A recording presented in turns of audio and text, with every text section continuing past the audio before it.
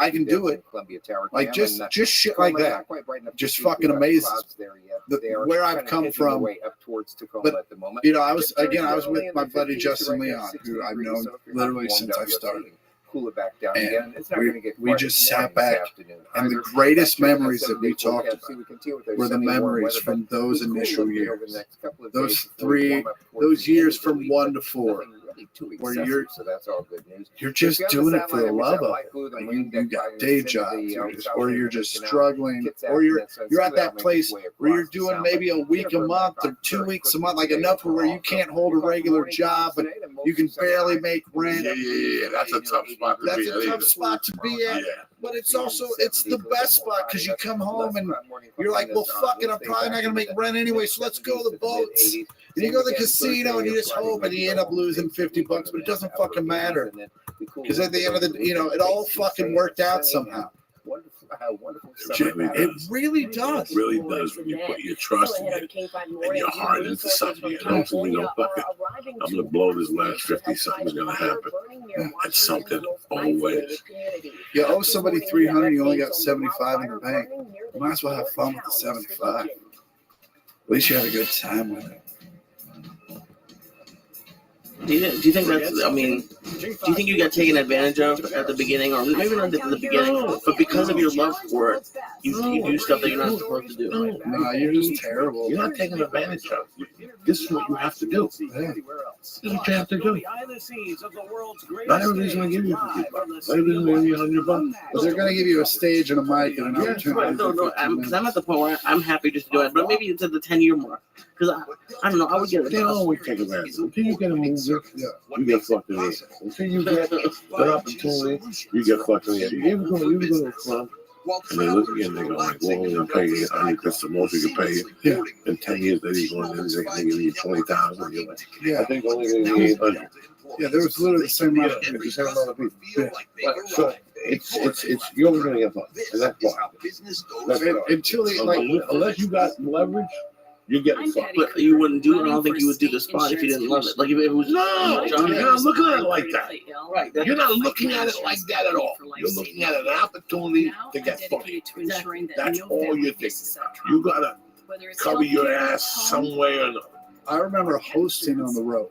Hosting, making $150 for the weekend. And then that if you broke even, you were happy because I live with my folks, and as long as they come home, they'd feed me. I obviously didn't have rent to pay at that time, but yeah, I mean, I remember being in Wichita, Kansas, living in the condo.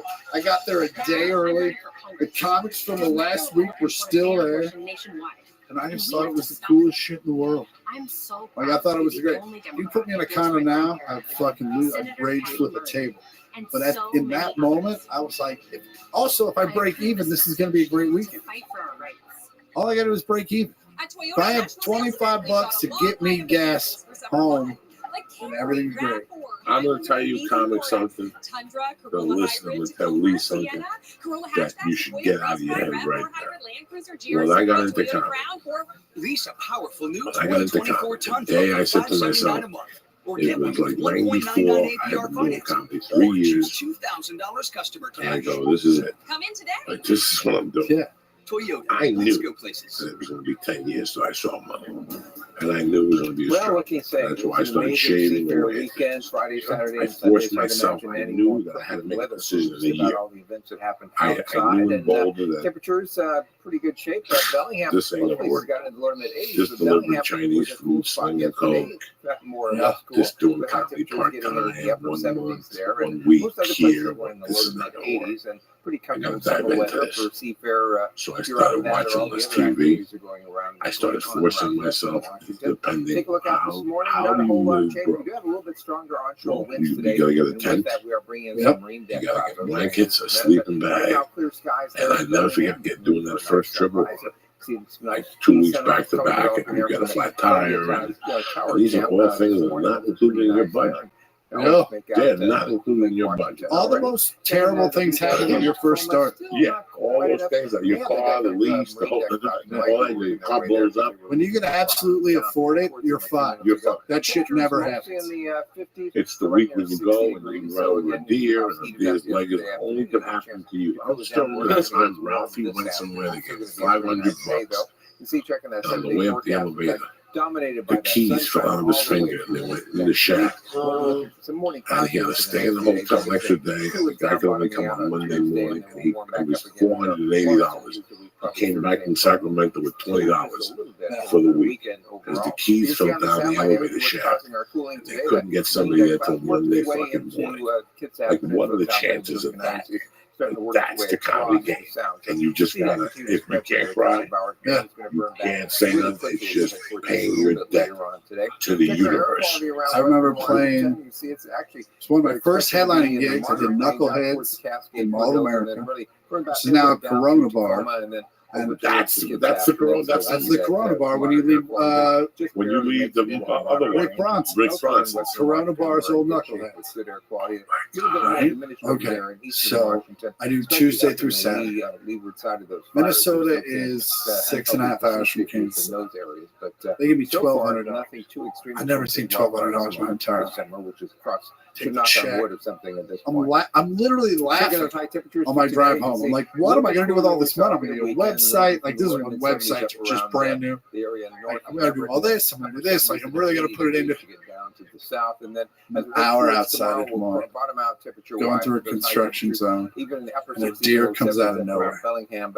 Hit it straight up. I can remember this. Decapitated the deer. I remember that because I hit the body. The head stayed where it was. Spun around a couple times. Landed there. I'm like, are you fucking kidding me? I got one hitter. I got the little dugout. The little dugout. Standard setup. Pulled off. I lost the headlight. Everything's pretty much fine. The radiator's fine. The fan's fine. Call my dad. I'm still speechless. I'm like, it's a fucking deer. It's fucking, he's like, what are you talking about? I just made as much money as I've ever made in my entire life, and I just hit a fucking deer. And he was like, well, because my dad knows me. He's like, you need to get rid of whatever you got and just get here. And it literally cost everything that I would have put into a website. It was like literally like $500, $600. It was everything over what I normally.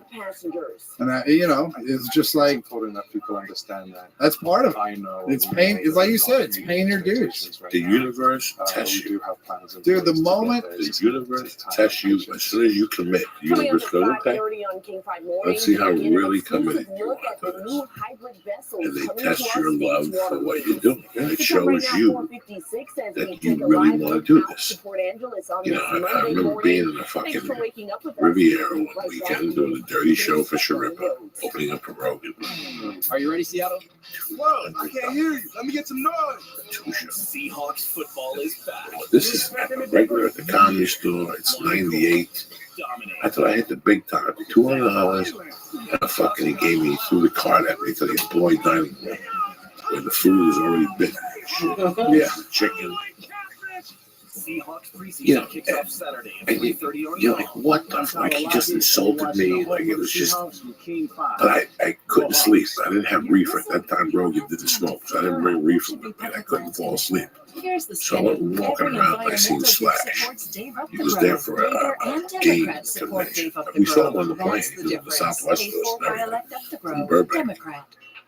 And I saw him at the fucking thing that night. I went to him and I asked him, I go, why did Guns N' Roses break up?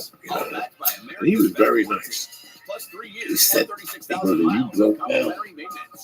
And I go, yeah, because I had known him from Ahmed had a room.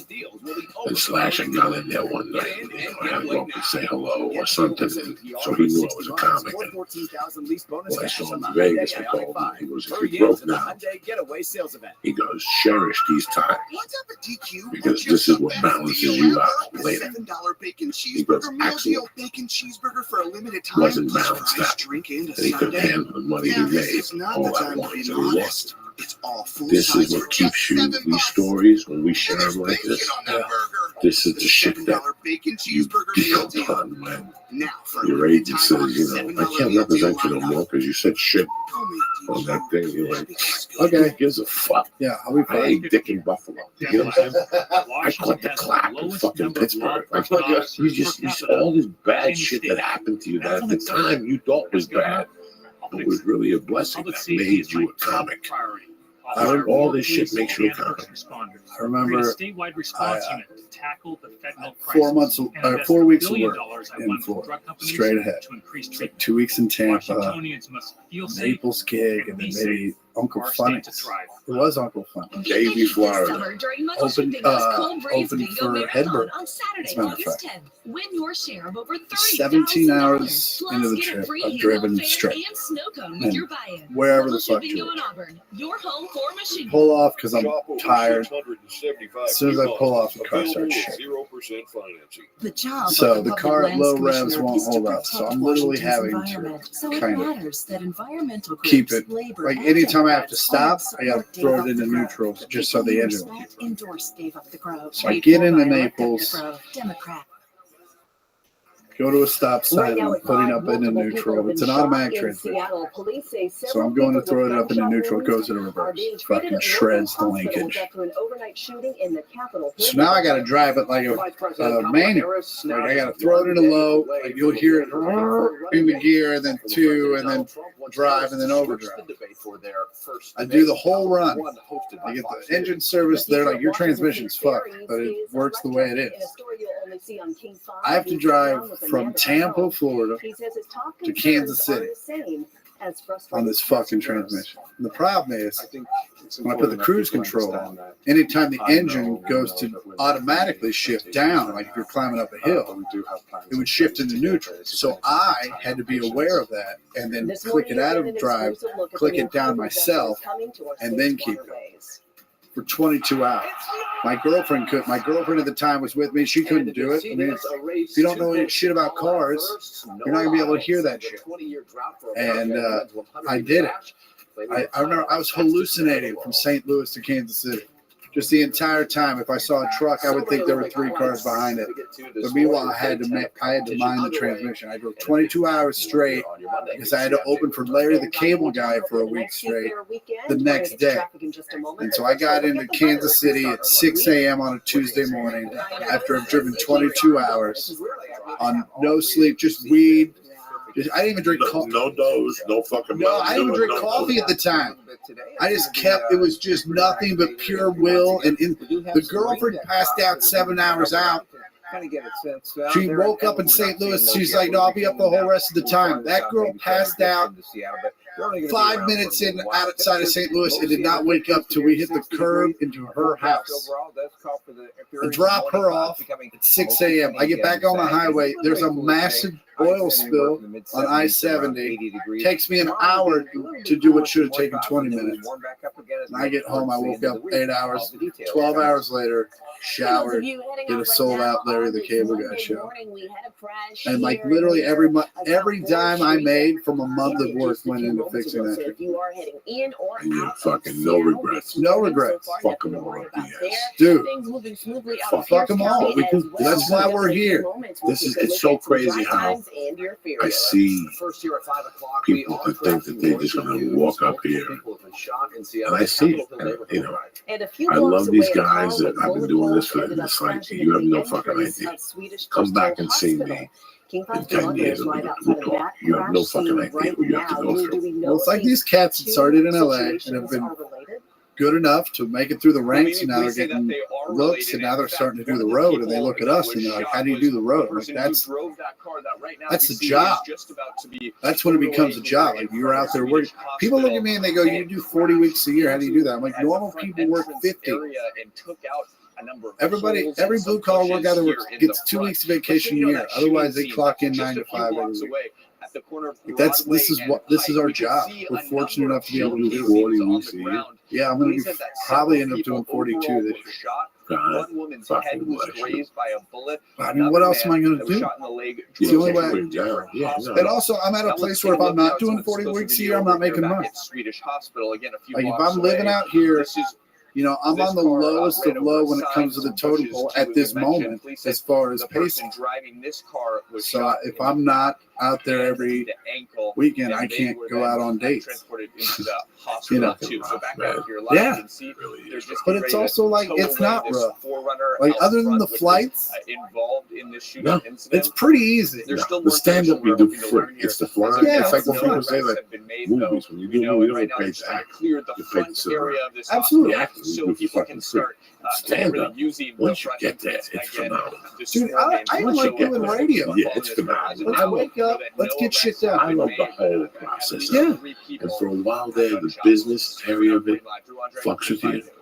And I fell in love with it again. Like I told you, this morning I got up at 9:01 when I called them for spots. I was like, damn. Tomorrow is our state's primary You'll have election. to The data from yeah. Washington Secretary of State shows only 5.3% of people August 18 to 24 have got voted. the Denver. Friday Listen, evening. I love you guys. You can go to my Instagram. It's at I am Chris Porter, and the link's in my bio. Same with my Twitter. I pinned a tweet. And then, because the tickets are free, you can just click on there, sign up.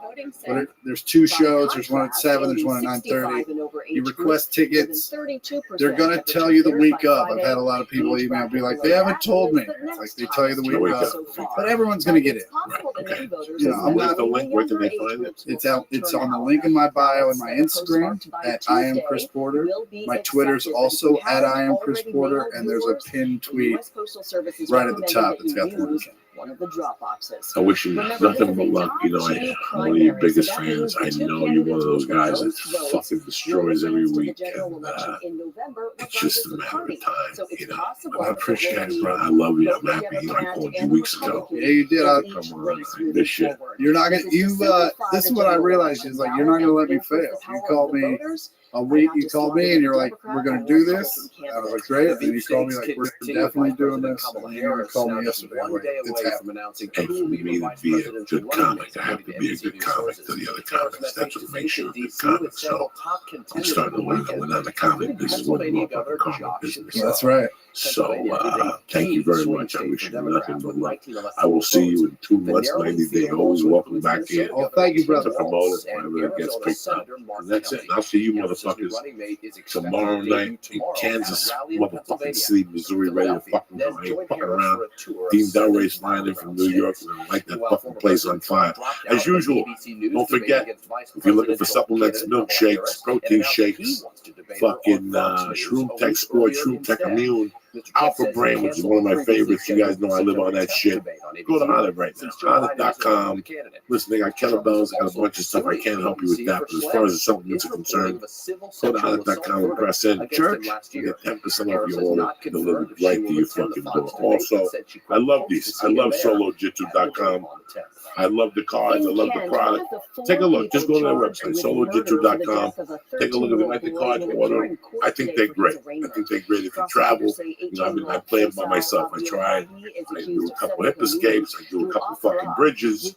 I do a couple sprawls. I'm an old man, but at least I'm moving. Listen, have a great weekend. I love you, motherfuckers. Thank you for listening to Henry Rollins. Thank you for listening to my man, Chris Porter. Stay safe, Kansas City. I'll see you motherfuckers tomorrow night ready to light that fucking town on fire. Have a great weekend. See you Monday morning. Next week. Also today, the suspect in a homicide of a 7-year-old Kirkland girl is set to be arraigned. The homicide suspect, D'Amico Fox, was arrested last month in New Hampshire and faces second-degree murder. The 22-year-old lived in Kirkland at the time of the girl's murder in April. The girl died after being brought to the hospital with no pulse and obvious signs of abuse. Months later, the King County Medical Examiner ruled the girl's death a homicide. According to the U.S. Marshals Service, Fox fled the state in an attempt to escape charges. 5:07 now, and new resources from California are arriving in our state to help fight a fire burning near Washington's most isolated community. Firefighters say the Pioneer Fire reached Purple Creek, which means it's now burning in the hills above the historic town of Stehekin. on Lake Chelan's North Shore. The fire has burned 35,000 acres, and dozens of residents there in Stehekin say they won't leave despite the evacuation orders. Temperatures are about 100 degrees, and fire bosses are concerned today about the potential for possible thunderstorms. A large fire near Yakima is making the air quality a little worse in central Washington. The Retreat fire has scorched 41,000 acres. That fire shut down Highway 12 and some wildlife areas in the region. And firefighters are also watching a new fire burning in the North Cascades National Park. The Pincer 2 fire has burned 100 acres and shut down access to some campgrounds east of Marble Mount. Breaking news right now, Hurricane Debbie has just made landfall in the Gulf as a Category 1 storm along Florida's west coast. You're looking live right now at Longboat Key, just south of Tampa, where the weather is definitely changing. 80-mile-per-hour winds knocked out power to hundreds of thousands of homes and businesses. Florida is built for Category 1 hurricanes, but this one's expected to stall over Florida, which could cause some problems for days with heavy rainfall in the Big Bend area. It was the strongest hurricane. Idalia last summer was the strongest hurricane to make landfall, but this one could rival that. Could be brutal today.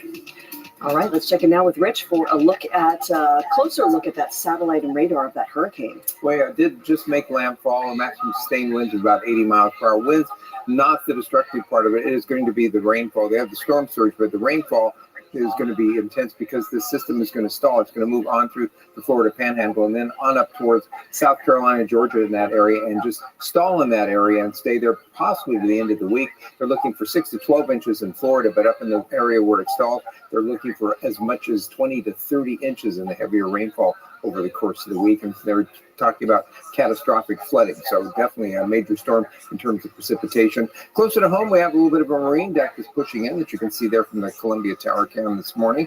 Temperatures have cooled off, so you can cool your house down in 50s to near 60 degrees. Up around the northern counties, look for temperatures today to cool back to the low to mid 70s. Around the Central Sound, Seattle, Everett, and up towards down towards Tacoma, temperatures getting into the mid to upper 70s. And you get down to the South Sound, you're going to be looking at those temperatures right around 80 degrees. A few more clouds and a little bit cooler tomorrow, but then we warm up with more sun for the end of the week, and we'll have the extended forecast coming up. If you're heading out right now, we have no crashes to report. I'm taking a live look here out at the Pierce County line. Things moving smoothly for those of you about to work your way out from Tacoma or Fife and continue northbound or southbound. At the moment, you can see a lot of green here on the map, and that continues as you continue out, whether you're going out on 405, I-5, across Lake Washington, or even over on the east side. So we're off to a great start this morning on the roads. 36 minutes from Tacoma to Seattle, 21 minutes right now from South Center to Bellevue, 31 minutes from Puyallup to Renton.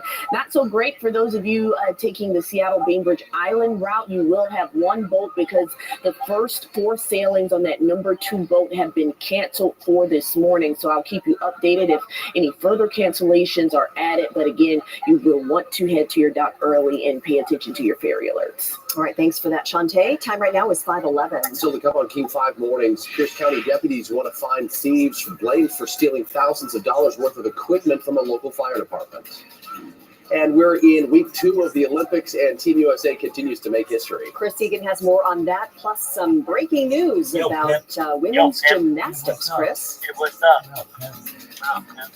Yeah, Mimi, Jake, good morning to you from Paris. Beautiful day weather-wise. Not a great day for Suni Lee and Simone Biles. I'll have the details on that. Plus, former Cougs star and the pride and joy of Allen Washington, that C.J. Allen, begins his competition today. And like the weather, the 3x3 women's basketball team is heating up. The stories are next.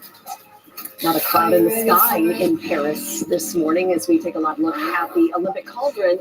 Paris really took a unique approach when it came to this summer's Olympic torch. The flame, which isn't really a flame, can be seen from miles away.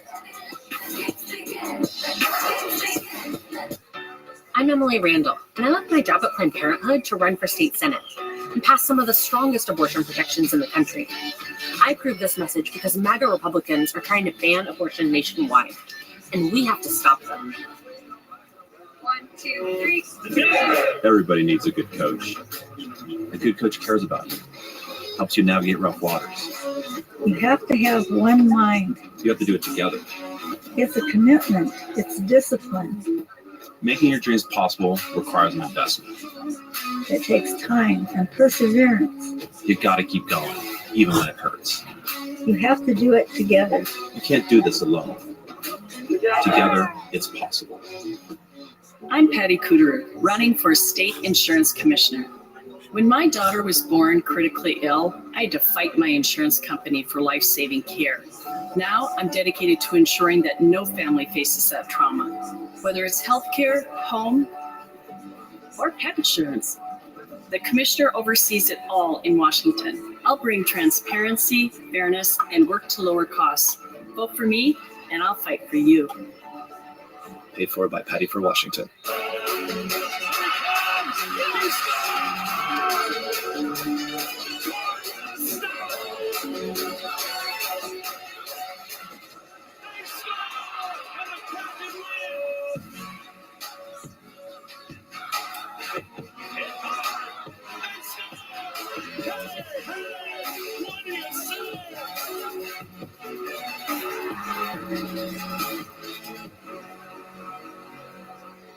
0% financing. Yes, Mazda of Everett is offering 0% financing. Shop over 675 new Mazdas. MazdaofEverett.com. I'm Emily Randall, and we need to protect abortion rights in Congress.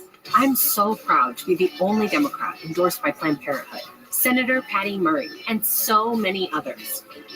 I approve this message to fight for our rights. King 5 News is sponsored in part by Ineos Grenadier.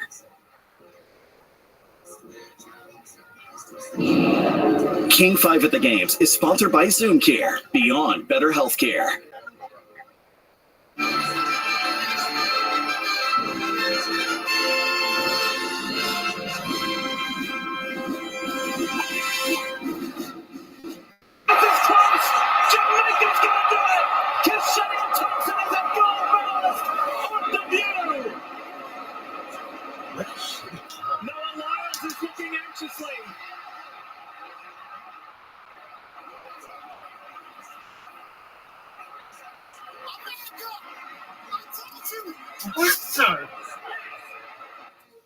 What a finish. A race so tight. Announcers first called it a win for Jamaica's Keishane Thompson. But after a photo finish review, Noah Lyles from the USA claimed the title as fastest man alive.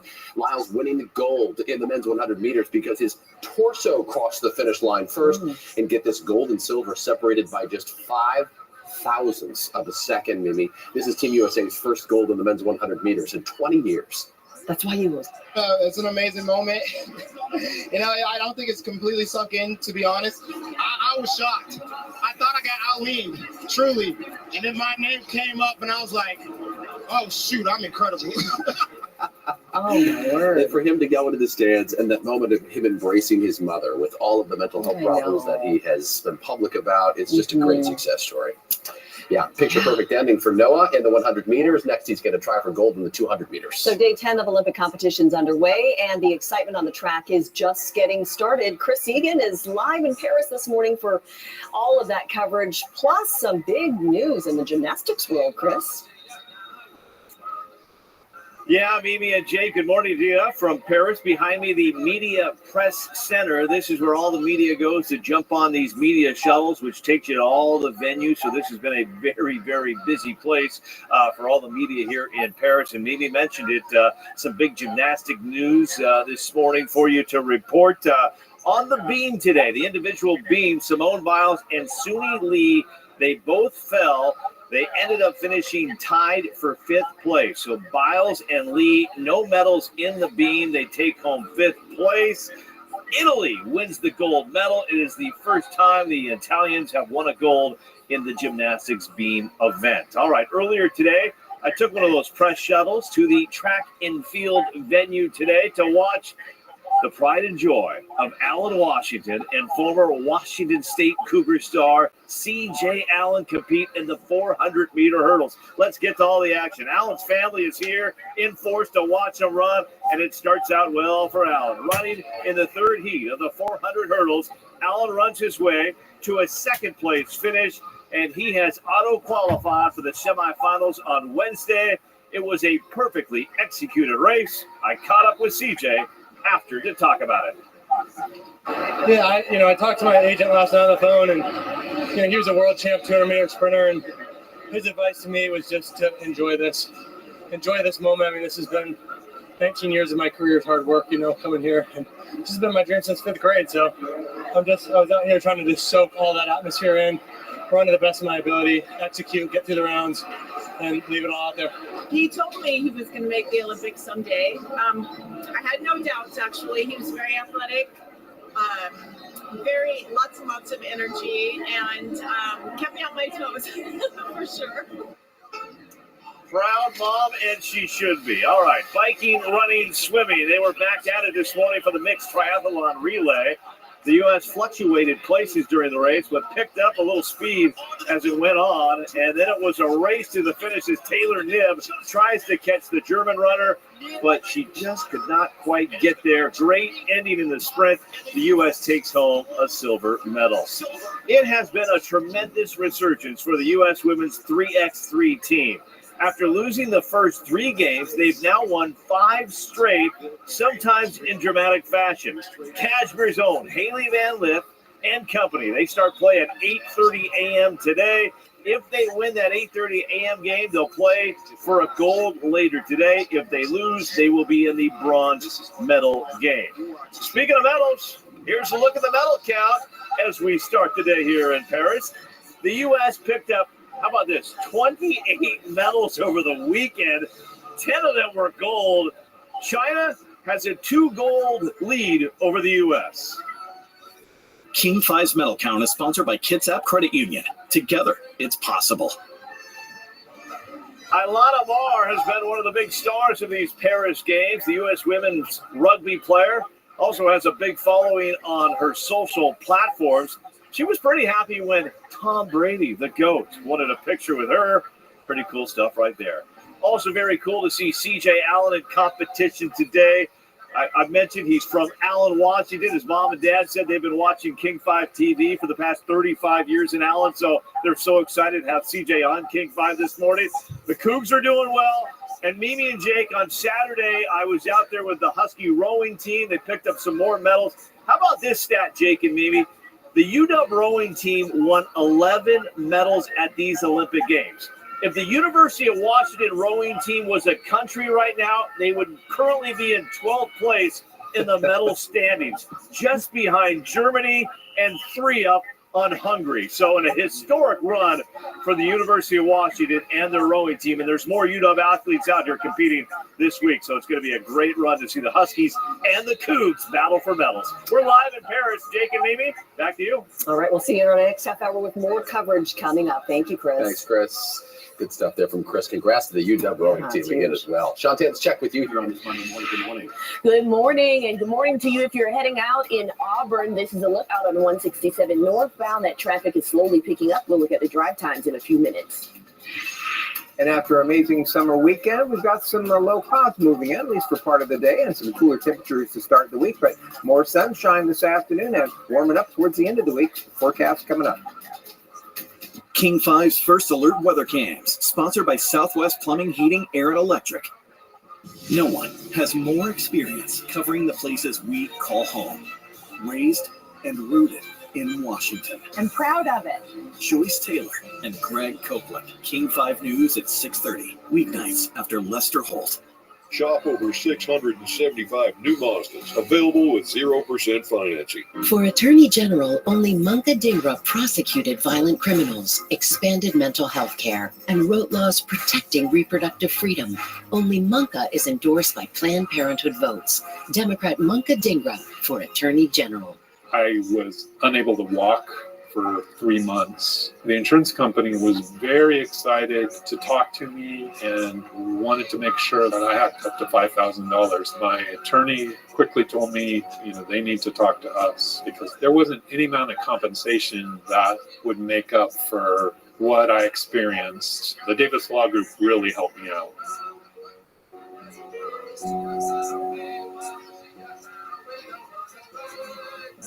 You love the internet. But do you love your internet? Is your bundle a bundle of joy? Do you celebrate your contract's anniversary? No? You should meet Ziply Fiber. High-speed fiber optic internet means more freedom, more reliability, more speed on all your family's devices, all at the same time. Happily ever faster. Ziply Fiber. Call 1-888-GO-ZIPLY or visit ziplyfiber.com/GoZiply. Plans as low as $10 a month. The Cult, live at Muckleshoot Event Center, Monday, September 23rd. I've had tough conversations in rooms like this. Some were about abortion. A woman carrying a baby that wouldn't survive, or a mom whose pregnancy put her life at risk. But with Roe gone, women may no longer have a choice. Abortion could be banned with no exceptions. I'm Kim Schreier, and I approve this message because I've sat with patients who had to make the toughest of choices. And I trust women to decide, not the government. Our closet feels so much bigger. Thanks to Closets by Design, I can actually find my clothes. There's even space for my clothes. Take 40% off plus an extra 15% off. Call 1-800-BY-DESIGN or visit closetsbydesign.com. This is Seattle Kraken on Con, your new home for hockey. Well, it was a beautiful weekend for sure. Temperatures were in the low to mid 80s Friday and yesterday, and mostly in the upper 70s and low 80s on Saturday, but sunshine was the rule. Today, it is going to become the rule again, but we do have some marine air that's kind of working its way in. See a few clouds there out in the distance from the Everett Tower camp. You see that marine deck has kind of moved in over downtown Seattle, and similarly down around Tacoma, you can see that area. It's just the low clouds coming in. It's just marine clouds. That's going to burn off really quickly once we get that sun up, and we'll be back to plenty of sunshine as we head towards this afternoon. We're going to cool those temperatures off probably about 5 or 6 degrees most spots today, which gives some people that don't like it to be quite that warm a chance for a little relief, as well as the cooler temperatures this morning. We're down mostly mid-50s to near 60 degrees, so easy to cool the house down this morning, which is always a plus. Looking at the 7-day forecast, though, you can see sunshine continues to dominate the pattern here for the next 7 days, and we do cool off, probably bottoming out tomorrow, and then we gradually warm back up towards the end of the week, but nothing terribly excessive, so that's the good news in that whole thing. Take a look at the air quality today. You're going to be looking for good air quality once you get away from the central sound, where from about Everett down to Tacoma and then over towards the Kitsap Peninsula, we will have moderate air quality, but just barely gets into the moderate range. So overall for today, sunny, a little bit cooler, mid-70s to low 80s today. The clouds will last a little longer tomorrow, will be mostly in the 70s, but warm back up into the upper 70s and low to mid 80s on Wednesday, and then probably some mid to upper 80s Thursday and Friday, but cooling just a little bit over the weekend, but still staying mostly in the upper 70s and low to mid 80s. If you're about to head out on I-5 near Federal Way, we're dealing with a disabled vehicle here in the HOV lane. This is just south of Highway 18, so not causing a big issue yet, but definitely could be a little bit of a distraction for some people. So again, you can see those cars in the HOV lane having to move over a little into the median just to get around that, but as you head out into Snohomish County, things still moving smoothly there. Here's a look out on I-5. No issues just south of the Boeing Freeway. The trestle's clear, and Highway 9. That continues as you work your way southbound. Rather, if you're heading out on 405 or I-5, still off to a smooth start. So only about 33 minutes from Everett to Seattle. 28 minutes right now if you're making the trip from Linwood to Bellevue. 24 minutes for those of you heading out from Arlington to Everett. Thank you, Shantae. 5:26 is now the time. Ahead at 5:30, we've got breaking news on Seattle's Capitol Hill after multiple people were rushed to the hospital overnight after gunfire erupts in that neighborhood. We are live aboard the Washington State Ferry's Kittitas vessel as we're leaving Vashon Island right now. This morning, you're going to see only on King 5 a special look at the hybrid electric plant and what those boats will look like and why it's going to change ferry reliability. 0% financing.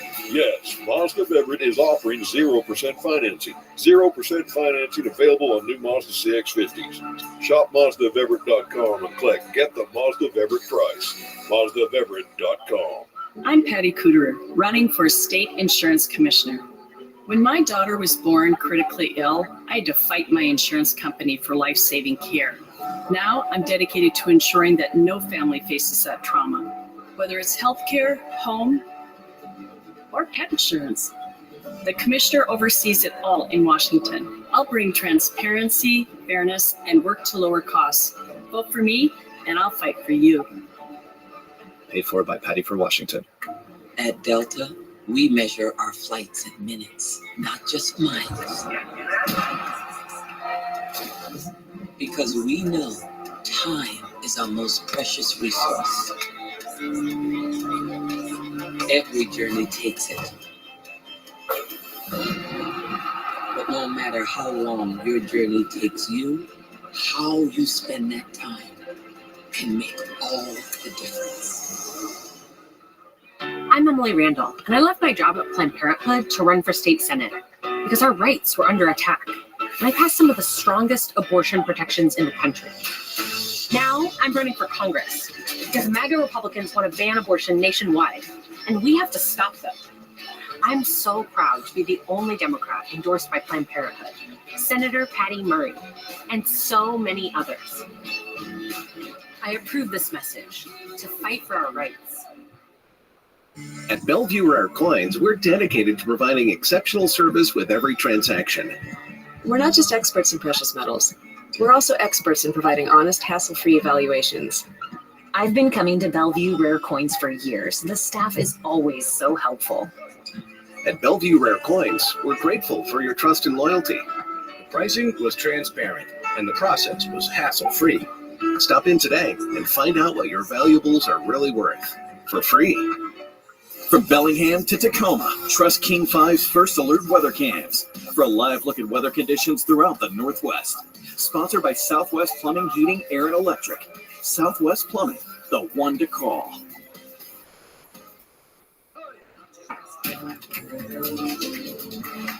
Welcome back on this Monday morning. Thanks for joining us here at 5:29. I'm Mimi Jong. And I'm Jake Wittenberg. Shante has her eye on the roads this morning. Rich is in the studio checking the forecast. Here are 5 other stories making headlines on your Monday morning.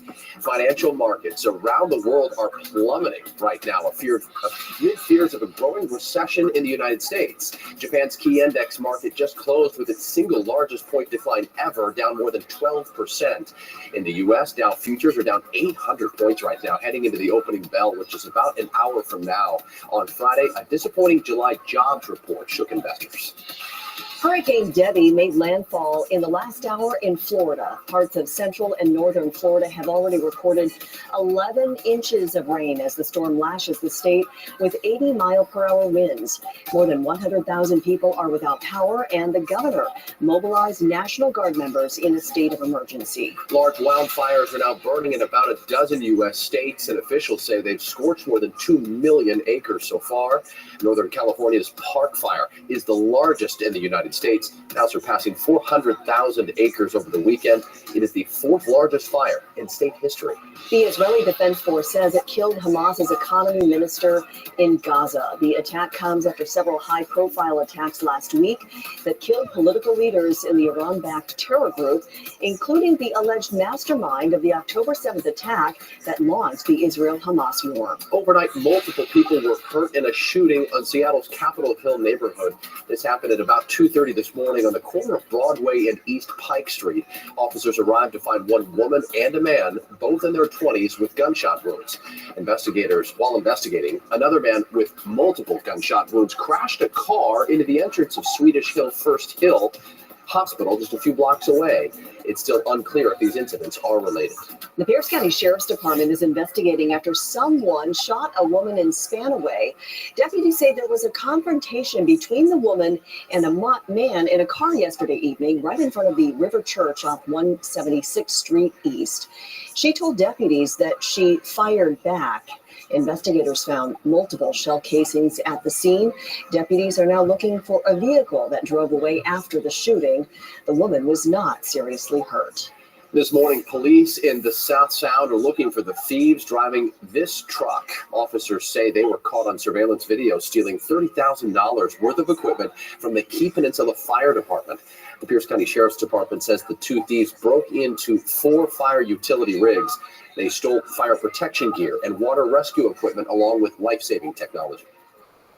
Hopefully, somebody comes across something that looks fire-related, you would report it to the Sheriff's Department. It's kind of weird that people would do this, but it's also concerning because this is life-saving equipment. that the taxpayers have paid for. Sergeant Darren Moss says he doesn't think the stolen items could be pawned, so if anyone knows anything about this, you're asked to call police.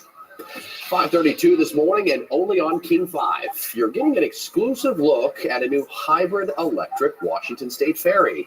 This model here includes new charging units that will be part of an all-new fleet moving forward. King 5's Farah Jadrin is live on the Fauntleroy Southworth ferry route with this exclusive on plans for the new boats. As we know, Farah, one of the biggest complaints for riders is delays and cancellations because of, well, for many reasons. How would the new boats change that? Well, Mimi and Jake, new hybrid electric boats are going to offer more options on moving people and also cars across the water. State ferry leaders told me the fleet will be the most reliable it's ever been. Daily boat delays or sailing cancellation alerts like these can cause a lot of headaches for ferry riders, especially islanders. And ferries, they're doing their best, but they're really behind sometimes. We know that we're not meeting expectations right now. There's no other way off Vashon Island. Until this rider sees big changes from Washington State ferries, he's ditching his car and taking the foot ferry, the King County water taxi. It cuts my commute time in half. I sat down with the head of Washington State Ferries, Steve Nevy, who says those concerns are top of mind. We do have plans in place to get there. It's just going to take time and patience. The 75-year-old ferry system is sailing into the future of electrification. You might be wondering, why now and not years ago like other ferry systems around the world? Nevy says there are a few reasons. We're able to learn from mistakes they made and things that they're doing to make sure that we're doing the right thing. I think the other thing is the technology evolves. This is part of evolving technology. These are new images from WSF you're seeing first on King 5. New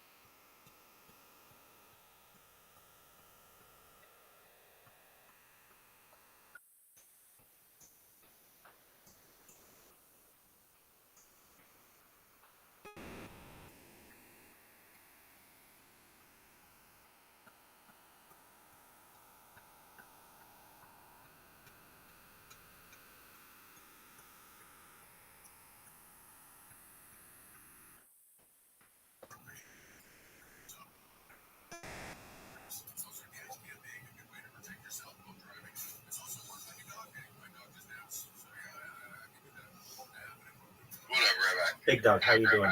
Happy Monday. Happy Monday. I wanted you to know that I keep spreading your advice to new streamers. 3 things that you must do. Just a moment. Just something.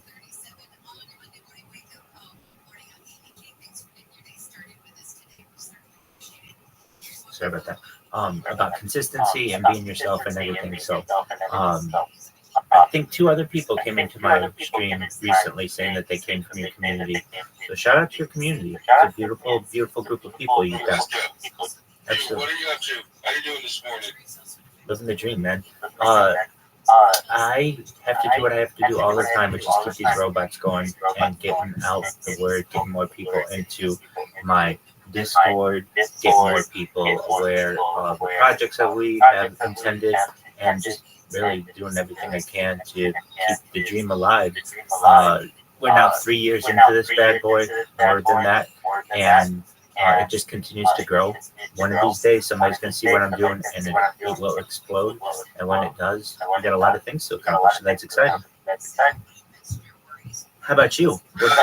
What do you have going on? Just chilling. Back to coach. There you go. Excellent. Very well. Well, I just want to hop in, say hello. Hey, have you had a chance to use the new kick? Yeah. How is it? Not bad. Excellent. I saw something on. It looks a little cleaner. Yeah, I saw something on Reddit about Kick having new moderation. Did you see this? Okay, so apparently, just recently, they were banning all cuss words in the chat with some new moderation tools. I guess if you have like bot protection or something like that. Oh my word! I saw the craziest bot last night in Shakti G's Kick stream. It was just this huge line promoting Trump of spam. It must have been like 300 spammers at once. It was the craziest bot I've ever seen. So be on the lookout for that. Oh, have you? Oh, okay. I've never seen that. I go through, me and my bots and go through and ban every one of them. Is that what you have to do? I was wondering about that. I imagine that's what you have to do. Dude, that is, I saw that and I was like, wow, now that is a spam bot. I don't have anything in comparison to that. That's some kind of script. And it just goes so quickly, takes over the whole stream. Pretty powerful. What are you up to? How's your morning going? Well, Straight Savage, I just want to pop my head in. I hope you're doing well. You keep on keeping on for the culture. Keep that 420 life alive. And shout out to your community and everybody else out there who is enjoying life. Take care. You as well. Peace, Straight Savage. Later, man.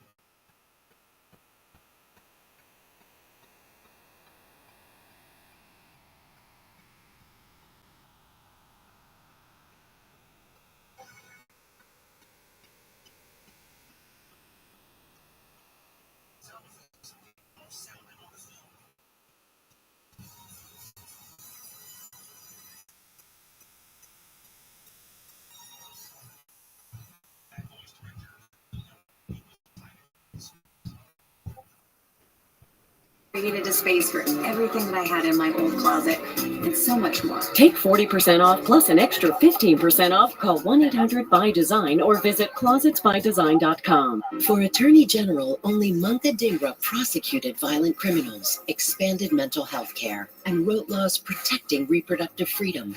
Only Munka is endorsed by Planned Parenthood votes. Democrat Munka Dingra for Attorney General. What happens when you connect to quantum fiber? You get internet that brings your digital world to life.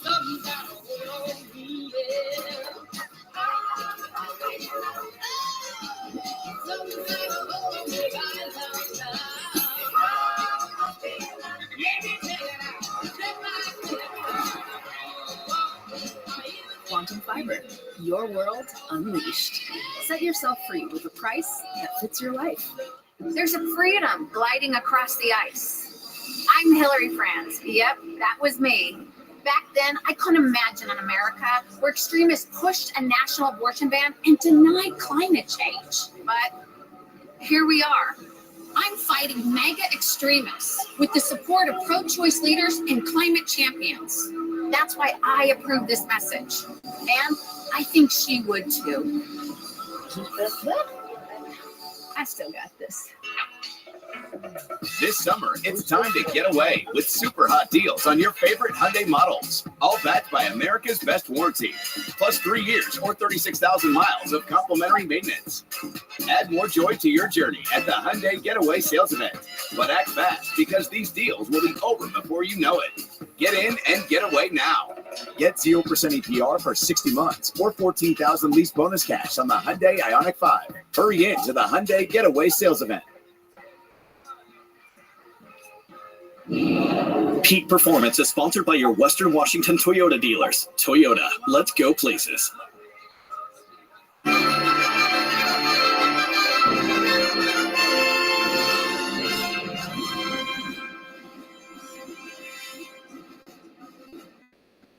think running away in the end in a race he never trailed. Back-to-back goals in the 1500 for Fink.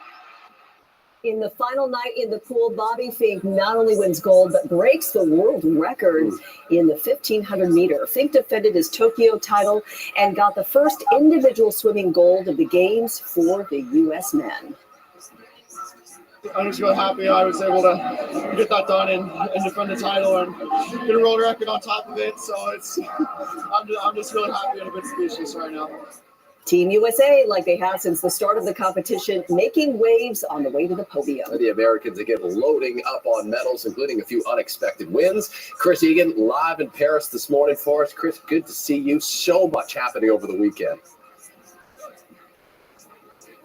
It was a big weekend, Jake and Mimi. Good morning to you. Another just absolutely gorgeous day here in Paris. Sun is out, blue skies, plenty of sunshine, and I mentioned beautiful weather. The venues here, I can't say enough, are absolutely gorgeous. Earlier today, I was out at the track and field venue, Purple Track. It was awesome. I've been out to the rowing venue. I was at Roland Garros yesterday as well. And how about the beach volleyball venue? I mean, it is just absolutely gorgeous there underneath the Eiffel Tower. And the swimming venue, that was a pretty good place, especially for Team USA. Yep, the swimming competition has officially wrapped up here from Paris. It ended last night. After a week of intense competition, it ended on a high note. The women's 4x100 medley relay team took home the gold medal. In the stands this time, Katie Ledecky spent her time rooting on her teammates. Ledecky did appear, or she will appear this morning on the Today Show. When I first started swimming, I never thought I would even go to one Olympics. So to have gone to 4 now, it's incredible. And I would love to compete in LA. I'm going to take it year by year. I got to see where I'm at each year, but it would be a dream to compete in front of a home crowd. And you can see that full interview with Katie Ledecky coming up later this morning on the Today Show. In the men's tennis final, this was something. Novak Djokovic completed the Golden Slam by beating Carlos Alcaraz 7-6, 7-6. In tennis, that's 4 majors and the Olympics. The Joker couldn't contain his emotions afterwards, sobbing for minutes after the big win. Getting gold was the final missing piece in his trophy case. Novak has also won 24 Grand Slam titles. Well, it is no secret that I love tennis. I played it in college. I also love a sport called pickleball, which was invented in the great state of Washington. Now, it is the fastest growing sport in the world, pickleball. Or is it? Yesterday, I traveled to Roland Garros to see what the rest of the world thinks about pickleball. You ever play pickleball? Pickleball? Yes. You like pickleball? No. No idea. You have not heard of pickleball? No. Never heard about that. Never heard of pickleball? No. No. Bonjour, I'm looking for pickleball. Honestly, I have no idea, but maybe I think it's a game that you have like a little round net. So you can't go in the kitchen. You cannot go in the kitchen? Pickleball. Have you heard of pickleball? Oh, that's a tough question. We heard of it, but never played it. Heard of it, but never played it. Yeah. What have you heard? Anything good about it? No. Oh, yeah. Oh, yeah. At the Paris Olympics, you can find pins, pink sunsets, parking at the Porte pubs. The menus are covered with peas, but no pickles. There's pizza and pasta. Oh, perfection, especially with the Parmesan. There's people posing, Parisian pastries, police everywhere, perfect statues, players, but where's the pickleball? This is insane. Have you seen pickleball in Paris yet? No, not here. This group loves Novak Djokovic, but thought I was the joker for asking about pickleball. I don't know about it. In the States, we play in parks, even parking garages, but nothing to see in Paris or Poland. Pickleball? No, I haven't heard, unfortunately, about the pickleball. No pickleball in Poland? No, I haven't heard about it. I hit the streets. I even peeked over fences. Still no pickleball. I even Googled it. This club, permanently closed. Perplexed? Yes, but when in doubt, find some Americans. Guys, if you haven't played pickleball yet, you need to. Love pickleball. It's really a great sport. So the popularity of pickleball in Paris might not be what it's like in Puyallup, Portland, or Palm Springs, but I'll keep searching and also teaching. So you can't go in the kitchen. Hey, yo. You cannot go in the kitchen. Hey, there you are. How are you? How are you? Oh, I'm really tired. I just kind of waking up, getting ready to start my day. There you go. How are you? How are you doing, Rabbi? I'm well, thank you. I'm well, Hey, you want to be on a podcast? Hey, you want to be on a podcast? At the moment, I'm still mentally prepping myself. I gotta go do some things today. Okay, that's all right. Yeah, my brain is a little centric on figuring out where I'm gonna live next week. Okay, what's going on? What's going on? Staying with a friend this week, and then trying to make sure. I'm just trying not to bug them. So you know what I mean? Like it's a very temporary thing for right now. So just shit's going crazy, and everybody's like, you know how it goes. When it rains, it pours. But I have opportunity that I didn't have before because of freedom and the lack of state harassment. So I've got some errands to run today, and I have a question. I have an answer. No, you don't. No, you don't. This one. This one. Perhaps. I hope to. Perhaps. So you perhaps have an I answer. may. You may have an answer. There you go. May have an answer. There you go. What about talking to your parents? Yeah, that's kind of off the table these days. Wait, hold on. You can't. There's nothing wrong with just saying, "Hey, I'm out. I'm done. I'm done. Would you like to have a cup of coffee?" Yeah, I know. I tried that before, and right now No, I feel like you can show I them. feel like You can show them a new man. You can show them a new man. You don't have a beard.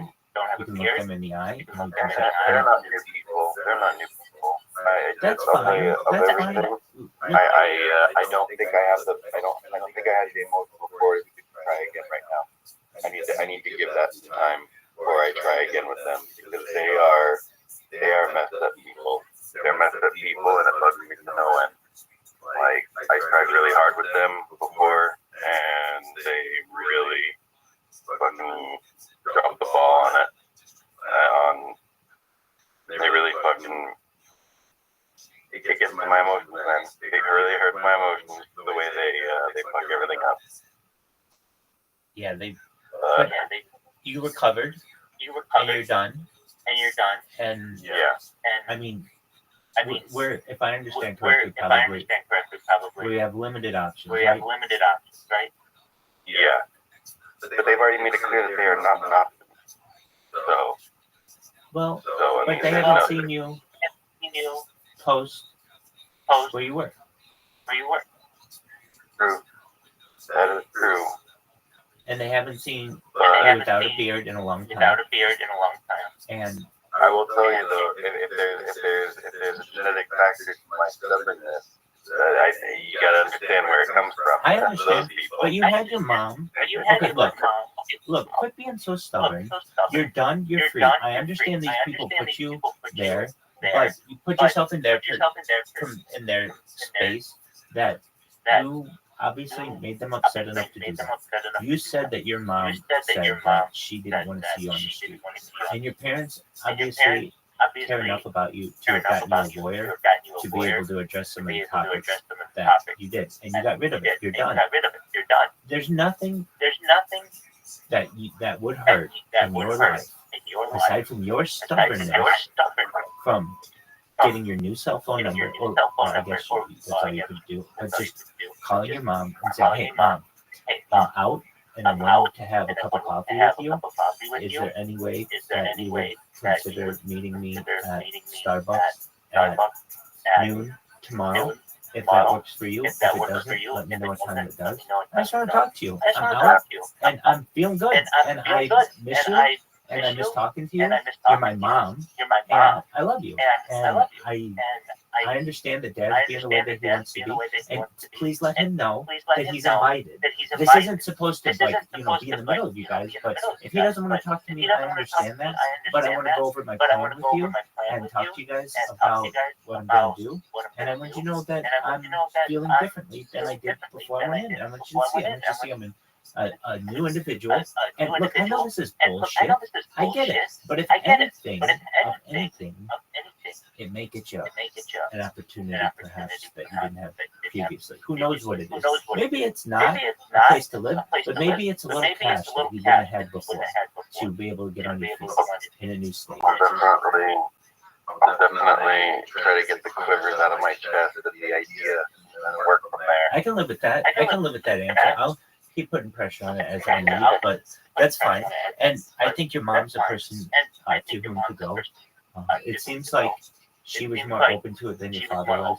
And but keep it open to him. You can say to your mom, I want Dad there. I'd love to talk to him as well. But he just seems so standoffish. I mean, you have to understand that what I've been through. And I'm going to put it behind me and just see how you're doing. Okay, it's been at least a month since you've seen him. So, but I understand. Okay. Are you going to do any streaming? I got my computer here. I was probably going to go to the library afterward because I'm not going to hang out here. I'm probably going to go after I get my blood taken. Then I'll set in fasting. Yeah, hold on a second. Why are you doing that? So I was just in jail for 3 weeks, bro. If somebody sliced their finger and got a drop of blood in my fucking pudding, then I want to make sure that I'm getting a blood test. Okay. I called my doctor. First thing I did Saturday morning after the sun came up, I was already free. I texted my doctor. I said, hey, I'm sorry to bug you. We don't have an appointment today.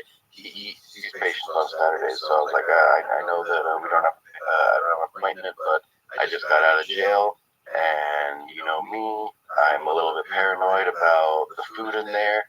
I didn't have to touch anybody. I wasn't even in contact with anyone.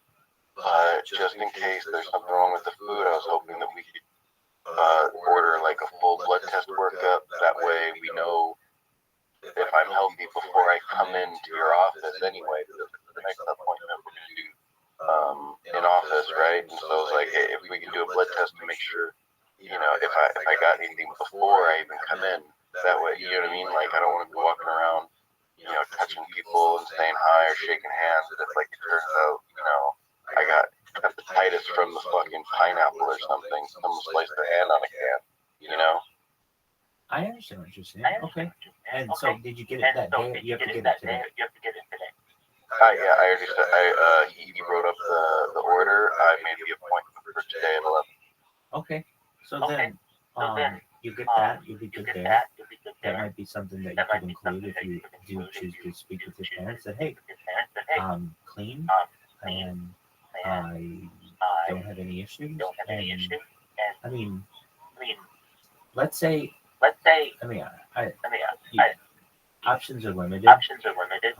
And so parents are the way to go. I know you don't want to. Okay. Do you have any other friends? Not who are out here in Vegas right now. Right now, it looks like I'm kind of exhausted all the time.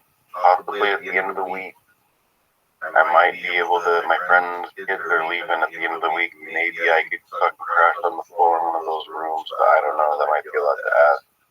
So we'll see. The kids are leaving for college? No, they just go back to stay with their mom in another state. At the end of summer. So they come to hang out with him for the summertime, and then dude, they go back to. Is that a realistic possibility? I think I've got like a 40% chance of that being successful. That sucks. But you never know. You never know, and that's because of people's girlfriends and stuff. You know what I mean? It's like. I got you. There's only so much. If it was just my buddy, I think I'd probably be there already. I got you.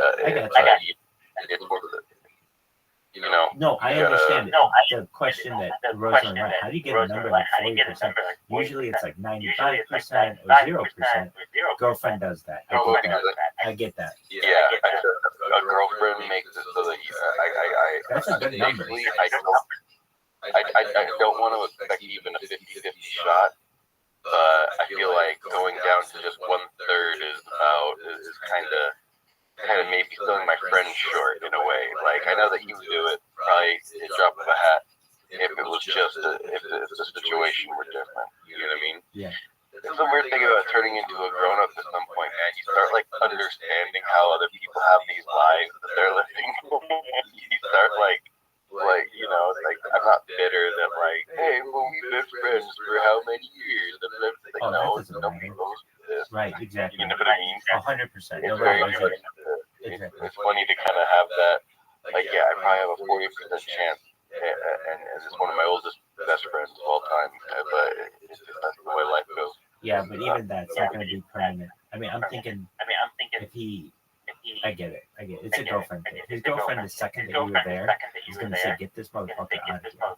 And he's going to hit the pussy over the pal. And that's it. So it has to happen. I mean, look, I want to be his friend, whether he has 5 new girlfriends or this is the last girl in his life. Yeah. But that one's okay. Not if you get in the way. Not if you get in the way of it. You know what I mean? Like, exactly. There's no point in, like, trying to be like the anti-girlfriend for anybody. You know what I mean? When I was married, if someone tried to, talk shit on my wife, I would have come to her defense. Right. No, and, I you know what I mean? Yeah. That's what happens. That's my lady at the moment. So, you know what I mean? Like, you just don't. Yeah. I don't know. I know some friends who have tried to cause strife in other friends' marriage, and it's like, I've accidentally caused strife in a friend's marriage, and it really bugged me. You know what I mean? Yeah. So, it bothered me that I was involved at all. So. Well, I know from my perspective, I wish I could help you more than I can. I can be here for emotions. No, I understand. But let me just say what I wish I could do. I wish I could say, hey, come sleep on my floor, or I can talk to the people on the house. There's an extra spot for 10 people, and I'm in a position where I can't help you financially or anything like that. But what I can do is be here emotionally for you, and that's going to be important to us. And so what we're going to do is come up with different ways to help you. So, okay. You had some friends in California. I know that's going to be a tough one. No one in California just random people to come live with them. It's already expensive enough. Well, I mean, the people I might be able to go live with are very good friends as well, so I will see. And I already told them, too. I told my friend, I gave him the whole fucking Rabbi spiel. Content is key. Everyone needs to be making content. My friend, he's starting a new business where he's, like, working on electronics, and I told him, that's great content. Stream that.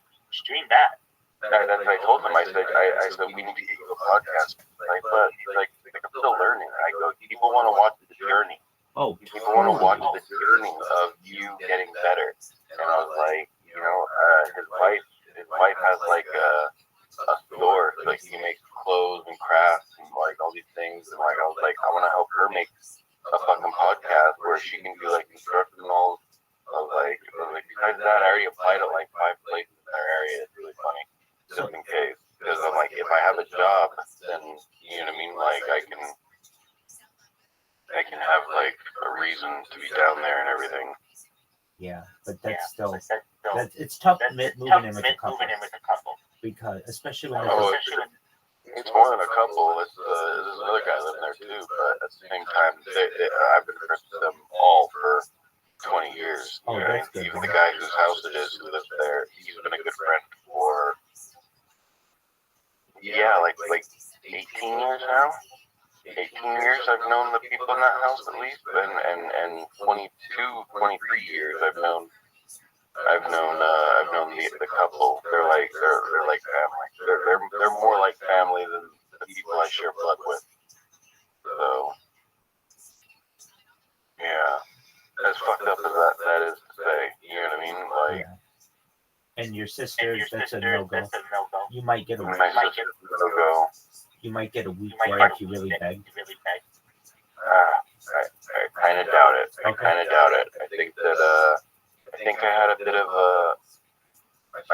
thinks I went psychotic.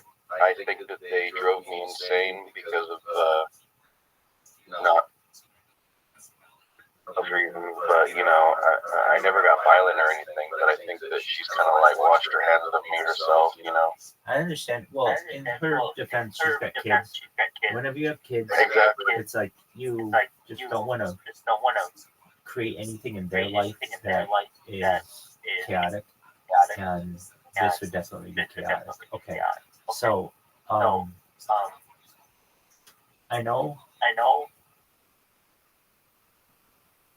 your family doesn't think that you are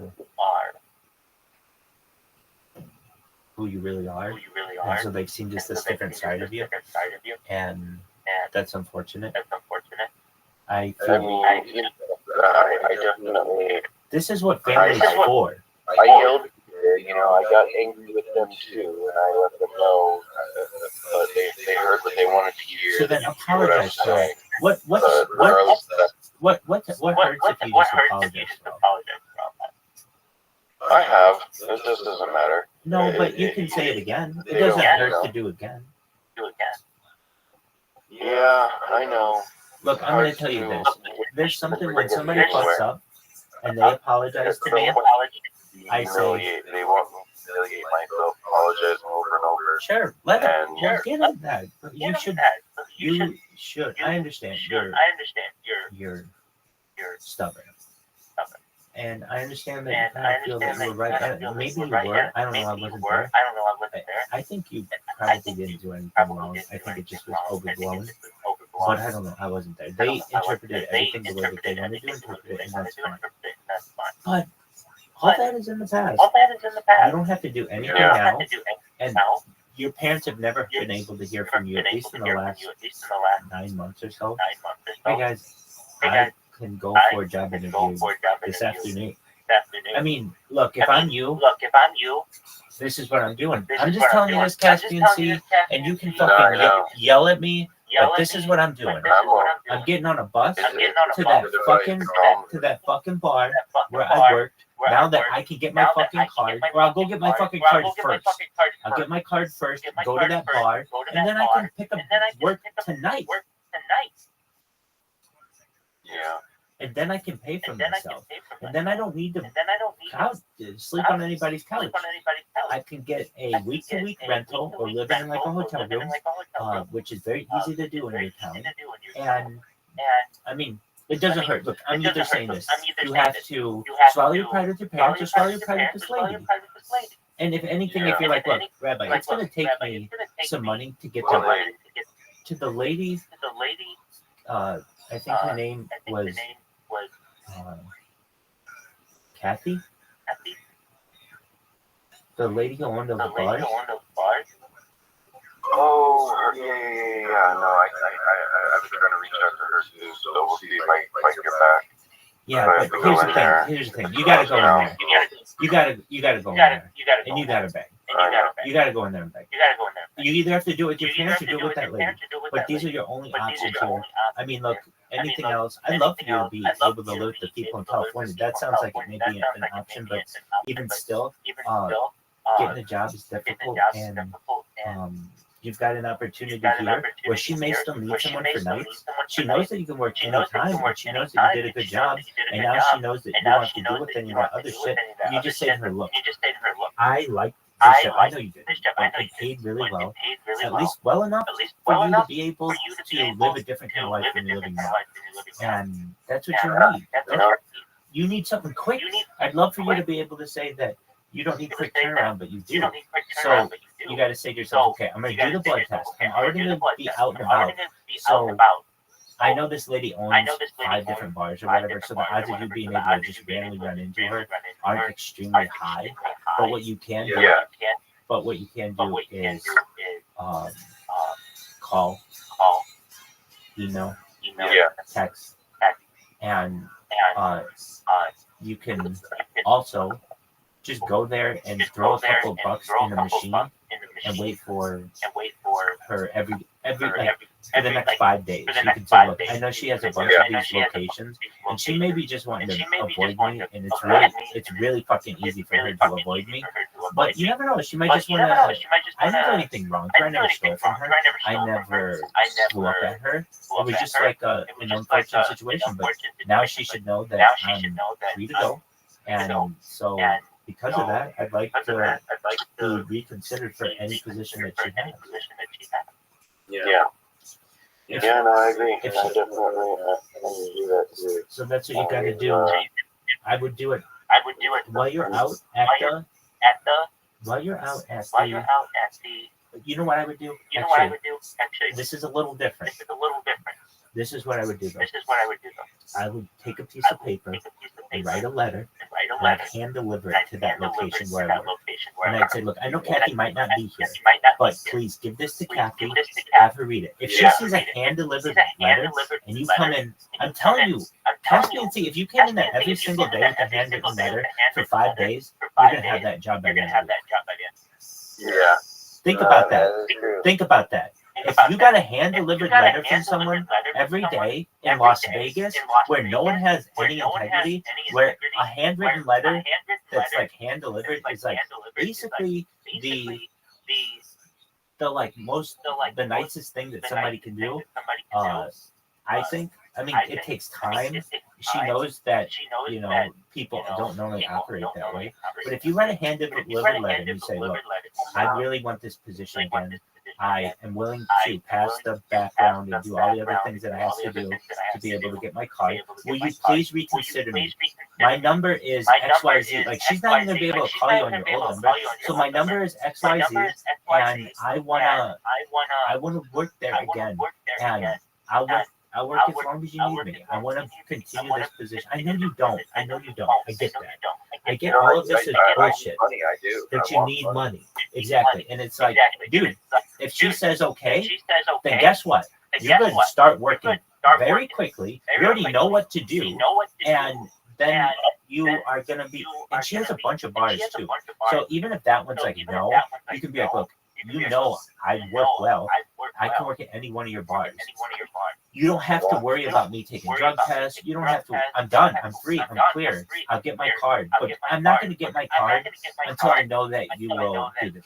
So I would just say to her, in a letter, this would be my letter. It wouldn't be ChatGPT. This would be from my heart. And it would be something like this. Dear, whatever her name is, you may remember me. My name is, and I worked during this amount of time.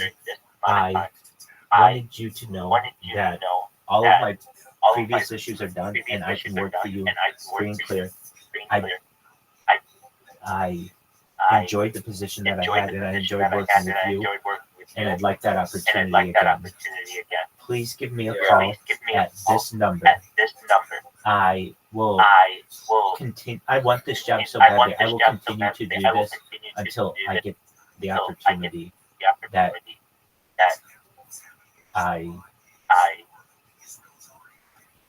I don't want to say I think I deserve anything like that, but I wish you would give me or something along those lines. Sincerely, and then your name, and then you put it in an envelope and you hand deliver it there. I know you're like, dude, that's 2 hours away. Dog, you made $600 your first fucking night. I know. So, and here's the worst that's gonna happen. In my opinion, you'll get a no trespass. You'll get a no trespass order. That's the worst that would happen. Well, she could say no. She could always say no. She could always say no, or you just get. She just doesn't even do that. She just goes right to the police. But they're gonna say, "What's so bad about this? He wants a job." And she's going to say, yeah, but that's not how we do it. But they're going to say, he worked for you. This is how it previously was. There's nothing here. So you're right. The worst she can say is no. But even if she was able to convince them, I mean, that's the worst that can happen. It's not even like Yeah, you would. that sounds like pretty far-fetched. What, I know what you mean. What's that? Is an absolute crazy worst-case scenario. Yeah. That's not going to happen. The best thing that would happen, or the most likely thing to happen, is she calls you and she says, all right, if you can get that card, I've got a position at this location. You can start working. Or she could say to you, look, I really don't have any positions available, but I appreciate it. if I do, I've got your new number and I'll call you. And that's probably what she'll say. And you can say, I understand. And if you really, really want that, I mean, then fuck it. Go back to Craigslist and do the same shit you did. Somebody else is doing that. I know. Yeah, trust me, I'm gonna work that and I'm gonna get that taken care of too. Okay, so first one day I'm free. Exactly. So let's see here. Well then, I'm just wondering. Could you look? I already got my resume updated. You know, Excellent. with the new phone number and everything. Excellent. All that stuff is good. You could, but that takes time. It takes too much time. You need something quick. And that lady is your opportunity. Either that lady or somebody similar. And I don't know. Like here, I'll look at Craigslist right now and see. I was looking all day yesterday. Okay, so then I expect that you have exhausted that. But that lady is exhausted. She doesn't know that you're out. She doesn't know that you don't have to take drug tests. She doesn't know that you're on probation or that you're off probation. She doesn't know any of that stuff. So you could even just, you know what? Even this. Okay, so my letter might be this. It even might be. I mean, it's up to you. However you want to go about it. It would be, dear Hernan, this, my name is, and I want you to know that I have taken care of all the qualifications that I needed previously to be able to get the card that I needed to get. Would you please consider me for this opportunity at one of your many locations? I would appreciate it. For sure. Yeah, but reaching out is not giving her a letter. A letter means then the next time that she comes in, she's got this like thing from you. That's like a personal thing. Look, I don't know how much the bus is. I don't know if you can afford it, but you could just be like, I'm gonna take, and probably for the next week, it's probably less than $15 if you did it for 5 days to get that job back. I mean, that's a good job that you could have, and then you don't have to worry about mom and dad. You don't have to worry about anything, but finding a new place because you're going to be able to pay that in 3 days worth of your tips, and that's a real opportunity. Yeah, no, I'm going to do that. I'm going to do that. Okay, so now I'm thinking the strategy. Would I call her? Would I text her? Would I email her? Would I write her a letter? I may as well just show up. And leave it at the bar. Yeah, exactly. But would I still call her and text her and do all those other things? No, I don't think I would. I think I'd just show up at the bar, ask if she's there. If she's not, I'd say I'd deliver a letter to her, and then I would text her and just say, hey, Kathy, I just wanted you to know that I dropped off a letter for you. I would really like you to take it seriously, and if anything, give me any advice that you have. Yeah. You know what I mean? Like, she's a good friend. Look, this is a millionaire, a multi-millionaire. So she can hook you up with a job like that. It's just, she's seen so many people come through. I'm telling you, she's perhaps a Vegas local who just sees people come through her whole life who are just people who, frankly, are from out of state, who try to sell her a bag of goods. And you don't want to come off as somebody like that. You want to come off as somebody who's hardworking. I mean, it's almost to me like even better if you're coming back this time, because I know that you're free of everything, and I know you already do a good job. I broke up there. I already were. You already do a good job. Yeah. And so it's pretty simple. In my opinion, you hold down the place, and she may say, you don't understand. I don't have a position just open like that. And you can say, I respect that. I want you to know, though, that I'm willing to do anything, and I'll be. I mean, this is one of those moments, in my opinion, where you say, and I'll be here as a patron until the moment that you do. Meaning, like, I'll be back here every single day. I'll drink a water, and I'll tip, and I'll drink a Coke, and I'll pay for the Coke, and I'll tip, and I'll gamble a little, I want you to know, though, I wouldn't normally do this. This is how bad I want this job. I like the job. It was something I could do, but also I like working for you. I like the organization. I like everything. I know you didn't. You got a bullshit. So she's like, oh, well, maybe I do want this person, because not everybody's coming in here showing themselves as such a heartfelt man. So my strategy would be write a letter, put it in an envelope, put her name on the envelope, go there with the knowledge that she's probably not going to be there. There's going to be a bartender there. You're going to say hi. Either they're going to remember you or it's going to be someone new, and you're going to say, hey, is Kathy here? And they're going to be like, oh, no, she's not. She's out and about. Okay. And then you can say, all right, no big deal. You don't have to contact her. But what I did want to make you aware is that I'm going to drop off this letter for her, and I'll send her a text message. And if she comes by, I'd appreciate it if you give it to her. The bartender's going to be like, oh, okay, what is this? The first thing that they might do is call her or text her and just say, hey, somebody dropped off a letter for you. I just want to make you aware. I don't know who this was, but whatever. The Kathy's gonna wonder what the fuck a letter is, and she's gonna come to the location and be like, "Who's sending a letter? This is like a normal, like, is it a fucking anthrax letter? Is it a threat letter? Who's sending letters in 2024 or hand delivering letters? Okay, I'll take a look. And it's not like it came with the mail. That's the other thing. If it came with the mail, it's like, oh, whatever. Okay, I'll see it when I see it. My assistant will see it. I'll take a look at it when I buy this. But a hand delivered letter is like, okay, I'll take a look at it. She's gonna go down there, she's gonna read it, and she's gonna okay, this person really wants a job. And you will then perhaps do the same thing the next day, and the next day, and the next day, if you need. And unless she just contacts you and says, I don't like you, I don't want you to work for me, that's the only way I'm gonna accept no. I mean, if she just says, please don't contact me anymore, I'll take that as a no. But if she's like, well, we'll see if we have something open, that to me is like, you didn't say no, woman. So that means I'll be back tomorrow with the same kind of attitude.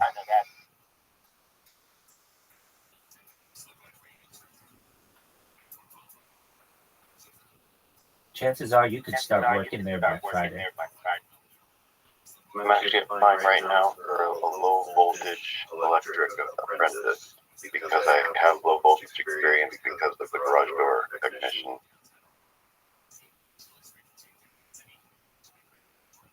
But that just popped up. So, okay, if you really want to know how to do this, you're not doing it correctly, in my opinion. You can be like, Rabbi, what the fuck more you want me to do? I'm joking with you. I'm going to tell you how to do this. You use the auto clicker that you know, and you just go to Career Builder, and you just have it. Actually, you don't fucking even need that. This is what you do. This is actually the best way to do it. You want to apply for as many jobs as possible, as quickly as possible. You don't want to be sitting here like, oh, this is something that's good for me. No, make that decision. You want to make sure that your application is in for everything. It could be dick sucker, it could be dick wanker, it could be dick photographer, whatever the fuck it is, your application is going to be there. And you're going to get all these calls coming in that are like, oh yeah, you applied for the pet shampooer job, and you're going to be like, pet shampoo? Oh yeah, definitely. If you could you just remind me of who you are? And you're like, oh yeah, this is Stacy's Pet Service in fucking Paradise. Yeah, we wanted you to know that we got your application. We're looking for someone. Can you come by this afternoon? Oh yeah, absolutely. Whatever the fuck it is. But basically, if you're just like, oh, I'm gonna just do things in certain categories, you're done. That's what people with jobs do. That's what people with jobs do. People who need anything go to. Do you know what Career Builder is? Yeah. It sucks as a website. Wait, no, I know, I agree. But here's why it's good. Because with one click, it lets you send 15 resumes. And that's really good when it comes to your time. Do you understand what I'm saying? Yeah. I'm not saying it's the best one. If you want the one that's going to get you hired, it's probably Indeed or probably ZipRecruiter. But that doesn't mean that if I'm you, I can't put my resume on Career Builder and Monster.com, and there are a bunch of them. There's one, like, and then you get really, really specific for your expertise. But right now, You just need somebody to call you about an interview to fucking sell aluminum siding if you need, like whatever. You know, I mean, that's my opinion. Because you can do a lot too. It'd be one thing if I'm sitting here with someone who I don't think has a lot of talent, and I'd be like, all right, well, you have to stay in the gardening industry because that's all you know is botanicals. Fuck no. You can do a lot. So why are you limiting yourself to anything? You should just say, I'm going to sit on Indeed and hit the fucking apply job to every single job that I can. Every single fucking job that I can. I don't care what it is. The only time I wouldn't apply for a job is, I don't know. What I'm saying is make the hiring manager make the decision. Exactly. Make the recruiter make the decision. I've had so much success with this technique in different ways. I've had it with Indeed, with ZipRecruiter, with all of those, but I've also had it on dating sites. Make the girl make the decision, basically. Say yes to everyone.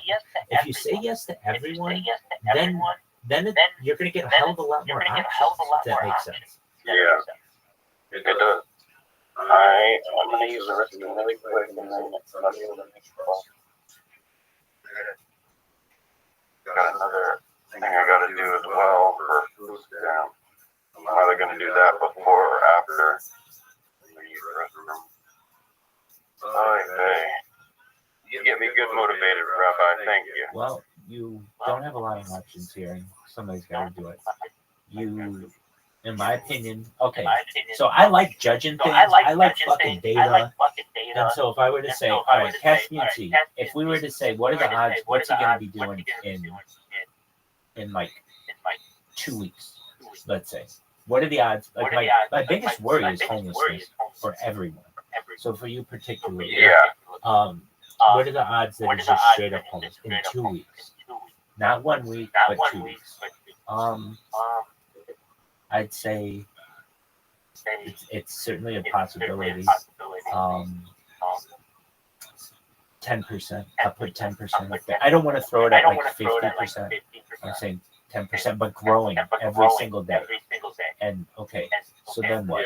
We've got 10% of someone in California coming through. That'd be great. We've got 10% of you being able to couch rides in Las Vegas for a little bit longer. And then there's like 70% here. What do we do? That might need to expand, but basically these things are relevant. Okay, then what? I think that you have a 15 to 20% chance of return. If I were to say to you right now, if you were able to work your mom, you've got a 20% chance of return. Okay, so what does that mean? That's like 50% right there. And then I think you have a 50% chance to support yourself if you go get this job.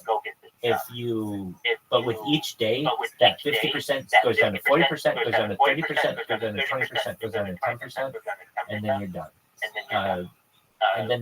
And the inverse is homelessness goes from 10% to 20% to 30% to 40%, and it can happen very quickly. So, but you know, if I'm you, there's a certain satisfaction I can do when I hit the pillow tonight, and I say to myself, you know what? I fucking delivered that letter to Kathy because I fucking didn't do it. I couldn't do it anyway. I'm not judging you.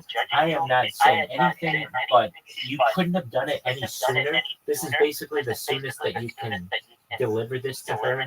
And then, you know, if you are homeless, let's say in a month, you can say that you exhausted every single opportunity. You went to your parents, you went to Kathy, you went to all your friends, you went to everybody, and you did everything. What you don't want to be doing is in a month digging through a trash can off the strip, digging out of a trash can off the strip, saying, damn it, I should have contacted Kathy and given her a letter every single day.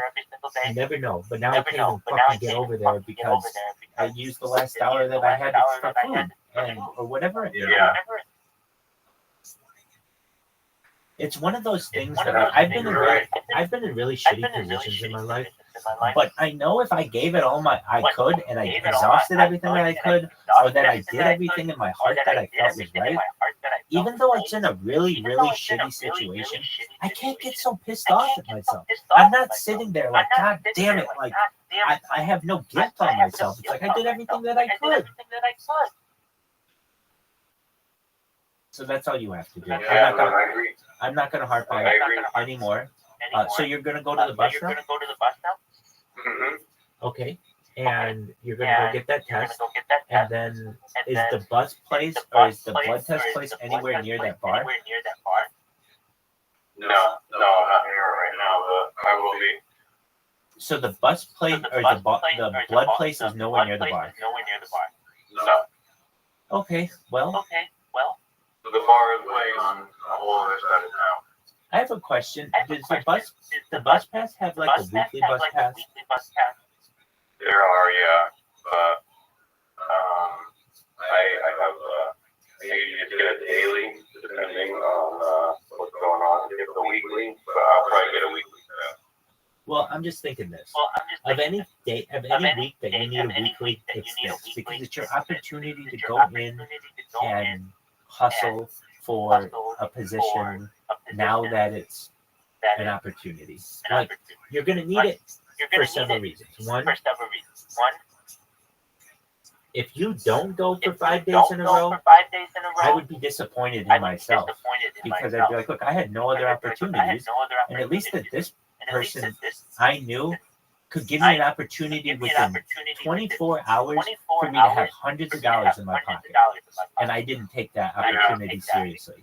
So I would just say, look, I could buy weed with this money. Here's the perfect thing. Here's a perfect thing. You didn't buy an Uber on your way back from the place.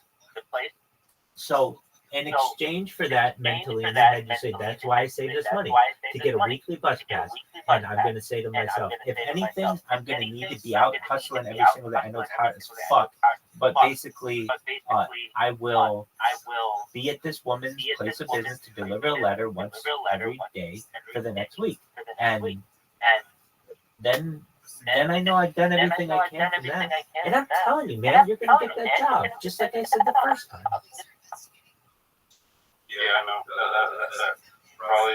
That sounds good. That's what I want to do. There you go. So financially, I'm saying too, it's better for you to get a weekly bus pass. And even still, even if she says she has the governor of the state of Nevada say, never come back to my fucking business again, or I'm going to cut your head off. If she says that, then that's fine. You're going to need that bus pass for the rest of the week doing other shit. Exactly. Yeah, no, I'm going to be getting that. I'm going to be getting the bus pass. I got a bus pass. I got other things too, so. Yeah, I'm not saying you need a monthly one or anything like that. No.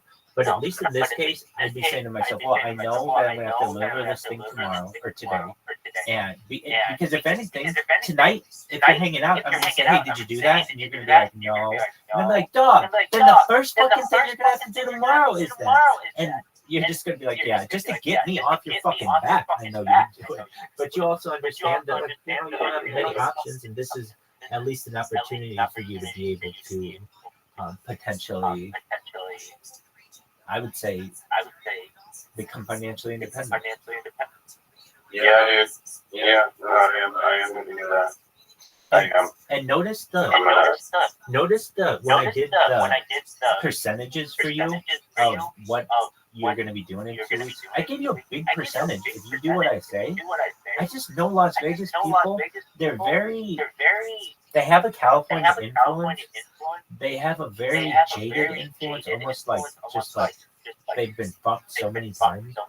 But they do have good hearts. Some of them do have very good hearts. I would say a lot of locals, even though they've been fucked over a lot, people who do professional things for them, it's like, it's rare. It's so much rarer in the city.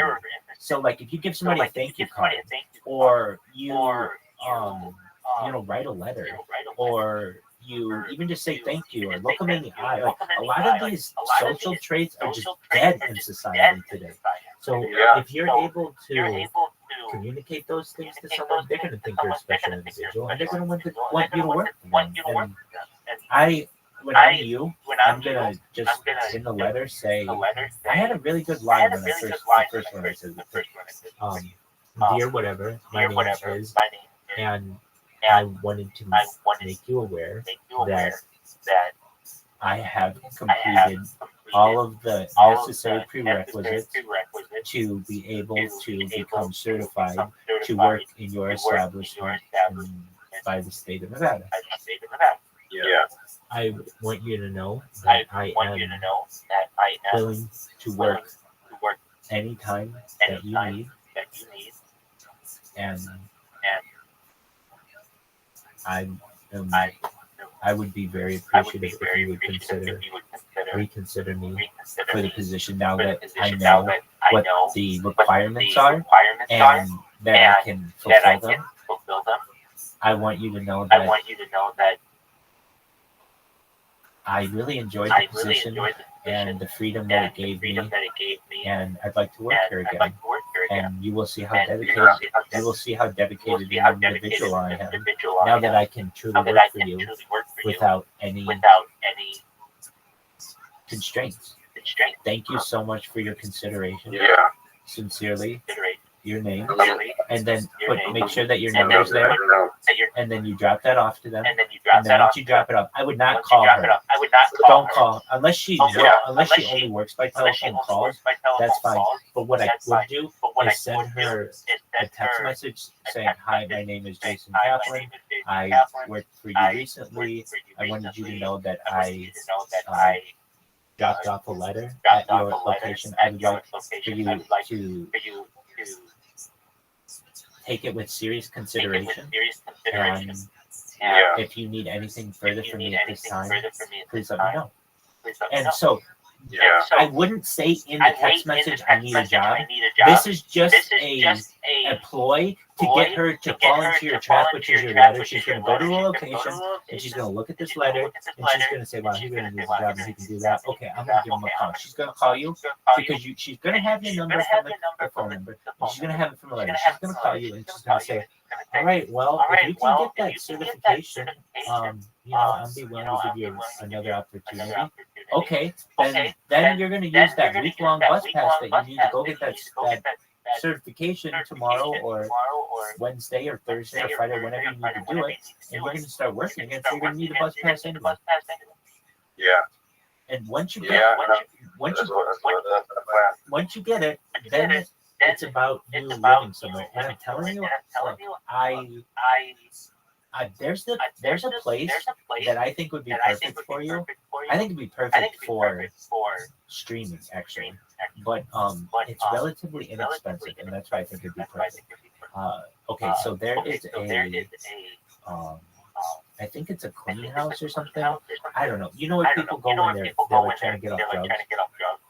Yeah. But it's not like a normal kind of clean house where it's like tropical. What do I mean? It's got a pool. It's got flat screen TVs. The only thing that they say is that you can't do drugs there, but you can do marijuana. If you want to smoke cigarettes, you just have to do it off the top. It's kind of something like that. So when I say it's a clean house, it's like people are fucking vaping and stuff.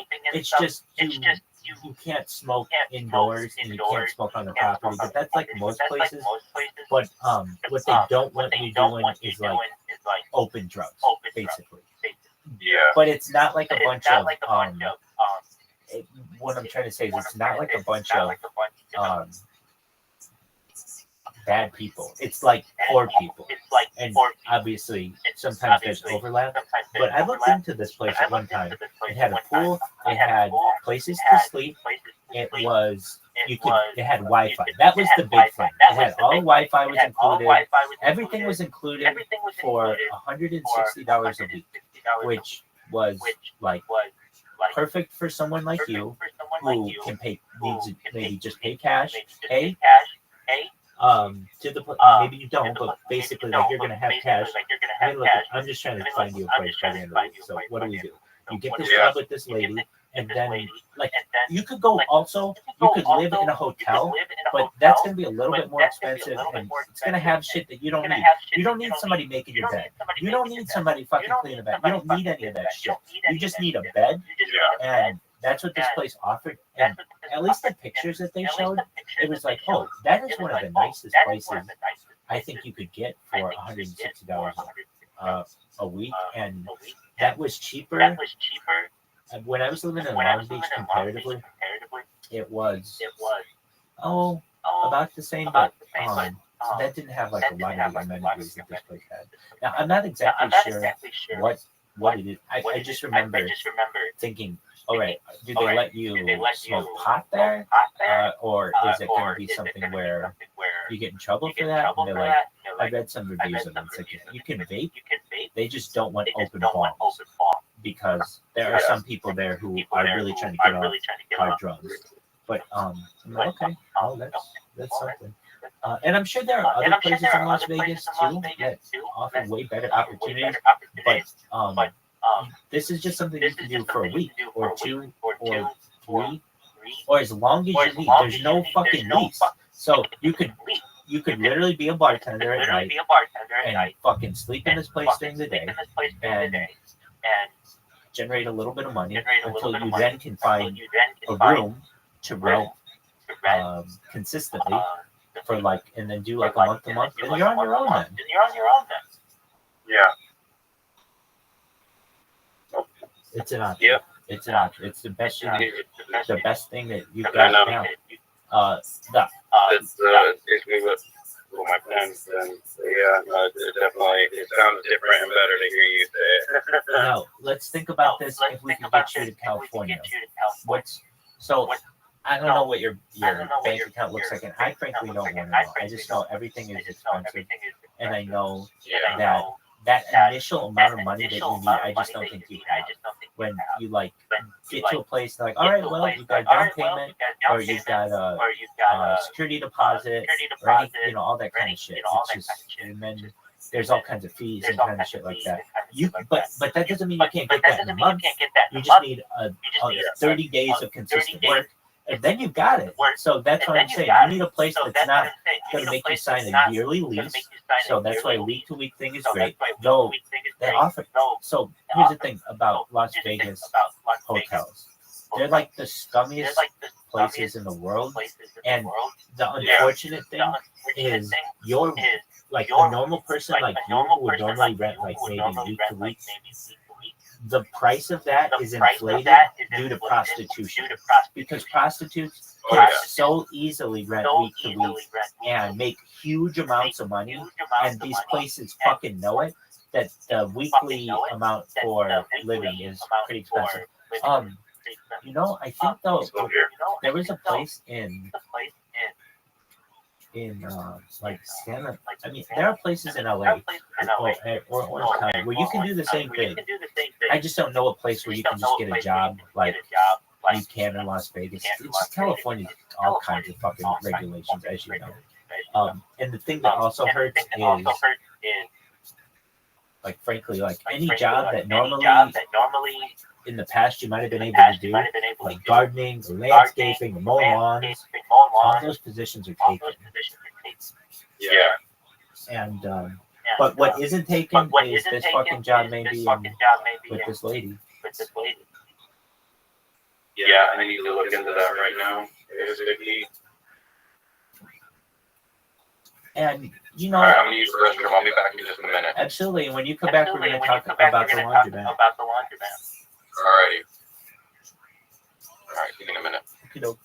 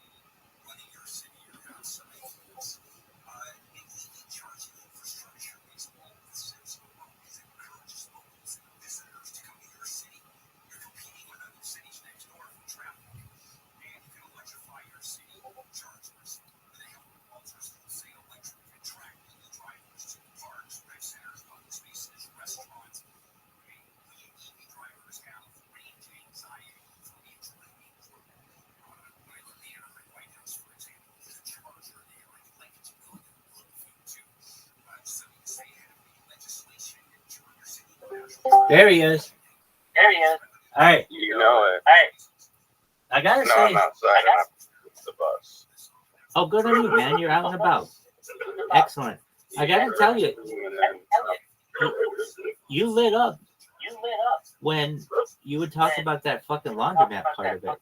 You told me that was the part you liked the most. Am I wrong? Definitely. Oh.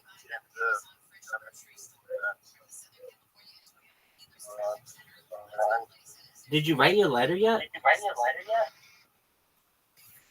No. So the stream of consciousness when I get down there. I've got other things I gotta do first.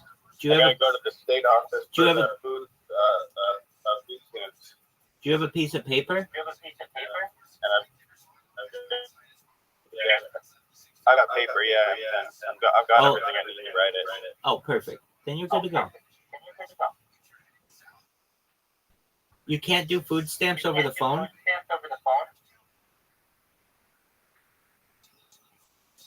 The office is right here. I don't know how to do it over the phone. Plus, I changed my phone number, so I'm just gonna go down there. Good on you. Then you're gonna, by the end of today, perhaps, best case scenario, have food stamps coming. You're gonna have maybe a job opportunity. You might be working tonight, knowing that, lady. But perhaps no. But you're gonna have, yeah, it is possible with that lady. She's a fucking rainmaker. That lady can come out of nowhere and change your life. Yeah. And notice, I don't talk to you about your parents when you do this kind of shit. So good on you, because you don't fucking need them if you do this. Doug, have you seen, you probably haven't, but the news today about the financial markets? No. The Dow Jones is down 1,000 points, and basically like It's just down 1,000 points? Yeah. And they're talking recession. Hey man, that can only work to the advantage of people who already don't have any money. Yeah, I mean, I hear that shit, and I don't fucking care. I don't care. It's nothing for me. Exactly. It means everyone else might get knocked down a peg closer to me. Welcome to my level. You know? Exactly. Yeah. Yeah. It's like we get to be like the Jill Pretty Krugers. Welcome to my world, bitches. Did you see what happened in the United Kingdom over the weekend with the riots? No, I didn't. I've not been paying attention to world events. I've been focusing on getting myself acclimated to my little bit of the world right now. Oh, I understand. And then, That's why I'm filling you in. I figured you didn't know any of this stuff. Yeah. And the Olympics are closing. Tom Cruise is supposed to close the Olympics and bring them to LA. So that's cool. And then it's a countdown for 4 years till LA. I'm really excited for LA to host the Olympics. All right. See, now I want to move to California and I want to start like a news channel with correspondent Rabbi Michael Rothschild. Well, you keep me up to date. We're dog. So what you should do is this. This is. I'll be Jamie, and I'll just pull everything up and put it on the screen. This is the plan. This is the plan I would do if I were you. I would do exactly what you're doing. Go get your food stamps. Go get your test. Go drop off your letter. Once that's done, let's say you get to work there again. Let's say, who knows? By the end of the week, with that lady, you'll be working. And then what would you do? I would work that job at night and stream all day. And while I sleep, I would not stream at the bar, but I would stream like 16 hours a day, a lot. And you know what to do to get KCIP, and so you're like almost have half your shit already for that. And you could easily, once you had that job, one night of fucking tips pays for all of the viewers that you need, to the point where you'll be a famous fucking person on Kick after just 1 week. I mean, think about this. If you're like, dude, if I get this job, I can my first night just take $100 of it and always have 100 viewers on my stream whenever I'm streaming, and that means that like I'm fucking on the front page of Kick every single day.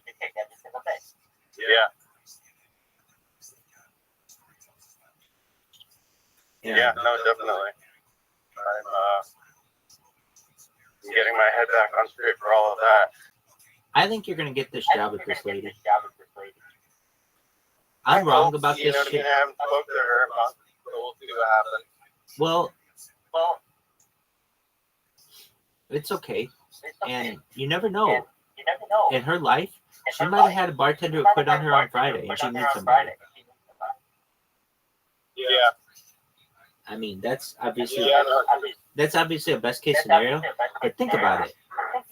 She's got 5 locations. This isn't her only location. And if you say to her, I'll go get my card or whatever, then she might give you a chance. Yeah. Now, that card, does it cost money? I'm sure it does. Yeah, it's like $35. I think it costs $35. Okay, nothing crazy though. So then, okay. So here's what's gonna happen. You're gonna go get your, like, I don't know. There's something about the power of positive thought, but also just like walking through your plan or thinking it through, and basically, like, I don't know, there's almost like a mentality of it when you're doing it that if anything goes against it, it's like, no, that's not what's supposed to happen. Like, basically, like, you could go and deliver that letter. You have a lot of confidence. Like, oh, there's a step after this already. You're not going to be surprised if she's like, okay, well, yeah, you can start working again. Well, it's great. Yeah, it's a little bit of a surprise, but I've already seen the plan through a few steps ahead. So this isn't like a huge shock to me because I've already mentally prepared myself, and now we're going to the next step. So you're going to drop off the letter. She's not going to be there. You're going to send her a text message saying, just like kind of, hi, Kathy. Hope you're doing well. My name, I wanted you to know that I dropped off a letter to you. This is the key about the text message. You mentioned nothing about working there again. You just say I dropped a letter off for you. That way, it's like a treasure hunt for this woman. Now she's got to go down there, or she's got to have somebody open the letter for her. And I don't know, depending on how she is, she may have a bartender open it for her so she doesn't have to do it, or she might go down there and see what you have. But then you're going to have a job. Then tomorrow, you're going to have to get your card, and then you're going to start working maybe Tuesday night into Wednesday, and then you're going to find a place to live. And if you need, you can do that thing where you have to pay like $160 a week for a few weeks until you're able to get on your feet. You stream during the day when you can, and then you stream. You use the tip money to make sure that your fucking stream is amazing. And how do you do that? You make sure that you have a lot of viewers all the time, and that's all you fucking really need. And then you just say to yourself, the first $100 or whatever I make after rent is for these fucking viewers. And as much as I hate to say, I just have to throw money at automated bots. This is basically what everybody does who's small. There's a reason why you can't just start a fucking stream and get famous. And you need to do some of these things. But once you do that, you get a month under your belt of fucking streaming and a month under your belt of bartending, and you're going to have a few $1,000s, and you're going to be very famous on KCIP. You're going to be very famous on Kick, and here's why. In order to get KCIP, you're allowed to have banned streamers. You can have banned streamers on your Kick stream. So what you can do is you can put me on there. Other people interview me all the time and they don't lose their accounts. You can have banned streamers on there. And when I'm on somebody's stream, their viewership goes up. Why? Because I'm controversial on the stream. Anybody can just have their normal shit. Here's somebody who has somebody on who's banned. And you can get a lot of viewership there. And especially with the money that you can bring in from tips from that job, you can easily get all you need is 100 people to watch you for a couple months in a row, and you'll get KCIP. Yeah, no, that was the plan. Oh, I know what I wanted to say. Wait, and then from there, what you do is you keep stacking away money, and then you do a public move to California, where other streamers are here. You can fucking like I know somebody who did that from Michigan. They moved to Florida, and they like live streamed it, and it was very popular for them. Yeah, that was a good idea. All right. Well, I'll tell you what. When you first came on this morning, you didn't have a fucking great plan. I'm not saying I didn't have even one thing planned. Well, I definitely didn't make the appointment for the blood test yesterday. Oh, okay. So today's a. So you just. So Saturday, as soon as I got out, the day I got out, as soon as it was like of a regular hour to text my doctor on Saturday, which I texted him on Saturday. He had an appointment Saturday. I said, hey, sorry, I know that we don't have an appointment today, but I just want to let you know I got out of jail, and I was hoping that it would be all right if you were to do a blood test before I even come into the next appointment. That way, when I do have my next appointment, we have to do blood work after being, incarcerated to fucking go from, you know what I mean? We have to wait again. You know what I mean? Like that. It's like, I told him, I was like, I don't trust food in there. If somebody would have sliced their finger opening up a can of pineapple, you know what I mean? That could get. So they had pineapple? And he was like, yeah, absolutely. So then I'll make the appointment. I'll make the appointment, today or whatever.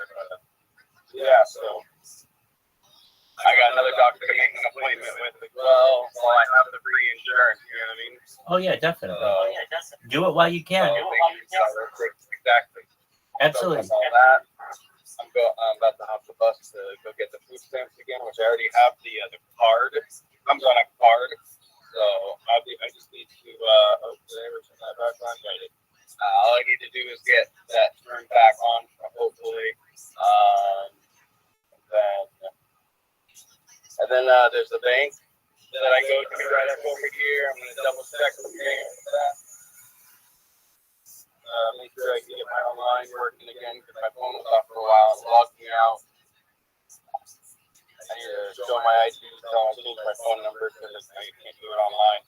I got logged out, but it's all good. All right. So you've got 5. I've got like 3 errands I'm running. No, more than that. You've got 5. You've got to go to the food stand.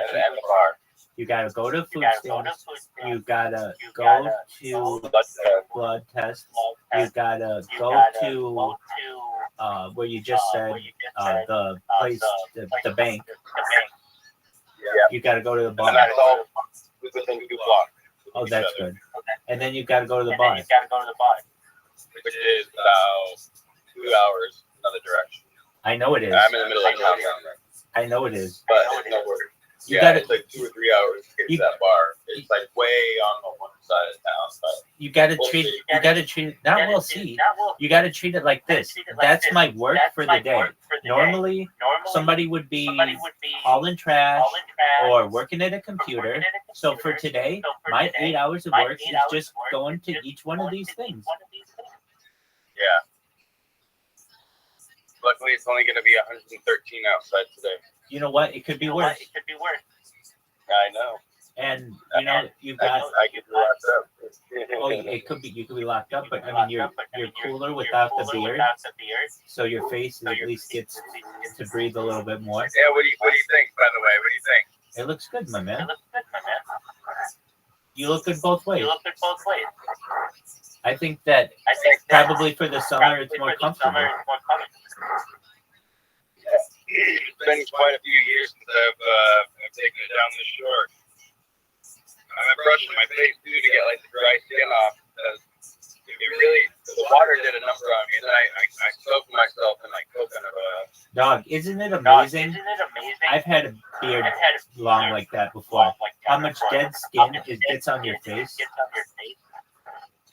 It's amazing. Yeah, there's like a whole layer under all that shit that you have to scratch off.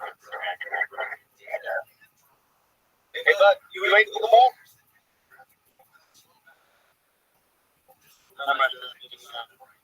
All right, I'm gonna hop on the bus. I'll chat with you soon, brother. Excellent.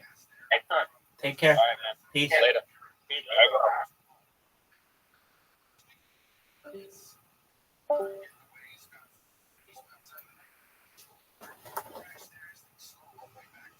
Light aware. What you're looking at right now is what we're used to seeing with hurricanes. Wind gusts around 80 miles per hour here. This is the same area that got battered by Idalia last year.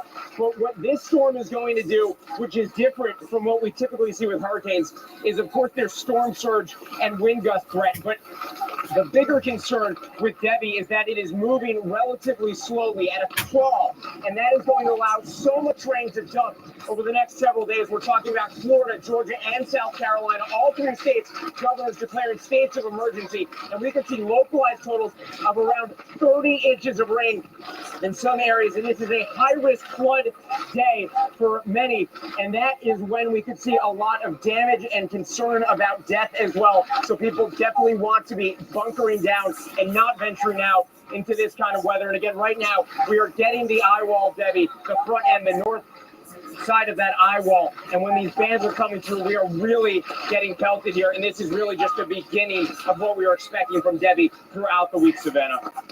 All right, Jesse, near Tallahassee, thank you very much. And then a little further down Florida's Gulf Coast, where we find NBC's Marissa Parra. She's riding out the storm there. Marissa, how's it looking where you are?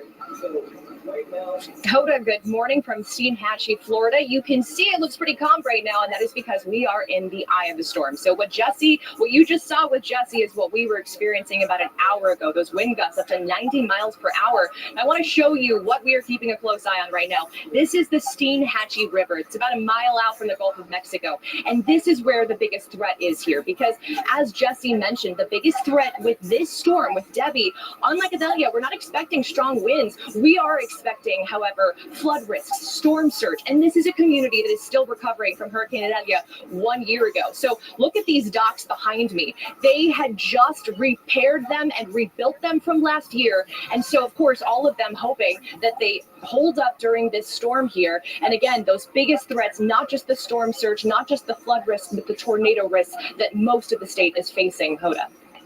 All right, Marissa Parra for us there. Marissa, thank you. Two views of the storm, one right there and one in the eye of the storm. So we've got Al tracking Debbie, and you said this one's a slow mover. It really is, guys. And as Marissa mentioned, it is now, Debbie has made landfall in Steinhatchee.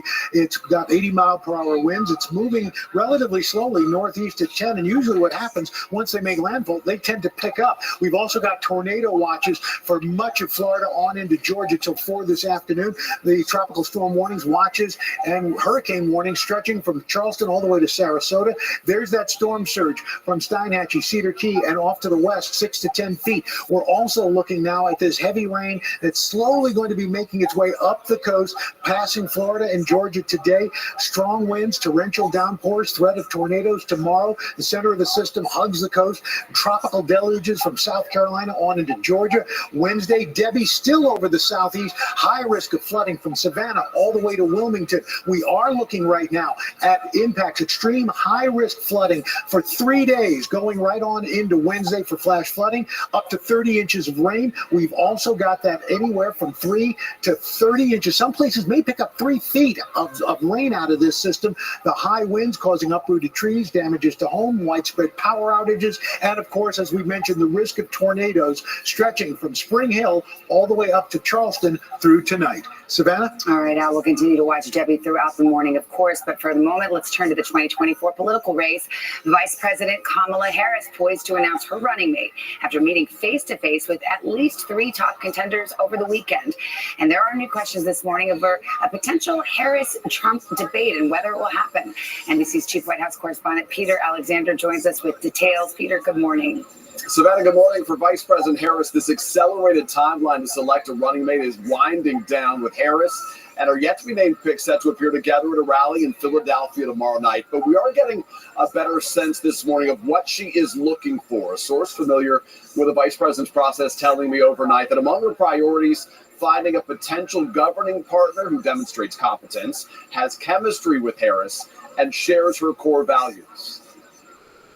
With a self-imposed deadline to announce her pick for running mate by tomorrow night, Vice President Kamala Harris hosted at least 3 contenders at her Washington residence Sunday: Arizona Senator Mark Kelly, Minnesota Governor Tim Walz, and Pennsylvania Governor Josh Shapiro, who returned home late Sunday, a day after playing coy with reporters. I'm taking my dog for a walk. In a sign of the heightened scrutiny, Kelly deleting a tweet Sunday that read in part, "I spent my life serving in the Navy and at NASA, where the mission always comes first. Now my mission is serving Arizonans." His staff later saying it was just a standard post. His account later tweeting out, "When your country asks you to serve, you always answer the call." Good evening. It's unclear whether the vice president herself interviewed 3 other finalists: Transportation Secretary Pete Buttigieg, Kentucky Governor Andy Beshear, and Illinois Governor J.B. Pritzker. Since President Biden stepped down 2 weeks ago, a new poll shows Harris has erased former President Trump's advantage nationwide, and it's a statistical dead heat in those key battlegrounds. It follows Mr. Trump's weekend rally in Georgia, where he reignited an old feud against the swing state's Republican governor, Brian Kemp. He's a disloyal guy, and he's a very average governor. Mr. Trump also accusing the vice president of being a liberal. We have to work hard to define her. I don't want to even define her. I just want to say who she is. She's a horror show. She'll destroy our country. And continuing his personal attacks. She happens to be really a low IQ individual. She really does. She has a very low IQ. We don't need a low IQ. Now up in the air whether the two will face off in a debate next month. Meet me on the debate stage, because as the saying goes, if you've got something to say, Mr. Trump this weekend pulling out of a scheduled debate with the vice president, instead proposing a separate matchup hosted by Fox News. The Harris campaign mocking Mr. Trump on social media, writing, "It's interesting how any time, any place becomes one specific time, one specific safe space," saying she'll be there on September 10th, like he agreed to. The VP announcement tomorrow will kick off a week-long sprint for Harris and her running mate. Their appearance together in Philadelphia tomorrow night, the first of 7 rallies and events since over 5 days in the country's most competitive states: Pennsylvania, Wisconsin, Michigan, North Carolina, Georgia, Arizona, and Nevada. Savannah. That's pretty much the battleground map, Peter. Thank you very much. Meantime, tensions are mounting in the Middle East. Israel bracing for expected retaliation strikes from Iran over last week's killing of a top Hamas leader. NBC's Raf Sanchez is in Tel Aviv for us. Raf, good morning to you. Howdy, good morning. President Biden will convene his top national security officials in the White House Situation Room today as the U.S. deploys additional forces to the Middle East. The Pentagon sending an aircraft carrier, warships, and an extra squadron of fighter jets to the region in one of the largest deployments since October 7th. Now, the White House says the goal is to try to deter Iran from attacking, but if that doesn't work, those forces will help Israel to defend itself. Now, the U.S. was deeply involved in shooting down a wave of Iranian drones and missiles back in April, but an Israeli official tells NBC News this time they are bracing for worse, potentially a multi-day attack by both Iran and Hezbollah. And remember, Both have vowed revenge against Israel following the assassinations of Hamas's political chief in Iran and a senior Hezbollah commander in Lebanon last week. Now, this morning, markets are way down all over the world. That is mainly about concerns that the U.S. economy may be slowing down, but it is not helped by fears of all-out war in the Middle East. And this morning, the U.S. and its G7 allies are appealing for calm, saying that these tensions could escalate a regional conflict. All right, Raf Sanchez for us there in Tel Aviv. Raf, thank you. Let's shift gears now, get to the Olympics. We said good morning. Bonjour, Savannah. Bonjour to you as well, folks. It's another action-packed day here in Paris after a thrilling weekend for Team USA. Stars of track and field and swimming coming up huge, but this morning, all eyes once again on Simone Biles and what could be her Olympic farewell. Get out there. Stay safe. This morning, another medal for the greatest of all time, Simone Biles. She did it, y'all. She hit the routine.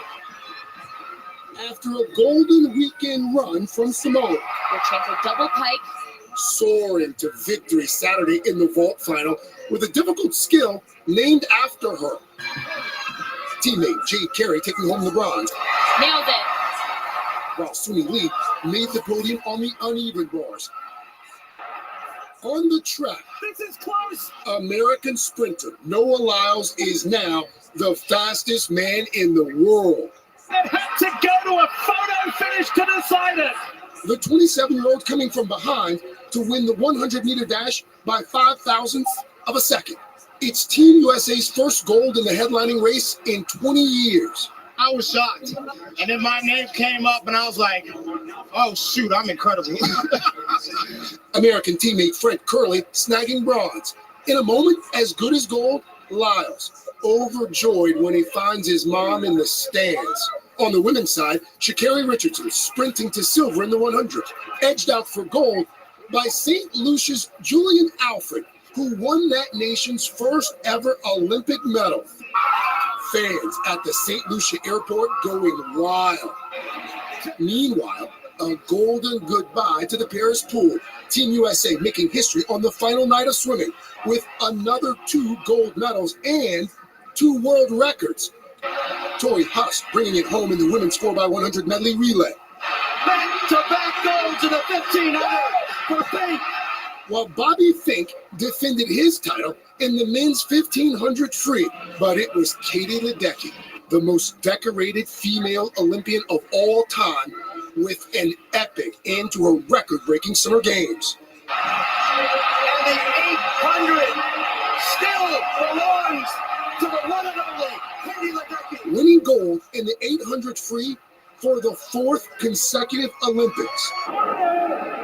On the clay, a star-studded battle for gold. Serbia's Novak Djokovic taking out Spain's Carlos Alcaraz in a thrilling final. The 37-year-old emotional, calling the victory arguably the biggest success of his storied career. And finally, a comeback for the ages for American Scotty Scheffler, the world's #1 golfer, winning gold in his Olympic debut. The weight of the moment setting in. Love to see it. So back to that razor-thin finish in the men's 100-meter for a moment here. There's some confusion over who won right after it was over. You probably saw this. The winner actually determined by the first athlete whose torso reaches the finish line. You can see it right there, as opposed to the runner's feet or head. Noah Lyles, as you can see, first to the line, world's fastest man. After that big weekend, Team USA has taken quite the commanding lead in the medal count as well. There it is right there. As for today, starting with 3x3 basketball, the U.S. women vying for a spot in the finals now, taking on Spain. It's a remarkable story because Team USA's women's squad for 3x3, they lost the first 3 games here. Oh, wow. And they've won the last 4. There you go. Also, full day of track and field events, including 4 more finals. They could see more Americans medal. And on the final day of surfing out there in Tahiti, Caroline Marks, the last American remaining in the competition, going for a spot in the gold medal match. Oh, right. I would just love to be in Tahiti right now. It'd be the only place better than Paris. Let's check in with Al, who's got a lot on his plate today. Hey, Al. Hey, guys, good morning. We are looking for severe storms. Besides Debbie down in the southeast, severe storms from the northeast into the northern plains, hot and humid down through Texas, hot and dry out west. We're going to get to your local forecast in the next 30 seconds.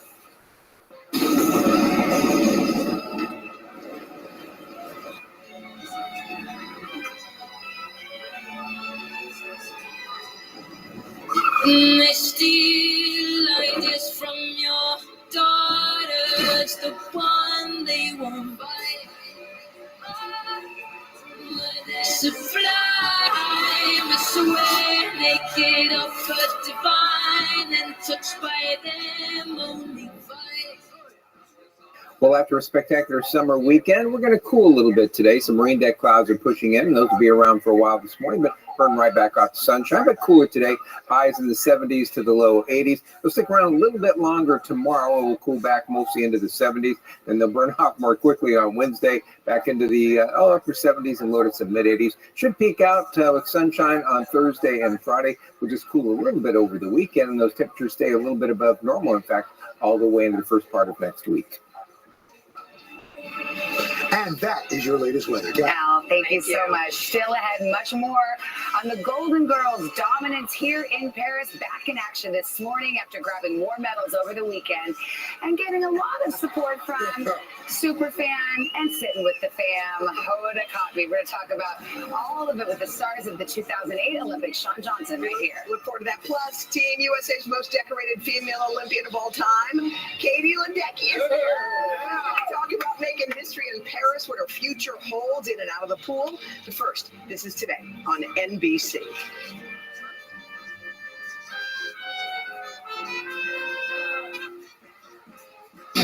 Are you ready, Seattle? Whoa, I can't hear you. Let me get some noise. Seahawks football is back. You expect any different? New year, one goal, dominate. Look at that violence. He just got leveled. Reach the ball across. Touchdown, Seahawks! Holy catfish! Seahawks preseason kicks off Saturday at 3:30 on Calm. I'm Tyler Lockett, and you're watching the home of the Seahawks with King 5. Go Hawks.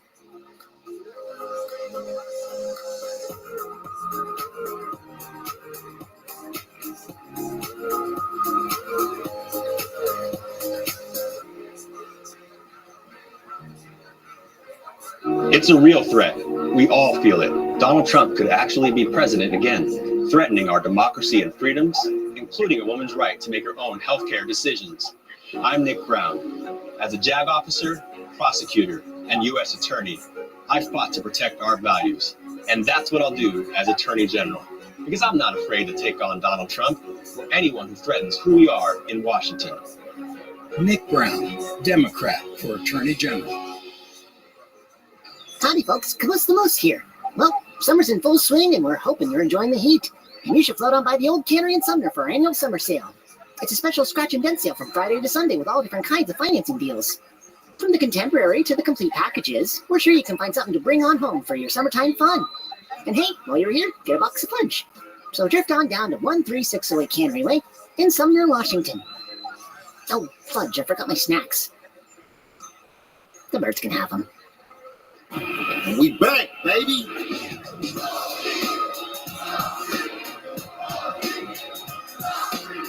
Stop freaking. Call me. Hey, wait. Stop freaking. Call me. Still ahead here, the greatest shot putter on the planet, Ryan Krauser. You're going to want to see this. He gave me and Al a lesson on the way to his third straight gold medal. Didn't go up. But first, your local news and weather. What a surprise. That's great. You're great. I'm here to save you. I'm good. Cool. I think we should see other people. You know what? If you could just let your hair down a little bit down. No. You're so far away. I can't hear you. The home with Duncan is where you want to be. Let me see my new granddaughter. Say hi, You're feeding him Blue Buffalo, right? No, we got Pure in one. It's all the same stuff. Not really. Blue Light Protection Formula's got deboned chicken, chicken meal, brown rice, oatmeal, barley. Well, Purina One has chicken, rice flour, corn gluten meal, whole grain corn, chicken byproducts meal. Looks like we're switching to Blue. Switch to Blue and feed your dog like family. I wanna go outside again. I wanna sit back without a blues down in. Walmart Plus members save on delivery, gas, plus so much more. Join today.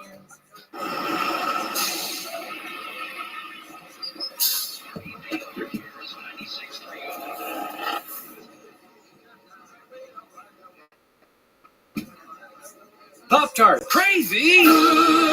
This will be a gold mine of local intel, just you wait. Right. So tell us about this corn festival. Oh, you got your corn pudding, you got your corn chowder. So is it safe around here? Sometimes. If a family of 8 were to need a cold plunge, where would they find it? Oh, then they dip it in butter and bam, it goes right in. Really cute vampire bar like a reverend does, like a blessing on the corn. Donut shops, how far from here?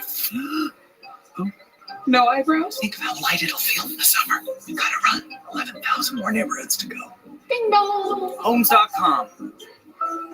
Deliveries happen. Hello, we didn't order that. This happens. Socks. No. That happens. Hey, get out of there. Charlie's up to bat at the pitch. Oh, let's go. Home happens. Be there with Ring. Learn more at ring.com. They're back. Verizon Small Business Days are here, August 5th to the 11th. Get a free tech check and special offers, like a free 5G phone when you switch. Don't miss out. Get started today. I have type 2 diabetes, but I manage it well. It's a little pill with a big story to tell. I take once daily Jardiance. At each day's start.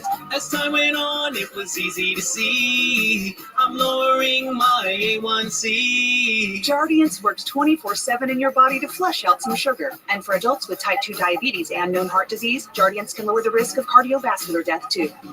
Serious side effects may include ketoacidosis that may be fatal, dehydration that can lead to sudden worsening of kidney function, and genital yeast or urinary tract infections. A rare life-threatening bacterial infection in the skin of the perineum could occur. Stop Jardiance and call your doctor right away if you have symptoms of this infection, ketoacidosis, or an allergic reaction. You may have increased risk for lower limb loss. Call your doctor right away if you have symptoms of infection in your legs or feet. Taking Jardiance with a sulfonylurea or insulin may cause low blood sugar. Jardiance is really swell, the little pill with a big story to tell. Good morning, I'm Mimi John. And I'm Jake Wittenberg. Here's what's making headlines this morning. Overnight, multiple people were shot in Seattle's Capitol Hill neighborhood. Officers say they arrived to find one woman and a man, both in their 20s, with gunshot wounds. While investigating, another man with gunshot wounds crashed a car into the entrance of Swedish First Hill Hospital just a few blocks away. It's still unclear if the incidents are related. Don't forget, tomorrow is Washington State's primary election. Ballots that are postmarked by 8 p.m. tomorrow will be accepted. If you haven't already mailed yours, the U.S. Postal Service recommends using one of the drop boxes. And after all that sunshine this weekend, we're getting a little bit of a marine push today, bringing some low clouds into a lot of areas. And it's going to cool us back a little bit into the mid-70s, around 80 degrees. Those will be a little bit more persistent tomorrow, dropping us back into the 70s. And then we warm back up again, peak in the mid to upper 80s Thursday and Friday, and just cool a little bit over the weekend. It's the official start of the summer games, almost exactly 100 years, the last time Paris held the games. Every part of Paris is buzzing right now. That was good, right? It's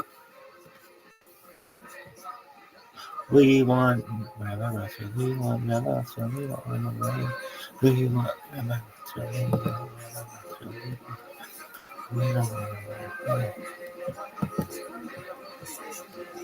I know, bitch.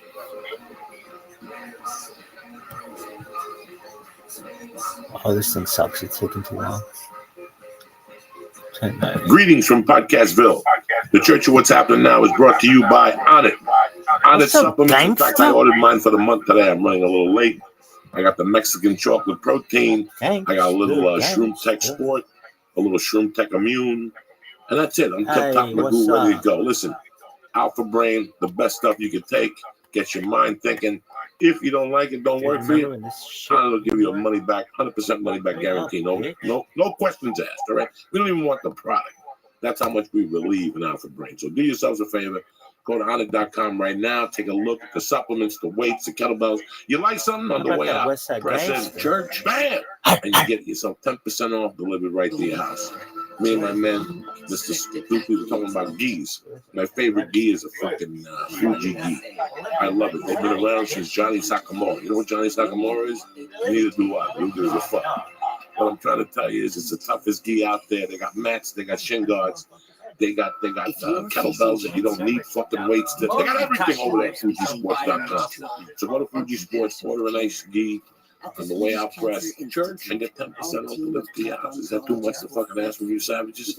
Kick this fucking mule, Lee. Jesus Christ. I went to the party. It was a source party at the car museum down on Fairfax and Wilshire. I went that night, me and a couple of my friends, and we pulled up, and we knew this girl, Kadada Jones, who worked for Source or had something to do with the party. And she came out and she was going to bring us in, and we were walking in, and honestly, it was a fucking scary party. It was like gangbangers everywhere. And we kind of went, this isn't a party we need to go to. And we split, and the next day we heard Biggie died. He was murdered. That's fucking crazy. Yeah. You felt in the air. It was a bad vibe, man. It was just a bunch of legitimately tough dudes who were looking to have a problem with somebody. You know, they weren't happy. Nobody was having fun. It was a bunch of people posturing and going like, "I'm a murderer and I'll fuck you up. Don't look at me." You know, that's not what you want at a party. It's not a healthy environment. No. What does that even feel? I don't think I've even been to a party. Like, how do you recognize it? Holy shit! You know, you walk up to a party and there's 50 dudes standing outside who are all big guys, who all have very angry scowls on their face, and they're looking at you like, do something so I can fuck you up. That's how you know this is not the party for me. You know, I don't know how many buildings I walked in as a young kid, stupid, naive, to get drugged for $800 in my pocket. And $800 was a lot of money to me at the time. It's a lot of money to somebody else. Sure. And you're walking up 2 flights of steps, and, you know, on the second floor, there's somebody shooting the fucking corner. They know what you're going in that building for, you know, and all of a sudden you hear a little fucking whistle in the air.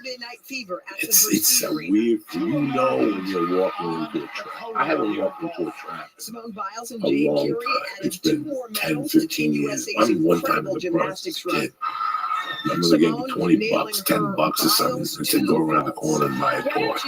I had to be 5, 6, and I saw a 6-year-old that didn't look like me, and didn't look like the 6-year-old I played. And I knew they were going to chase me. I wasn't out the fucking toy store 2 minutes, and they were chasing me. I ran to that fucking dry cleaner, and then you know where you belong.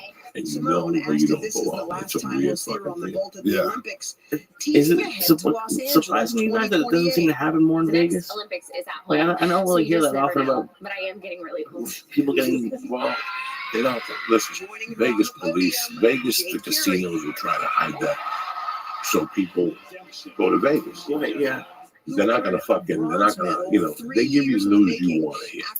There's also a lot of money in tourism and a lot of influence to keep that as, you know, as much as they can keep that kind of shit at bay, because it would fuck with their profits. So I don't think they're going to allow that much awful shit to happen in Vegas. I mean, obviously, if we go back to the shooting at the country concert, that's pretty terrible, but that's not frequent in Vegas. Well, now they're prepared for it. Yeah. Now that'll never happen again in Las Vegas. Nobody was ready for something like that. Right. But it's so weird how think of Las Vegas.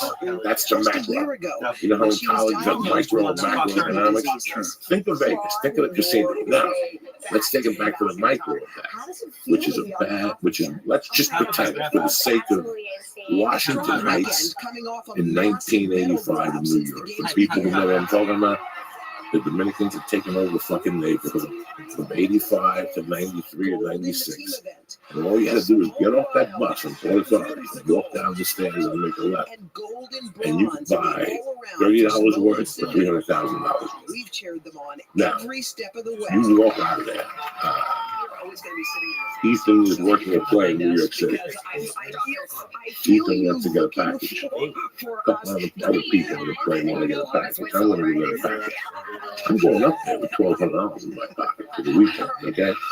So as soon as I walk on that block, you're going to see spotters on all the corners. So you're going to see a guy, you're going to see two guys drinking a beer. To you, in your mind, they're just two fucking street guys. They're drinking a beer over minding their business. They're spotters. They're watching the neighborhood. And 100 yards down the corner is two more spotters. And 600-yard radius, they're spotters. You know why? Because the building is the investment.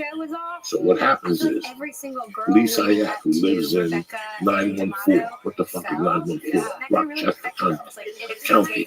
That's where white kids have money. And they come over with $1,200 every Friday. That's just you. Think of all the thousands of kids come over that bridge every Friday to get the high premium cocaine. That's the microeconomics to the macro of Las Vegas. You're guaranteed walking, getting out of your car, telling Ethan to take a ride around the corner, maybe in 5 minutes. Me going upstairs, picking up the house, driving right downstairs, getting the car, Ethan on safe. Because all those spotters are protecting that investment. Yeah. Do they have spotters like up the road to like let them know what cars are coming, or is it just everything? Spotters are everywhere to let them know about the heat, competition, and the customers. And within that community, nobody's going to risk stealing from you because you're actually damaging the big corporation. You see what I mean? So shit will happen. Probably, you walk around. By the way, I hyperventilate walking down. If you have to walk from one casino to the other because getting in a car is going to take longer, so you walk and you're just constantly in a horde of people, and it's the worst possible feeling. For sure, dirty shit happens out there, but there's also tons of cops and tons of people, and they know if you get robbed walking from one casino to another, you're stealing from the casino, and you're gonna get fucked. So it's that's the micro, that's a small drug neighborhood, and the macro is a neighborhood like Vegas. If kids start getting boosted, going to buy drugs, right? The drug business goes to those people. If right now word gets out in the street that every time I go to the MGM and I go upstairs, I get robbed by my car, you're not going to gamble at the MGM. Right? Absolutely. There's people who go to Las Vegas and they go to casinos where it's $1 million just to get in there. You know what I'm saying? But you have to go credit. And give them $1 million just so they feel safe. They feel safe. If I was a millionaire and I went to gamble in Las Vegas, you would have seen me at no low-end casino. You would see me at a casino with 3 dudes with fucking ARs at the door while I'm gambling. Chicks with a bikini fucking passing out cigars, lighting for you. Copping fields, they don't give a fuck about Harvey Weinstein. They never heard of what I want. Because every time I grab you, I give you $1,000 check. Oh my God. That's what it is. That's what reality is. Including less abdominal pain and fewer bowel movements. Skyrizi is the first does it ever get frustrating as like a criminal, because you must see, I see people that all the time with money hanging out, they're drunk, like it would be easy. You know what? The casino has 1,000 eyes on it. Even if I pickpocket Ethan before I hit that door, they're gonna grab me. And anything that's happening is probably happening without violence. You know what I mean? Like this guy Apollo Robbins. You heard of him? He was the top pickpocket.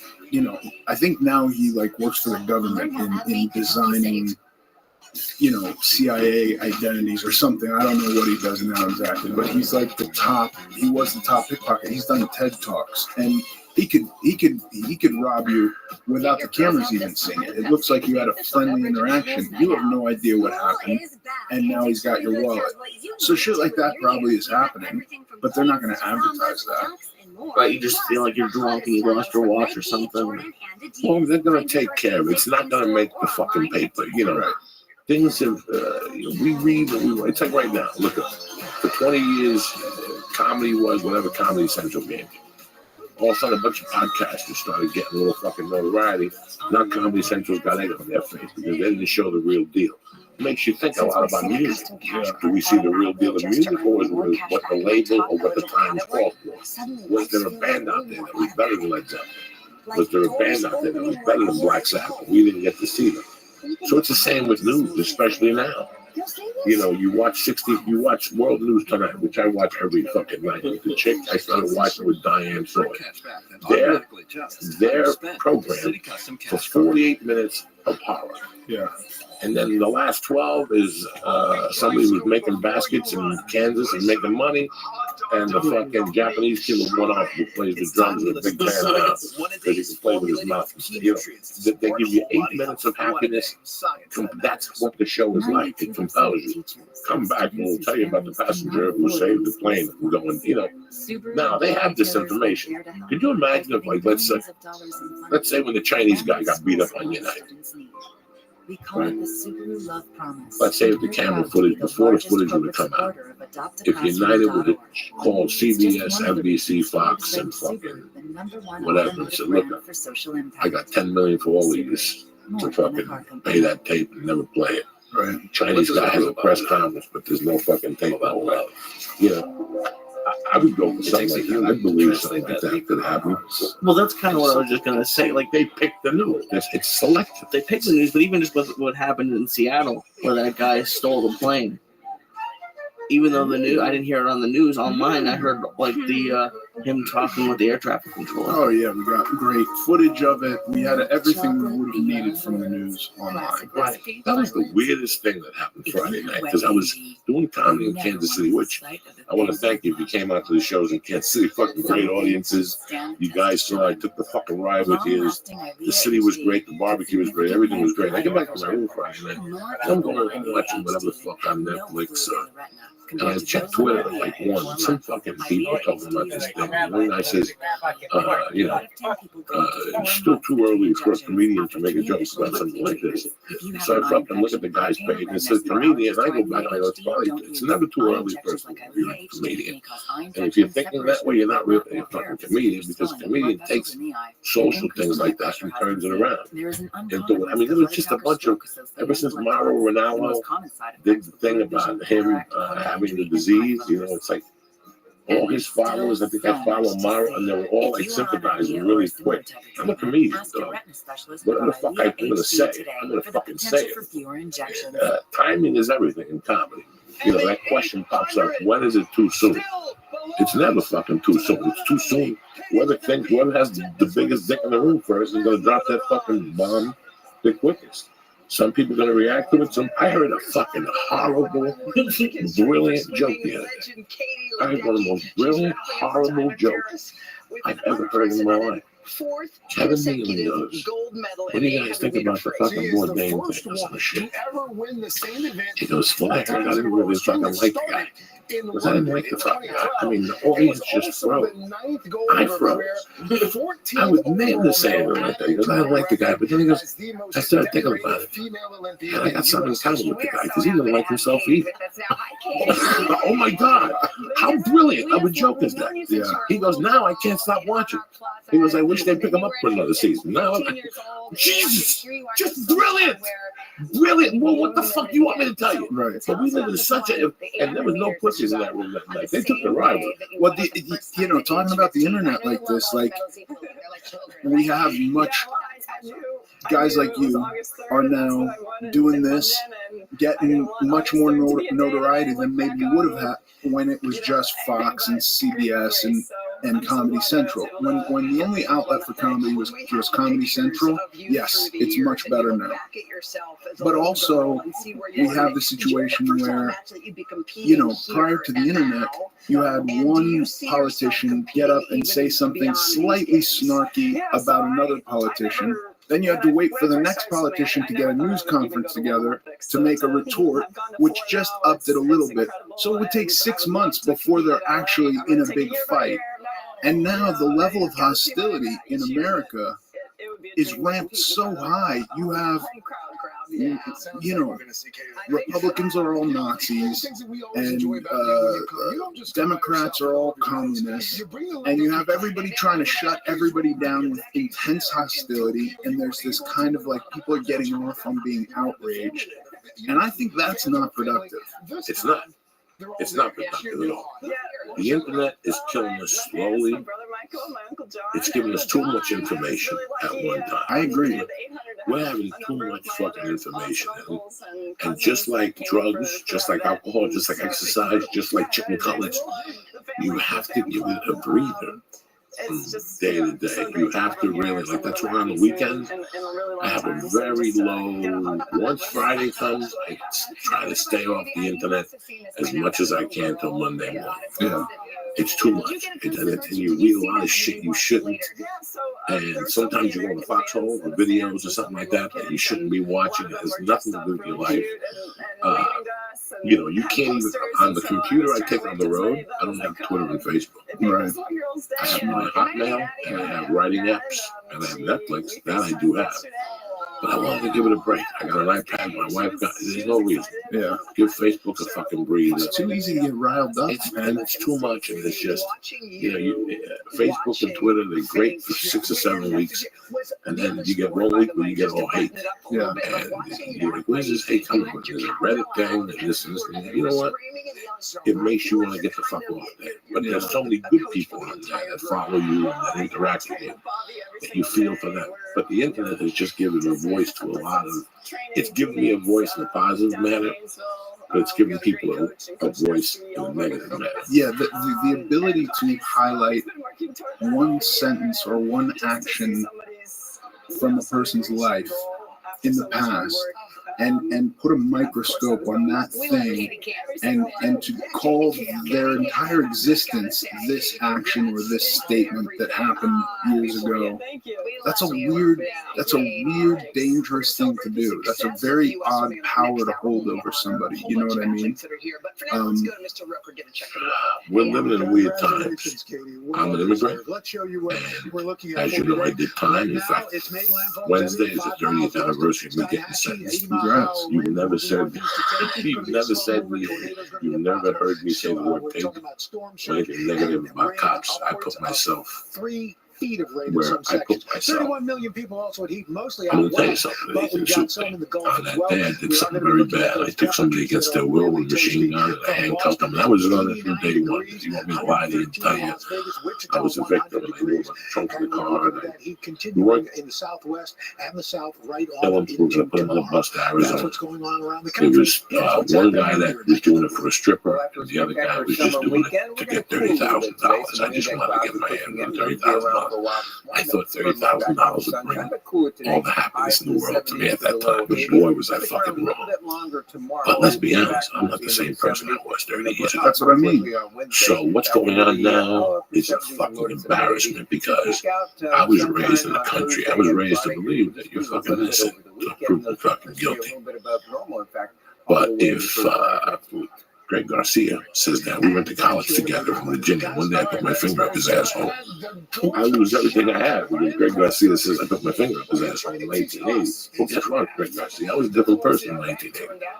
And fucking so were you. Maybe you wanted somebody to stick a finger in your asshole. You just remembered now all of a sudden. That's what I mean. That's what I'm saying. Beyond all of that, even, we're human beings. So, you know, I'm not a Christian, but I think one of Jesus's principal teachings was that we're all flawed. You know what I mean? Every human being is flawed. So, like, as long as that's the foundation from where we start our arguments or our fights and our outrage with people, is that we're all flawed. Everyone's flawed.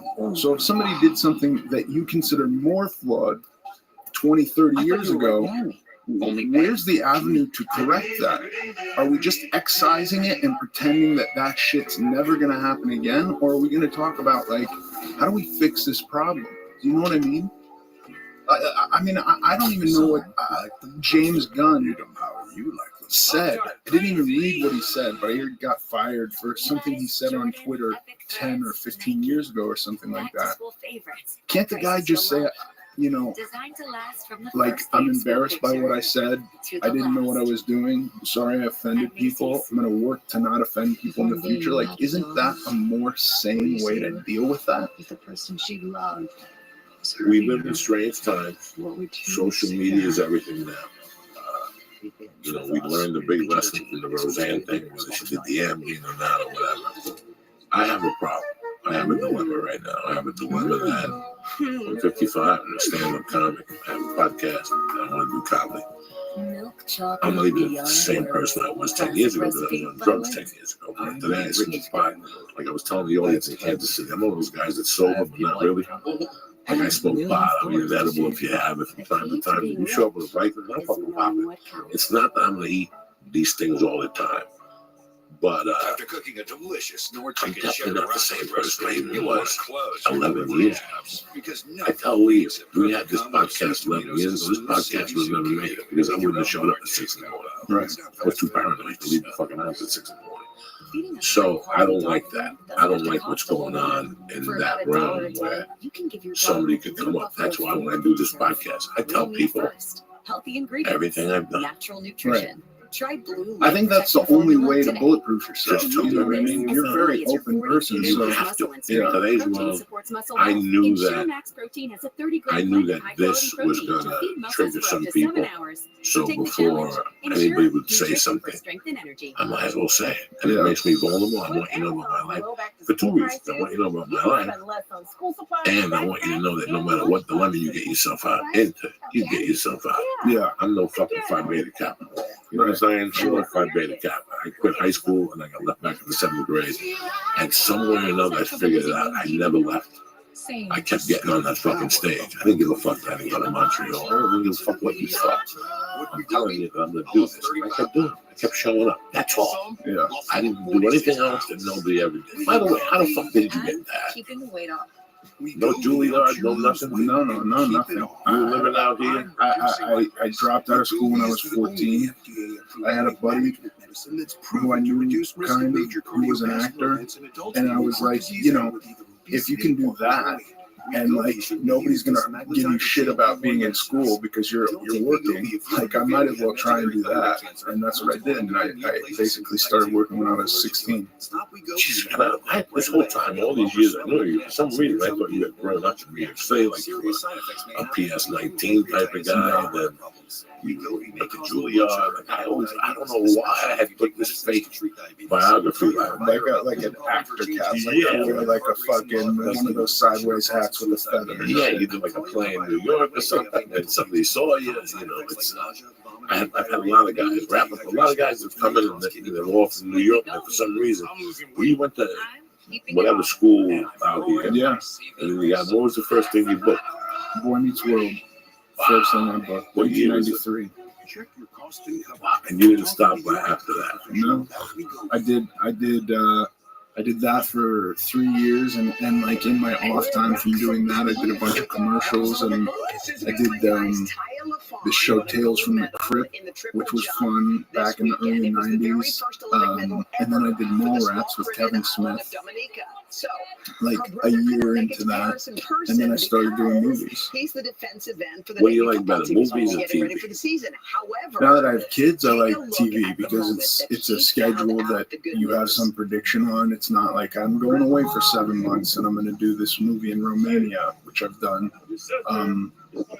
So I think TV, and there's you know, TV's another thing that with the advent of the internet, and we have all this information, we also have so much television, where I would say like a huge percentage of television is better than a lot of the movies they're making now, which is really fascinating. And the majority of the movies that they're making now are either, you know, there's some cool independent films, and then there's like, you know, Transformers 6. That's kind of what you have in movies. And from when I was coming up in the 90s, we had this renaissance of indie film with guys like Quentin Tarantino. And I think all of that is now on television. which is great. It's crazy. You're saying that this television has grown leaps and bounds. Yeah. Especially with streaming. You see so much great fucking shit on streaming now. You can see TV taking a lot in other places, like just regular home TV. But I also know you from Eddie's. Yeah, that's how we met originally. And I still remember going in and reading from My Name is Earl and sitting at the table reading. Yeah, very excited. And it's funny how you were a lot bigger then. Yeah. I mean, your joint started at what? At what weight did you say went down through with this shit? Man, I got together with my wife and, you know, it was a weird thing because I had girlfriends prior to my wife, but there was always a feeling of not belonging, really, for whatever reason. And then I got together with my wife in 2001, and like one of the first things she did was say, like, okay, we're together now you're gonna get on a diet. And that was like, that changed my life. And I've basically been on a diet since then to one form or another. But it was, I was probably 500 pounds in 2001. And what are you at now? 300. Beautiful. And I've been lower than this. A few years ago, I was obsessed with riding bicycles, and I got down to 220, but I actually felt too thin at 220. If you smoke, it's totally possible. I went down to 268, and my head felt really big. And my neck got really skinny. I was going on a lot of auditions, and as soon as I walk in, they go, like, what the fuck happened to you? Like, you got the hip all of a sudden. What the fuck happened? Like, you're down. People, really look at you fucking weird. And there's always been that weird thing that they hire the fat guy. When you're fat and when you lose weight, you're done. Like, that's been the big thing in Hollywood. Like, you're fucking done. Yeah. You maintain it. Well, no, I've gone back and forth. It was a weird thing because when I was at 220, every day I would look at myself and see how fat I was. But I was also racing bicycles, so like the objective there is to be as lightweight as possible. So I would be starving myself. I would only allow myself to eat while I'm riding the bike. I was riding 8 hours a day, 6 days a week. Like gnarly rides from Studio City to Oxnard and back. And then when I was like, I can't maintain this because number one, I'm riding so much I can't work, and number two, I'm like, nobody knows me. I'm so thin now that people are, when I go in to see them, people are like, who the fuck are you? We didn't want to meet with you. Where's the guy we wanted to meet with? So then when I kind of let it all go, I gained weight and I was heavier than I am now. And it was a real weird thing remembering being 220 and thinking I was so grossly overweight to being 320 and feeling great about myself. You know what I mean? And like, my wife just says I have body dysmorphia, which I might, but like, I don't feel uncomfortable in my body today. You know? So, did you feel uncomfortable at 220? 220, I felt pretty fat, yeah. I was 9% body fat in the machine. Like, I went and saw this guy, Dr. Huizenga, because he was on The Biggest Loser, and he was like the top sports nutrition guy, and he fucking scanned me, and he said, "You're done. Don't lose any weight." And I was like, "But I'm so fat." And yeah, it was weird. So when you looked in the mirror, you saw a fat guy, or you felt fat? I probably just felt fat because I don't know that I could have seen a fat guy. I don't know if that's totally honest, but I definitely didn't feel thin. I never got to a place in my entire life where I was like, that's it, I don't need to lose weight anymore. What's a disease that you look at yourself in the mirror and see yourself fat, and you keep going, and then have to take it to the hospital? Like, I assume that's what like anorexics experience. I think that's what you said earlier, body dysmorphia, where you look at yourself and see something. I had a friend growing up there. She went from being a hot piece of ass to this fucking skeleton. Yeah, but now it works both ways because I have the reverse body dysmorphia where at 350, I'm like, going to my wife like, I look great. I don't need to fucking diet anymore. And she's like, shut the fuck up. Put down the cupcake. You're fat. It's funny when you get body dysmorphia. I get body dysmorphia when I travel. Yeah. When you see yourself in a foreign mirror. Yeah. You walk out of the bathroom and you're naked and go, oh shit, I didn't see that. What the fuck? Because you see what your mind wants you to really see. Yeah. You see what your mind really wants you to see when you're looking at a mirror. Yeah, but your mind's not always right. No. Don't they have skinny mirrors in hotels? Is that what it is? No. There's some hotels that you come out of the bathroom and you look at yourself and go, wow, what the fuck is going on? Oh, in a bad way. Yeah. You see that thing hanging over. You don't see it in your house because in your house, you see what you want to see. Yeah. It's a weird fucking thing. What diets have you done on? Just high protein? I've done, I have, since I was a little kid, I've done every diet that's existed. So you've had this since... Oh yeah, my whole life. Yeah, I've always been overweight. The way I eat that I find the most sustainable is I just got rid of anything processed. So I only really eat fruit. No, I don't eat fruit. I only eat meat and vegetables. That's it. And I don't eat starchy vegetables. So I basically eat a small amount of salads and some meat. Red meat. Yeah, I eat red meat. I eat a lot of chicken. I eat red meat, turkey. I eat any kind of meat. Fish. Yeah, I don't love fish, but I eat fish. I mean, you look yoked now. You look like you're lifting. That's all I do. I lift weights and I go on hikes. That's my exercise. How many days a week are you lifting? I lift 5 days a week. No shit. Yeah, and I hike 5 days a week when I have time. It's not. And the lifting program is strength or muscle based? Like strength. Really? Yeah. What kind of like deadlifts, that type of shit? Yeah, I do Olympic lifts, and then I'll become obsessed with one muscle that I want to increase the strength in, like my triceps. I tore my bicep 2 years ago doing a TV show, and so I don't ever do any bicep exercises, but I do, like today I worked on triceps a lot for some reason, and traps. I always think dudes with big traps look tough, so I want big traps. Well, the Greek body was always an X. They devised it to be an X. So the traps should be strong. Yeah. It's really look weird when you look at somebody like James Conn. He's got no traps. Yeah. The tricep, the weird thing about the tricep is it's got 3 heads to it. So when you really break down bodybuilding to the tricep, you really have to hit the tricep from 3 different angles because it's really 3/4 of your arm. Yeah. A lot of people work on bicep work, but they really don't know that if they do like the tricep extensions, these fucking things, dips with weight, and then the exercise that people really overlook that really tears your fucking upper body is pull-overs. Yeah. When you're laying down, like this, roll over with a straight bar, a lot of weight, 5 sets of 6. You do that for a year, you will get fucking yoked. Yeah. You squat a lot? I haven't done squats in a while because I had a knee issue a few years ago, so I don't do a lot of squatting. Well, this after 40, you shouldn't really squat that much. You should do the machine. Yeah.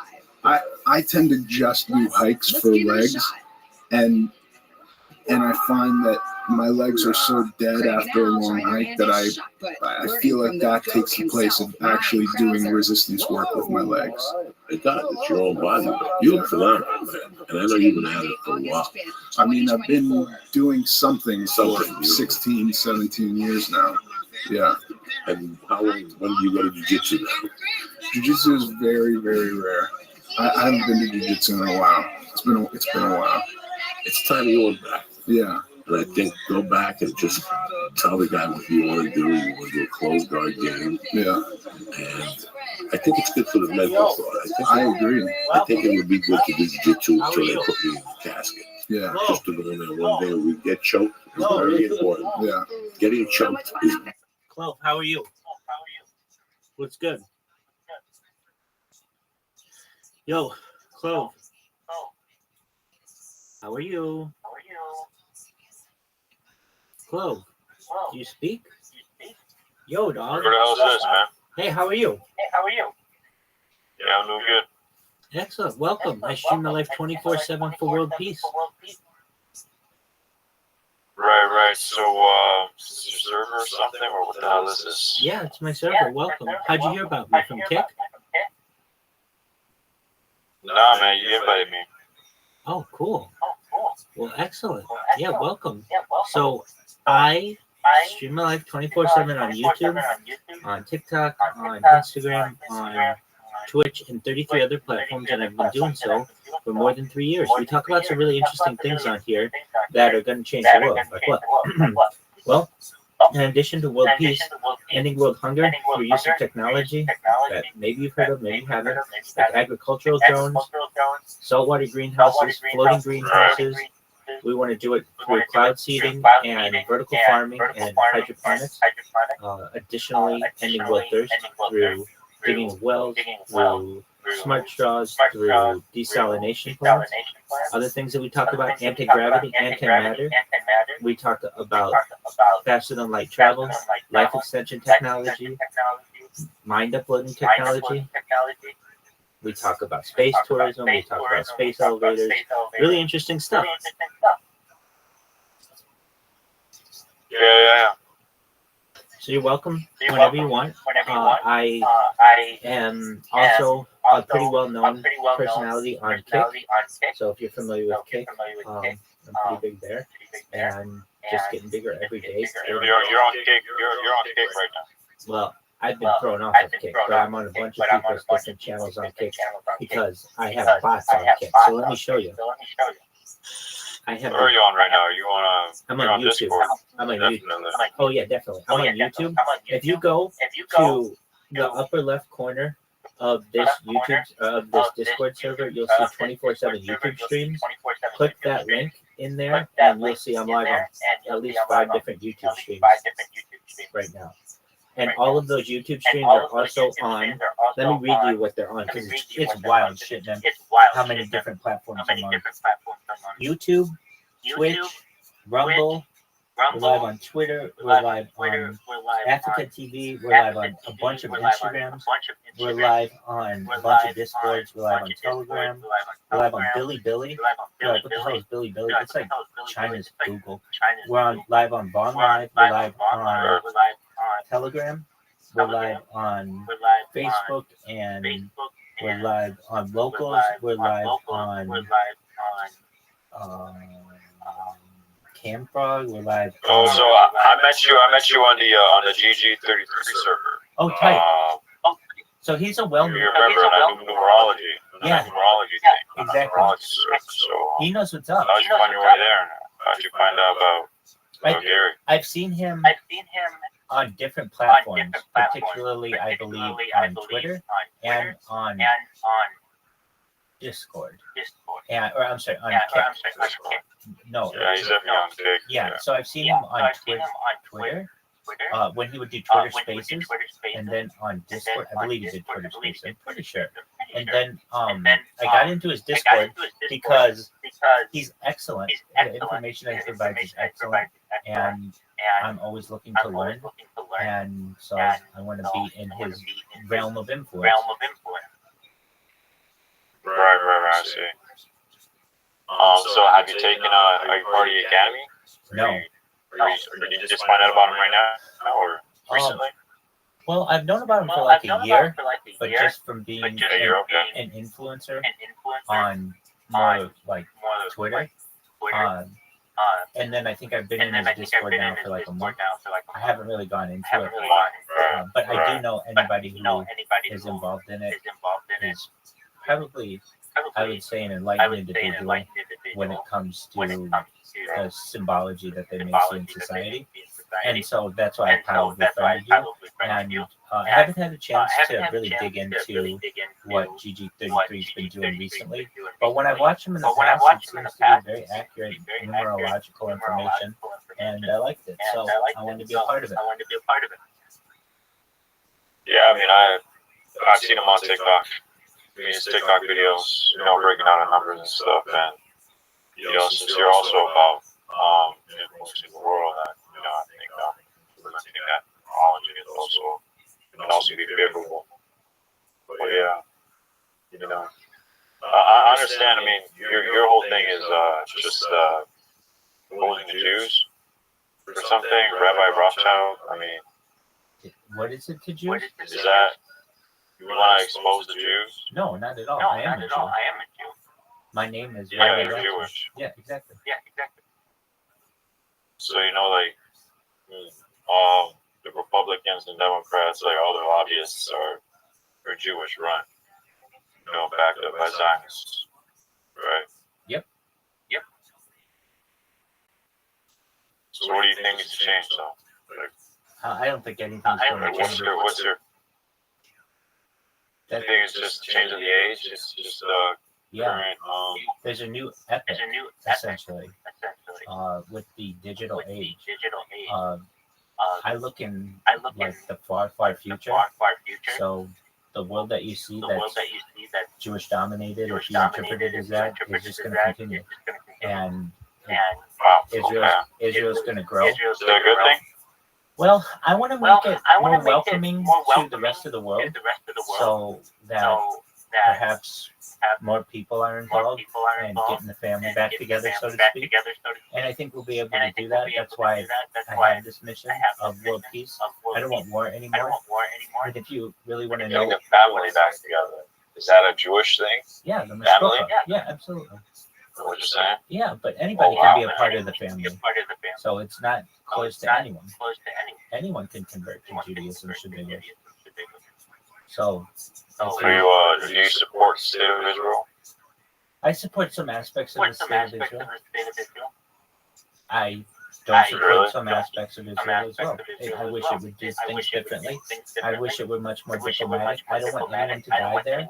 So in terms of world peace, I want to have any kind of discussion of borders done diplomatically, not through arms.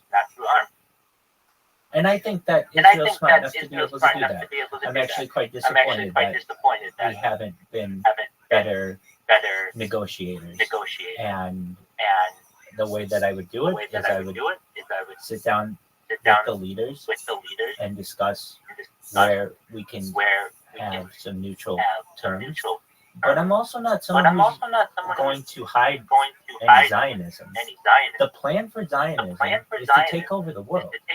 Just like any religion has a plan to take over, Christendom has a plan to take over the world, and Islam, the Islamic world has a plan to take over the world, and the British had a plan to take over the world, and even the United States had a plan to take over the world all through colonies.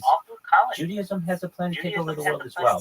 And, you know, some people get mad about it and like, hey, I don't want this to happen, etc., etc.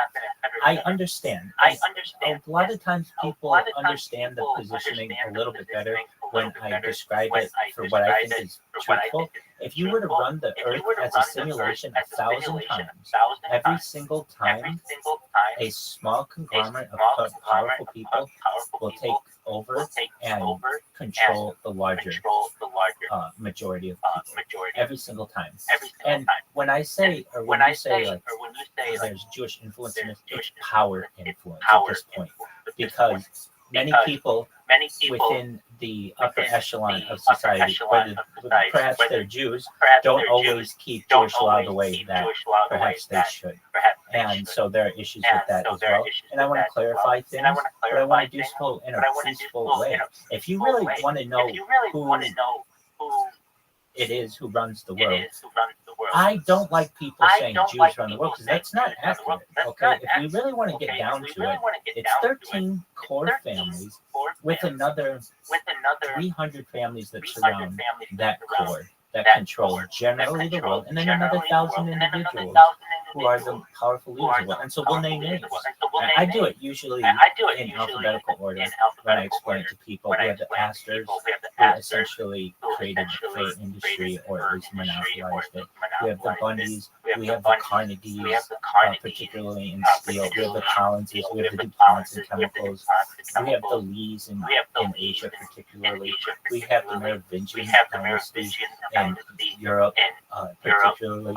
We have the Reynolds, particularly in aluminum. Of course, there's the Rothschilds in finance, there's the Rockefellers in petroleum, there's the Russells in mining. There's additionally we have the Warbirds, we have the Vanderbilts and Railroads, and the House of Windsor.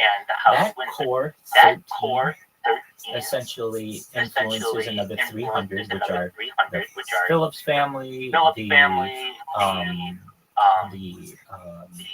the Disney family, the Pillsbury family, the Guggenheim family, these other families, and that core controls the world.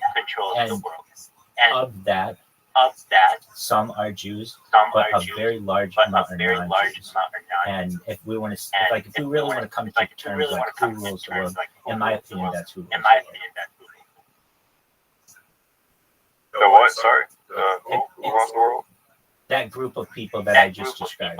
You've got the 13, and then that as the core, and then another 300 known as the Council of 300 from there, and then another 1,000 individuals out there with whom you may be more familiar in the public eye.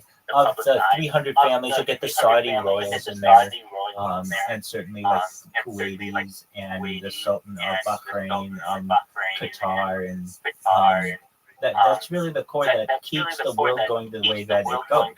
And now, let me say this: if that group did not consolidate power, some other group would.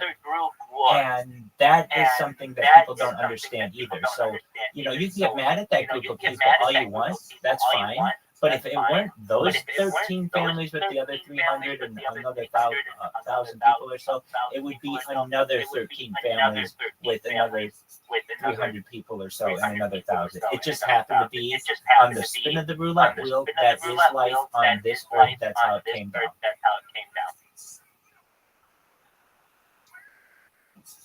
Yeah. So now it's a scramble to the top. And I can tell you this, there's an opportunity for you, for everyone in the GG33 community and other people too. And what do I mean by that? Okay, so you've definitely got your ear to the ground. I don't know much about you at all. In fact, I know nothing about you, Clove, except that you... So what's your numerology, bro? What's your number? What's your date of birth? 12/26/85. 12/26/85. Okay, 12 plus 8 plus 1 plus 9 plus 8 plus 5. 5, 6, 7. Okay, so you're a 7 life path. 1985.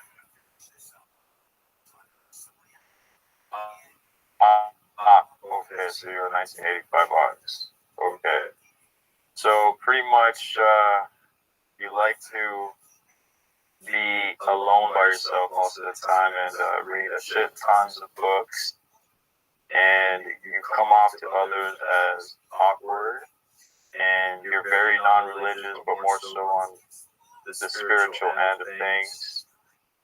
And as an ox, you're very, very devoted to one particular thing if it suits your interests. And you're not that good at flirting with the opposite sex. What do you think about that? I think it's really inaccurate. Think so? Yeah. I'm a pickup artist. I lose track of the amount of people, chicks on my body count at 42. So when it comes to flirting, I'm very good at it. 42 body count. Oh, yeah. Which respect that. I just lose track. It could be higher. It's definitely not lower. It could be a lot higher. So I know I lose track of 42. When it comes to some of the other things, yeah, I mean, some things are accurate, some things aren't. When it comes to my religiosity, I mean, I'm a spiritual person. I'm pretty religious. I mean, I daven every day. I don tefillin every day on camera. I say blessings on food. Are you practicing? I practice as best I can. Yeah, prior to streaming my life 24/7, I attended Orthodox synagogue every single day, multiple times a day, for like over 100 straight weeks prior to the pandemic, and then also every single day for at least more than 600 days straight. And that was just in one community. Then the pandemic hit. We started doing some things, even in an Orthodox fashion. We started doing things virtually. And I became inspired with being able to spread a message using a camera through some of the things, the classes I was seeing that were being done virtually, and decided that it might be in my best interest as a human. Hey, what's going on, Ryan? To start streaming my life, as I was already on the camera a lot for a lot of different things. As an ox, were you born in the humanitarian edge though? Yeah, definitely. Okay. So you like kind of get these like go ahead, sorry. So some of the things that I talk about and I feel are important to the world that aren't being discussed are some of these solutions for humanity. And so as a Jew, I am an Orthodox Jew, but I consider myself having quite an open heart and a humanistic Jewish aspect as well. And I feel as if the world is moving more towards what's called monism. So it's basically a unification of the world's religions. And I could see perhaps in the future religion not necessarily being as doctrinal as it will be more spiritual, as we've discussed. And then I think eventually it will become very holistic. And then what we would have considered religion in the past would just be considered perhaps humanistic appreciation in the future. I kind of see that. Yeah, and if you really want to, what do know, you see this whole thing changing? When do you see the whole timeline shifting towards destruction? Or do you think it's really going to get bad before it gets worse? It's going to get worse before it gets better. I'll tell you the timeline that I think is going to happen. I think we're going to see the rebuilding, technically the rebuilding of the Temple of Solomon by the year 2048. So what does that mean? It means that essentially we're going to have some seismic movements within Jerusalem specifically, and I want to help to ease those movements. I think there are perhaps peaceful ways to rebuild the temple in Jerusalem in a peaceful manner, while also honoring the Dome of the Rock and Al-Aqsa Mosque in a very, I think, respectful manner. If you want to know it, I can share it with you. I think that there's a way to preserve the beauty and architecture of the Al-Aqsa Mosque and the Dome of the Rock, while still rebuilding the Temple of Solomon in Jerusalem. And I think there are peaceful ways to do it. Everything that I talk about, I don't want to have to kill anyone. So I think that that's going to. I mean, it sounds like it is though. Isn't that temple going to do daily sacrifices again and animal sacrifice? Yeah, which I want to avoid. So essentially, what we perhaps you can't avoid that. Well, perhaps we can. Perhaps we can. Ryan? Perhaps we can. There may be a way to do it. I'm not the officiator, but I think that there may be a symbolic way where we could take a little of the blood of the red heifers and use genetic, it's essentially lab-grown meat, and which is very, very good, and to still have a sacrifice without any animals getting hurt and no people are getting hurt. Yeah. Are you a vegan? No, I'm not. But I look forward to being one perhaps in the future someday. So I can see both sides. I understand that there is a world where in the future where no one will eat meat, or I long for that, and I think that's the future. And I want to help bridge that gap by explaining, or not explaining, but just even being in Well, Israel. you're not doing that. How could you explain something that you don't believe in? Well, I don't consider myself a vegan currently. I would say that I have pro-vegan beliefs, and I think in the future everyone will be a vegan. Eventually, yeah. Exactly. Eventually, Yeah. we will stop killing other animals. Exactly. We will. 100%. That is an unavoidable thing, whether it's the human race dying out and or we find an alternative food source that gives our bodies the necessary nutrition. Exactly. Killing animals is a very dirty job and unsanitary, 100%. and ultimately leads to a lot of disease. Exactly. So that can be cut out. Like, as I understand, it would do good. As I understand, lab-grown meat is already being sold in grocery stores in the United States. So are you for the third temple? Right? I'm actually, full disclosure, I'm actually against everything. All, like, mainstream religion, bro. Like, Jesus, like, I believe in Jesus of Nazareth, but, like, all mainstream religion has been used at one point or another throughout history for nefarious means. I don't trust Christianity due to the Holy Crusades. I don't trust Judaism due to the child sacrifices back in the day. I'm not saying I hate Christians and I hate Jews. I do not like the Old Testament. I do not like the old ways. I am repulsed by the old ways greatly. And that's in Islam too. I just said, the two. I was raised Christian, but I firmly believe in the Jesus Christ, not to hate your neighbor, Jesus Christ of Nazareth. And Jesus Christ of Nazareth has been, he's in the Quran, right? It's low-key Judaism. Still, Christianity is low-key. Yeah, exactly. That's the way to put it. But, dude, in all honesty, when, from my personal perspective, when this is now, hey, Rabbi, buddy, you're my friend. I do not think you're a terrible person at all. Thank you. I love you. Like, appreciate it. You are an amazing person. Thank you. But before World War II, the Jews, it's wrote down in history, a lot of Jewish factions would commit atrocities, and the church, Catholic Church, is just as guilty. Before World War II, religions were like, yeah, let's fucking murder homos, let's do all this stuff, let's blah, blah, blah, blah, blah. But Judaism was pushed out of Europe, right? Basically, the history of the Jews go back a lot further than Christianity.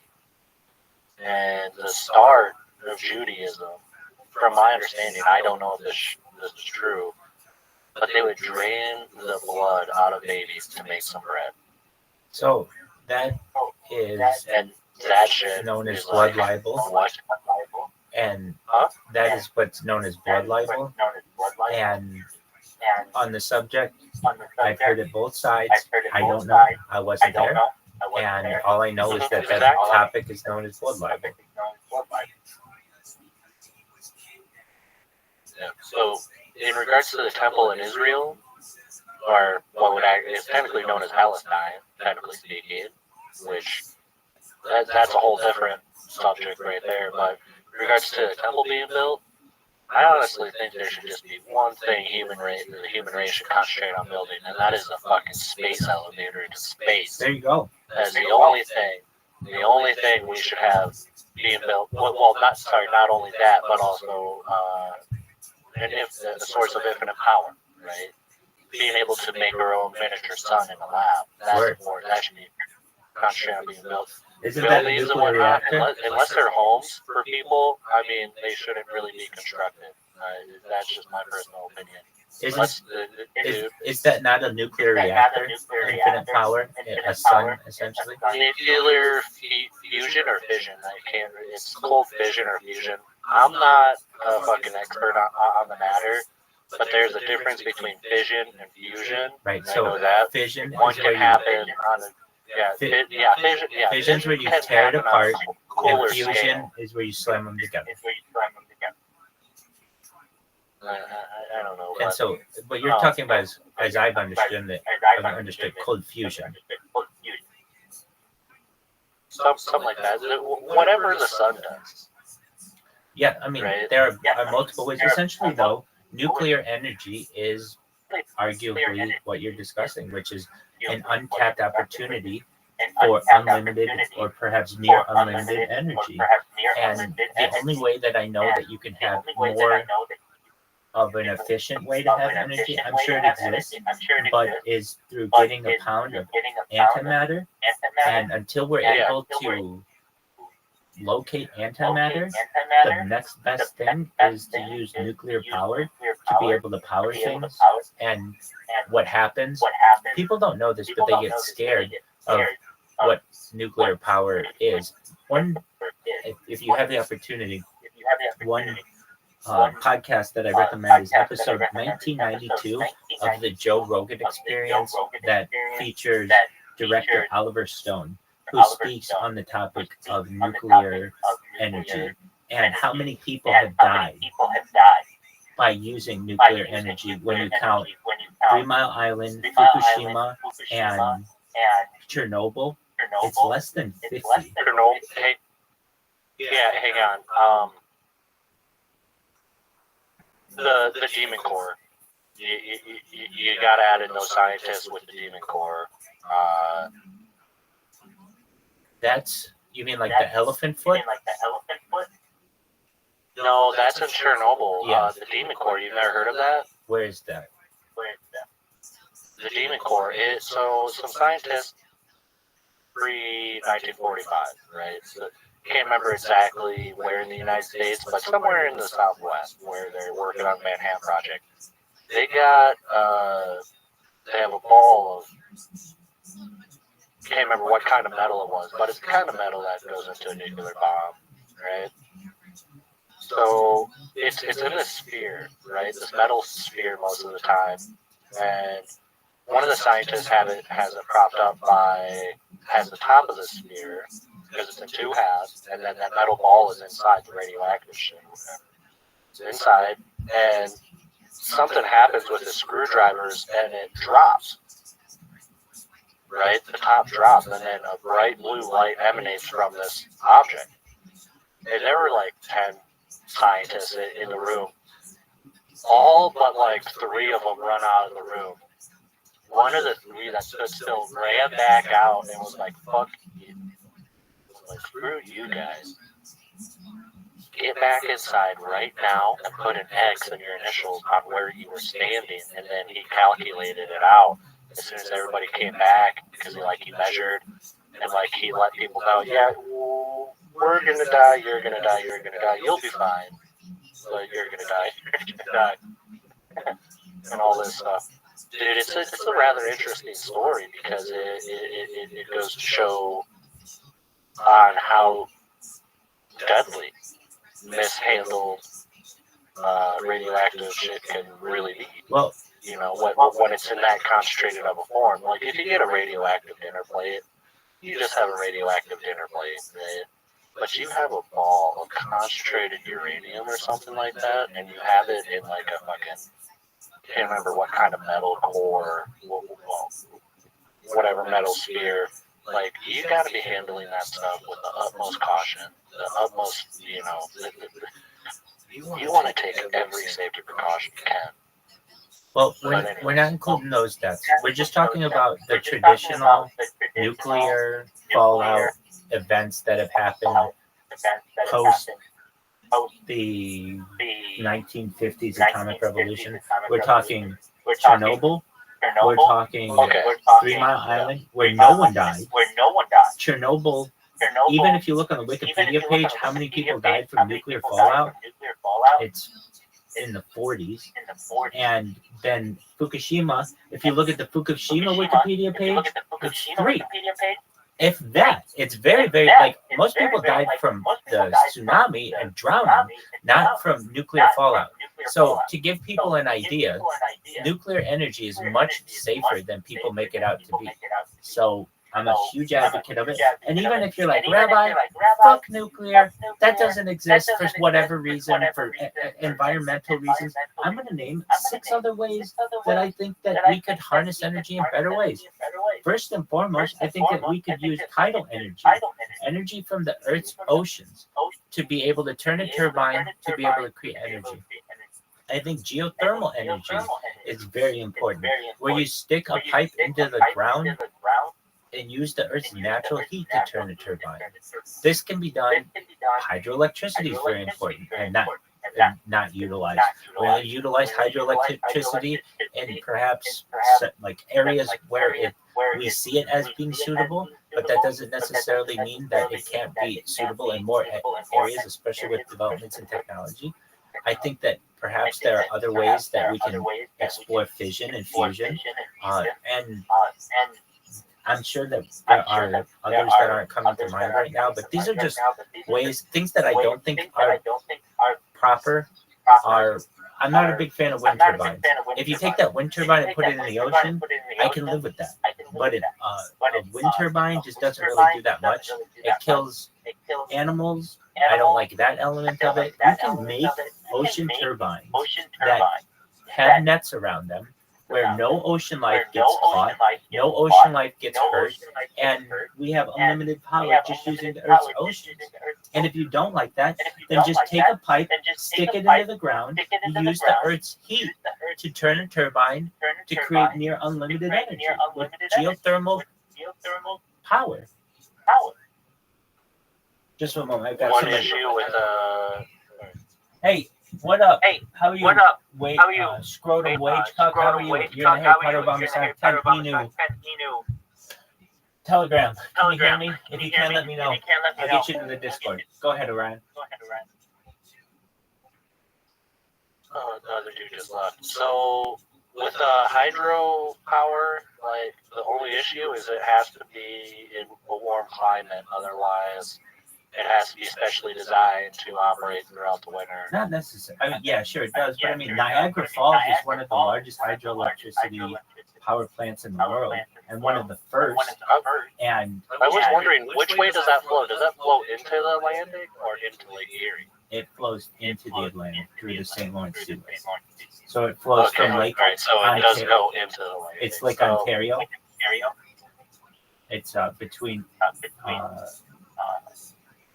Erie and Ontario, and it goes from Erie into Ontario.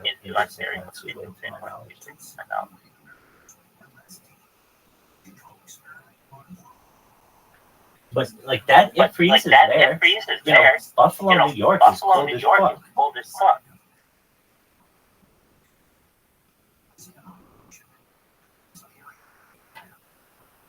It's raining hard as fuck here. Well, not hard as fuck, but it's raining.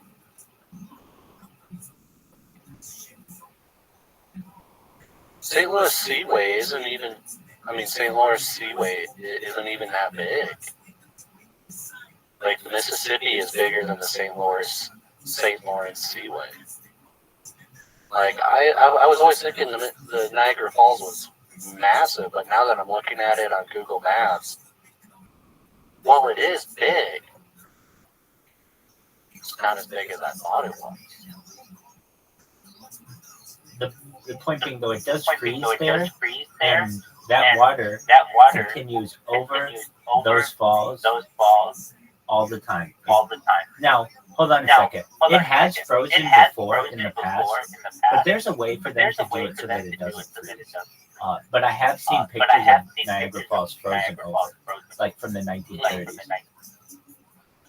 Yeah, it's essentially an intake for water really deep down, right, where the water doesn't freeze, right? It might get really cold, but it doesn't freeze. It's because it's moving. It's because it's moving so much generally. Moving water doesn't freeze. Well, it can, but it's a lot harder for it. If it stays moving, I mean, you might get some strange outlier areas where, like near the shore or something. If water is constantly moving, it doesn't freeze. But again, if it's by the shore or perhaps under certain circumstances, but that's why like generally open ocean doesn't freeze. It does near the poles, but other places it doesn't, like it would in a lake. But yeah, I mean, we can utilize hydroelectricity in more areas. We only have it there, but I mean, why stop there when we can use the world's oceans? I don't understand why we're not using the world's oceans. It's very easy for us to do. They're called. Well, it is hydroelectricity. It is. It's tidal power. Tidal energy. It's tidal power. Yeah. Exactly. And so we just put turbines in the ocean. Well, ocean currents. You could utilize a turbine in an ocean current, but it's not. No, the not water ocean doesn't current. move. Not ocean current. It doesn't move as. No, it fast. does. It does. I look at the ocean all the time, and I see it comes back and forth every single minute. It goes back and forth 50 times. Yeah, no, yes, that's the tide. I'm talking like in the sense of a river current, right? You know how strong a current in a river is because the entire body of water is moving in one direction. That's hydroelectricity. That's a small person's game. I'm talking big dogs, the ocean. Put tidal turbines in the ocean, put nets around them so that animals can't get sucked in, and count the amount of money you're going to make on free energy. Every time the Earth's tide comes in, which is several times a minute, it's going to spin a turbine, and when it comes out, it's going to spin a turbine the opposite way. And it's going to do that all day long, all night long. You're never going to have to worry about the wind. You're never going to have to worry about the sun. It's always working 24/7. It's a perfect type of power. The only time you'll have to worry about it, several things. It'll need maintenance like anything. But the only time you'll have to worry about it, perhaps, is if you ever have to worry about the Earth's tides no longer working, and that's essentially if the moon goes away. So, I mean, this has long-term opportunity.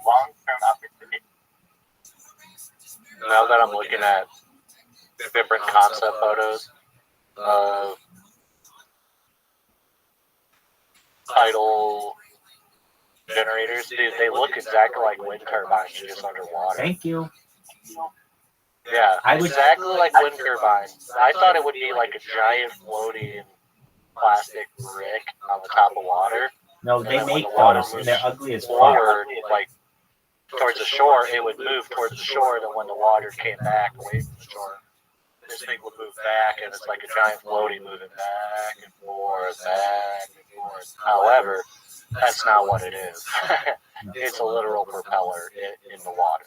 And there are better ways to make them.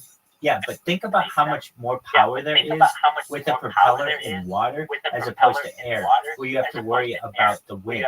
You always have the tide, and how much more powerful water is than air. It's incredible. It's an incredible amount more power. So what I want to do though is that's not the best. That is not the best, in my opinion, design for a tidal turbine.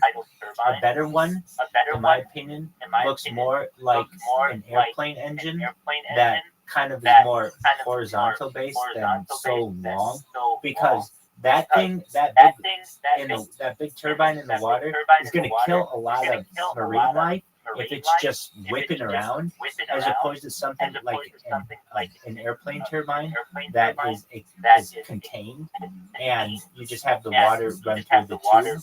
I've seen that design, in my opinion, it's much safer. All you have to do is have that tube, just a bunch of tubes, basically, floating, and the tide goes through them, turning a turbine, and you put nets around the tube, and you no longer have to worry about power. It produces so much electricity, it's incredibly efficient. There's it's zero output, once you have the equipment, and it's extremely clean. You don't have to worry about, it's clean coal or it's clean natural gas. No, I mean, there isn't any type of exhaust on the system. The argument, there's an argument to be made. Oh, I know. Those wind turbines, remember I said I didn't like them? Here's why I don't like them. You know that in order for them to turn, they need an engine, a diesel engine to run. So they use a lot of power. And the reason why they need an engine going is if they ever run into an issue where it can get cold, they can freeze. So they have to always keep an engine going. Or in times where the wind isn't down. But yeah, so they aren't even like efficient. That's why I hate wind turbines. And I'm just not a big fan of them. All right. I am a big fan of Hey, check my live. Well, what I'm streaming. You're streaming? Yeah, well, I'm sharing my screen on Discord, trying to want to show you if I understand your concept correctly, right?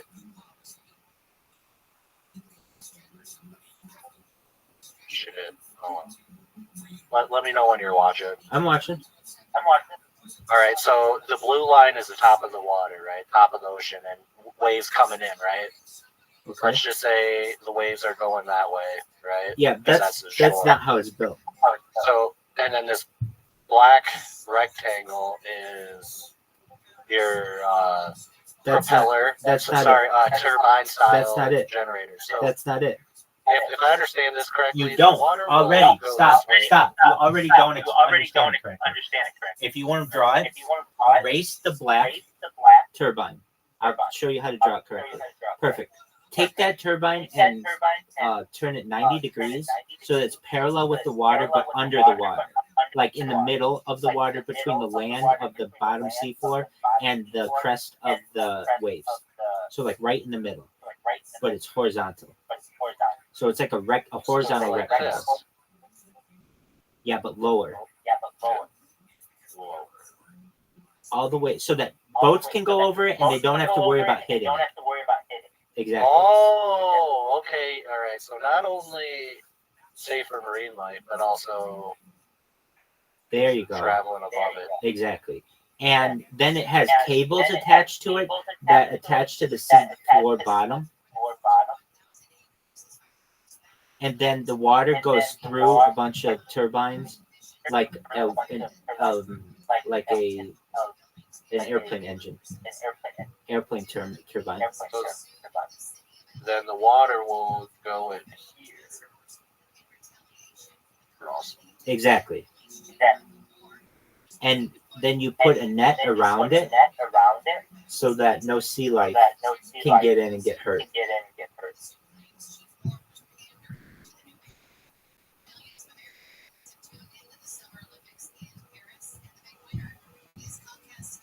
I've also seen another version of them where, and I don't think this is as good. Okay, so do you know what like a buoy is that you see on the ocean? Yeah, and how it rocks back and forth in the waves. Exactly. It's just a farm of buoys, which is cool. That works. That generates power. But I think this is much better. You got it, man. Now that is it. So that you don't have to worry, like big boats don't have to worry about hitting it. You never have to worry about that. The only thing that would ever hit it is a submarine, and they'll know not to go in this area.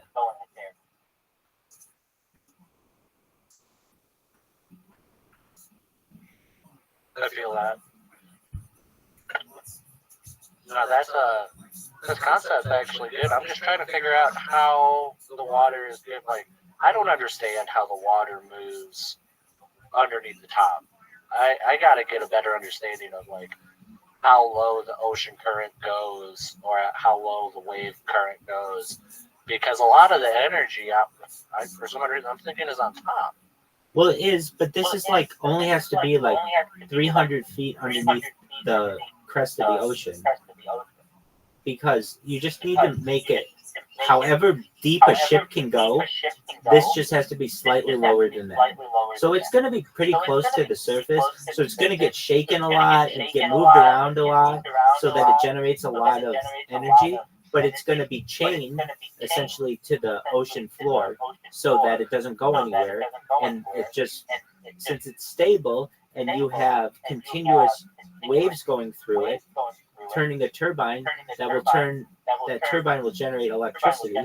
The electricity will be free to use. And it doesn't just generate electricity going in, it generates electricity coming out. So you can, and this is more for like a hydraulic engineer, or hydrology engineer, but to have like, you could have one turbine going inwardly for water and then another one for the water when it goes outwardly. Just however you want to do it. You could put 50 of those things along the shore, or you could put it all the way up along the coast. Put it around every major island in the world. I mean, you'll get to the point where you have too much energy. But even that isn't as good as nuclear energy, but that's only if you don't want to have the nuclear energy discussion. Okay, do this. 0 people get killed doing this, and 0 marine life gets hurt. No one has to see it. It's not an eyesore like these big turbine farms. You don't have to have a coal power plant in your backyard that's going to pollute. It's not a hazard like natural gas. You don't have to worry about nuclear fallout like you do with a nuclear power plant. You don't have to worry about microwave. This concept I just drew up. Did you just draw that? No, I didn't. I saved it. Exactly. But yeah, that works. That's so I opened up a new page. That's a great one. That's exactly what we're looking at. Yeah. Along the ocean floor, there's waste cables. You see the diver, and you see all the marine life. It's low enough to where it's not going to affect boats or top water travel. Yeah, but it needs nets around it because it'll suck all that stuff in, and we don't want that. So we just need nets around it. You can make fish-friendly turbines. You know that? I don't think you can. That turbine's going to be spinning, and you have so many different kinds of ocean life. It could be a jellyfish that could get in there. It could be a plastic bag that could get in there. You don't want your turbine to be exposed to anything but salt water and plankton, basically. Anything else, you don't want it damaging the fans. So in my opinion, you just put a big net over it, and then you don't have to worry about it anymore. Well, so that net is going to have to be strong enough to stop a lot of this material from going in. Yep. So the way that you do it, do you know what a buckyball is? Like a geodesic dome. Geodesic dome. Yes, I know what that is. Like Epcot Center in Disney World. Do you know what Epcot Center is in Disney World? No. You know what Epcot Center is. It's the big thing that looks like a golf ball. Type Disney World Epcot Center. Yeah, no, I know what a geodesic dome is, though, because I contemplated on, I explored that option. Yeah, but how don't you know what Disney World's Epcot Center is? It's a huge fucking thing. Look up Epcot Center and let me know if you've ever seen this thing before. Because if you haven't, I'm going to be absolutely shocked.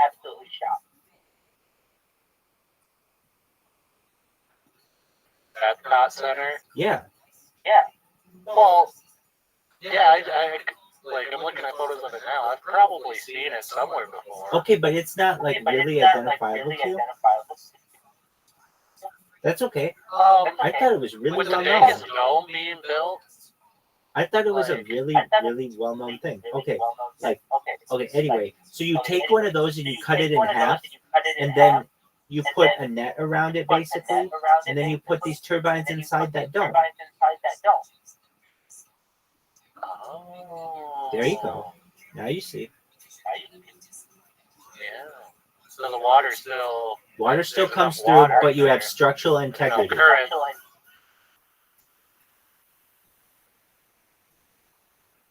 Smart move.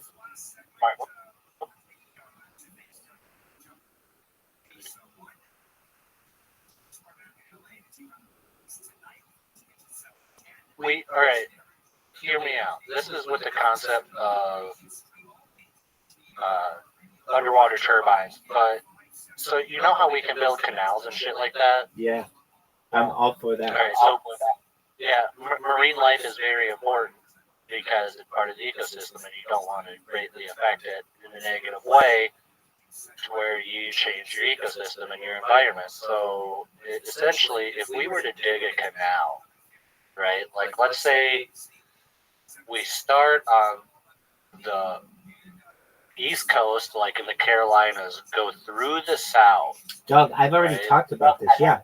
So it's essentially it's what we have in Florida that's known as the Intercontinental Waterway, and we just have a Transcontinental Waterway. Yeah, exactly. It's a canal from the Atlantic to the Pacific through the United States, and I want to do it. And I want to do it with some of the labor that we've gotten with the new immigration people. I think that both people who don't have jobs in the United States who've been here for generations and some of the new people here need jobs. Why wouldn't we have a mega project like this, a canal from one coast to the other? I'm 100% on board. Like, if the immigration problem is so bad for Mexico, why don't we just dredge out the entirety of the Rio Grande, right? Make a giant fucking canal from the Gulf of Mexico to the Gulf of California? Yeah, but you could always get across that. There are a lot of ways to get across that. They just have to build a boat or a raft. It would be doable, but it still has to. It's about enforcement. You need someone on the other side who says you can't come here. If you just leave it open, then you just have to build a boat. And if a boat doesn't work, then you just need a drone. They have human-sized drone carriers now, and a drone can take you from one side to the other. But, I mean, that's another discussion. I'm in agreement, though. So there are some canals for which I'm going to advocate when my stream goes big. One of them is that, actually. That's one of the grandier plans, but I think it's an excellent idea. Another one is, I believe it's in Honduras to build. Well, I think Mexico should build a Panama Canal like thing from the Gulf of Mexico to the Pacific, and I think that Honduras is looking into doing it as well. And I think as well, Panama needs to build another Panama Canal, but this time, not with all the locks that it uses. It needs to be straight through the land. Currently, if you need a bunch of locks, I don't want that. I want it to be straight through the land. Additionally, I think you need locks. No, there's a proposal. No, when they first started building it, they were going to do it without locks, and they realized eventually they did. But that was 140 years ago, 130 years ago. I want to do it now without locks, and that's how it was originally intended. So that it's just a sheer wall on the side. That if I understand correctly, we can use nuclear borers to make that wall perfectly glass-like. So you don't have to worry about it like caving in or anything.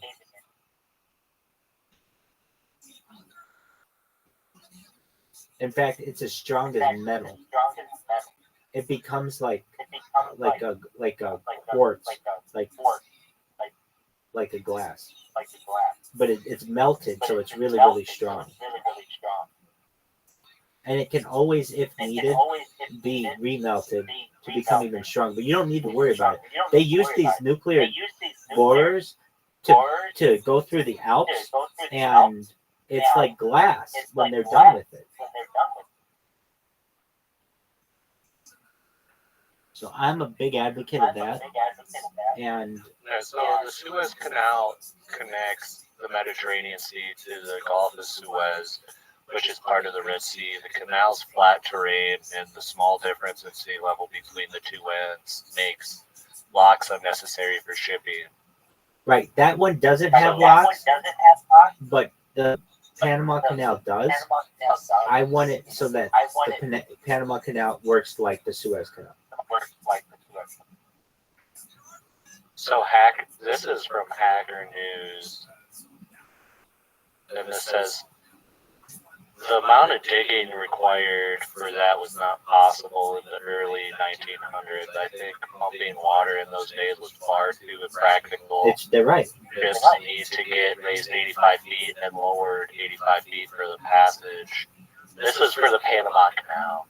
That's right. Yeah, so the Panama Canal has locks to raise and lower ships to account for hills, tidal differences, and water levels. The canals Nero Flores and Pedro Miguel locks raise ships from the Pacific Ocean to the level of Lake Gatun, which is 26 meters above sea level, about 85 feet. The canal also uses a lock to move ships up and down, which requires millions of gallons of water from nearby lakes. Without enough water, the canal cannot operate. So I just want to cut right now that through I think about it, we would have the Rocky Mountains to go through. No, not if you go through the south, through the high desert. Yeah, you're going to have increase in elevation, but you don't have to go through the mountains. So you would build it from like Los Angeles to Charleston, South Carolina, or like Jacksonville, Florida. Basically, it would run the route of I-10, Interstate 10. So we have a road that already does this. We want to just have a canal that does this. But I'm all in favor of it, and I'm glad you mentioned it because I've talked about it at length. I'm going to write about it today.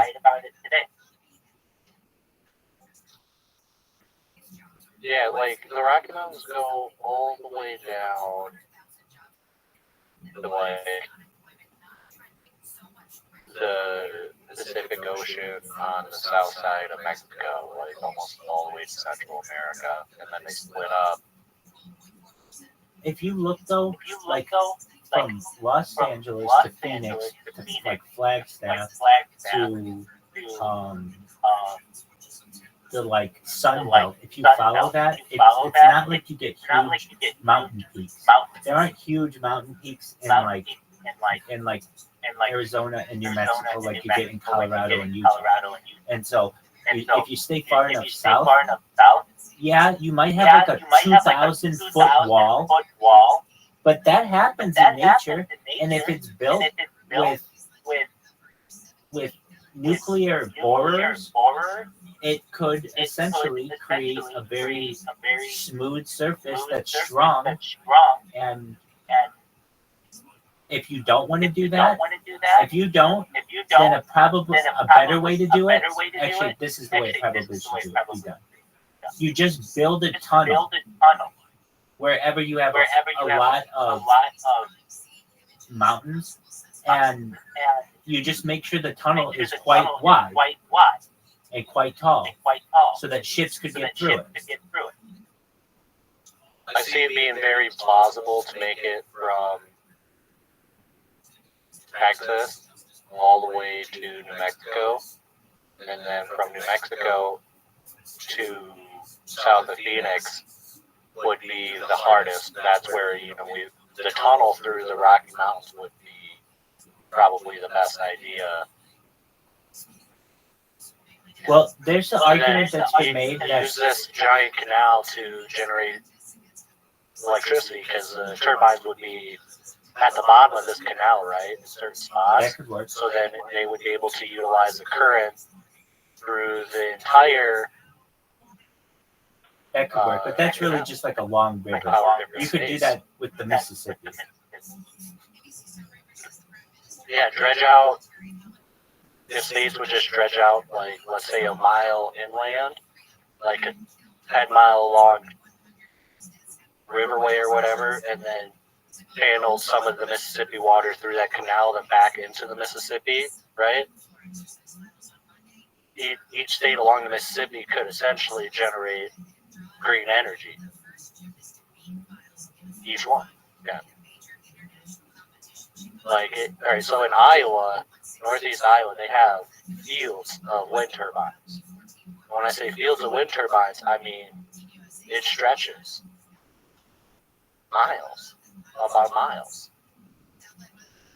And they use something called eminent domain, where the state government took the land from farmers and people and didn't pay them shit. You know, they gave them like cents on the dollar for their property. Right? Right. Right. And that shit, I don't agree with. That's just fucked up. When the state of Iowa could have simply, when the government in Iowa could have simply took out some unfarmable land in the floodplains of the Mississippi, which really holds no value, and then terraform it with the canal. You know, they dig out a giant fucking canal, put these water turbines, and then, you know, instead of having those wind turbines that only operate when it's windy, versus when the water, you know, something where the water's flowing 24/7. Because even during the wintertime, when there's 3 foot of ice on the Mississippi, the water's still flowing underneath.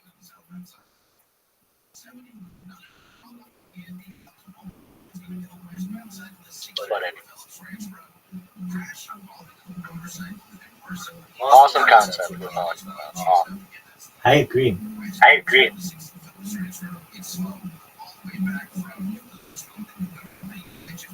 Yeah, Rabbi. So growing up, like I grew up in a very Christian household. My stepfather, he's Catholic, right? Grew up Catholic. He didn't raise me Catholic, but I grew up with a very skewed perspective. Not my perspective. It was never my perspective. But I grew up listening to, how do I say this, Fox News and all that shit, and like a lot of Jewish people, like Jewish people get a bad rap, right? They get a bad reputation to all these people that are like, have really no idea what's really going on and whatnot. And like, that's the thing. It's like there's people of many different religions. Like, so my stepfather, oh, Jew this, Jew that, blah blah, fuck the Jews, blah blah, this, blah blah, blah that. Like, but in reality, not once did he ever say fuck Roman Catholicism for murdering people, for, you know, saying the world isn't flat. You know, we don't orbit around the sun. Oh, Holy Crusades. Oh, shame on the Holy Crusades. You know? Oh, shame on murdering homosexuals. Shame on the Catholic Church for doing that. None of that, right? None of that. And it just it makes me feel like the majority of religions, like, people are just hypocrites. So like, I try to distance myself from being any like one thing, and just for the most part, I'm just a human being, right? Everybody is, but yeah, like in South Park, dude, fucking Jews, the Jewish people get fucking ripped on from Gray Stone and Josh Parker.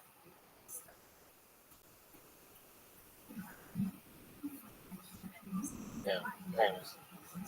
Do you like South Park? It's okay. I'm not. I liked it when I was younger, when I didn't quite understand some things, right? When I wasn't too keen on the idea of people being wrong, right? I had no understanding of human idiocy when I liked South Park. Now that I have an understanding of human idiocy, I find it hard to enjoy many things.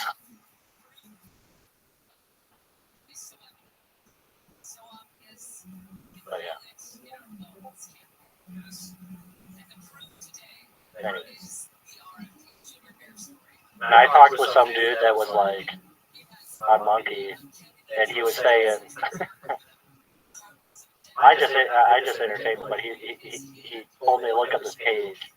So I go to this web page, and of course, as soon as I go to the web page, I get a notification saying there's been a phishing attempt for for your computer, whatever, blah blah blah, from this website. Anyways, so I'm reading these flyers on this website, and the one in particular I'm going to share with you. Okay. Literally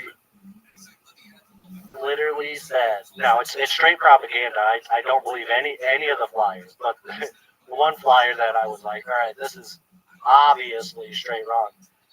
It said that Jews are responsible for feminism.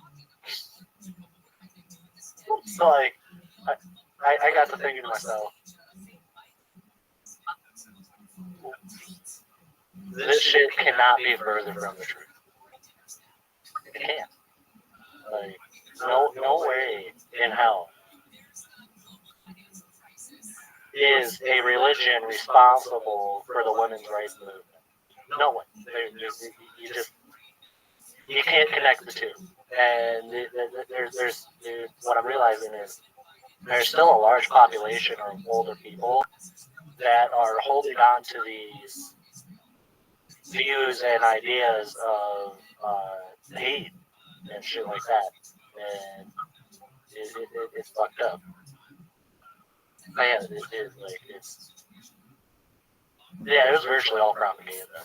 Like, it was some sad, lonely dude that probably lost an investment or whatever, and the investor just happened to be Jewish, and he was like, fuck these guys. Yeah. I don't remember the website, but dude, propaganda is thick. It's fucked up. Really, really fucked up. The misinformation in the world. Yep. Yeah. With each day it grows. Mm-hmm.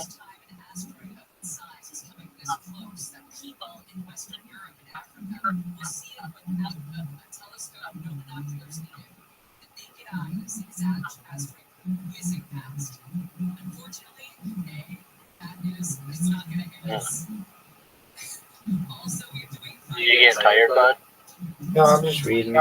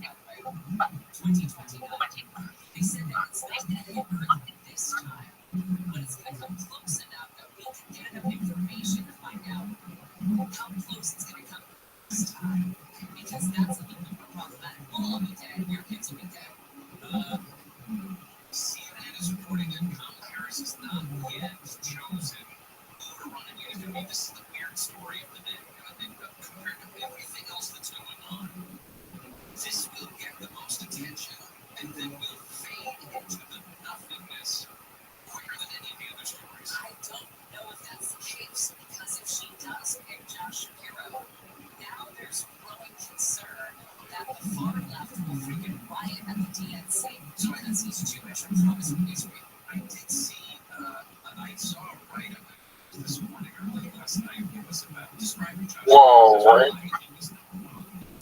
What are you watching? The Olympics?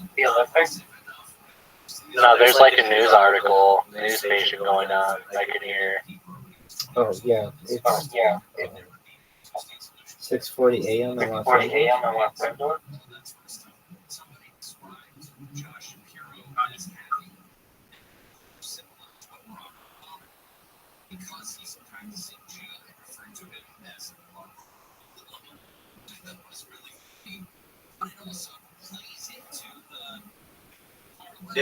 Alright, so I just have to say this. So, if Kamala Harris selects who they're talking about, right, and the way they're talking about him, oh, he's Jewish. This is what creates a negative vibe, right? Like, oh, like, why are they reporting on that he's a practicing Jew? Like, who the fuck cares, really? But, with that being said, his interests in Israel and Palestine, he's going to feel like it's more so Israel than it is Palestine, which is going to create conflict. And he has a special interest in that conflict. And essentially, it could lead us into a bigger conflict in the Mediterranean. The Eastern Mediterranean. It really can. You know, just simply him sitting there saying, hey, Kamala, this can't be happening. Like, oh, look at all these people getting killed over here. He could apply the pressure to where now American boots are now on the ground in the conflict. That's just something that could happen. Just like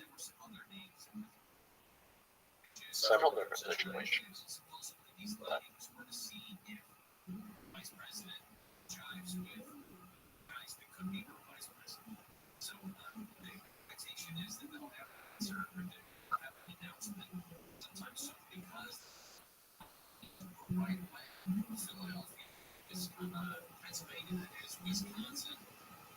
Michigan, North Carolina, Georgia, Arizona, and Nevada, all over the course of the next 5 minutes.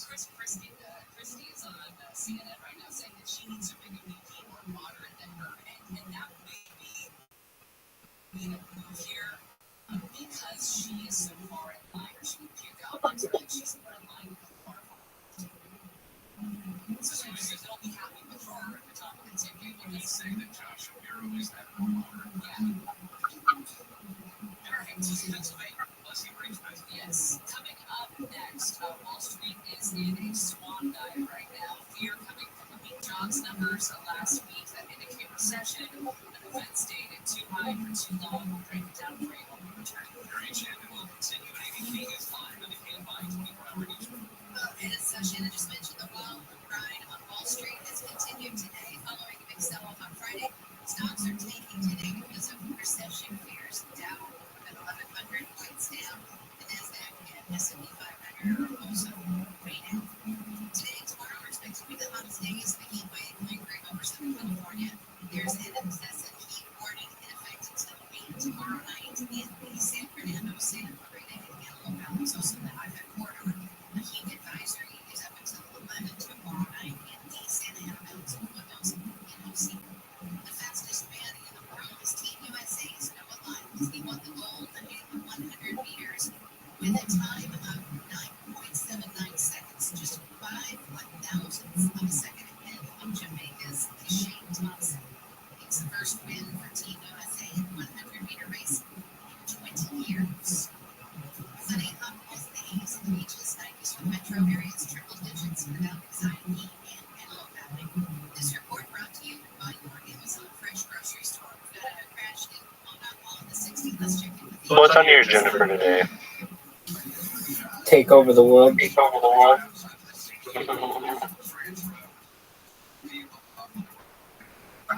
Make sure my bots keep going.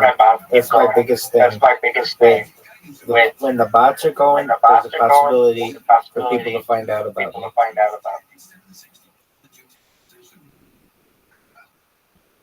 Oh, dude, people are finding out about you.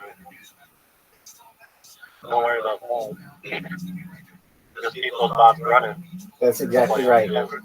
Honestly, I sit here and I'm like, I wish I could get it so that it was perfectly automated, that I didn't ever have to touch it again, but every bot has to be maintained a little bit. And these things are really, really good. And the longer they go, the more people find out about me, whether in a positive or a negative fashion. And I'm usually able to win them over if they give me the opportunity to speak with them. And then from there, it's just another person who we have and know about the project. And one of these days, somebody's going to see what I've done. Have you seen my social media? Like, for instance, Orion, and if you haven't, it's absolutely fine. But have you gone to, like, Instagram and just type Viral Rabbi? Okay, go to TikTok and type Viral Rabbi. VIRAL RABBI. and look at accounts. And I don't have Instagram. That's why. You don't need Instagram. It's TikTok. Go to TikTok. Oh, sorry, TikTok. You don't have TikTok? You don't have TikTok? You don't need TikTok You don't for need this. TikTok. All you have to do is All just you go have to to their do is search. just go to their search. So just go to TikTok.com TikTok.com and go to their search and type and type VIRALRABBI.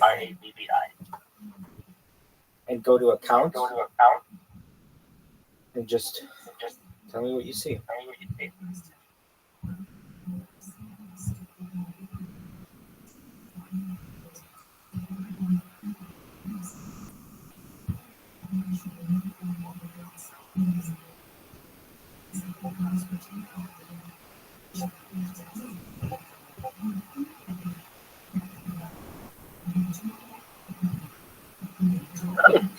1, 2, 3, 4, 5, 6, 7, 8, 9,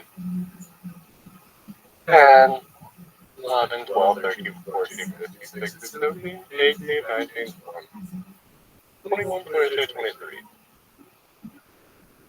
24, 25, 26, 27, 28, 29, 30, 31, 32, 33.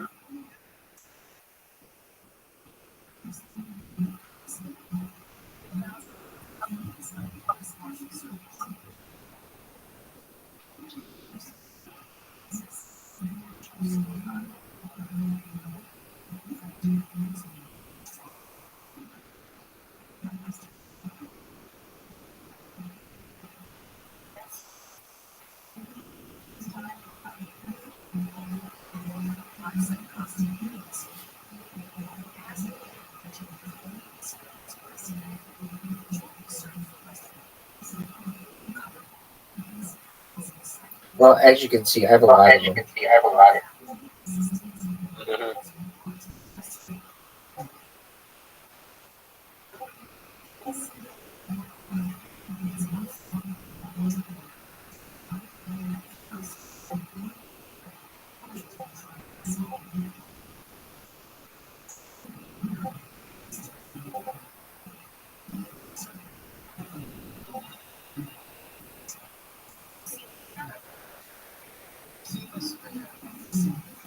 Yeah, I lost count.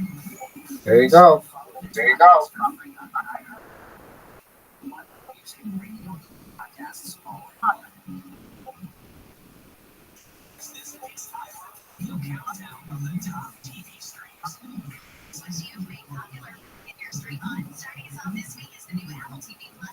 Sunny starring Rashida Jones. That's followed by the debut of the crime mystery and Good Girls Guide to Murder on Netflix. Debuting at number 8 is the new DC Comics animated series Batman, for Singer on Amazon Prime Video. Starring now. I'll be right back. Sure thing. House of the Dragon, HBO, and this is down to number 6 this week. And it's Bound to Die, starring Anthony Hopkins. Down spot to number 5. Ellie Vega at number 4 is the new Carrion Beast. Cameron. Top 3 starts with the new fantasy Time TV, starring Hillel Tutsi and Lisa Kudrow. Here on FX on Hulu remains at number 2 for the second straight week. Back on top for 2 weeks in a row is Presumed Innocent, starring Jake Gyllenhaal on Apple TV Plus. Top stream show. And those are your top TV streams of the week on iHeartRadio. Southwest Airlines was not affected until they acknowledged the reason why. Windows 3.1. You want to update all computer systems to release Windows 98? That's only 26 years old. Okay, I still got the Windows 3.1. 7 to 10 p.m. on KFI and on demand anytime on the iHeartRadio.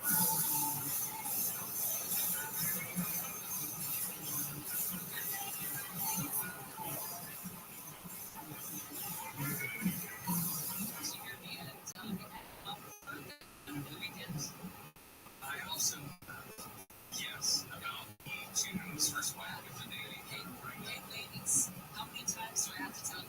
Do not have a nanny from the Netherlands. Okay,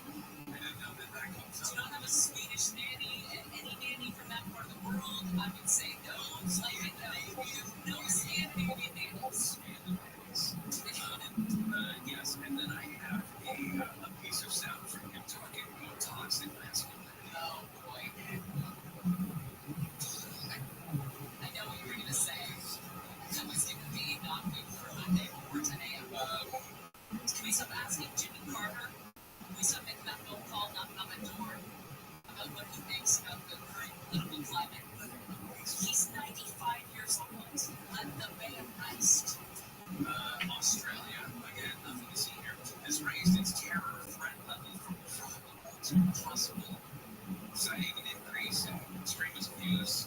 Australian Prime Minister Anthony Albanese said that he raised the country's threat level following advice from security services. All in the background, Iran expected to attack Israel in the next, say, 24 to 48 hours. Everything's fine. Axios says that Secretary of State Anthony Blinken told the G7 yesterday that an attack in response was imminent. This would be the second time that Iran.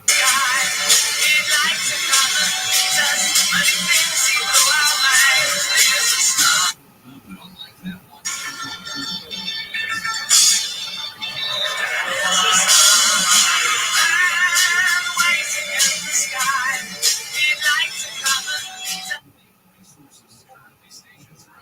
So there's a hurricane. There is a hurricane. Well, was a hurricane. Good news is that Debbie's been downgraded to a tropical storm, and she's still killing children. Well, there's that. I mean, it's fun. And then Wall Street. Wall Street down 760. Was down by as much as 1,100 and change earlier in the trading day. Experts say the fear is coming from those weak jobs numbers in we saw on Thursday in the session. In fact, the Fed stayed too high for too long. Unemployment benefits paying life, which is an indicator of massive layoffs. Experts say that this could be a reaction to the few of those weak economic data. It's maybe a course correction because we still remain high in both main markets, but that I think the phrase was we're normalizing, but this right now feels like too much shock and awe. Yeah, Barry Bannister is the chief equity strategist at Stifel, and he suggested one thing that could come from this is that the Fed cuts interest rates, whether they do it by a quarter point, half a point, 50 basis points is not expected. I think Chairman Powell doesn't want markets to believe that there's an outright Fed cut. I was thinking we have to see Thursday, Friday that in 1987 crash that was the Deutsche Mark balance, the Japanese yen. These circumstances were so rates and respond when they cut rates. Ever since then, the market believes they can save the Fed to have 50 basis points would be a huge mistake. There's a lot of great people on both sides. There's great people on both sides. I know Harry is a great person. He couldn't vote for me at the time, but now he can vote for me once he gets out. I love Snoop Dogg, great person. I love excuse me. Fake news. I love what's your favorite Death Row record on Mr. Trump? Still trying to get them down. Excuse me. Fake news. I'm trying to give you the virus. I beat the virus. I said it's like they try to give the virus. Like, who is they? I beat the virus.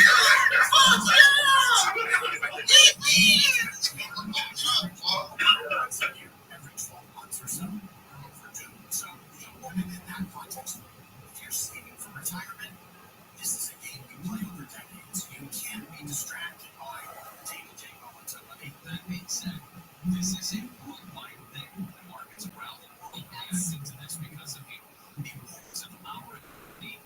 Their fear that our economy may be pointed towards recession. And that's what we learned in 1987 of how interdependent and interconnected we are with all of our markets. Did you say, did I hear you say Jeff Bezos was going to be just fine? Yeah, thank God. Because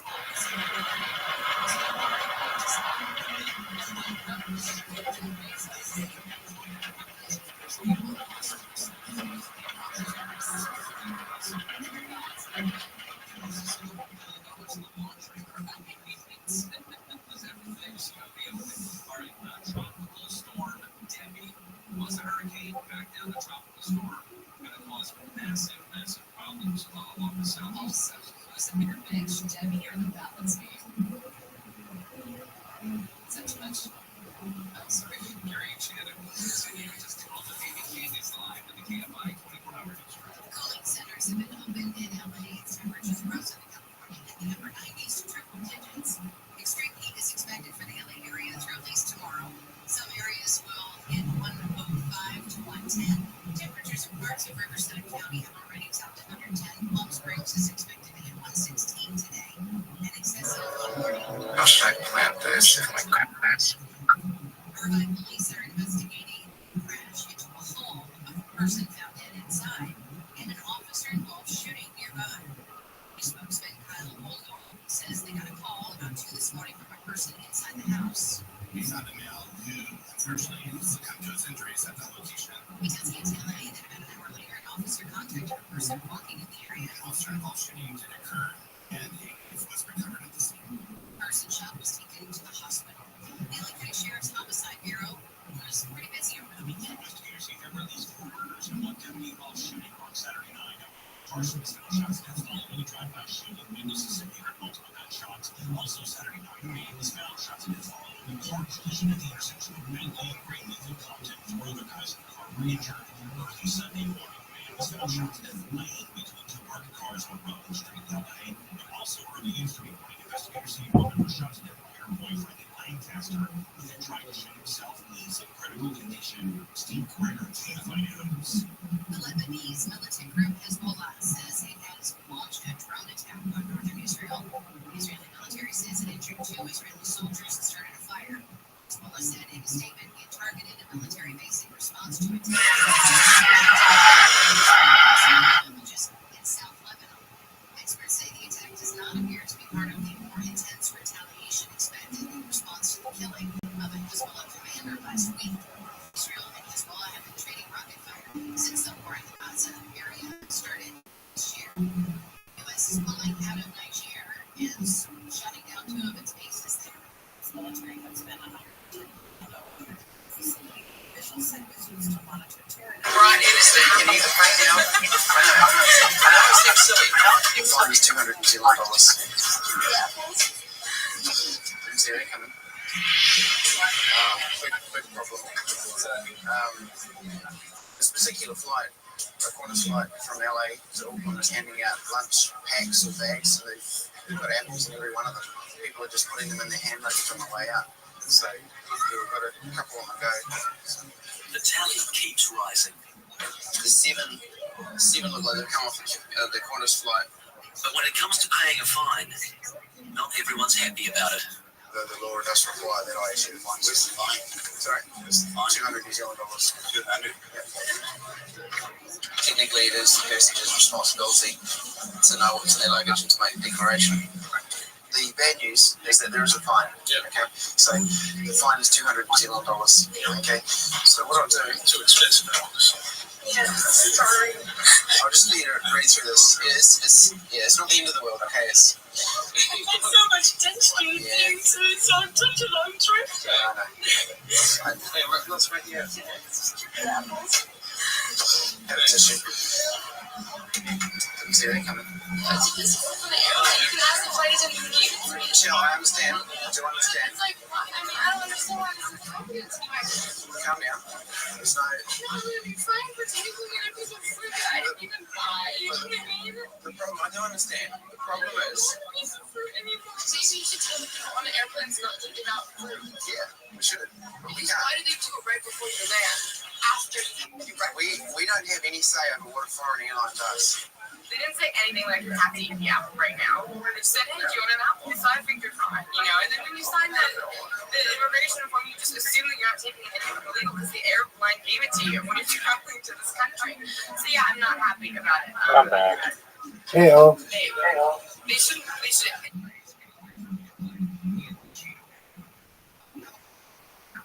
And even let you know that you can't bring that piece, that specific piece.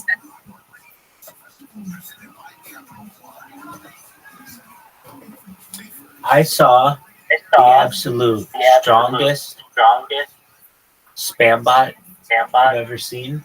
It was last night.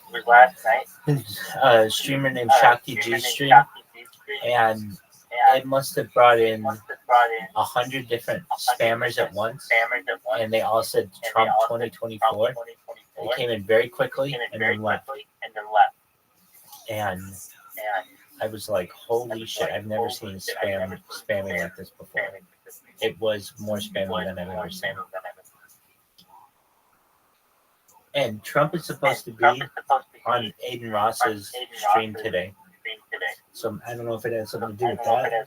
I'm not sure. But I do know when it comes to Fuck Aiden Ross. And fuck Donald Trump. Fuck Biden. Yeah, I think they're all corrupt. Rabbi. Yo, dog. You should run for president. I nominate you to run for president, and I'll be on your cabinet. I don't even need to be your vice president. Just let me on your cabinet. I'll be the acronym will be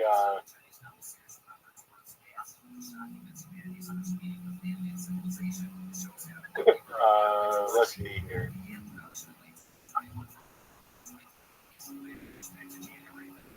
NBI would be my acronym, right? I would be the head of the NBI, right? All right. National Booby Inspector. There you go.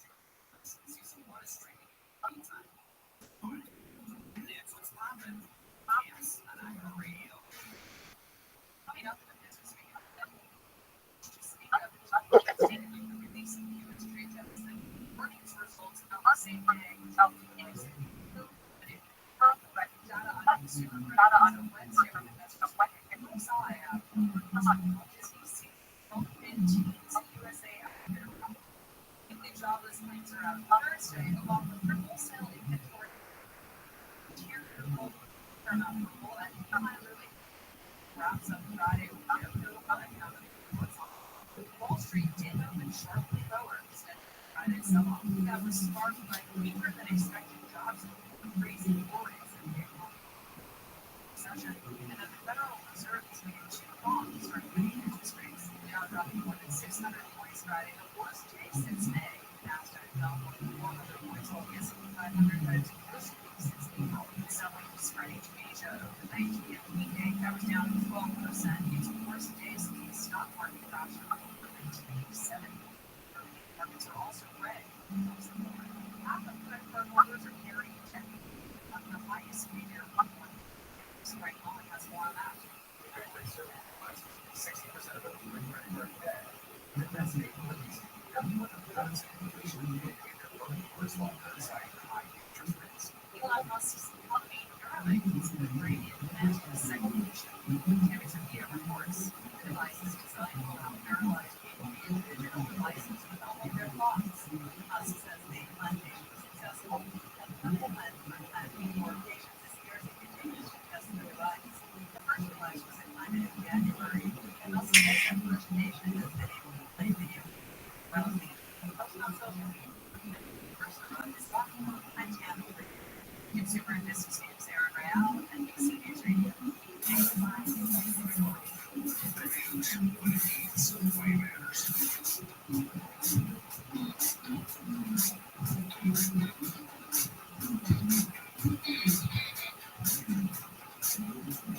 Have you just given up now, Jacob? Just playing random beats.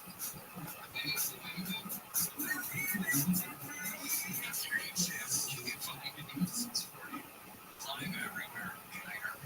The Olympics, what a ratings the dance of that was. Beginning with the opening ceremony, the 5-day total audience average was 34 million viewers, up 79% from Tokyo. I think part of that is because that was COVID Olympics. There was zero energy, zero excitement. There's no crowd. It was nothing. Did you hear about the hot Paraguayan swimmer who was kicked out of the Olympic Village because she's too hot? What a distraction. She was tired. She did via social media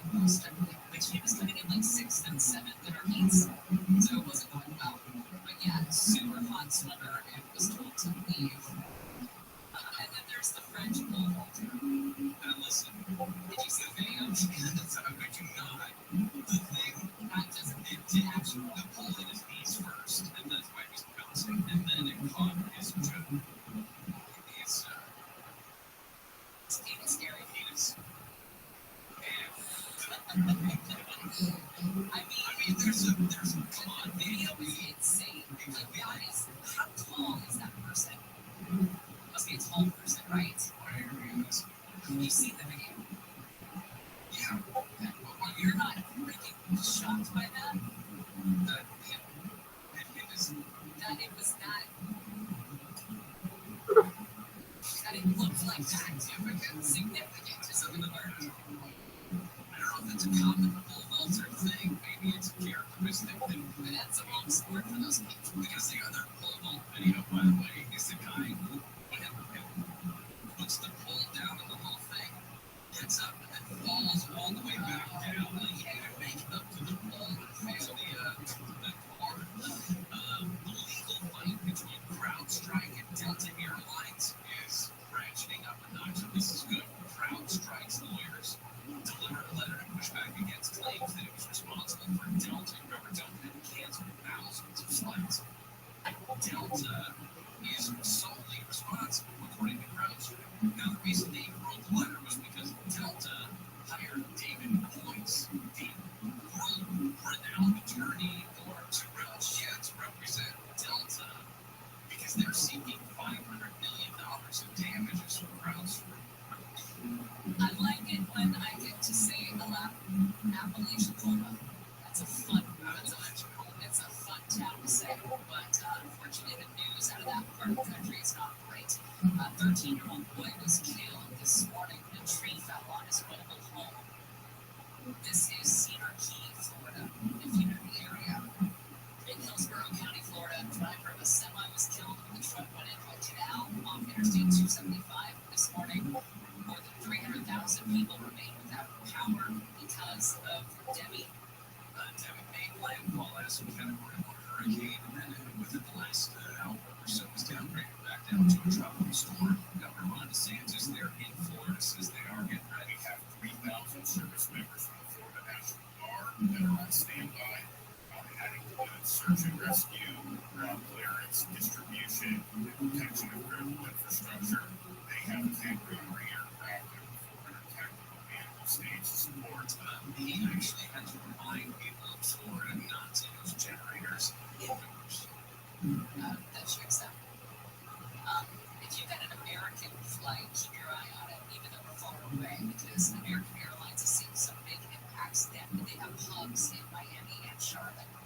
And so there's been 1,500 flights canceled already, so it may have a ripple effect throughout the rest of the country. Yeah, Georgia, North Carolina, and South Carolina are the ones that are paying attention now. I mean, as this thing moves through, it's not going very fast, which is going to be a problem. The suggestion from the National Hurricane Center was that we could see 20 plus inches of rain, and the director of the National Hurricane Center said it could go as high as 30, although I think he's kind of backed off a little bit on that. But you're talking about South Carolina and Georgia specifically just watching this thing churn right there along the coast, and if it slows down, that means a lot more rain and the potential for, like I said, 20 plus inches of rain. Up to 30 inches in parts of southeast Georgia and South Carolina. I feel like I've said the phrase historic flooding at least 3 times since the start of the year. Yeah. Did you hear about this new technology, AI, being tested in the UK to identify those at risk of a heart attack? It seems a game changer. That AI can detect inflammation in the heart that CAT scans and X-rays can't see. I'm not a scientist. Good Lord, I can't tell you because I am a doctor. A paragraph or something. That patient, I can put it right behind the first couple sentences. They're different Conway. Patients with heart inflammation are 20 to 30 times more likely to die over the next 10 years of a cardiac issue. Have you made your appointment? Are you going to make your appointment with a cardiologist? Or are we just waiting for you to die here? Right? That would be something if you got a heart attack live on the air. Yeah. And then I would run and I'd be able to get into the bed machine, and the alarm would sound. It's too bad for you. You don't have that luxury. You're on the floor with a heart attack. Just goes get great.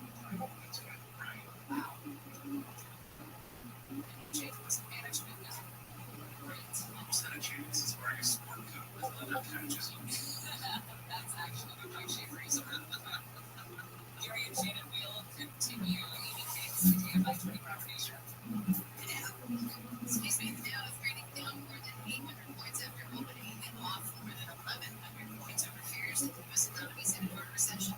Those fears bolstered last week by a weak jobs report, and the Fed deciding to keep interest rates where they've been for a while at a 23-year high. The second San Diego-based aircraft carriers headed to the Middle East as tensions increase between Israel and Iran. And about this, the USS Abraham Lincoln is making its way to the Middle East with F-35C stealth jets on board.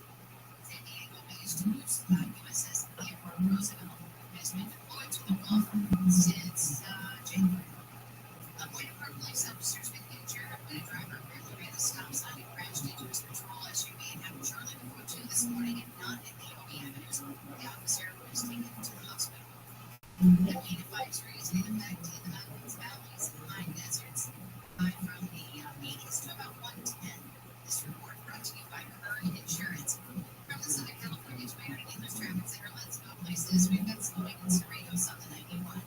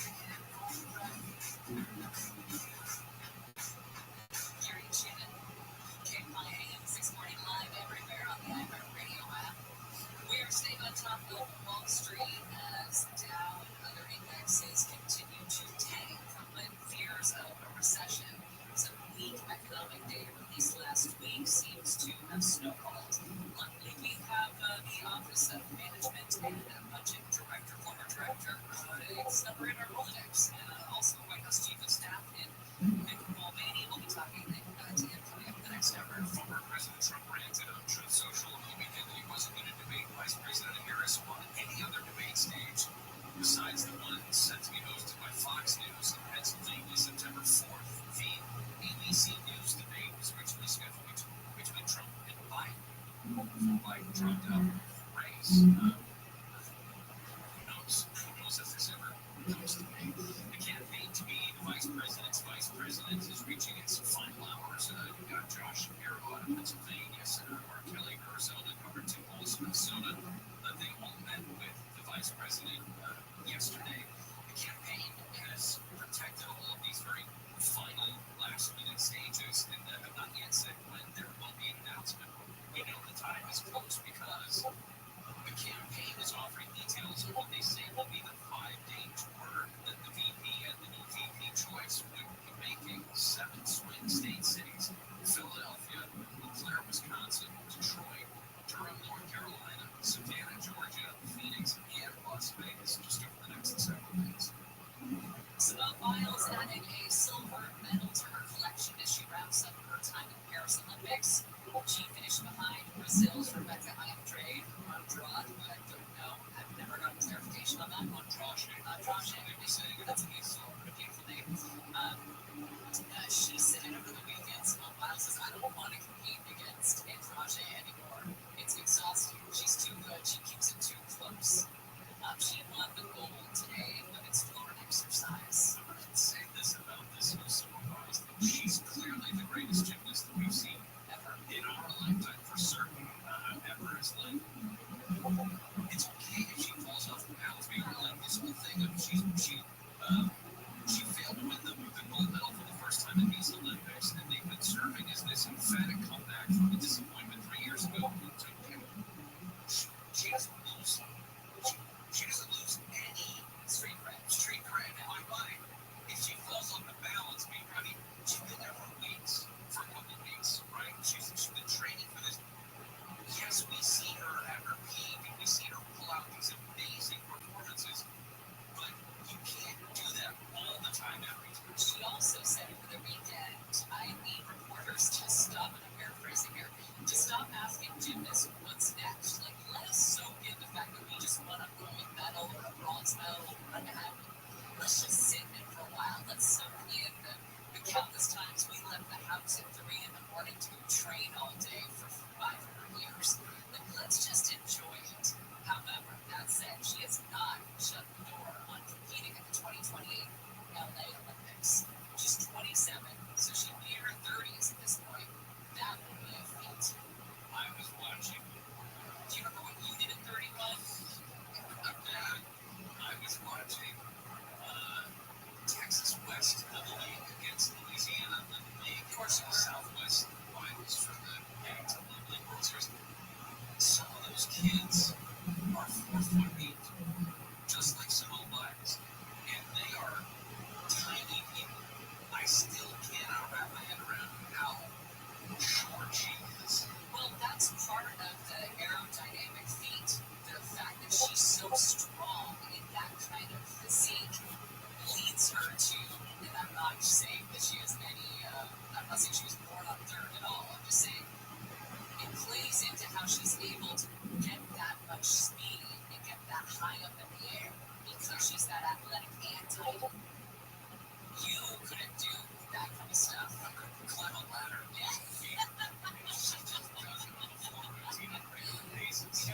But that said, balance beam is very tough apparatus. That said, I have worked in some training exercises for us today to get better on the beam. Okay. What is that going to entail? Are we going to tape off a little? How wide is it? It's 4 inches. That's a really good idea. Tape off a little 4-inch thing. Not look at it.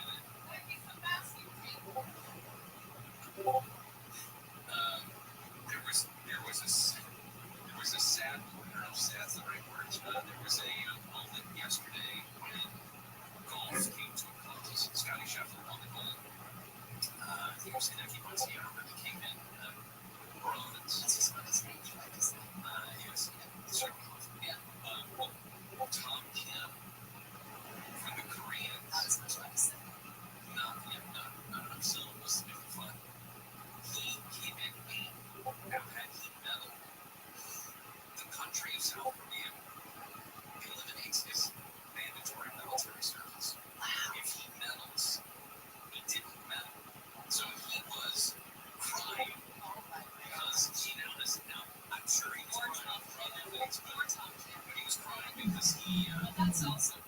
You really let your country down. The Guinness is great, but you need to do well for your country in that regard. A couple things. Number one, it's 3.937 inches wide.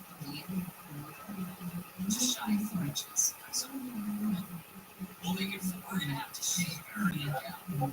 Here's the new one. Yeah, you know, cut off that's not over my cords. I got also, I don't like this whole China leads us in gold medals. Does that make me a 67-year-old man of China? No, it's fine. I don't like it. I know that we lead, the United States leads in the medal count, but we're behind China last time I checked. In gold specifically. That's okay. It's not okay. Well, I mean, it's okay. I have to accept that. That's the good thing is we don't determine value based on or importance in the world based on the Olympic. I think that we should compete in all ways. In all ways.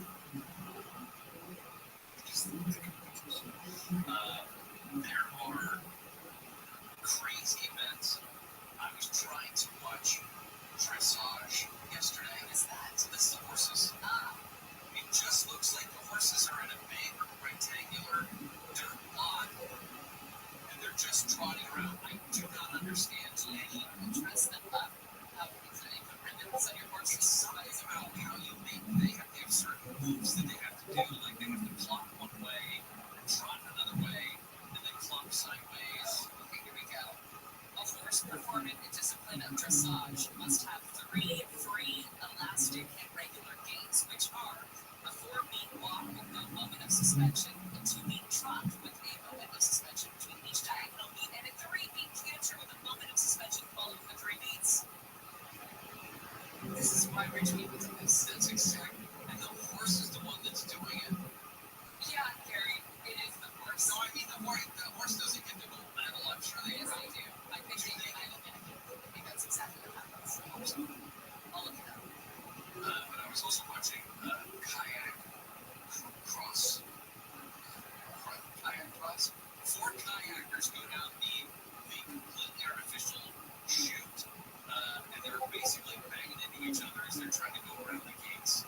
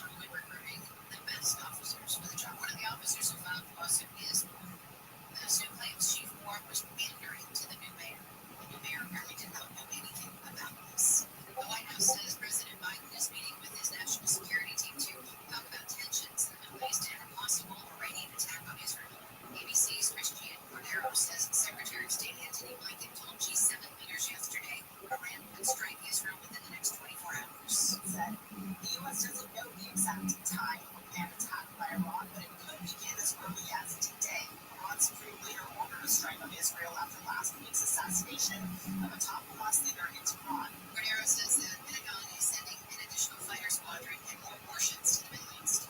The U.S., UK, and other governments have urged their citizens to leave Lebanon because of the possible war between Israel and Hezbollah. The U.S. and other Western countries say they've been trying to de-escalate tensions across the region.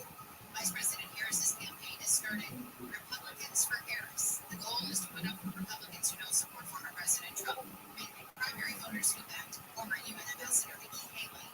Harris is National Director of Republican Outreach, used to be Chief of Staff to former Republican Congressman Adam Kinzinger, who endorsed the Biden-Harris ticket before the Biden-Trump debate. Kinzinger was one of two Republicans on the House committee that investigated the January 6th attack on the Capitol. Elon Musk's Neuralink has successfully implanted its device into a second patient.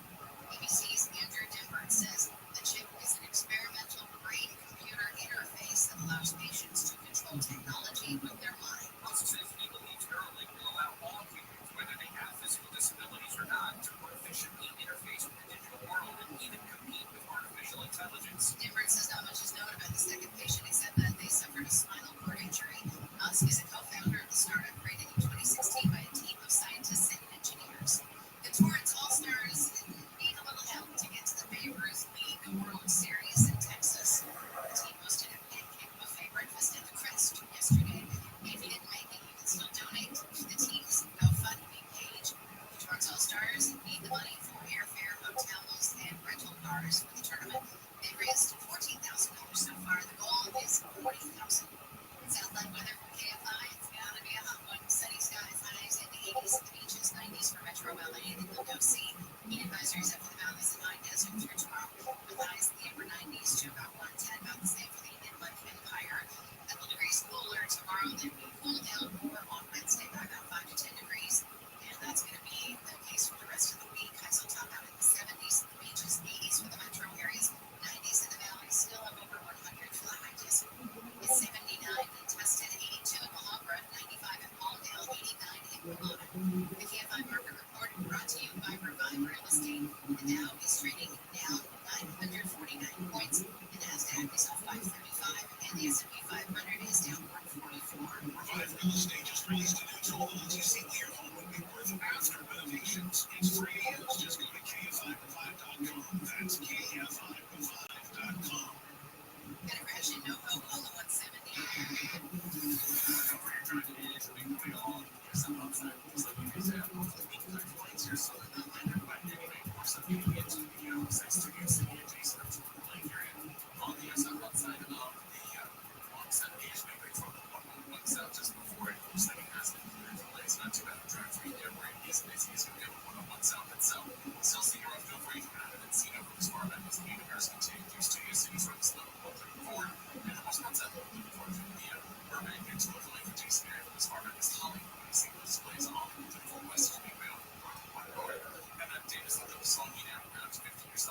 Keyword is came by Travis to sing a massive play for him. He's outside of the N91 as you're coming out of the Cerritos area from before Bloomfield or Artesia Boulevard and make that much more phenomenal. So that's the best food truck again.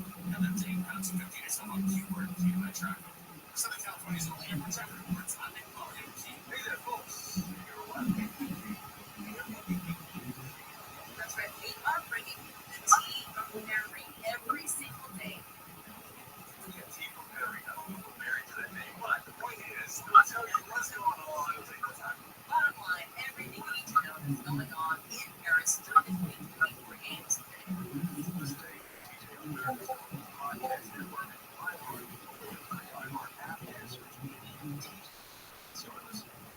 The free iHeartRadio app is number one for music, radio, and podcasts, all in one. Discover a new podcast from our library of over 350,000 titles. Here's an iHeartRadio podcast preview.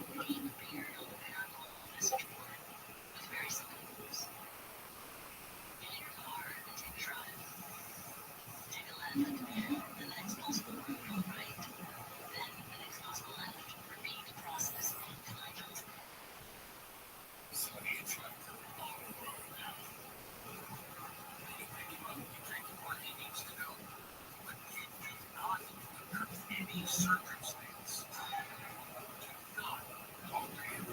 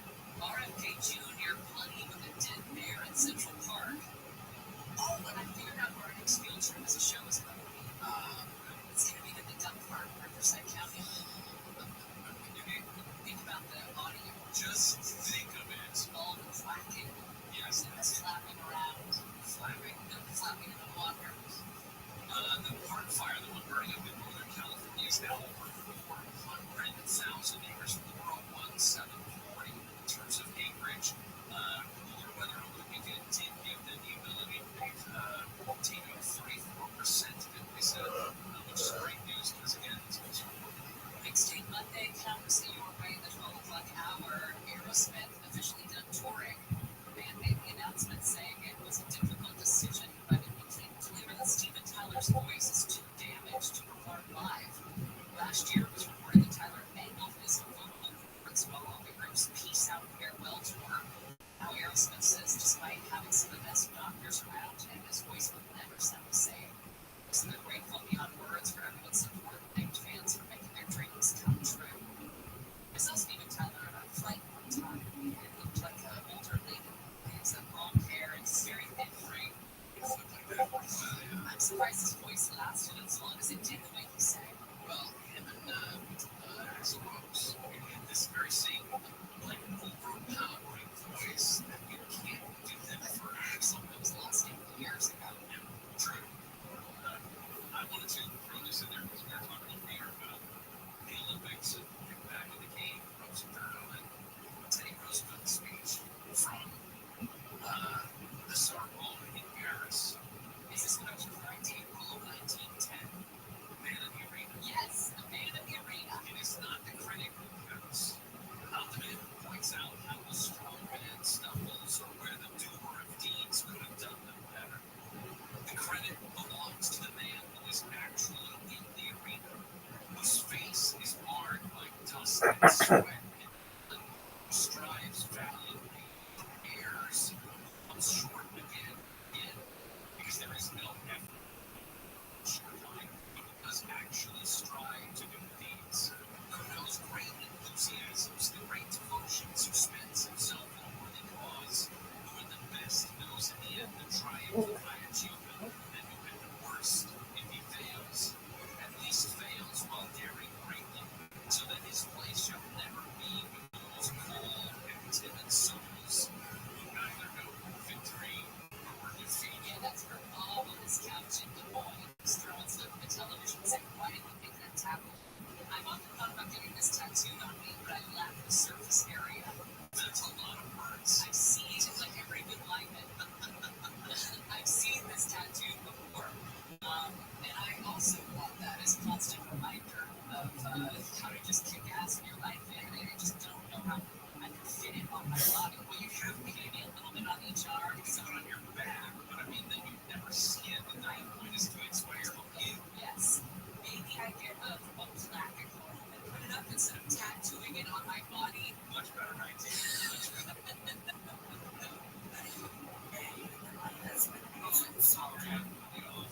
Hey, Gary and Janet, happy Monday. This is Renee, and no specific reason to call, except to say my husband is in small town Minnesota, listening to you guys on the Earth Radio. And I was just going to play this and give a shout out to him. Hi, Bob. Renee, you can just call your husband. Yeah, there's that. You don't need us as a conduit. Renee. Maybe she's trying to. I'm happy to help a love connection flourish.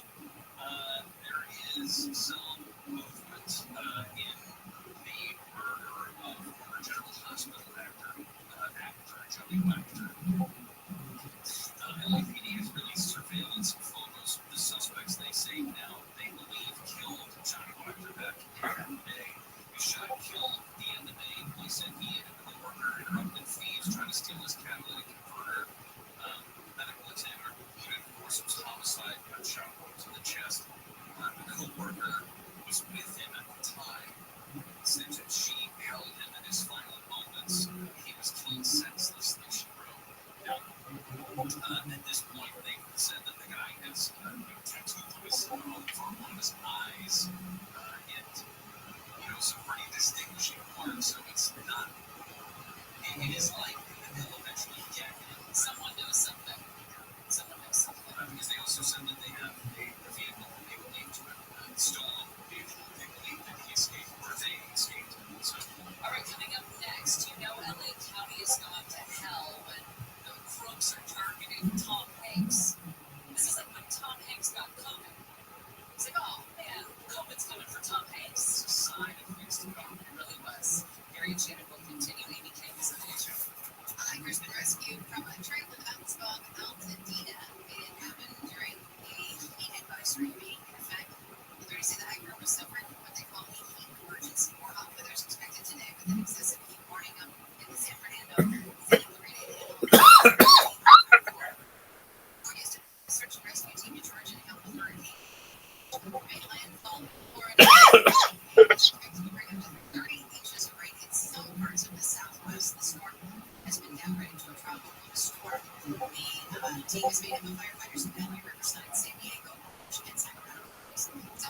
Orange County Fair is a millionaire.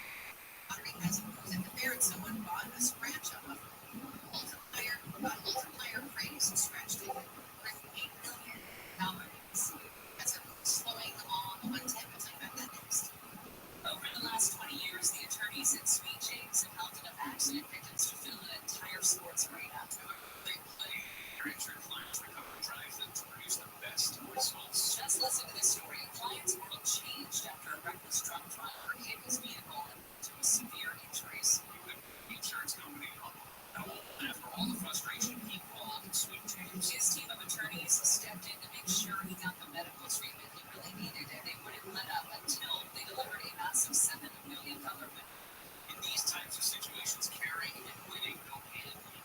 So it means medical care, it means maximum compensation and justice. That's Sweet James. If you're ever hurt in an accident, results matter. Call the attorneys at Sweet James and don't wait, because waiting can hurt your case. 809 million. That's 809 million. 809 00 0000 or go to sweetjames.com. Sunny and hot with highs in the 80s at the beaches, 90s for the metro areas, triple digits in the valleys, IE and Antelope Valley. We've got slowing in South LA on the 110.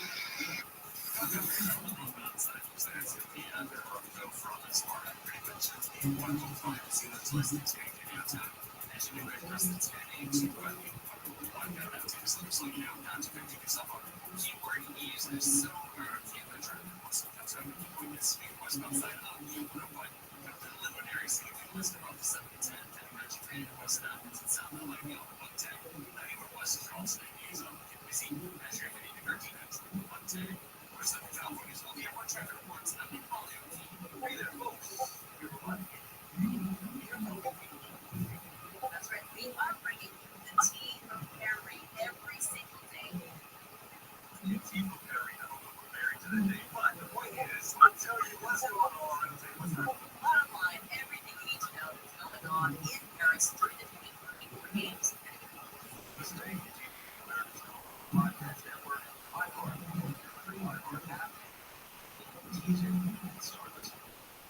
Here's this week's iHeartRadio countdown of the top TV streams. Here's what you've made popular by In Your Stream On. Starting us off this week is the new Apple TV Plus mystery Sunny, starring Rashida Jones. That's followed by the debut of the crime mystery A Good Girl's Guide to Murder on Netflix. Taking over is the new Disney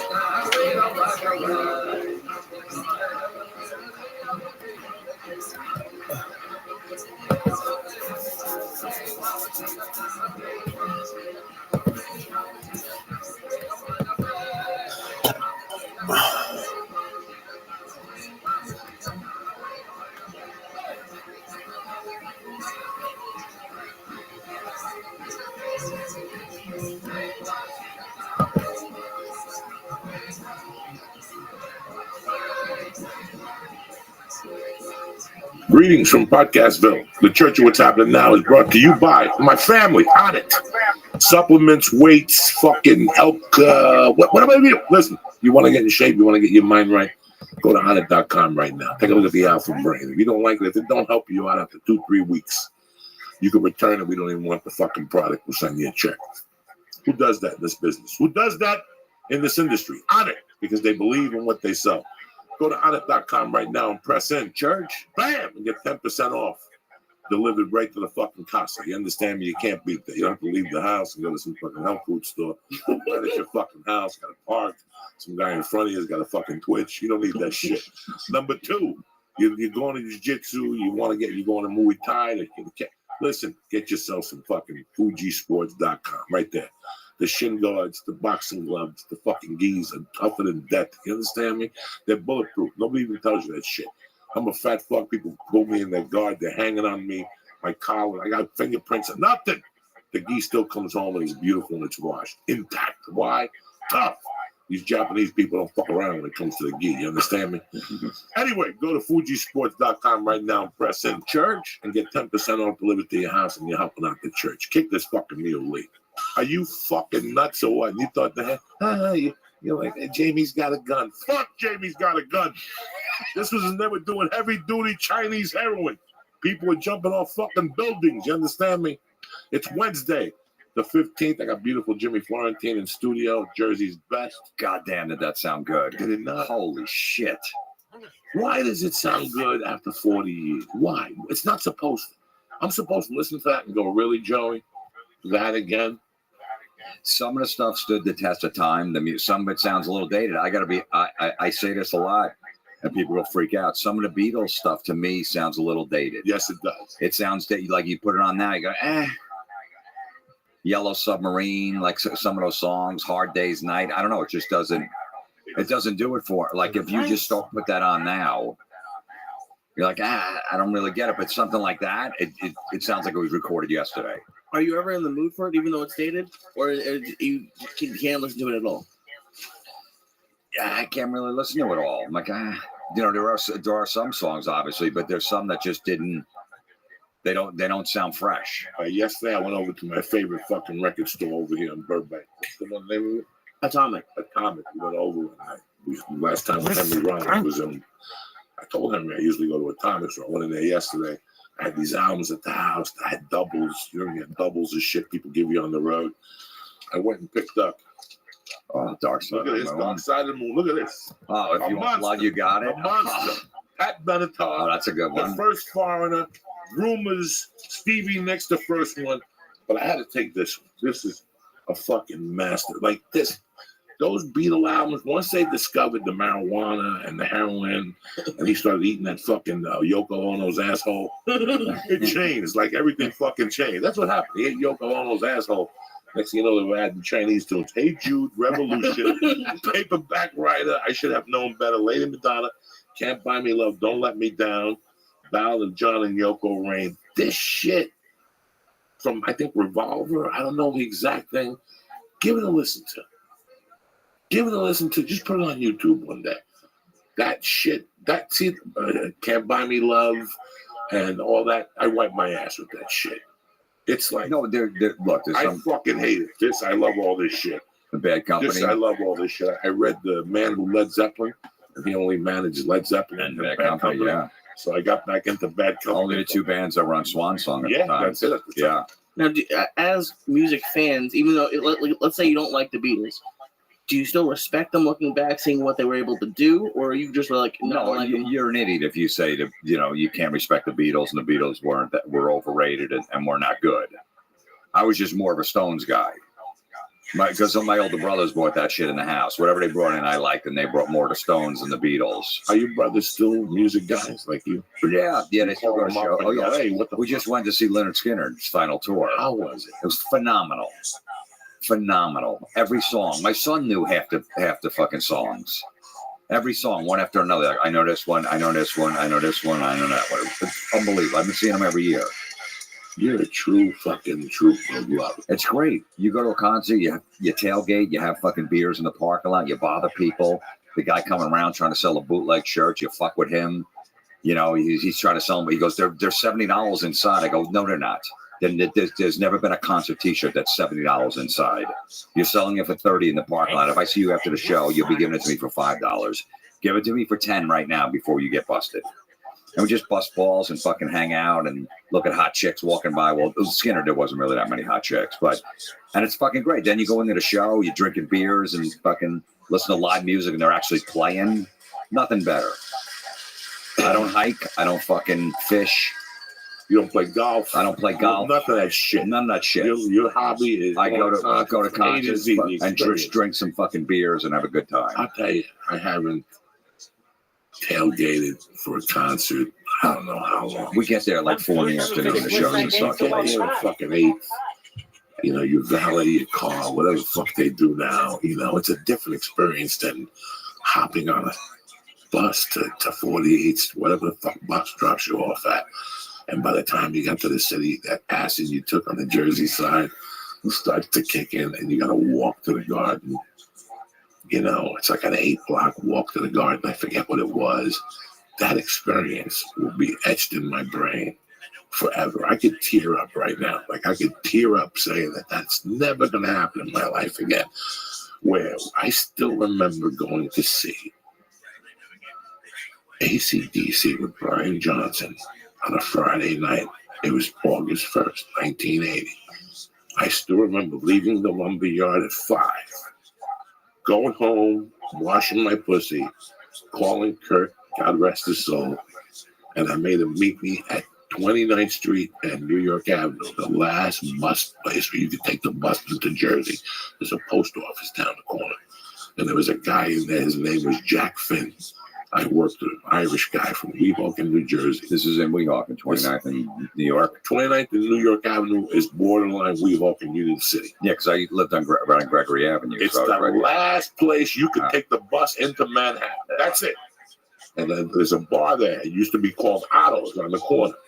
And listen to me, I'll never forget going in there with maybe, what did I have in those days? We bought a half gram of coke from Jack Finn. Jack Finn was the first person that I ever saw get coked up and make faces. By the time I started making, it took me 3-4 years to start making faces and start wiggling my hands. Jack Finn was in 1980 was already getting creeped up and doing shit like, when you bring him in front of people, people go, "What the fuck is this problem?" Yeah, the guy's here. He's gonna be right back. He was creepy as shit. I'm gonna get you a gram. This shit's great, but you gotta leave something for the mouse. So right. You would have to leave him 2 lines of coke. And I still remember being, whatever 1980 was, I was 17. And getting on the bus with Kurt, we bought a pint of blackberry brandy and an 8-pack of nips. And we drank them on the fucking bus like you just chugged them. The bus driver didn't say shit to you. You could be we were kids drinking those fucking beers on the bus. We split them, and then we got off on the Port Authority, went downstairs, and the whole walk. In fact, that was at the Palladium. That was not at the Garden. AC/DC with Def Leppard, August 1st, 1980. We went to the Palladium. And I'll never forget, I was just telling somebody that you had to was telling Timmy Holloway that you had the cool people, the people who knew drugs, knew that if you went behind the Palladium, there was a fence that was ripped down, and you'd go back there before the show started, and people were back there banging, drinking. Oh, yeah. A lot of people didn't know about that. There was a little fence back there. So me and Kurt, this white kid, Di Lorenzo, went back there, did a couple bumps. We finished the Blackberry Brandy. It was the hottest night ever in New York City. I was at that show. The hottest night I have ever experienced. And I got jeans on, a T-shirt, and AC/DC, Def Leppard came up and destroyed. And then it could have been Iron Maiden. It was either Iron Maiden. It was Def Leppard, yeah. And then AC/DC came out with the fucking bell. And in those days we used to do acid and then do blow, and we had a Quaalude for later. It was over. I still remember walking home with such a high. AC/DC was sensational. But that was my tailgate. And then I started going to another concert that I went to that you went to. You were fucking Cherry Bomb. That was I down at Asbury Park. Conventional. I want to say shout out to Rabbi. I want to say shout out to Rabbi. Joe Rogan podcast. Check it out. Check it out. Because there was a trend of Joe Rogan podcast. Check it out. And it was you. By night, Joe Rogan podcast by night. All day. Yeah, I want to say hi to Rabbi Rothschild. Yeah, shout out to Rabbi Rothschild. Huh? Shout out to Rabbi Rothschild. Huh? Shout out to Rabbi Rothschild. Summer of 78. Oh, hey, everybody, upgrade your browser. We saw some kinky shit. But it wasn't until I went to see Dio with Sabbath and Sammy Hagar with Shakin' Street down at Philadelphia, where we were outside. I tailgated for that. At the Spectrum, yeah, because you could tailgate at the parking lot. I'll never forget tailgating there, and we're out there with the G-Bo Coke, blasting like we owned the place. And all of a sudden, they took us by the heads, and like FBI, open your trunks. We all had powder on us. We all had fucking Quaaludes. We had everything on us. They made us open our trunks, and they were looking for shirts. The bootlegs, the counterfeit shirts. And they didn't care about the drugs? They didn't give shit. They searched everything. They even found a package of Coke, left it. Nothing. That's the concert where we stopped at McDonald's, and we had like 13th row. But my buddy came back and he goes, "Look, I got 6th row tickets." I go, "What'd you do with those tickets?" He said, "Crazy." I go, "I'm going to fucking kill you. He's a counterfeit. He just got taken." No, they were real, Jimmy Florence. They were real. We were right up to the 6th row. We were watching people spit on their fingers in Philadelphia and fling it at Sammy Hagar. Sammy Hagar was so terrible with Shakin' Street Now, he was on tour at that time, and Ronnie Montrose was on tour, on 2 different tours. So we got to see Sabbath. It wasn't Blue Oyster Cult yet. That was opening for them. Remember? And then they went on the Black Yeah, the Black and Blue. Yeah. This was still Sammy Hagar. And I'll never forget us looking around, tripping, and people spitting at their fingers, flinging it at Sammy Hagar. Sammy Hagar, like, duck and spit with fucking people in Philadelphia. This is why when I saw the Bill Burr show 30 years later, I laughed my ass off. Because I go, that's nothing. I saw them spitting on their hands, throwing it at Sammy Hagar. Who does that shit? Now, Jim, you said something a couple minutes ago that it wasn't a good show to see girls. Did you guys ever meet girls at these shows? You didn't give a fuck. Well, first, that AC/DC Def Leppard show, I remember Joe said that was the hottest night in New York. Okay, so me and my friend took the train in from Jersey. We're walking back to the Garden after the show. We just bought 7 AC/DC shirts. We saved all our money. We got the baseball jersey. We got them all because we were so excited. We're going to buy every. So we walking back and we got mugged by 3 Puerto Ricans. They took our shirts. We're just talking. Oh my God, was that great? The encore. Boom! They punch us in the head. They grab our shirts and just walk away. They're bigger than us. And I remember yelling, "Go, where the fuck are you guys going to wear those shirts?" I'm like, what Puerto Rican is going to go back to wherever he is from and going to wear a fucking AC/DC baseball jersey? The Back in Black fucking 1980 tour. No one's going to know that music. And they just left with our shirts. And that was that concert that Joey was at. Same concerts. But yes, you girls would hook up with you at these shows. There would be some girls that would come to the shows. You know, I remember, I don't know if I told this story. I put it in my book about seeing the Scorpions at the Spectrum. I got front row somehow. It was a general mission. I got all the way up front. I went to go get some beers, and I saw this hot chick. And it seemed like she was by herself. I said, "Hey, you want to come in the front? I can get you in the front. We'll just switch tickets or whatever. Just follow me. Just keep walking like you know where you are, and we'll get right." So I get this girl right in the front. She's a 9 on a scale of 1 to 10. And we're in the front row and the Scorpions comes out and we start making out before the Scorpions come on. I'm like, holy shit, this is great. They're on stage and she starts flashing the band. She's showing her tits. And the band's going, yeah, give me the thumbs up, giving her the thumbs up. I'm feeling her up during the show. I'm grinding my dick on her ass. We're making out. I'm sucking on her neck while they're fucking playing, Love Drive. I'm like, this is fucking amazing. I'm gonna get laid after the show. I just met this chick. The Scorpions are going crazy. Right, the show ends. One of the roadies comes over. He goes, "Hey, the Scorpions want to meet you too. Come on, follow us." So I'm like, "Holy shit, we're gonna go meet the Scorpions." We get to the fucking door, and there's a big bouncer there, and she goes first, and then I'm going through. And he goes, "No, just her." And I go, "No, the Scorpions said they want to meet us." He goes, "No, just her."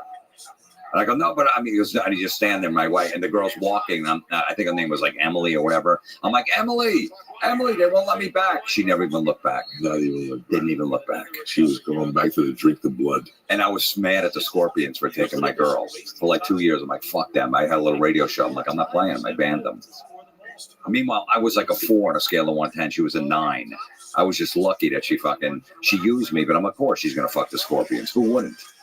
I don't ever think I hooked up or tried to hook up with a girl at a show. I took a girl to see Ted and AC/DC at the Garden. I was at that show. That was hot. The year before.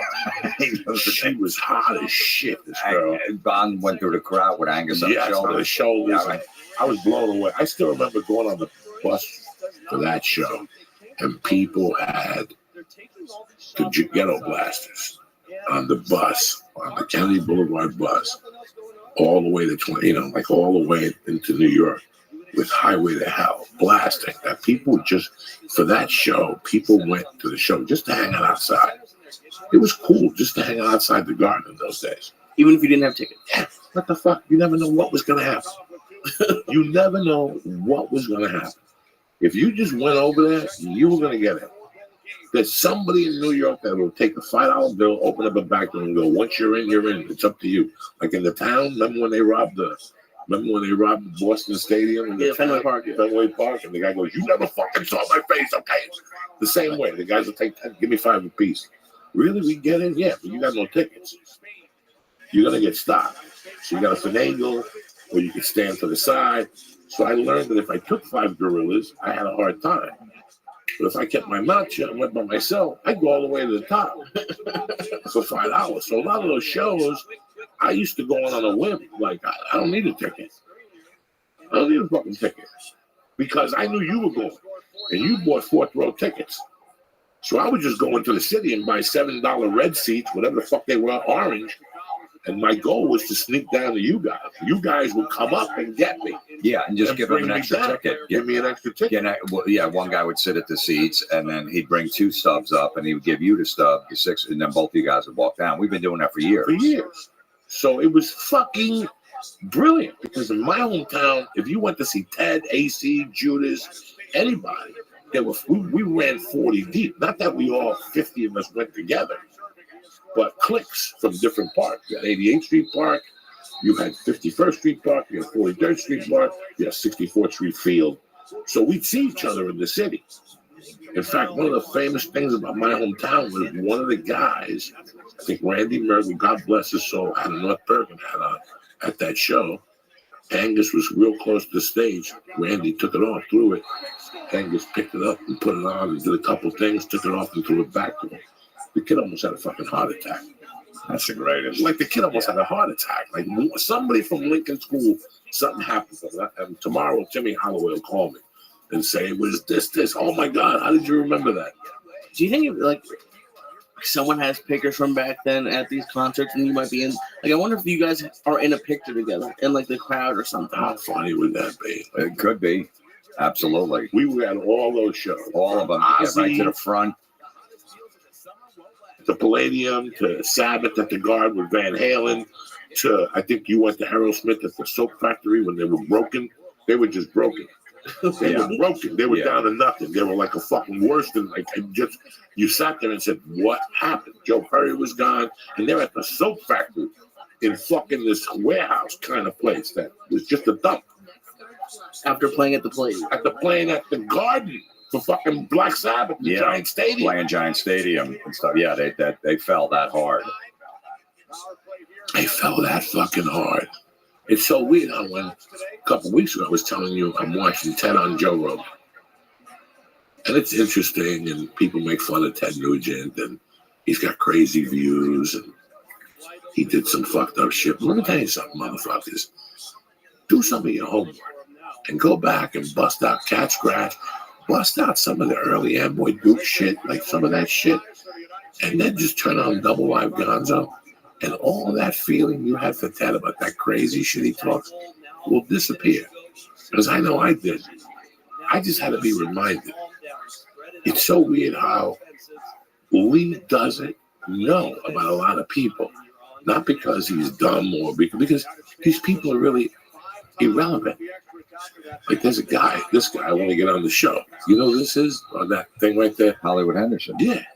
I want to get him on the show. If you go to his Twitter, he's got like, I need to get my story out there.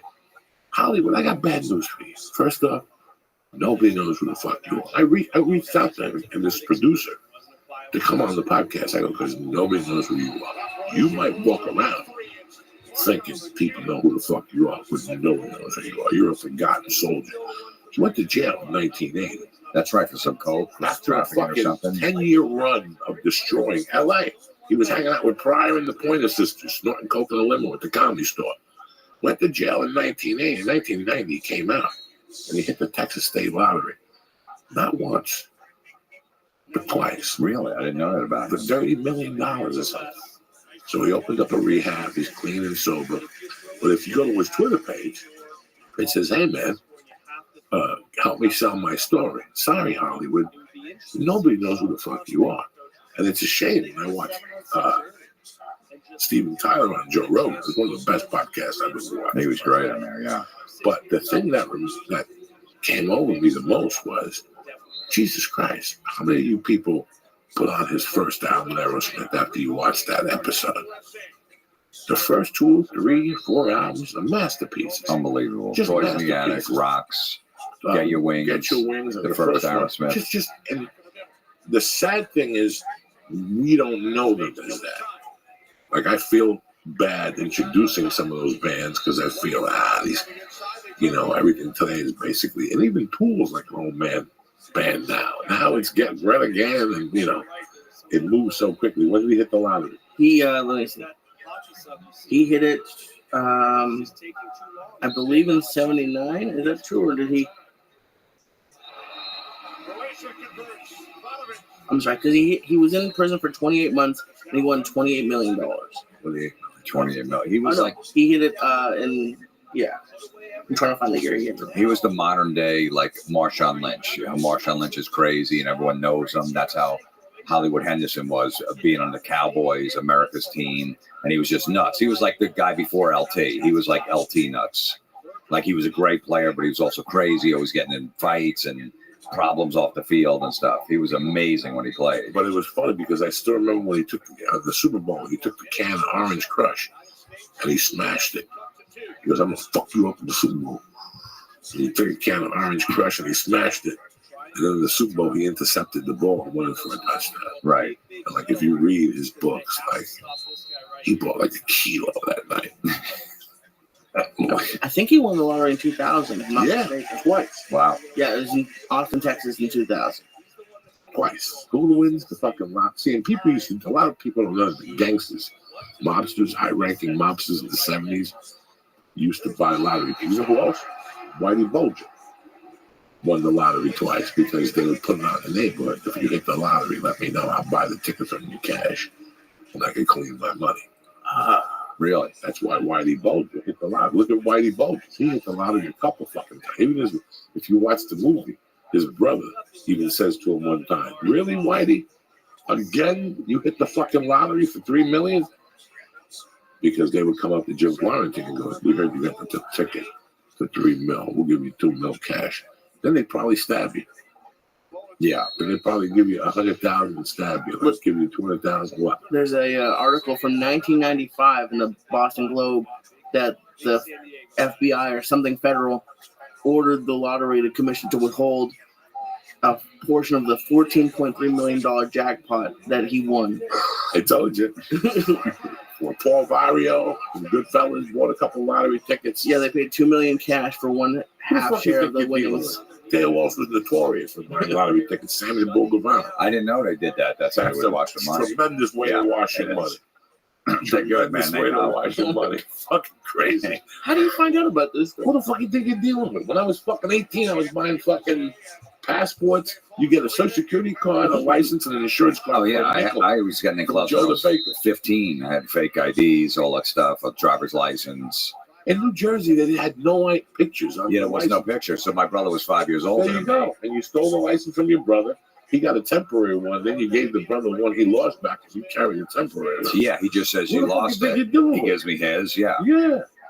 And it was only 18 to drink, so I was getting in at 15. I was going to 15, they're looking at you going, you look young. What sign are you?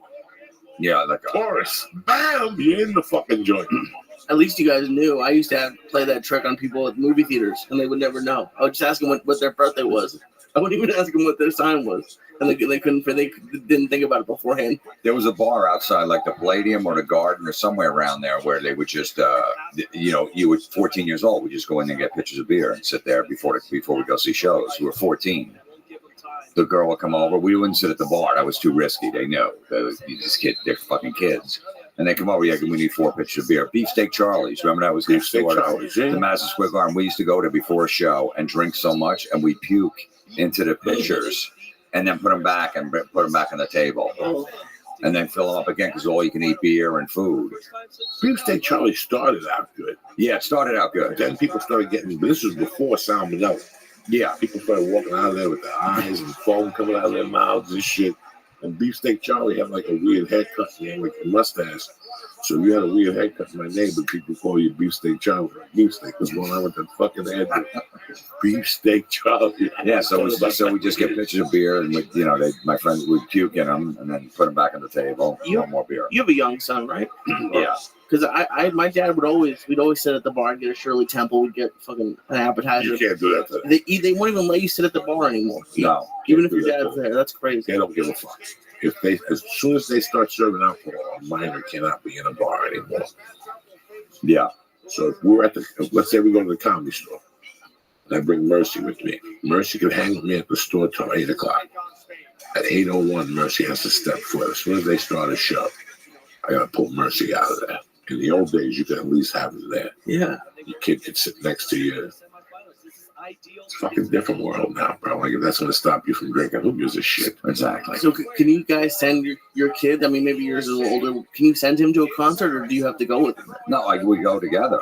I took him to Whitesnake, Foreigner, and Jason Bonham. And Jason Bonham's band does all Led Zeppelin, and it's phenomenal. And Foreigner and Whitesnake, and he shook David Coverdale's hand. We're on like the side, like up close, but by the side. And then he got a set list from the guitar player, brought it over to him during the show. It's the fucking coolest picture. I got to pull it up. How old is your son now? He's 7. He's going to be 8 on Saturday. So you're exposing him to all this music. He just saw Marilyn Manson and Rob Zombie. He loved it. Now, when you smell weed, what does he say to you? No one's smoking that much weed, really, like outside. There's not too much going on. It's weird. You know, if they're doing it, it's maybe at parking lot or whatever. I know this is Jersey, so people aren't smoking as much weed as they are out here. Okay. You know, so it's still not totally legal there. So people are kind of hiding it. It's more drinking. You smell weed once in a while, but you can't even smoke outside it. There's the PNC Art Center. It's in Jersey. It's an outdoor pavilion, but you can't even smoke outside there. There's like a designated area somewhere outside by a fence where you could smoke cigarettes, and that's it. But inside the venue, you can't even smoke, and it's outside. You know, they got a roof over it, but it's still open. I heard Dodger Stadium has a designated spot for smoking weed. I don't know how true it is. I don't know what the source is. I don't know if it's like, you're not supposed to know about it. This is David Coverdale from Whitesnake. He's walking by, and my son reaches out and he shakes his hand during the show. What was this? This is like 2 months ago. Look at David Coverdale, still looking fucking good. Still good. When are they releasing the album? There's a new album there. Yeah, it's coming out in the fall. They pushed it back a little. Who's this new people? He has all new personnel? Tommy Aldridge is still on drums. He's a monster. Still looks exactly the same. Does a drum solo with his hands. Tommy Aldridge. He's been around since Oz. He used to play in Black Oak, Arkansas back in the day. Jesus Christ. Jesus Christ. How old are we talking about here? He's got to be 70. The most he is 72. I'd say somewhere 69 to 72. And he's still an animal on drums. He does a drum solo. And he plays with his hands half the time. I called Rudy today to see if we want to do some lunch. We're going to get some Cuban food. And Rudy was taping something today and something tomorrow. And I got off the phone with him, and I'm like, I bitch about my fucking life being busy. He's got me by 10 years or something, Rudy Sarzo. He's unbelievable. The guy's insane. Just the way he looks amazing. He hasn't aged a day in 30 years. And he's out there performing, touring with all these bands, doing this, playing on this record. Oh, yeah, okay, yeah. Well, I mean, do you guys, and I guess just Jim, not bother you, but what does it make? How does it make you feel when you go and see these people, and you remember seeing them as teenagers when you were teenagers in their 20s or 30s, and now they're 60s, 70s? Does it affect you, or it inspires me? Because then, as a comic, you always think, okay, I can't do this forever, and no one's going to give a shit. But when you see these guys still up there and touring and doing it, it's like, why can't we do it in our 60s if we really wanted to? Not tour as much, but still do it. Like I always thought, at some point, the people aren't going to listen anymore and not going to care. But if these guys are doing it and they still have a fan base that grew up with them, as a comic, you have your fan base that grew up with you. They're going to get older with you, and they're still going to want to see you because it's still going to bring back good memories when they were younger. But they can't party as much. Is there other musicians who still party the same? Rarely. Maybe, a glass of wine afterwards or maybe before, but they're not really doing it. They know it's a business. They, when you're getting $350 a ticket, is that really how much tickets are? Some of them, if you sit in the first 20 rows or so. Jesus. So Joey, the guitar player, when the Whitesnake ended, they're doing their vows, he took his set list off the floor and he ran over because he saw my son, like he was the only young kid in the front, and he handed it, and I got a picture of that. So he handed him the set list from the Whitesnake show. The guy ran over and grabbed. That's tremendous. Isn't that great? That's amazing that you're exposing. He's going to I can't imagine when they go in, let's play this song. Let's play Sweet Caroline. He's like, fuck that. Oh yeah, he hates that stuff. I hate that shit. You know what was great about it? He knew one Foreigner song. Foreigner songs are so catchy and so good. They're so well written. Within like a day and a half, he knew like 3/4 of their set list, all the hits, Dirty White Boy, Hot Blooded, all that shit, because they're such good songs and they're easy to pick up, to listen to. It's almost like AC/DC. A lot of AC/DC songs are quick. Like some young person, you want to get them into them. Something like Tool is going to be too complex for them. It's like even the old Sabbath stuff. Then it's just it's all over the place. But something like a Foreigner was just it was great. So he knew the whole fucking set list. I mean that shit too. That feels like the first time. I got that stuff. first album yesterday. Fucking phenomenal. Because I like that one jam. The fucking one based on the War of the Worlds. There's 2 fucking great jams on the first song. Right. War of the World. And then it was a Monday. Oh yeah, that's Blue Monday, whatever. Oh my God. Yeah. Those first 2, that album blew me the fuck away. Then the second one is Double Vision. Yeah. That one's a little men's amended, but still great. Yeah, still great. A little bit commercial for me, but still fucking great, you know? So yeah, yesterday I picked it up. Why haven't you ever picked up a fucking flute? Or a drum set? I tried everything. I got no talent whatsoever. None. I tried guitar. All my friends were in bands. That's who I hung out with. I was a lefty. They're like, I'm righty. Can you turn the guitar around? I go, no. No one could teach me because I was a lefty. I tried singing lessons. I went one time. The lady goes, look, you don't have it. I could take your money, but you just don't have an ear for music. She told me after the first lesson. I sang in my friend's band, like in his garage. Like, you suck. And I'm like, yeah, I do. So I just couldn't play drums. I just don't have an ear for music. I love music, but I just don't have the rhythm for it. My son's got it. He's right down with it. He's playing the drums in music class. The teacher's like, Jesus, where the fuck did this kid get this from? I'm like, all right, didn't get it from me. So I just don't have it. I would love to. I was, that's what I wanted to be. I wanted to be a rock star. And then when I saw, David Lee Roth being funny in interviews, and I would go to see Twisted Sister as a 15-year-old, and they have to do 5 sets a night. Dee Snider's, killing time in between and just making fun of the audience and going on these raps, and he's being funny. I'm like, fuck, man, this is cool. And then when Dice and Kinnison came out, I'm like, fuck, these guys are like rock stars. That's when I was like, all right, I'm doing comedy. That's nuts. But because I knew I wanted to be on stage, somehow, because I couldn't do it as a musician. I tried music. I had a good ear for the drums, all that shit. I can still play the drums naturally, just on the natch. Give me a couple of days to tighten shit up. Congas, anything percussion. I wanted to play the guitar, but something strayed me to the bass. I liked the bass player because he played in the back. Nobody knew what his name was. Nobody bothered him. And even at a young age, I kind of liked it. I was like, these people don't bother nobody. And the bass player still gets chicks. And they still play. He gets the phone over. Yeah. He's quiet. Yeah. Somebody's getting his dick sucked. Somebody's too drunk. He'll get a little one eye, something. And I went to Pastoral Music in Union City, and I took lessons there. But I knew as I got older, I'm switching to the guitar. I knew that with the drug use and just who I was, I knew that I would pawn the guitars. Like, as I got older, I go, I'm never going to be able to have a guitar because I'm going to fucking sell it. I'm going to run out of money and I'm going to sell it. So I never really got a guitar. But till this day, it's still like up on the bucket list, like just to take a few lessons and just play, But I know that it won't affect me that way. It'll affect me like an addiction. Right, and then I'll start bringing the guitar on the road. I'm not that guy on the plane that has to carry the guitar. That drives me crazy. Yeah, I hate that guy. I hate that fucking guy on the plane. I know he's got to get his guitar. Listen, are you a Led Zeppelin? No, why do you have this guitar? Check the fucking guitar. Yeah. If they break it, it's probably your best bet. Yeah, it's not that. It's not that valuable. No one knows who you are. So I don't want to do that because I'll bring it the whole time because I could just see myself in the hotel room. Yeah, from 9 to fucking 4 to 7. Playing fucking, Animals by Pink Floyd or something. So yeah, that's what scares me. We were talking to transfer addictions. I picked that shit up like a fucking, I just go now as it is. Like 1 week I eat fucking smoothies. 1 week I fucking eat acai bowls. Then I'm fighting Weight Watchers. Why am I fucking gaining weight? I ate an acai bowl. So I always got an addiction to something every week. But music, it's funny. We had Rollins in here. And I watched a bunch of his stuff, and he said something on one of the spoken words. And I don't know what it is about music that, even lately, didn't you see I was here yesterday? Yeah. I came yesterday, last night. I've been coming by lately, just putting it out. Putting the vinyl on. It's amazing.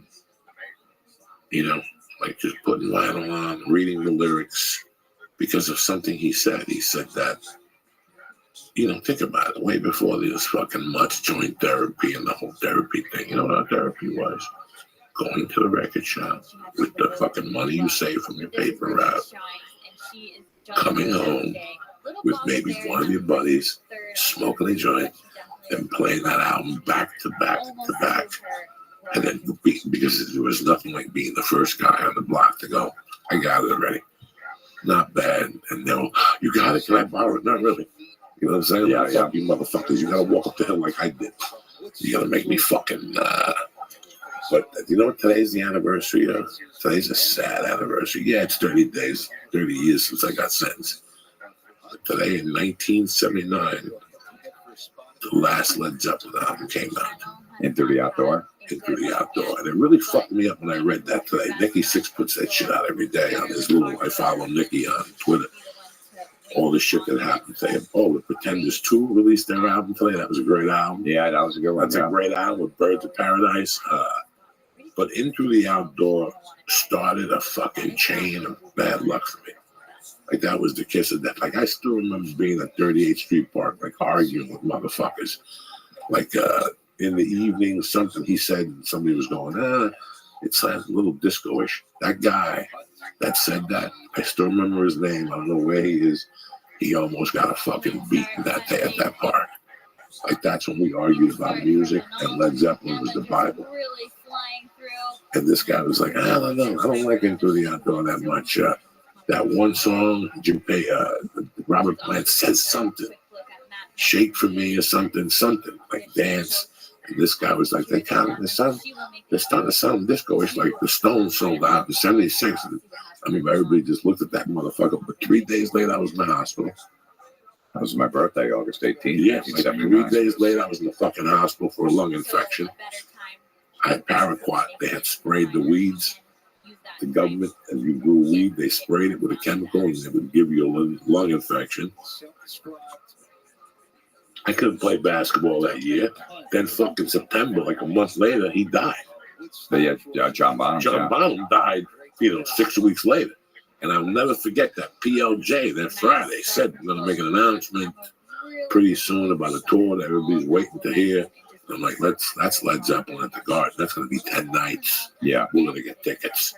That's when you got to mail in a fucking check and get 4 tickets in the mail. Because there was some concerts that you actually went and stood online for at Ticketron. Yeah. And I would always go to St. Peter's College in Jersey City because it was empty. You could walk right into St. Peter's. Everybody else was at all these other. Oh yeah, we had to go to the mall, like the East Brunswick Mall. Oh my God! And wait outside of Bamberger's. Fuck. And then they'd open it up because there'd be a line way out the door, like the night before. We were in line for like 16 hours. So it wasn't like there wasn't a church or a college near us where we can go where no one went. Everyone went there. Yeah, we went. I still remember when Pink Floyd The Wall went on sale. We went somewhere first, and the line was around the corner. And my buddy goes, you know what? There's one at St. Peter's Prep. Nobody goes there. We shot right in, walked in, and we got first row up on the top, looking straight at Pink Floyd, the first level up. So they're perfect. Yeah. Not the orchestra, you were level up. They were perfect. We just walked in there. Those tickets were $15.50. You said something interesting, like when you were fighting. Did you guys have friends maybe all the way up until 6th, 7th, 8th grade, and then you find out they like a band you don't like, and then they're done? Done? Yeah. Done. Absolutely. Like I had a buddy who was a big Van Halen fan, and I was in for the ride. But after Women and Children First, we became enemies for a year. Like one time I went in his house and I saw the poster on the wall with David Lee hanging. Oh yeah, it was kind of inside of Women First. He came with a poster. Yeah. And he was hanging in the corner with no shirt on. If you were a man and you put that poster, if you were a man and you put that poster up, I wasn't coming to your house no more. You understand me? Yeah, that definitely was. I'm a Jersey dude. You invite me into your house, I look at 2 things. First off, I open up the refrigerator. If you got my Luke hot dogs in there, I'm done with you. You better have Sad Brett's or something from the local bakery. Those crunchy fucking hot dogs. Oh, with the string hanging out. Oh, with the little tail, with the mouse tail. And then I went through your record collection. And if you had Cheap Trick, or like Jethro Tull there or something like that, we're gonna have a problem. Like, Yeah. I don't know exactly who the band. But you like if you had Journey in there, was you gotta get we're done. I can't date you no more. Like I can't date you no more. Like the Stones were okay, but you couldn't have Journey. Pat Benatar was okay. You could. Nah, I had Pat, but I had to hide him. Wow. Well, yeah, that was first time I heard Crimes of Passion. I got to buy that. Yeah, that's probably something you would have had to hide. But yeah, you couldn't really have that around your friends. But yeah, if you had Journey in there and then Kansas was okay. I had a buddy who caught a beating for putting My Sharona on. Like he caught a fucking ferocious beating at a party from a friend of mine named John Crowley, because Crowley was tripping on acid and wanted to put on Dark Side of the Moon because he would do the whole chandelier bit in the beginning. And this kid's like, nah, I'm putting on My Sharona. Crack! He just held off and fucking punched me. You know, I had friends that would go into your house at parties and just like, if you had Springsteen on, they would just come in, take the fucking thing off and throw the Springsteen out. Like I grew up at that part of New Jersey, like there was no Springsteen. I had a friend that I'm friends with since first grade, and he was a big metalhead, and we go to the shows, and all of a sudden he started dating this girl, and he went to a Springsteen show. I didn't talk to him for 2 years. Yeah, that's it. Seriously, I didn't talk to him for 2 years. We got nothing. I can call him right now, and he'll verify it. He's like, you still, because you motherfucker. I go, I don't care. You went to see Springsteen. You went to see Springsteen. Like that was. You can't do that. It was unacceptable. You just went and saw Sabbath last week. You can't go see Springsteen. And this is when like that 1984, whatever, Born in the USA came out with like, Glory Days and fucking Dancing in the Dark, which, Done. Horrific song. Done. Like we didn't talk. You weren't even allowed to play that enough. No. There was one guy who liked Springsteen. That was the bartender, John Kelly, the Frog, because he had a little ball under his neck as a kid. And he bartended on Sunday nights. And I told you, every time you turned around, like he would have to bartend and have his eye on everybody. Like he would think, what can I get you? 2 Heinekens. All right. He would be looking around because every time, I ordered like cocktail, if he turned, we throw ice cubes on. Like if he put Springsteen on the jukebox, like that was the year when fucking Motley Crue released Looks to Kill. Yeah. That's Shout out to Devil this bar where I hung out at was the loudest record player. And he was proud of it. Corky, so you would call the thing, Corky's the loudest record player in the tri-state area. I mean, you couldn't even talk in there. And Looks to Kill would go on and we would lose it. And if any other song would come out, like The Dangerous Life was big with Sheila E. Yeah. She wants to be, that one we can live with. Yeah. But as soon as Glory Days came on, Born to Run or something, we would start throwing ice cubes at John Kelly because we knew he's the one that put that fucking music in. The only Springsteen song I liked, I never told nobody. It was like a secret I had, like if I sucked a dick at Catholic school. Right. It's the same type of secret. It's a big answer. I can leave back in funnies. I like some fun. Anyway, I didn't tell nobody. I like 10th Avenue Freeze Out. That wasn't a bad song. I loved it. I loved it, but I didn't tell nobody. No, you couldn't. I couldn't tell nobody. I was doing construction at the time. If I was on a roof, putting the roof up, and Springsteen came on, the radio was on, I would jump off the roof. I wouldn't even use the ladder to get the fucking shut it off. Who can get to the radio the quickest to get that all off? that shit off. Oh, you have no fucking idea. Can you guys talk about the jukebox? Because now it's kind of like, I don't know if I've ever put one in, maybe once or twice. Was it a big deal in the bars when you were going? If you had old music at a jukebox, like we didn't go to your jukebox. Like we tell you one time, listen, bro, you got to start getting some good music in there. Yeah, you can't have, fucking Bill Haley in the comments. You can't have fucking that old shit. You know what I mean? It was good, but you don't want to hear it in a bar. Oh, I remember one time my friend went off at the bar because they had Jimmy Buffett on. Yeah. Wasted away margarita stuff. Take that shit off. That shit doesn't work in Take that shit off. Take it off right now. I'll bust that fucking thing one time. Oh my God. How much money would you guys spend a night? $8, $9, $10 in quarters, because for a quarter you got 3 songs. Oh, shit. Oh yeah. That's a lot of songs. So I would play Looks to Kill, 3 songs. A4. If I saw a pretty girl and she came over, here's $1. Go put on A4 10 times. A4. Looks to Kill. And if you fucking slip the Springsteen song in there, we would fucking eyeball you to death. Disco. We listened to disco before fucking Springsteen. Yeah, because the disco, if you knew the songs, you could rap with chicks. You might have to dance them in the club, and you're going to get laid with knowing the disco stuff. So that was okay.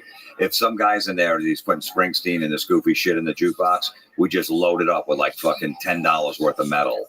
So his songs would never even come up. Would just keep fucking pounding away, like Joey said, 3 songs in a row. Looks to kill, just so you wouldn't hear his shit. And then, did you see last week on Twitter?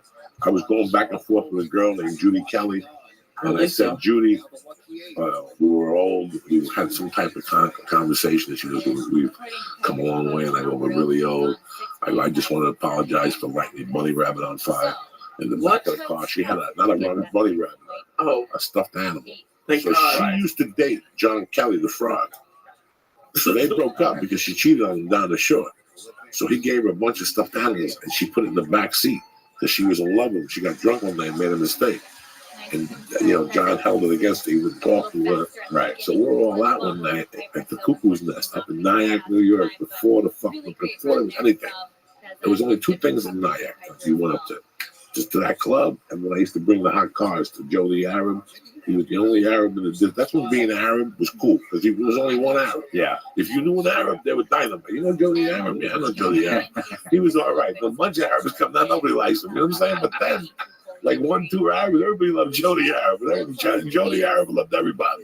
He hit you with my friends. Yeah, you knew all the slogans to beat you. You didn't care because it was Joe the Arab. You like doing business with Joe the Arab. You don't take your cars to Nicky no more. Fuck Nicky the Chink. He don't pay me what he paid, what Joe the Arab pays me. You know what I'm saying? He's tight. So that's the only reason I would go to fucking Nyack. So one night we're up there coked up, and she's in the car doing coke with us, and there's 3 gorillas in the back seat, and there's a girl in the front seat, Lisa Tiz, and there's Judy Kelly.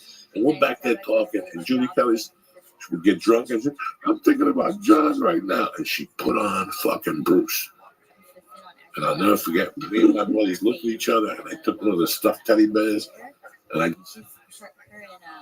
that motherfucker on fire in the car. And she's like, what are you doing? We're like, we don't fucking listen to Bruce. Get that shit off. What would you do if you were walking and you saw 3 or 4 people in Bruce shirts, or there was a Bruce concert? Boom, say shit, fuck you. Dude, I got a bumper stickers made up. There is no reason for Bruce Springsteen, and another one, The Boss is a total loss. And I got 100 of them, and I would walk around. I'd stick them all around the town, and if anyone had a Bruce Springsteen bumper sticker in a parking lot, I cruise parking lots. I put it over their fucking bumper sticker in a parking lot. I was out of my mind. I had bumper stickers. I had these stickers that said on the 7th day, God. Oh yeah, Black Sabbath. Yeah, you get them at the Englishtown auction. Yeah! The fucking funny races. I would buy them by the hundreds. And if I knew you didn't like Black Sabbath, I would put it on your fucking car. A week later, you'd be out there with a razor blade. You motherfucker. That's because you could buy them for fucking 10 cents a piece. She had stacks of them. It was Ted Nugent, the 8 Day Concrete, Black Sabbath, Ted Nugent, AC/DC, Judas Priest. Yeah, just think about people's cars. We took my music so serious. Oh, yeah. Then there was a guy in my neighborhood who I still love, Guy Tabasco. I still talk to him. He had a brother, Mike Tabasco, who actually thought he was Eddie Van Halen, but didn't play the guitar. So we would torment him every day. What's going on, Eddie Van Halen? And every day, there used to be an argument with the Tabascos and somebody over Eddie Van Halen. We would just talk. And once Randy Rhoads came out, oh my God, we started tormenting Eddie Van Halen fans. But the ones that suffered the most growing up, and I told this story to Dean Delray, were Beatle fans. Because I still remember taking a hit of acid, going out, and my friends were ho-hum, so I went home, and my mother was dead. I'm sitting there with Mr. Bender, tripping my balls off, and they just said John Lennon got shot in Southern Dakota. And I thought, I went to school the next day. Now, in my school, they fucking hated Springsteen. But I'll tell you who else they hated. It was the Beatles. John Lennon wasn't dead 12 hours. I still remember walking into my school, and towards the back by the theater, there was a mural of the Beatles. Somebody had already put an X through John Lennon, and we were fucking howling. My school didn't hesitate 1 minute to let the Beatle people know you're fucking done. Because at that time, there were Beatle people and Springsteen people, and they weren't the same. So you were always at war with Springsteen people and fuck you with the fucking Beatles. You go to a party, oh, let's put on the paperback writer. I want to get my dick sucked. I don't want to listen to paperback writer right now. Where's once we got hooked on, it was Double Live Gonzo was the first one. Yeah. That was on for 2 or 3 years of the party. You could have whatever you wanted in your party, but we walked in, and then you better put double live guns on. There's gonna be a fucking problem. Will you bring your own records to parties? No, we would just tell you, you don't have double live guns? Yeah, okay, we gotta go. Oh yeah. Okay, we'll go get it. My sister's got it upstairs. Put it on. So it was double live guns. And I'll tell you what group took over my town for like a year, 6 months. That first album was awesome. Awesome album, A to Z.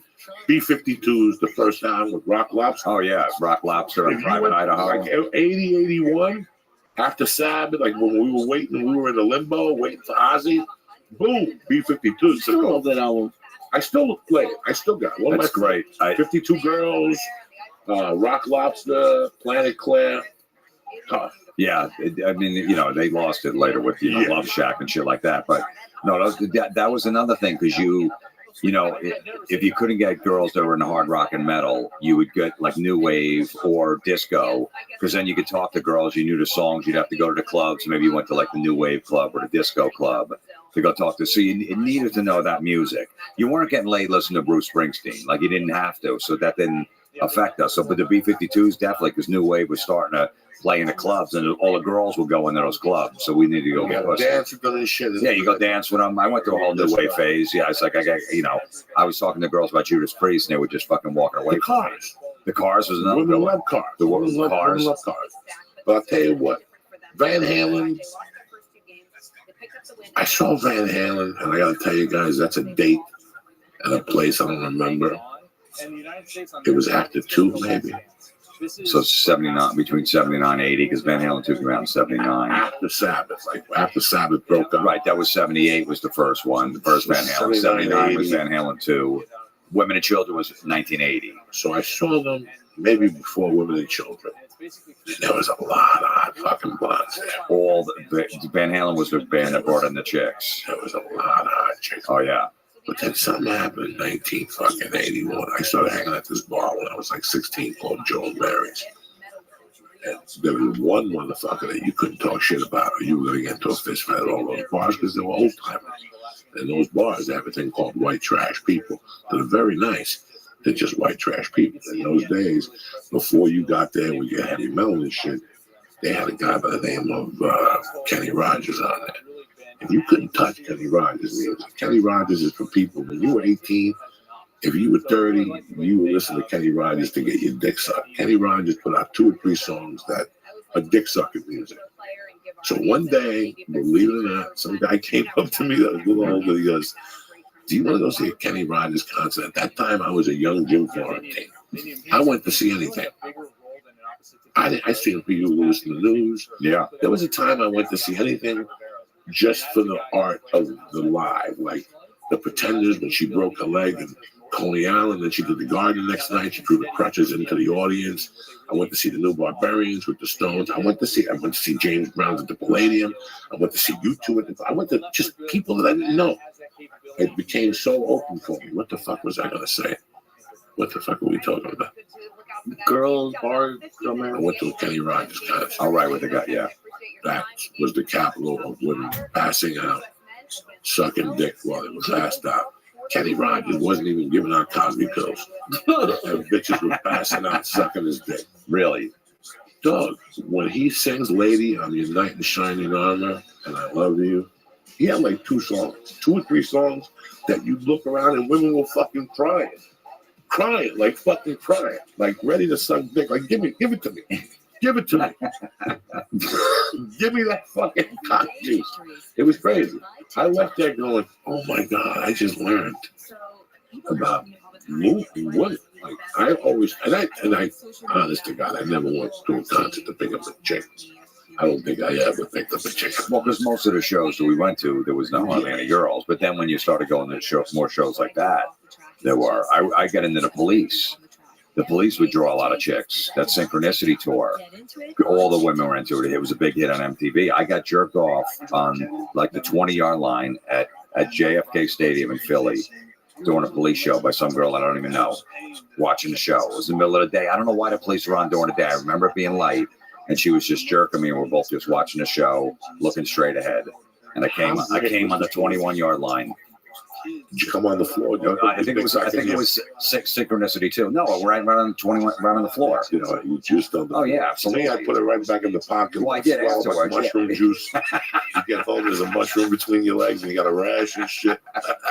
But that's how it was. Like, I just met some girl there at the show, and then we started making out where we're watching the show, and she just jerked me off watching the band. It was great. And then I said, I'll go get you a beer, and I never came back. That's when we talk about. Yeah, you don't think I'm just staying here, so no one Once takes they suck your dick, that's it. The relationship's over. Yeah, what am I going to do? You know, what are we going to do? And they'll see you on the way out. What happened to you? You're not going to believe it. Yeah, if I see you in the park, I'll go, let's go get a Philly pretzel. I think I know the answer for Joey, and I don't even know if they had them back then. But did you guys go to like any of these big festivals, like camping festivals for any of these concerts, or no? No, I went to the Woodstock 94. They actually had they had a comedy tent there. Oh, you performed? Yeah, it was all disorganized, so like nobody even showed up. It was, but I did go there. They had a bunch of comedians, like 20 of us from New York went up for that. We stayed in like the artist tent. It was great. They had a co-ed shower.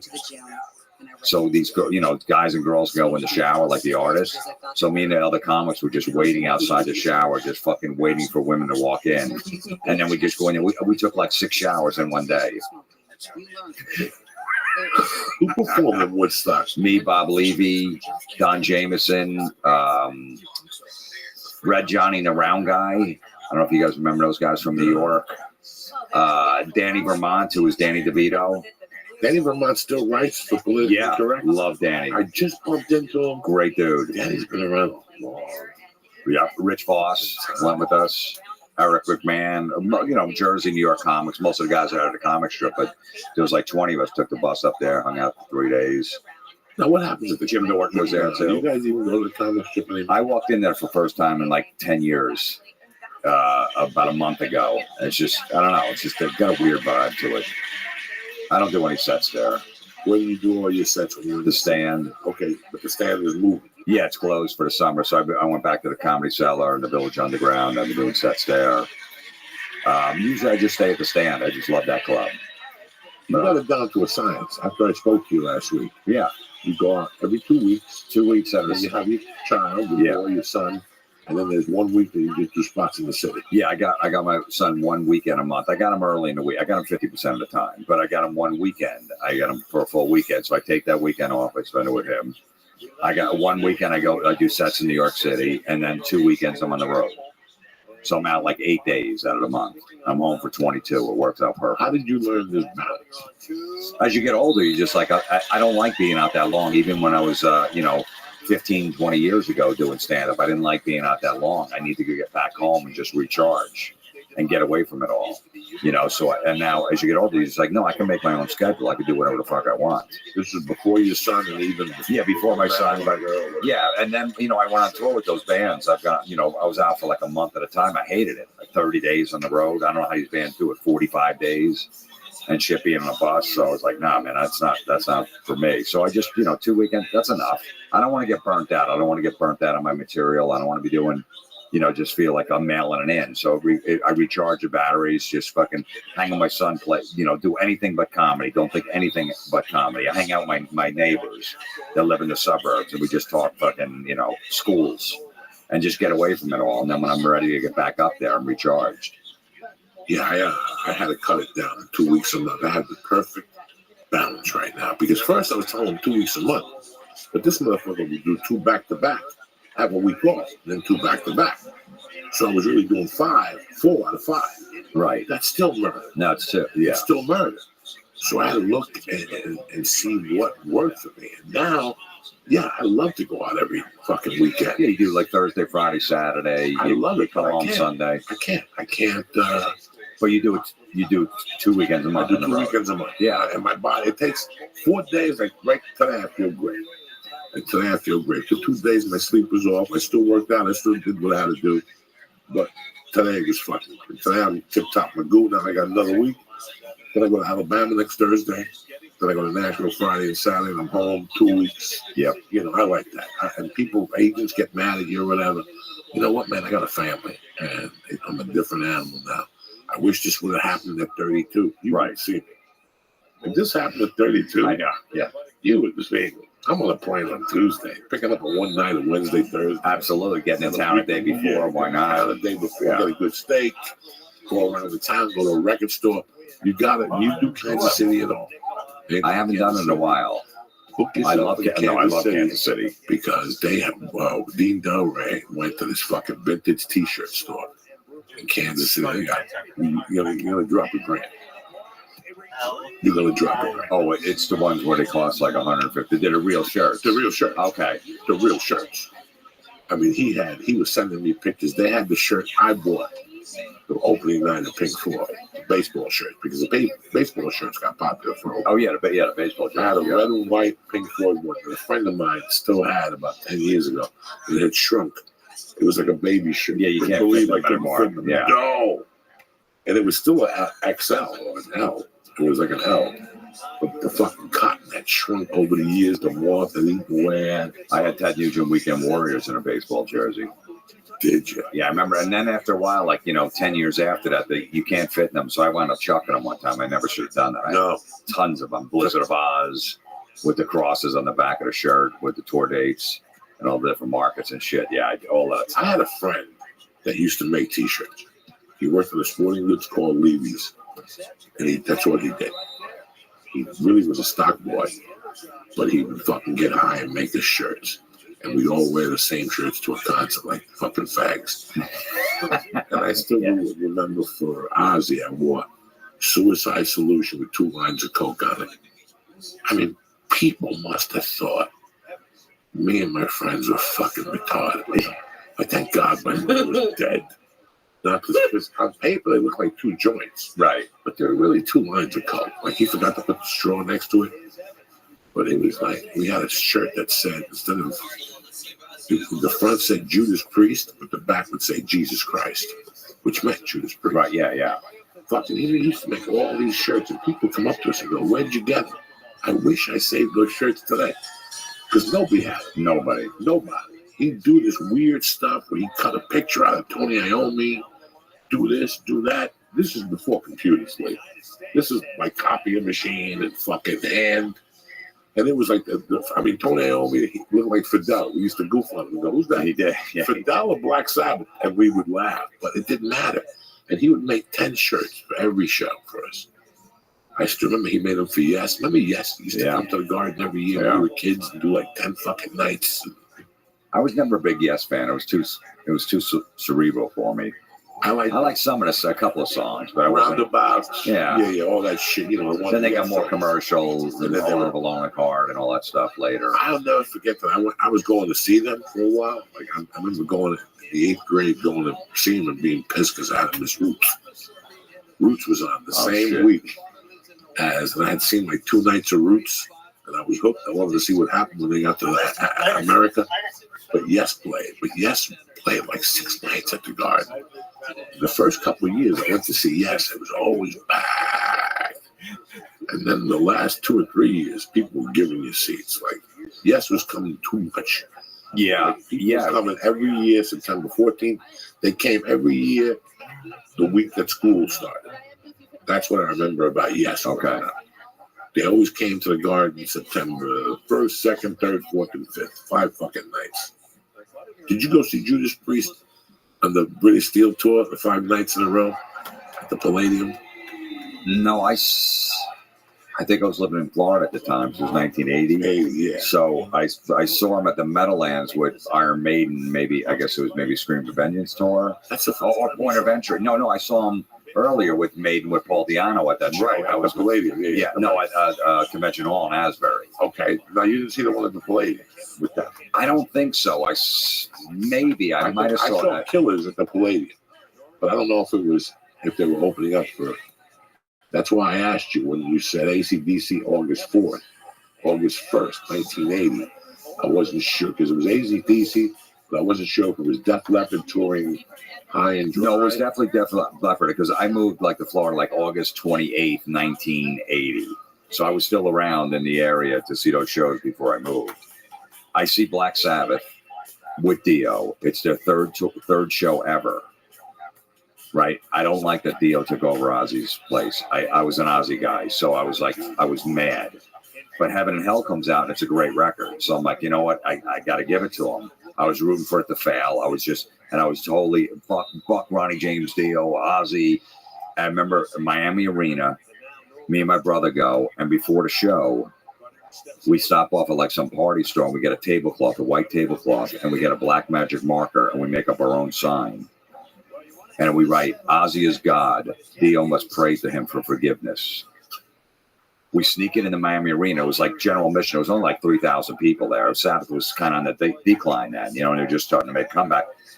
And we get like in the second row, and Dio comes out, and they open up with War Pigs, and I'm mad. I still think Ozzy's going to come out. I still think Ozzy's going to come out for some reason. I'm like, because there was no internet back then, so you didn't know. I knew he was out of the band, but I'm like, you never know. Maybe Ozzy will come out.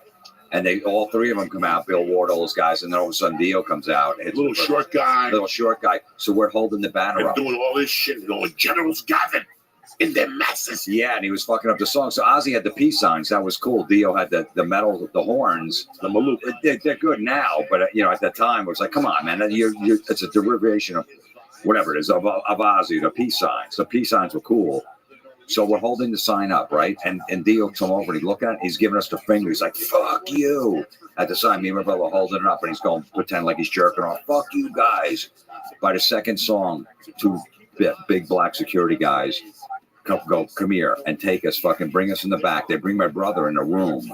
I'm like, 15 at the time, 16. They bring him in a back room, like these three big guys, and they lock the door, and I'm crying. I'm like, leave my brother alone, but because they're holding me back, they wouldn't let me in there. 5 minutes later, they bring him out, bring me, they bring us to a side door, they throw us out into the fucking parking lot like garbage. We got kicked out of the show because fucking Dio was complaining over the sign. Now I never told him. See, now I'm friends with Dio because I know Rudy. Rudy introduces me, and then he's on that metal show. I'm like, I can't tell him that story because about a year before he died, this is 25 years later, he does an article in a magazine. They go, did you get any backlash from when you replaced Ozzy? He goes, no, the fans are pretty cool. He goes, I can remember one time, it was early on the tour, there was a sign, this banner was really bugging me, something about like Ozzy is God and I gotta pray to him for something. It just really was getting under my skin. It drove me crazy. He goes, so there was some times with that, and I'm like, holy shit, that was the fucking my banner, mine and my brother's banner.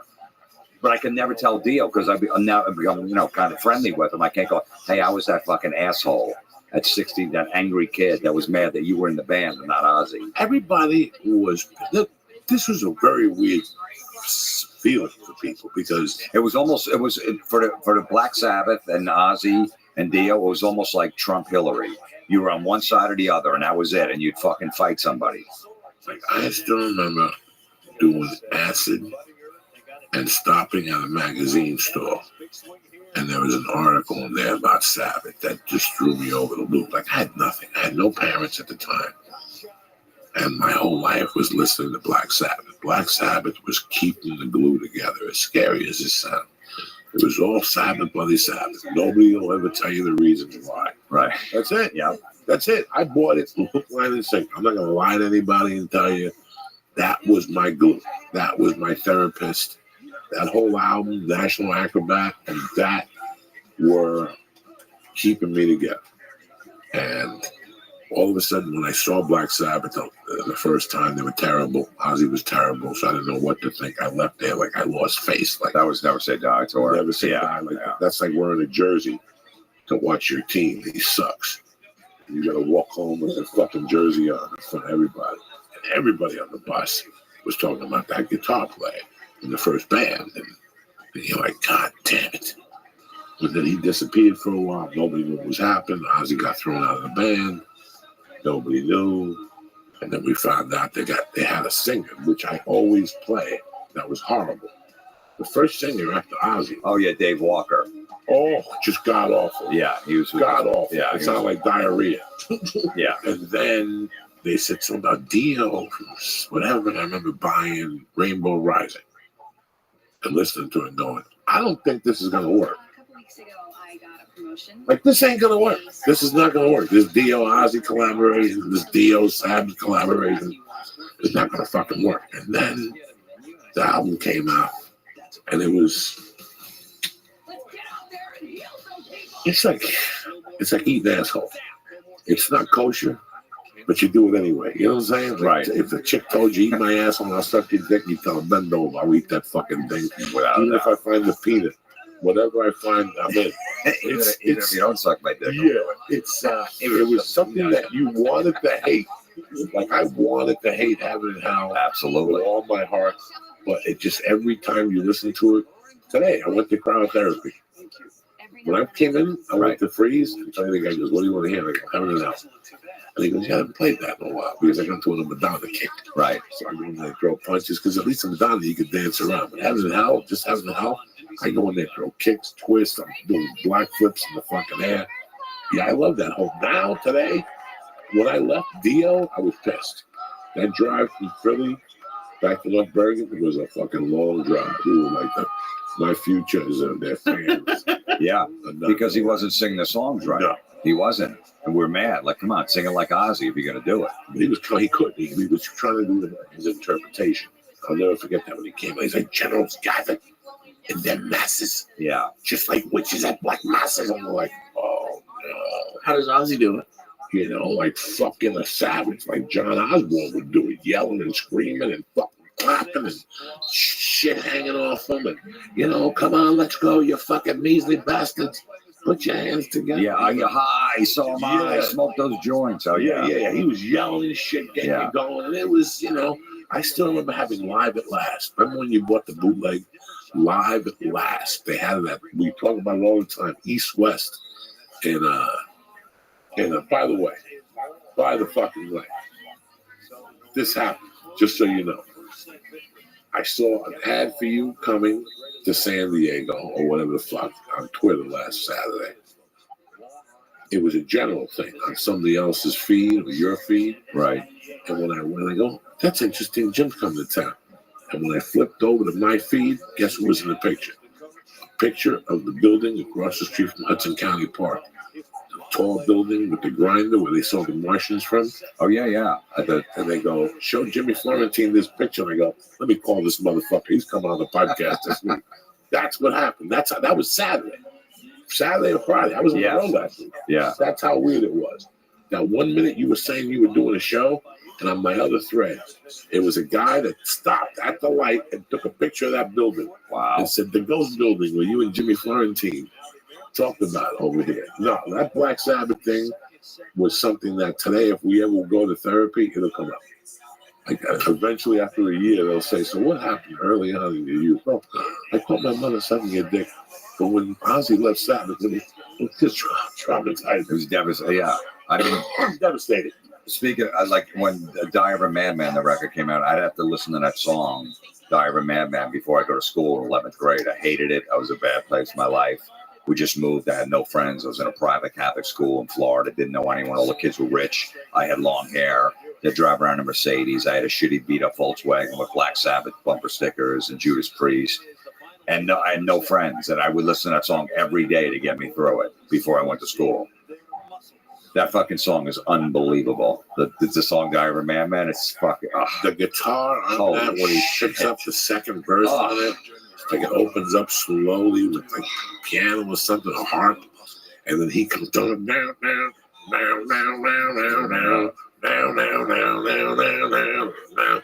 Now, here's the weird thing about that. I guess his mother taught in Burbank. Yeah. His mother taught guitar in Burbank till just recently, maybe 10 years ago. I don't know, somebody who came in here and was talking about guitar lessons. It's Ed Quinn, because Ed Quinn studied with Joe Satriani. So he said, yeah, Randy Rhoads was right down the corner.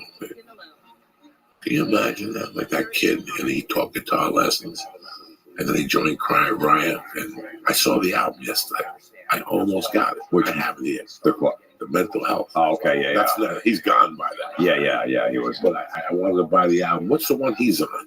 He's on, what the one before, with Slick Black Cadillac. Slick Black Cadillac, and yeah, I forget what it was. It was not a big one. No, it wasn't. They weren't. It was big in Japan. It was so crazy that the one I have is one of the number one selling albums of all time. That was the first heavy metal record to hit the number one in the Billboard charts. It's Quiet Riot Metal. Wow, right. That's what it is. Yeah, first album ever. Heavy metal. And I gotta tell you something, between you and I as friends, and you know I love Rudy, it drives me crazy sometimes. Whenever I hear it on any song, bang your head, metal, it drives me crazy. Like, I'm like, why am I listening to this? Right. It's too much. So you guys are, to me, like, I think there's a difference between, like, I don't think you guys are fans. You sound like experts almost to me. Or you, it sounds like you were more than fans. Well, you had to know your stuff. Like, you know, if you were going to go and you had to challenge somebody, you better know. You better be able to back it up. You better fucking know. Yeah. Like, if you're going to get into arguments, like, there's a bunch of shows I went to see. Like, I get, people still bust my balls. Like, you were wrong on that date, or you were close. You know, at least I'm in the neighborhood. I still remember going, what was the place? I saw Missing Persons there. Oh, I love that band. I saw them there in 81, maybe, 82, 83, whatever the big album was popular. What was the big album? Was Walking in L.A.? Yeah, that Spring was Session M. Spring Session M, yeah. Spring Session M. I saw Noticeable One. Oh, my song. God. That opens up the fucking one. That opens it up. And I've had Braden on, who's Terry's son. Oh, yeah, okay. The drummer's son. He also plays the drum. Great kid. He's on Facebook. We talk from time to time. But guess who I went to see there one night on an invite? And I'm embarrassed. It's like, you know what I'm really embarrassed about? Two things, and I'll let you go. I know you got to get home to San Diego. One, I didn't really like Lemmy when they opened for Ozzy. Was it? Really? I'm like, what is this? What is this fucking junk? This is junk. This is junk. Like, well, because it was super, I didn't understand. Super loud, right? And just fucking 100 miles an hour. And like, yeah, I could see that. Now I like it. Now I like Lemmy, and I understand what he stood for and the whole fucking deal. In fact, he does a show. Eddie Trunk is doing a residency at the Rainbow. At the Rainbow. Yeah. I'm gonna try to go up there and see him live when he comes back. I thought it was every Friday in fucking August. I was listening for tonight. Oh, okay. Yeah, no, I think he does it once a month. Yeah, I was gonna take my wife and watch Eddie Trunk. She's like, what are you doing? Eddie Trunk? I'm not gonna see Eddie Trunk. I'm like, nobody else likes Eddie Trunk. I'm gonna go watch him live and ask him some creepy fucking questions. Where are you? So tonight you're in San Diego. Tonight, San Diego. Then I got Atlantic City. The Hard Rock Casino opened in Atlantic City. How is it? I haven't been there yet, but I'm doing 3 nights there. Howie Mandel, I guess, owns the club. It's the Howie Mandel Comedy Club. So August 28th through the 30th, me and Don Jameson are there. And then I'm doing the Funny Bone in Albany, September 13th to 15th. How's my man Don doing? He's doing great. He's on tour with Faster Pussycat. Jesus Christ. He's on for 3 months on the tour bus. He does 20 minutes of stand-up, and he brings up the band. He's such a fucking... He's an animal. He's a... Yeah, he is. He's on the tour bus with those guys. They fucking just rage and drink like they're 20 years old. He's on it for 3 months. And he plays these rock clubs wherever they are to get like anywhere between like 300 to 1,000 a night. And he does, in the crowd, and he does 20 minutes of stand-up in front of those animals. And then he brings in the band. I just want to tell you, the only guys I'm listening on my Sirius, I listen to Lithium, you, Jim, and what's his name? And I love your show. I love when you tell stories. The one that you got me was with the cherry bomb, and I sat there. I guess because I didn't hear from you for years, and you got a message to me. He goes, dude, I was at that show. I'm like, oh my God. I cried. My wife got in the car. She's like, what are you crying about now? I'm like, I'm crying because fucking people can validate my fucking stories. I remember that fucking cherry bomb. I also remember when the Good Rats opened up the Aerosmith at the Garden. Somebody threw a cherry bomb. I had Joe Perry, and he fucking got off stage. I remember a lot of shit. The number last thing I want to ask you is, how much do people talk to you about that metal show? Oh, it's Jesus Christ. It's insane. Like people really, and I miss it kind of away because I'd watch it if I wasn't doing it. It was a great guest. I'd watch it.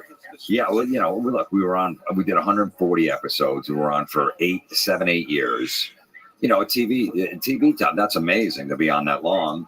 And eventually, a show runs its course. But meanwhile, it was Viacom, the company that was VH1 Classical, and would just shit the bed, so they had to come in and make some major cuts. And pretty much most of the original programming got cut. including our show, and to say goodbye. We got to, we're losing a fucking ton of money in this company that owns MTV, all that other shit. So it was more of a corporate decision. But people still come out. Look, me, Don, and Eddie were 3 hosts of the show, a heavy metal talk show. We have no say in the matter, like where it goes. You can't just go up to an actor. Do you think people go up to Jennifer Aniston like, you should get Friends on Netflix? Were they going up to Gandolfini after Sopranos? Go, what? You ever try Showtime? How about Hulu? Yeah, what about Hulu? There's a new, why don't you guys put it on YouTube? Do Sopranos for YouTube. You know what I mean? It's like there's so many other people that control that. Like we don't own the show. We just can't go, hey, my friend works at HBO. He wants the show.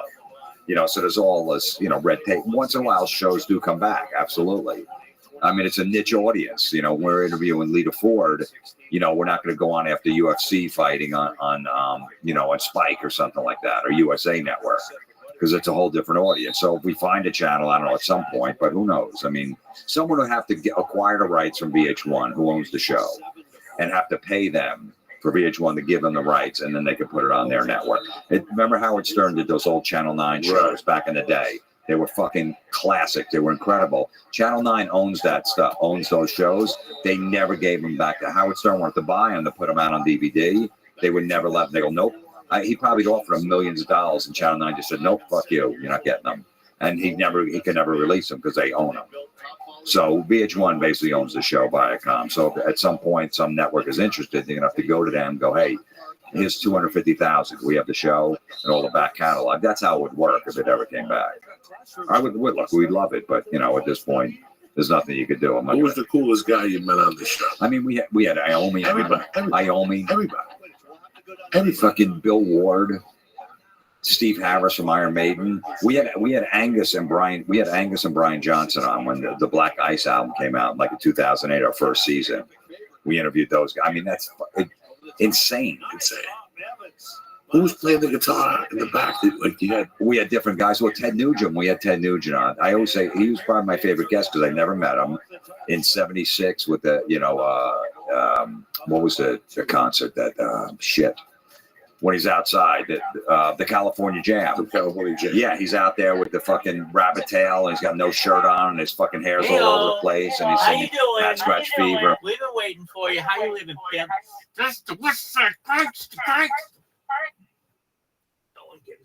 He was, didn't talk politics or any guns or any of that shit. Just a funny dude talking about music, and then went up there and jammed for like the last 10 minutes of the show. Just fucking took his guitar and just jammed. It was funny because VH1, we weren't allowed to play any original music because then they have to pay rights for it. They have to pay royalties on it. They're too cheap. They didn't want to pay any. So if anyone that came out, we couldn't play any of their songs. Any of the guitar players couldn't play any licks to their songs because then they would have to pay a royalty to that band. They go, we're not doing that. Ted comes on. He goes, look, I want to play my songs. And they go, you can't. He goes, I own all my music. They go, you still can. He goes, no, I own it. I say it's okay. You can play. And they go, no. We go, look, I'll sign it. Give me a fucking piece of paper. I want to play some of my riffs. And they still wouldn't let him do it. But anyway, we went up there and jammed for fucking 20 minutes. And I'm watching Nugent just, 10 feet away. Just rip it on that guitar. It's phenomenal. And then Kirk Hammett came on with Michael Schenker. I knew Michael Schenker had been on there. Michael Schenker, Kirk Hammett from Metallica is a huge Michael Schenker fan. So we're going to have Michael Schenker on. He's going to play guitar. So Eddie calls up Kirk Hammett, Eddie Trunk, because he knows Kirk. He goes, hey, Kirk, I'm going to have Michael Schenker come on. If you guys want to jam together. Kirk's like, what? I could jam with Michael Schenker. He's like, yeah. So Kirk goes, I'll come there for free, whatever. And he flew to New York and they fucking jammed. I saw the video. Yeah. You told me about the video. Yeah. So because he was such a big Michael Schenker fan, he was geeking out and we had them together and they both played. They worked something out before the show and just fucking and played on the show. So that was amazing too. Bro, always a pleasure to have you. Absolutely, dude. You're one of my favorites, man. Without a doubt. The music, the legend, is taking me back, and you're always welcome. You know how many people come up to me on my comedy shows, go, dude, I heard you on Joey's podcast. You're fucking great. Yeah, we had. I go, you two guys, it's fucking. He goes, you tell these stories like there's no way it's true. He goes, but we know they are. When you first hear them, like there's no way that happened. This is why when I heard the Cherry Bomb, I'm like, nobody else remembers this shit. I'm gonna be in Huntsville at Levity Live next Thursday night. And then Friday and Saturday, I am in motherfucking Nashville at Zany's. Where are you at? Yeah, I got Atlantic City next week. Okay. August 28th. At the Hard Rock. Yeah. Hard And then Rock Atlantic. I got Albany. I got Cuyahoga Falls in Ohio. I got some Florida dates. I'm doing Miami, Boca. So JimFlorentine.com. My book, Everybody Is Awful Except You, is in stores and it's on Amazon. I love you guys. Have a great weekend. Stay black. And don't forget, if you need some supplements, always go to Onnit.com. From Alpha Brain, Shroom Tech Sport, Shroom Tech Immune. Listen, I got you covered. I fly every 2 weeks. You don't see me fucking coughing. Number one, I eat ass. Number two, I swam in the Hudson. And number three, I eat Shroom Tech Immune. And I have to walk around like a little Japanese guy with a fucking mask on my face at the fucking airport. So go to fucking Onnit.com and press in. Church, bam, and get 10% off. Also, my family, my D family over at Fujisport.com. I love you motherfuckers with all my heart. Whether it's the rash guards, the fucking shin guards, knee pads, whatever you need, Fuji's got it at a great price. From the low end geese to $80, to the Superitos to $120, to the Psycho 2.0. We got you covered. Go to Fujisports.com right now and press in church, bam, and get 10% off delivered to your crib. We'll see you motherfuckers next week. Have a great weekend. Jim Florentine, thank you again for coming on. JimFlorentine.com. Yeah, and then my podcast, Comedy Metal Midgets, out every week too. Yeah, no, thanks, man. And I'm a big fan of what he does. Love you, Jim. Thank you very much. Blind Jew, don't kill no fucking Christians this week. Stay black. Kick this fucking Leo Lee. That's cool that they play that part of that shit. Hey, everybody, it's the fucking power.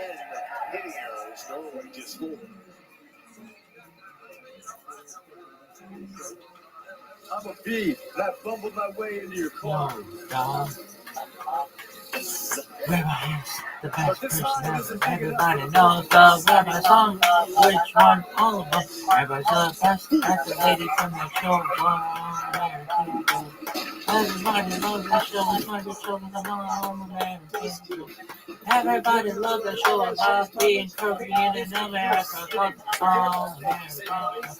And it took place in Back to school. No. Back to the Whatever door. happened to Finding predictability? fit just right The milk and man, fit. the During our people, back to and school even customer TV. appreciation You event. miss your Plus, familiar earn friends, postcash. waiting just around the bend.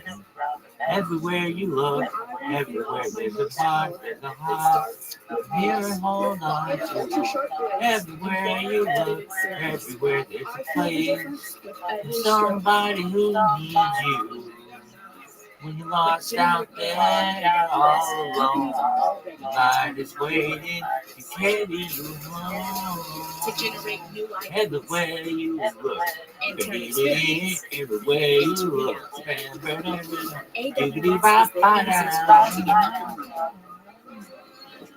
So you can quickly build and scale generative AI with secure intelligence. With generative AI in AWS, it's a system pushing boundaries. It's a rare condition in this day and age to breed in the United States trying to hang in here against love and condition, a rare desire. Some people play it's hard. It's been a tough watch because Must have some magic too. Inside this dreadful world. And this is a tough draw, right, for the United States. The And this is tower where of Coolplay dreams. comes into effect. Real love bursted out every scene. Days go by. It's the big that stops at 8. And I think the United States has more of a chance to do this. Take Storm out. It's a little 50-50 ball right over the ball. Not necessarily the defender. No one ever thought there was a better I haven't seen him really turn to take that one behind his block yet. Maybe test him a little more, hit off his hand. You're focused in the United States tonight. You see the third against Bull. They beat France. They defeated Australia, but this is the reward you get when your seeding and your play does not live up well, I just must be to somebody inside. When you get the easy to walk away and get stuck with the defending champs. Somehow, see, the power of dream. Be a love version out of every scene.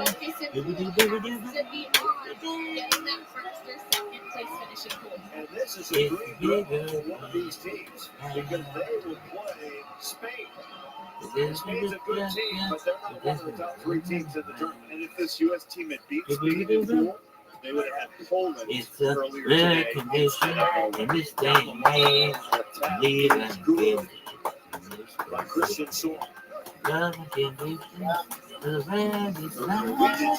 Some people claim it's time.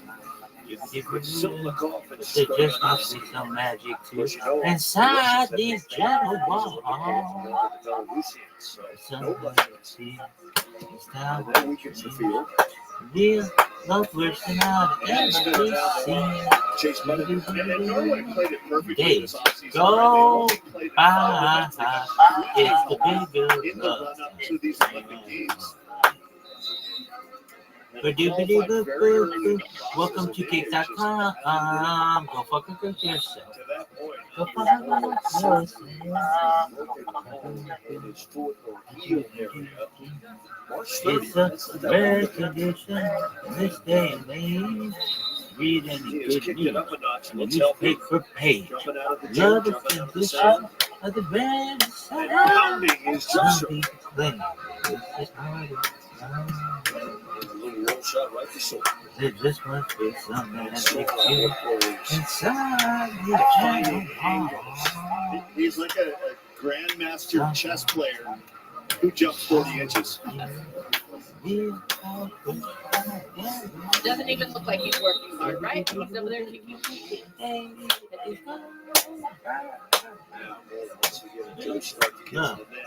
Serve Evans. Off speed right there. So we'll take a quick set. Done by Evans. And the little spinner is good. It almost looked like the Norwegians went to their slow motion replay machine there. This day and Set a age. quick set. Read any good news on the newspaper page. Changing pace. Love and condition of the bad As a desire. defender, you no Some longer people being claim able to read each it's other. hard What's the and tempo of the game? far. What is happening on the other side? How can we get them? There You know, just must be to some front magic a little here more. inside these gentle Absolutely. walls. Some people Little short serve is no good. 17 to 10. There's been very few teams in the history of the game that have been that good, that have been able to downshift, speed up, really use the full range of gears that they have. And off the top, out of bounds, goes under. And a side change. Well, it's been quite a run for Chase Buttinger and Miles Evans. Of course, Buttinger, the NBA, comes back to the beach. Evans, the story, because he had played with 20 partners looking for the right guy. They get into the Olympic qualification process. They pass up a couple of teams, and lo and behold, they are in the Olympics. But today they are up against the opponent force, if you like. As Buttinger hammers it through. 18 to 11, 3 points away from elimination. Still quite the accomplishment. Buttinger and Evans cannot run.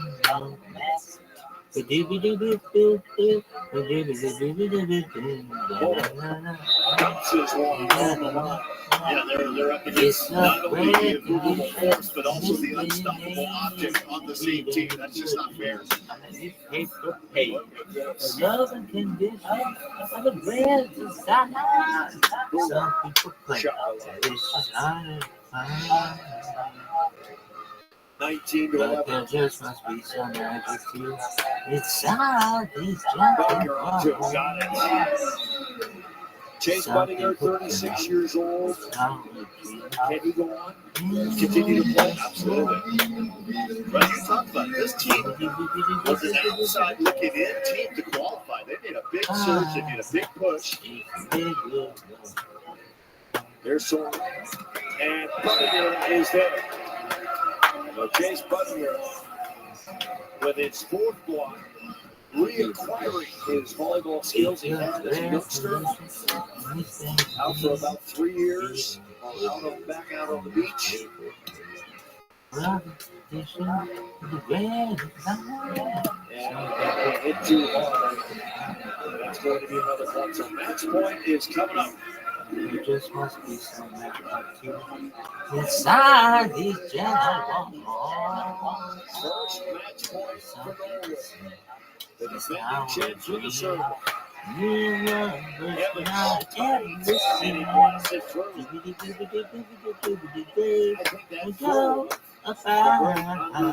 It's the big So he was like that hockey pulled his hands down.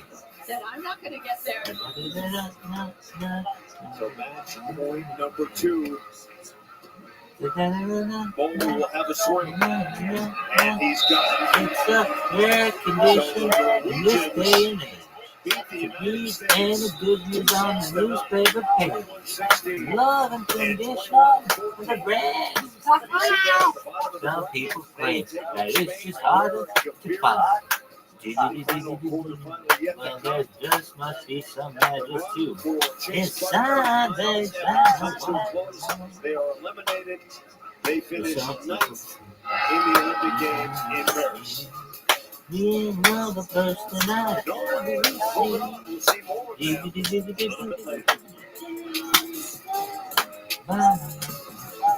Coach Mom, welcome you back to USA's Olympic coverage. I'm Catherine Chapman. So the U.S. men's pair of Evans and Buttinger are out in men's beach volleyball. The defending Olympic champions of Norway. So let's take a look at those current brackets as we see them. Norway moves on to the quarterfinals, one step closer to defending their gold medal in Tokyo. The United States still has a chance to win its first Olympic medal in this event since 2008, behind Miles Partain and Andy Benesh, who compete in the quarterfinals coming up on Wednesday.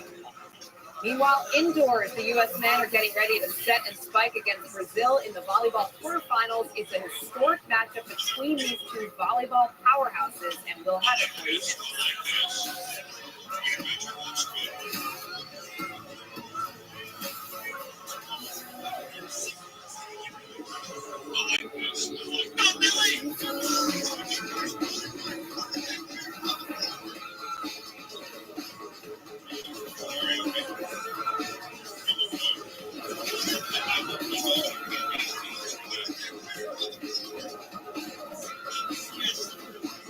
Days gone,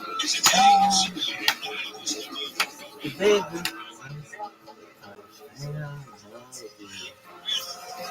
It's a rare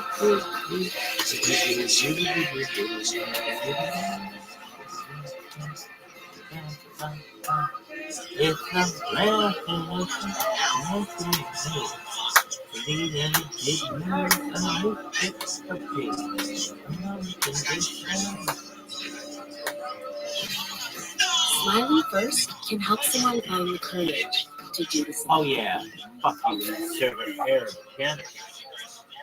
It's hard around the face around you, I think. What is that server air shit?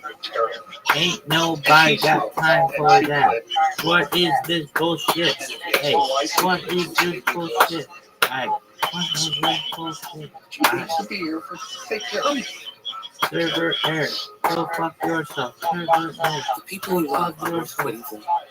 You can quit. feel free to join a Discord. Quit now. All day urgent. Excuse me, can I get that? Greatest motherfucker in the history of mankind. This motherfucker seen it now. Join this fucking thing. Gang.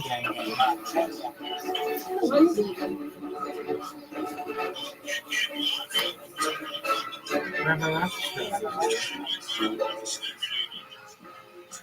Suni Lee, back to a familiar spot, the podium at the Olympics.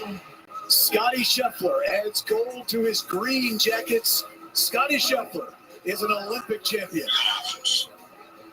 Novak Djokovic gets gold for Serbia. A staggering achievement. Your sister just want to go with them. we think new world record, gold medal. That's it. And it's going to be a world record for the Americans. It's Noah Lyles, and it had to go to a photo finish to decide it.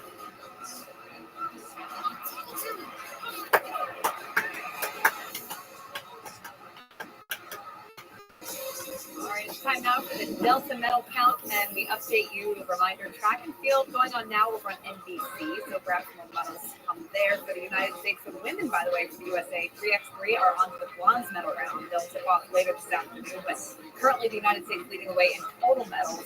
China still leading the way in gold, with the United States just a tick behind them with 19 total gold medals. Still to come, the United States men have to remain consistent in their quarterfinal match against Brazil. They last won a medal in the 2016 Rio Games when Brazil. What's up, Coach Mob Jr. 23? Head out to South Paris Arena with Paul Sunderland, Kevin Barnett, Salima Rockwell, and Heather Cox. Match of the knockout round in men's volleyball, and mark it down. August 5th, 2024 will go down as the most dramatic day in the history of men's Olympic volleyball. Coolest motherfucker of all time. And what more, you ask? How about closing out the quarters with a match between two longtime rivals, the United States and Brazil, with Salima Rockwell and Kevin Barnett up Paul Sunderland. As mentioned, Heather Cox on the sideline and Kevin Barnett. It has been an absolutely epic day, and that may be the biggest understatement of all time. The warning is this: do not go up 2-0 in the quarterfinals in the Paris Olympic Games. It is bad for you. Both of those teams came back for the complete reverse sweep, and it took some ridiculous heroics from Poland as well. Well, such a high level of volleyball. I mean, you know what's going to happen in the quarterfinals. You know it's going to be great. But this was the most epic day of volleyball that I think I've ever seen on the men's side. It was incredible. I'll tell you what, when Poland won, they did so behind Leon and his turkey of aces at one point. 3 in a row. They needed every bit of that to get through that match. I was surprised that one did not go far. And the match between Japan and Italy was unbelievable. We'll be able to talk about those during the course of this last quarterfinal. And on the sideline in Paris is our Heather Cox. Well, the U.S. coaches have Give me that shit. Fuck you, motherfucker. To reach their goals, they must have Matt Anderson at his best. In fact, John Sproul believes in his four-time Olympian so much that he only has one opposite on the Olympic roster. Sproul told me this is the toughest matchup so far for Matty. This will be the most physical pin blocker he has seen so far. Sproul talked to a star player about hitting high, saying he was dropping his arm at times in earlier matches. And Coach Sproul finished by saying, when he is out there competing and leading us, we are a hard team to beat. Well, Matt Anderson so far on the tournament, 333. A lot of that coming against Japan. But this Brazilian team, with the physicality that Heather Cox was talking about, is an entirely different matchup and scenario. You only want to look forward. So tonight, what are you looking forward to? Matt Anderson hitting over 300, one with double-digit kills. We want to see how he does it. Can he bail the U.S. out when they have to have it? You know, they have some left-side dominance. They could use some on the left. well, the good thing with the United States is they have a pretty balanced attack. And it's been something that they have not needed to completely rely on him. It is going to be a huge piece today for the United States. If you're wondering if this match is garnering some interest around the world, South America and North America, also showing the Williams, the greatest female tennis player of all time. Here's Lucarelli, one of the 3 gold medalists back from Rio on to serve the United States in Rio. And TJ DeFalco missed that ball down the line, hitting out of the backcourt. And we're underway. If I get out position by position this matchup, if I look at the outside hitting core, I give an advantage to the U.S. Middle block, attack and service, advantage U.S. Opposite defensive passing, advantage U.S. But Brazil, more offense from that opposite spot. Darlan on that side has to continue his exceptional swinging. There's so much history between these two programs. 14th meeting all time between Brazil and the United States in the Olympic Games. twice for a gold medal. The United States so far a perfect 2 for 2 in 1984 and in 2008 as Michael Christensen, clearly one of the world's very, very best. Originally from Honolulu, Hawaii, and now on the serve. Back row quick combination, and Bonnie, there's some of the offense you're talking about. Shoji. Eric Shoji at the Libra. Lucarelli stopped completely. He thought the ball was down, and they're going to already be complaining to Vladimir Simonovic about a no call. Well, this is one of the things I was wondering. Eric Shoji's been a little uncharacteristically quiet. Does he have a breakout match? Out of a huge, amazing chase down by Eric Shoji. I'm not sure what they were calling for that ball. A weird play in the middle of that round. Looked like a perfectly good play. I think Lucarelli was just shocked. There is Anderson. Oh, look out. That's going to be a net violation. Fabio looks no worse for wear, along with Darlan. That could have been a real problem for Brazil. It's scary when they come down on one another, which they did. There was a net violation there early, and then it got very, very dangerous. Brazil came in as the number 7 seed. They barely got in on a couple of set wounds by the skin of their teeth. The United States was the number 2 overall seed, and there was the hot flying Darlan. 53 kills now in the tournament. And they definitely relied on him a great deal more than the United States has relied on Matt Anderson. They played the same amount of sets throughout the course of the tournament, and he's got 20 more kills than Matt Anderson. And that is a huge number for Brazil. And we'll walk by Shoji. Back to a quick combination. Talas, the liberal for Brazil flying. And again, brilliant cover.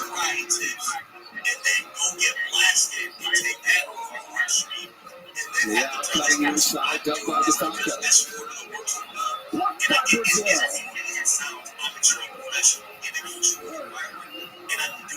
Did you like Turkey defensive play? Talas just gave it to you right there. Put him up on the screen. The number 1 libero in this tournament in terms of digital sets. I had turkey for lunch. Is this a carryover at all? I just wondered. I know you've been in a bowling alley. I know it was very good. It was very good indeed. Look it up, motherfucking West Side. West Side. Look it up, pass among the leaders, as you mentioned, Kevin Ingates, 22 years of age. He's glad to see his older brother Alan back off the injured list and in the Brazilian lineup. These two teams played in the qualification round in Tokyo, and I only bring that up because there's so many familiar faces. Other than Aaron Russell, it was same on same. Does that have any bearing whatsoever? That's the last time they met when there was really something on the line. Look at this one. I don't think it has any bearing on that match in front of you, but I do think you know a lot about players. They have certain tendencies. You know, like that ball hard inside the angle, so you can make it move there. There's certain things that you just learn about one another, but I'm not sure that it has any bearing on how they're playing now or the match today.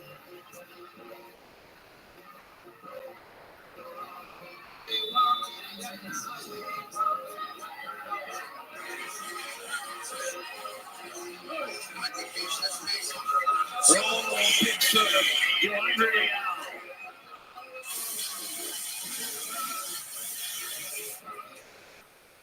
Brazil has the arms to rip these jump serves, and they're going to have to really take it to the United States. They've been passing very well throughout the course of the tournament. You do have to look at the teams that they played as well. That factors in the pressure serve. Argentina didn't really serve the United States very hard. Some from Germany, a little bit some from Japan, but part of those passing numbers are part of what they've already seen that we have statistically right now. This is the toughest test the Americans have faced. TJ DeFalco saving the day on that overpass of Brazil. Did not handle this particular play very well. Leal has got 5 aces now in the tournament, 12 total for Brazil. Serve and pass battle, which always matters. Brazil has not been receiving the ball effectively. They don't have a single player in the top 10 in reception.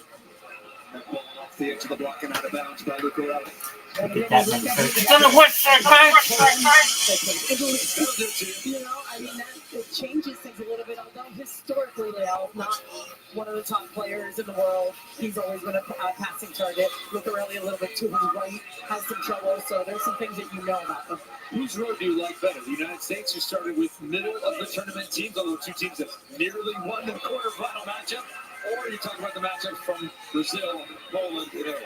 I think Brazil is more prepared for a high physical level of volleyball in this match than perhaps the United States is at this point, based on the two teams they played, the three teams they played previously. I just think the U.S. is ready to serve in over 20, and at the end of matches, that was a huge issue for both Japan and Germany. Germany served out 3 times in a row to drop that match to the defending Olympic champions from France, TJ DeFalco, having a very nice Olympics, averaging 3 kills per set, hitting 373, also 6 aces.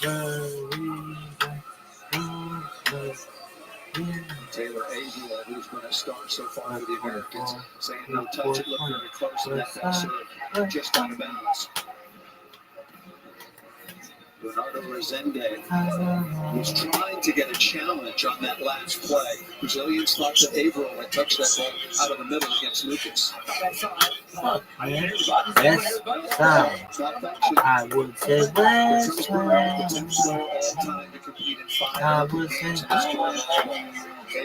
A very rare, how rare, Taylor Averill out of 22 serves. That is his second hitting error. You've got some big middles on both sides of the court that are going to force one another to hit out of bounds. Lucas is right in front of Averill. He's trying to avoid Hell yeah, motherfucker. What's that? 9-6 advantage. Another missed pass. In between the seam of Anderson and Shoji. And quickly to the floor by Lucarelli.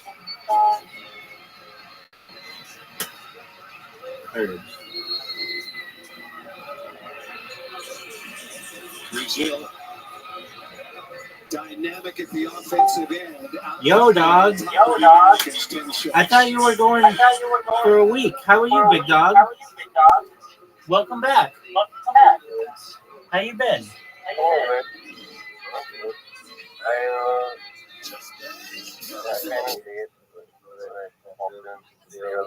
Well, I'm glad you said hello. Weren't you going to be gone for a week? I was supposed to be,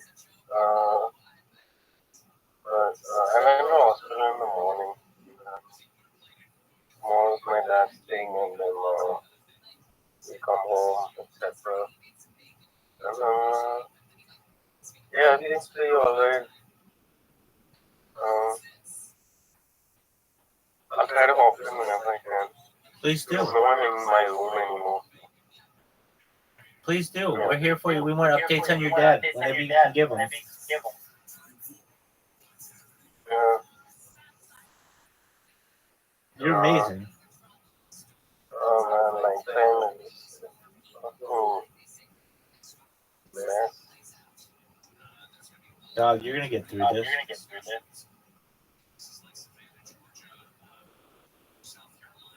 Aiden Ross just had Donald Trump on Kick, and it's the most amount of people I've ever seen use Kick ever. Aiden Ross had 500,000 people in his chat. That's a lot of people. He gave him. Yeah, one of these days. Aiden Ross gave Donald Trump a Rolex and a Cybertruck. Wow. Yes, sir. I saw the clip. I didn't see the whole thing. I just saw the they opened a grant and I don't know what he was doing. Anyway, but I didn't watch it. Aiden Ross there's a bunch of weird moves, right? Come in with like anti-police people and stuff. Have you seen those videos? No, I don't know what those are. Yeah, something loose coming. People with color tanks, just they bully them and hit them because they're sexual predators or something. I don't know. Yeah, I've never seen that. I'll have to check it out. Yeah. basically the gist of it is, I don't know what the heck. Like, I'm running delusions 24/7 during night time. Biggest event ever. Have you watched Yeah. any? Have you watched any of the Olympics? Yeah, I watched India on England In hockey. field hockey. Yeah. So India's the gold medal team for field hockey. Not yet. I think it depends on what happens. Who else is good at field hockey? Netherlands. Oh, okay. Anybody else? I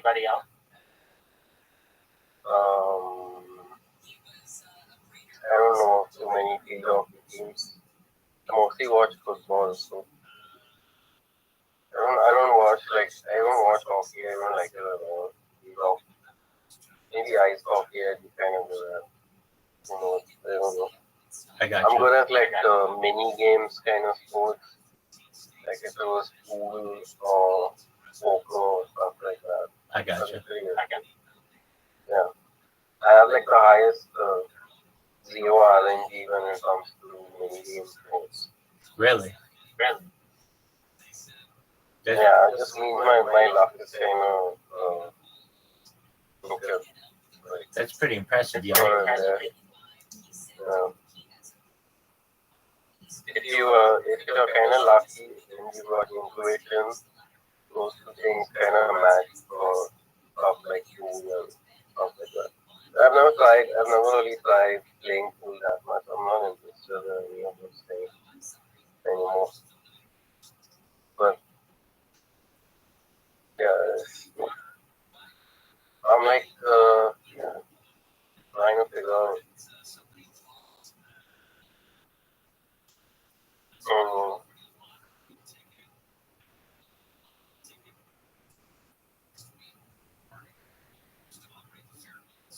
Had a cup of coffee and it's 1 p.m.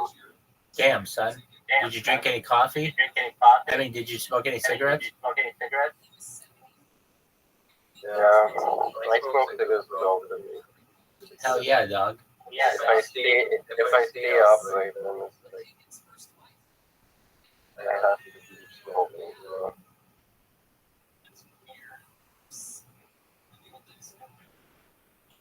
So you like football? You like hockey? What else do you like in India?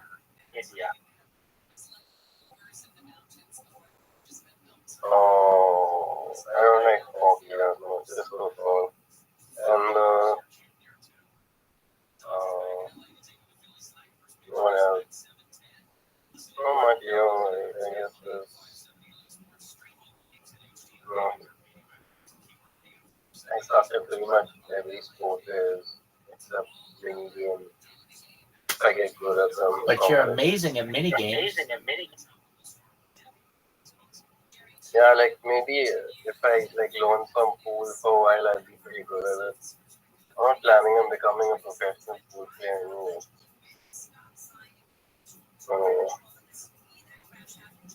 when it comes down to it, if I show up in person and stuff like that in like 100K, like my life savings on a poker match, might have a chance.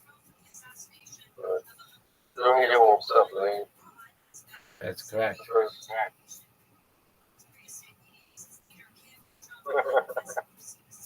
What have you been up to, man? The last few days I haven't been around. I don't know. Word dog. A friend of mine who I wasn't expecting until the 8th came back, and I've been helping him. He's getting on his feet.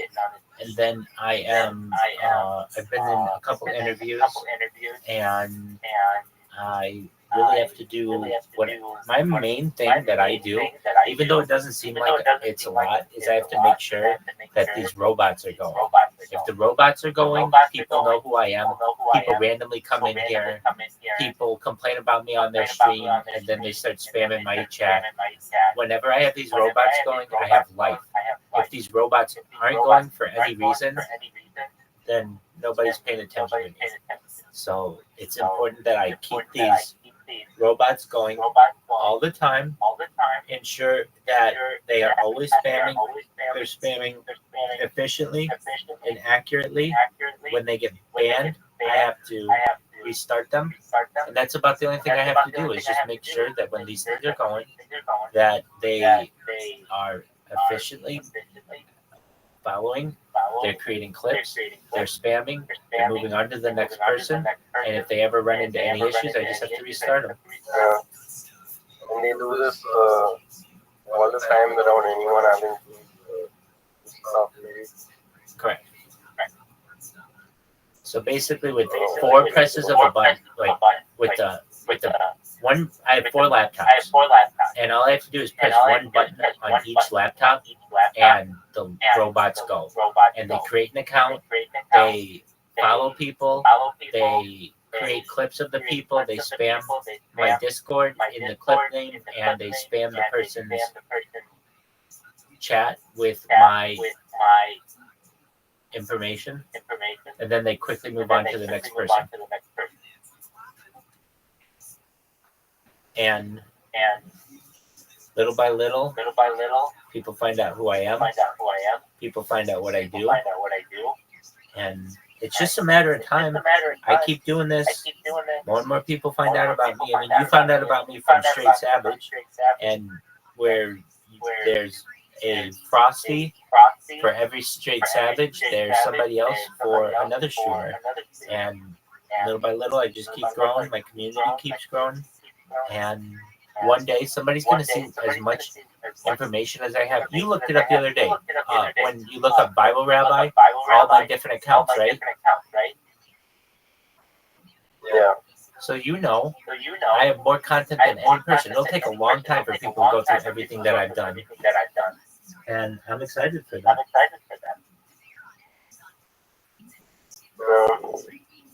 You should consider like doing some extremist stuff. Well, I don't want to get banned either. I've been banned far too many times. Oh, yeah.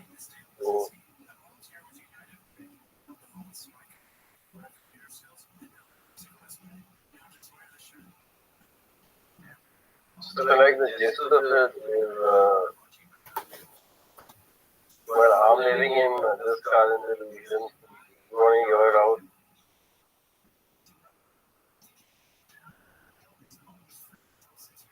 What'd you say? You want to hear out my delusions? Yeah, just one moment.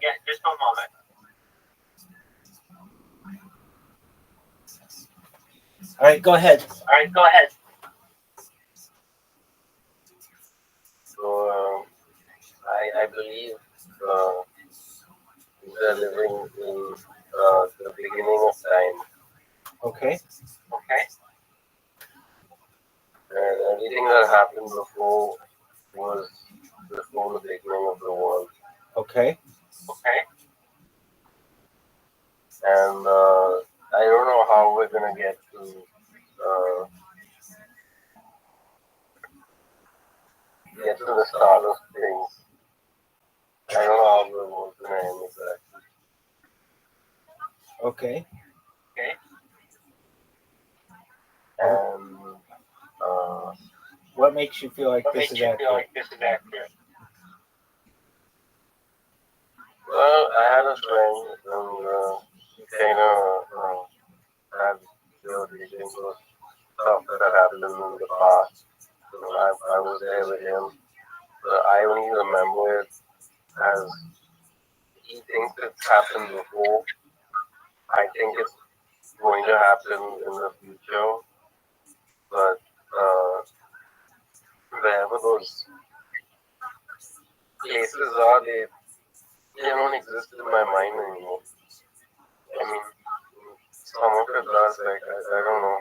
I don't know where. It's not that I'm having visions of the past. It's like he remembers things, and I do also remember things, but I don't believe they happened back then. I believe they happened in the future.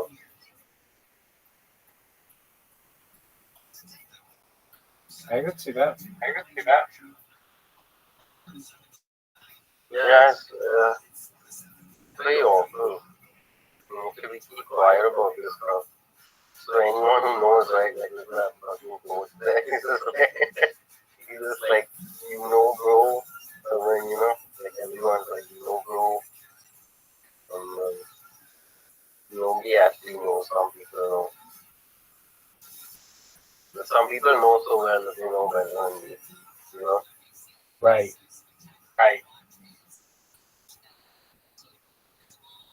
So I think you're probably gonna like show up as well. I think it's all gonna happen right here. I don't think I'm gonna travel anywhere in America anywhere. That certainly could happen. Yeah, but like wherever this place is, right? It's kind of, I don't know. It's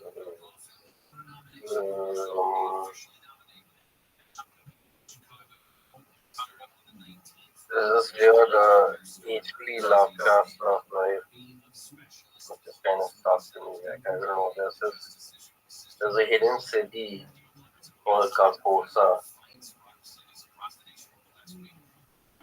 Okay. And it's like a Lovecraftian nightmare place. But it's early. It's so like it's like an afterlife place, right? I remember one of my visions was like I went out and I just like sat down on some place outside, like where my flat was, and I'm just sitting there. Everything's like black. Oh, right. I watch these people. They're just walking, random people walking. And I saw them. And I remember there were like all of these figures, like with like shadows extending themselves like way high, or possibly weeping, or I don't know what. But I think that's how the story ended, or how it started. Maybe that's the start of the visions. I don't know. That shit's wild, yeah. dog. That's wild. Yeah. I don't know. It's I don't know that I still don't know whether that happened in the past, because I remember having the vision of that happening at some point in my life, but I don't remember it actually happening. Right. So it could be that I had a dream, and in that dream all that happened, and there were people who saw it in the same dream. You feel me? Yeah, I do. Welcome. How you living, pimp? Yo, dog, is that Jacob? Hell yeah, it is. What's good? So let me ask you, okay, we didn't get a chance to talk. Okay, now I am familiar with this theory that you espoused regarding one former president and also potential. The earth got miraculously healing in 2 weeks. Yeah. Well, I mean, 2 weeks is a long time, though. It is, but they didn't really talk like about did he lose a chunk of the earth? It doesn't seem like he did. No, it didn't. I think it was just like it came close to him, so it kind of like raised the ear as opposed to making a hole in it. Yeah, but you know what the odds of that are? I mean, I agree with you. That's what it seems like. Yeah, the odds are like winning the lottery 3 times in the same. Fuck yeah. In a row, actually. You could shoot me this afternoon if that's like a fucking bloody nose. Yeah, I mean, to miss that close, I mean, I don't get the concept that people want to pretend that it was staged, because there's no way you could stage something that close to your fucking head. know exactly what happened there. I have a lot of questions, and they are not. I don't think the bullets went off the barrel. I think some of them got stopped by a force field or something. Some of them yeah, something like that. Okay, I got happens a lot. And people still can't explain the counter sniper that was positioned there. Conveniently, the only person who could kill the shooter was the damn counter sniper who happened to be on the opposite end. Yeah, so my only question is, why is it cooking so long? My question would be how do you have snipers positioned at the areas right opposite the shooter, and you have no other security what? I mean, are there all the snipers everywhere? Is it Yeah, that's pretty standard. Yeah, that's pretty standard. Wherever the president or anyone under Secret Service, they have tactical snipers positioned or in the area.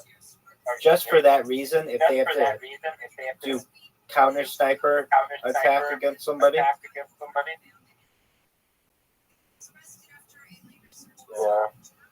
And no one talks about the guy who died. The person who died.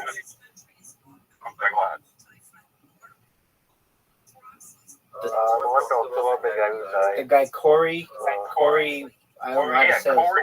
Yeah. They're telling you, he was guarding his family, or shielding his family when he got hit. He was a firefighter. Corey Campolazzo or something. That's pretty fucked up. Yeah, that's pretty fucked up. Telling you. But I do think some of the I don't know, some of the shots were not firing. If you heard right, if you heard the rounds, it was at least 5 seconds. Campator. No one did anything. Corey. After the shots were fired, and some of them you could hear them sort of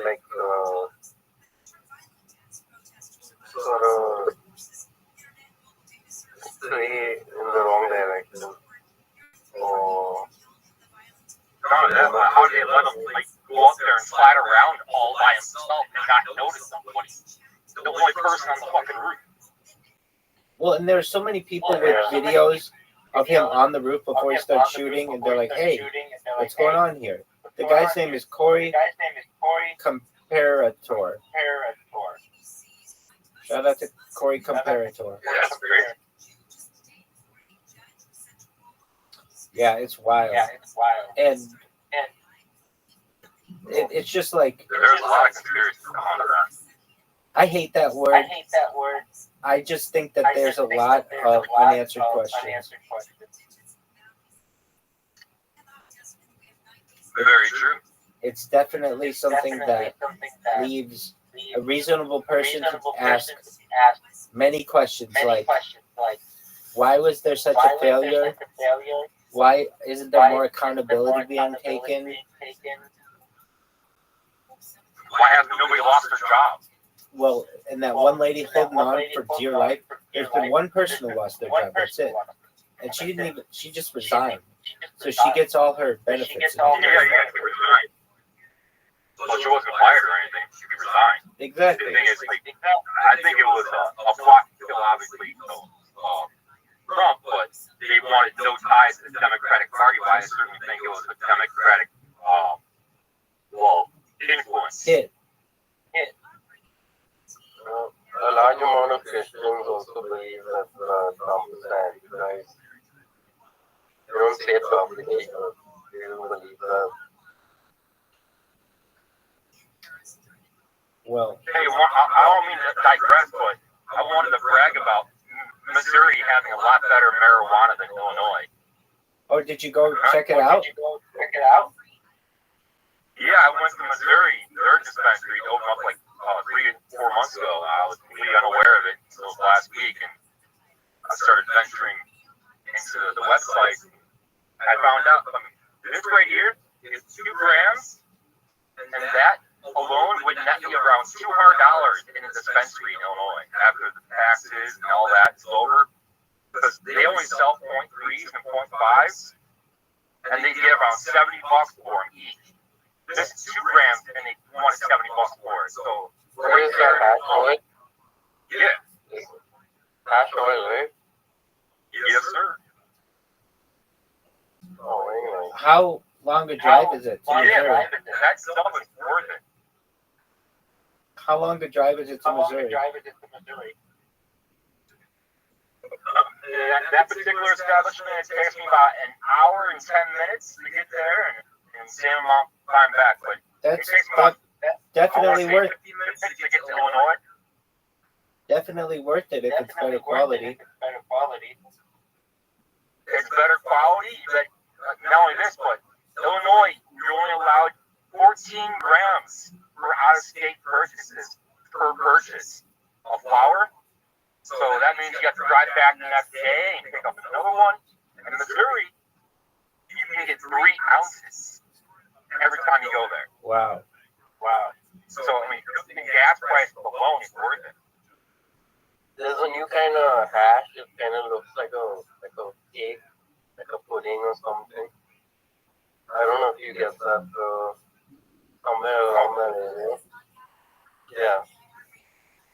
Yeah, I get that. I used to dab all the time, but I kind of stopped because my rig grill, so I haven't really done that in a while. But I get what you're saying. Yeah, I like rosins and the sugars and all that. Yeah, I usually end up putting them in my blunt. I prefer wheat, but hash oil does gives you that extra heat you need sometimes. With the hash oil and the flour, man, you were going on. I'm good for a while. I like the hash oil and how hard it hits you, but it kind of lacks that that certain something that the flour gives you in the terpenes and the greens. It just adds that extra high, if you would, euphoria. Yeah, the shit we get here, even the good stuff doesn't really compare to the new stuff coming out in the US and the legal dispensaries. Because we get the Manala hash here, watching a video about it. All the old, same old stuff. It's 98% THC. That's crazy. Yeah. Yeah, I'm fucking with Missouri from now on because the quality and the quantity just are superseded incredibly clean. Have you ever thought? It's just uncomparable to Illinois. Have you ever thought of buying a psilocybin mushroom kit? Is this announced to everyone, or is this between you and me and him? This is the world. I mean, is this you and him hear me, or what? No, everybody on Earth can hear you. Oh, okay then. No, I don't. Okay. I've never heard of it. Okay, very well. All right. How about you, Frosty? Do they have psilocybin mushrooms where you live? Not in any line of sight. Well, I did have a thing called penis envy. It's the world's most powerful psilocybin mushroom, indigenous to Colombia. And I did do some microscopy with it, and it was a beautiful, beautiful thing. Very cool. Yeah, I think if you do enough mushrooms, you get that. I didn't do it Yeah. Yeah, you can do mushrooms and smoke some weed after that. Then you get into that whole out of body phase. Sometimes I don't know what people are preferring right now, but right now stuff becomes kind of standard. You can't expect that much anymore. These weird ass carnivals they have and shit.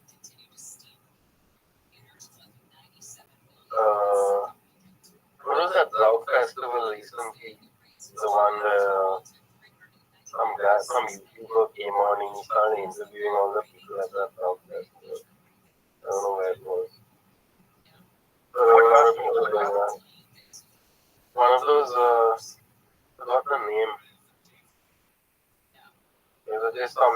some concert type drug festival.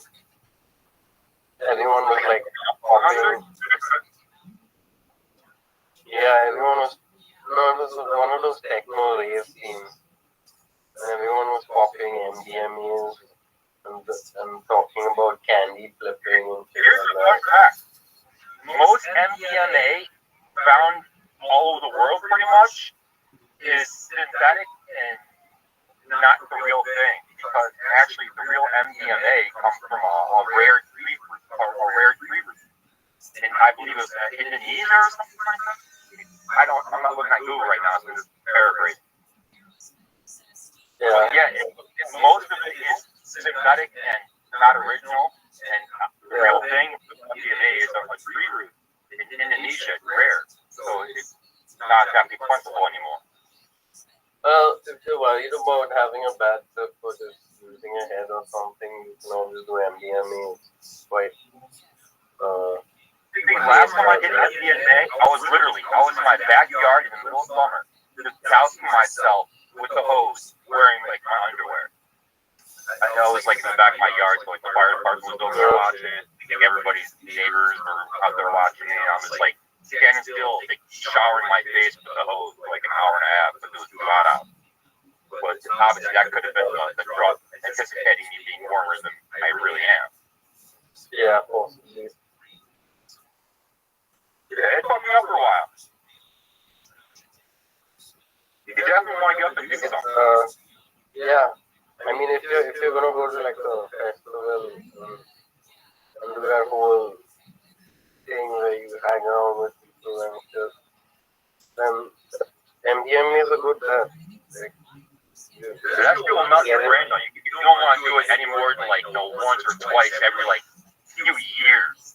Because I mean, it just has profound effects on your neurological system and your brain. It deteriorates it pretty much like eats it. I've only smoked weed. I know you put some LSD. You know what LSD is, right? Yeah, absolutely. I know every time that you drop LSD, one drop of blood drops down your spine. I mean, it definitely has some horrible effects on you in longevity. I guess with more or less everything that comes from the earth, more or less than I do man-made synthetic drugs, because those things just like kill your body from the inside out. Yeah. But all the best things are from the earth. You know, even coca plants come from old plants. Poppies, opiates, they're obviously from poppies. Marijuana, from obviously the earth plant, marijuana plant. I mean, like Native Americans, pretty much the ones that discovered all these holistic type healing things through trial and error. The South Americans, North Americans, Central Americans, all them. Yeah. I mean, fuck, they even came up with their own food, like corn. I mean, how hard is that to fucking make a substance food that you can like grow for millions and feed your people, population, and sustain them? That's insane to even think about. Like, what people in the entire world made food for themselves, literally, out of nothing, crossbreeding fucking grass and making plants out of it, and making edible plants, edible food. Yeah, they have this community of drug users somewhere in USA where they have like a proper barter system and trading, using stuff, selling stuff for money, all that shit. And like a proper economy with people doing their hard working like a society sort of. And so yeah, if you're talented at something, you can like go there and of course like taking a crap and having a bath and all that other crap. That's what it should. You gotta manage that, but it's like out in the wild. And yeah, it seems pretty cool actually. But yeah. If you're online a lot, That's definitely the route to go. Yeah, online a lot. Avoid people at all costs. And that's pretty much what everyone does. Everyone who's not in like, there's also like a white segregated community of only white drug users. Something like that. I would probably join one of those segregated communities if I ever went to USA. Because I can do stuff like I can figure out, I can role play and just so most fun shit to do is just role play in real life instead of online. But what community did you want to join? The segregated, not the segregated. There's a drug community where they have a barter system. They have like a small community of people who just live off of drugs and stuff like that. Are you talking about the off-grid people? Yeah, the off-grid people. They're like everywhere. They spread out. It's more like the wilderness and woods and shit like that, especially up in the Northwest, like Oregon, Washington. You'll definitely see a lot more of that. You'll find more of those type people. Yeah, that stuff is weird. Like, I don't know.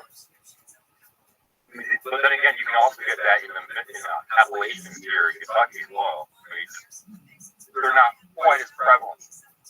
The Native American. It's a Native American country, right? I mean, area. I mean, it's all Native American country. I mean, land. But, you know, they're part of the United States now too, so, I mean, our land is their land, and vice versa. Yeah. That's not exactly how the youth live in areas, but that's my reality.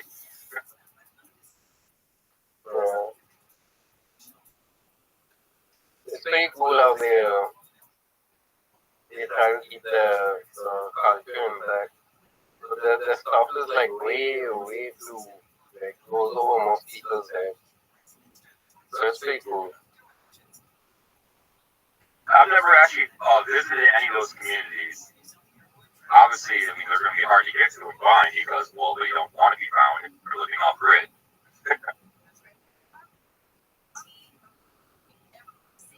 Yeah, a lot of black people, I think, black people don't have a food religion.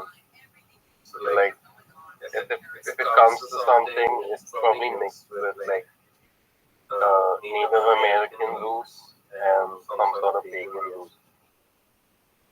Some sort of similarities, at least. There was a lot of religion that came out of Africa. I mean, you got voodoo, for instance. I mean, and it depends on what area you mean, like historical terms. Well, I mean, pyramid. African people sort of, most of it came out from occult Christianity, so I don't count that as like, but yeah, I count that as a sort of religion. Yeah, I'm not a Christian. I'm like a Noahide. I'm a Christian living in Mumbai. It will always be palm-based.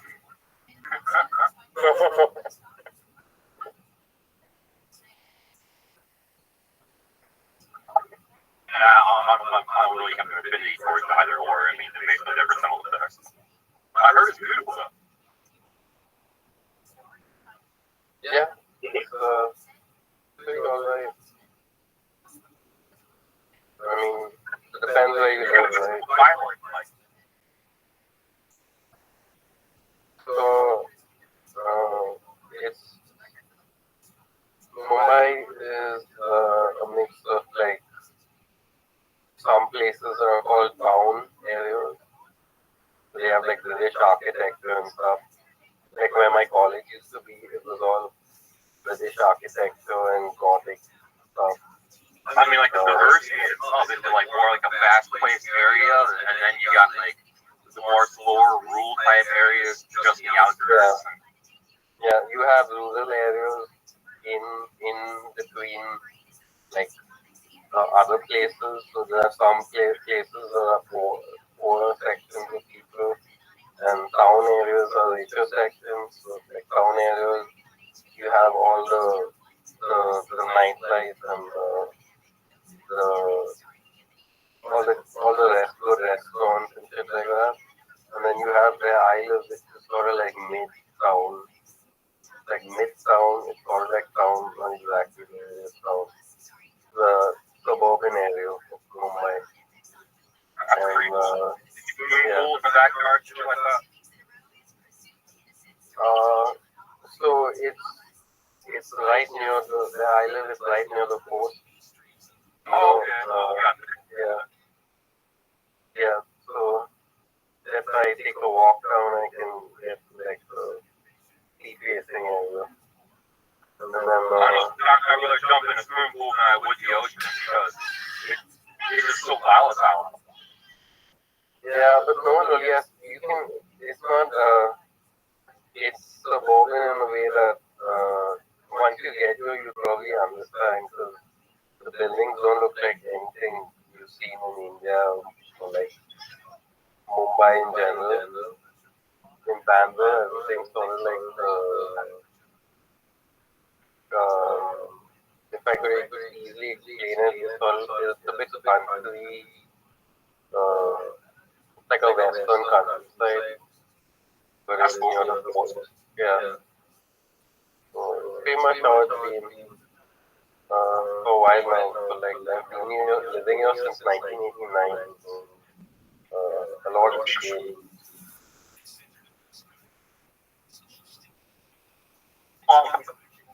So where are you living now?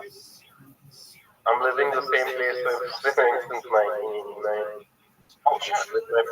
Yeah. Cool. Maybe a lot of people don't move out of the place they're born from. I lived in Chicago for 33 years. I never thought I'd leave there alive. Yeah, I'm 34 now and I'm planning on, I don't know how, but I'll figure something out eventually. I don't know.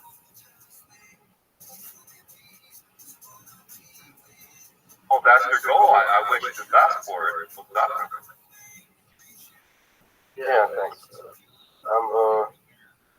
It's good. Yeah, ever since the COVID lockdown, no one's been coming out, and then people had a bright idea to like kind of stay at home completely even after the lockdown, and people are just staying at home and like going out for like basic things like grocery and shit like that. And when they come back home, it's like a base kind of like a camping scene. Everyone's just camping. Oh man, shopping here sucks.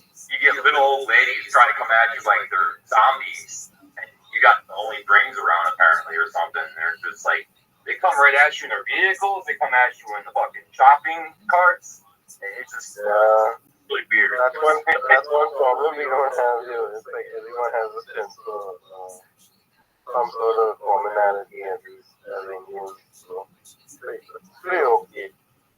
Yeah, we got too much diversity here. A lot of diversity.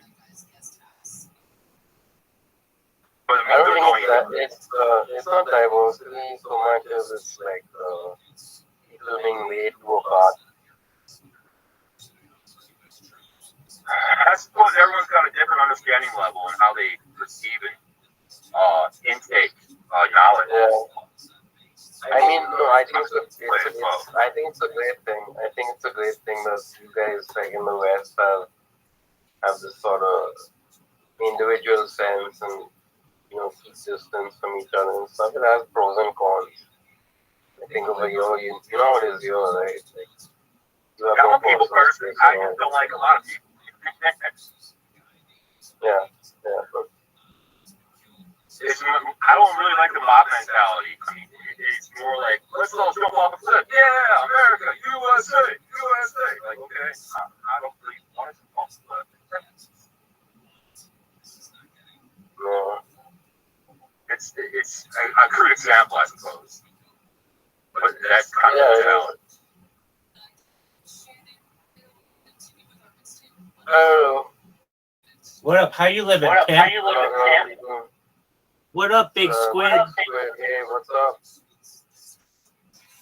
Hope you're amazing. Can't wait for my brother. I'm at a hospital right now in Paducah. How's that going?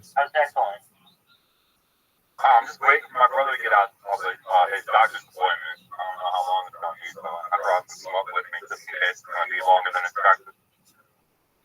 You brought some what with you?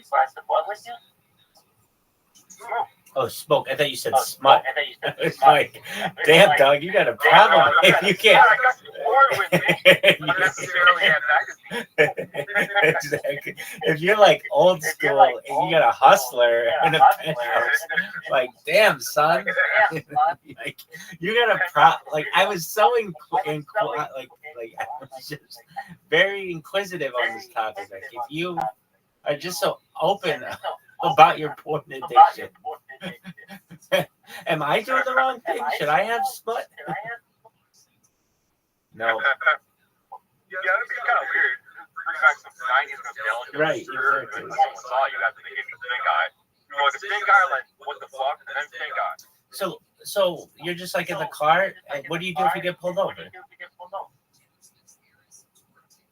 parked right now, waiting for my brother to get out of his appointment. All right, but I mean, Are you in a legal state? No. Oh, what the fuck? don't you worry like if they pull you over? Well, what? Well, it's not legal. I'm with my dad, my mom, my brother. I'm not really trying to showboat that I have anything, you know what I mean? And it's only a small amount anyway. I mean, these people are used to fucking pedophile fucking meth heads or selling those for hits. So they come across somebody who has a little bit of weed, literally just some personal shit. They're really not going to bat an eye too much unless they really want to. Oh, that's cool. I didn't know how they work. You probably have laws on how much you can carry, right? Yeah, I don't brandish it all. I keep it to myself. Yeah. And if I do want to smoke, I go through a back road or something, you know, because there's only like one lane each and it's very small and, you know, rural, and you can see the next car like 2 miles ahead of you. I don't know, rolling hills beyond it, or yonder.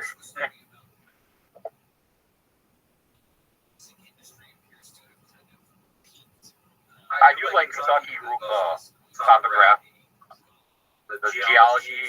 It's just really cool areas. That you get between the rivers. It's the geography here is really cool. You got hills, rolling hills. You got cliffs. You got rivers, beaches. It's just really unexpected from a landlocked island, a landlocked state. You have beaches? Yeah. We got beaches up and down the Ohio River, up and down the Columbus River, up and down the Mississippi River. How far are you from the Mississippi? An hour? Less. Wow, you're right in that area. You get any flooding? Oh, yeah, all the time. Oh, you get a lot of flooding? Yeah, it floods a lot here because it gets so hot and humid. The air is pretty much just, the ground's pretty much just like ball play and sand. So when that gets dry, it just pulls water on top of it. So it's better to have a hill or something. That way you're not living in a pond. Are you near that one part of Kentucky? Land between the lakes? There's like it's like an island. Oh, you're talking about the Kentucky Bend. Yeah, right? that. Yeah, are you near Kentucky Bend? Yeah. A lot of people ask. I'm here, of course, yeah. So if there's like that New Madrid earthquake, you are fucked. Yeah, where I live actually, I live in Mayfield. It's the town that got devastated by the tornado. It inspired the new Twisters movie and all that other stuff. I'm sure you already know about it. Very cool. Very cool. How far is the Kentucky Bend from you? I'd say about 45 minutes. Have you ever been there? I see it, but I had no need to go there because I was going through Cairo to go down into Kentucky, where I live. And I mean, I didn't just turn on the opera to go there necessarily, you know. Yeah, I got you. There are only 9 people who live there. I have no idea, but there are a couple people. 9. At least that's what the population states. Seems like it's a really interesting place. It is. It's a New Madrid ball goes off. I mean, that thing would be like a 9 to 10 on the Richter scale. Right, it would like Right. destroy the I mean, United obviously, States. it's not the 1800s anymore. We've got a lot more, you know, equity in our land. So we got property, structures, a lot more so than the 1800s. So if that thing goes off, it's obviously measured by the devastation it causes as well as the intensity. So it would maybe even be an 11. Of any place in the United States, it would be there and the Yellowstone caldera.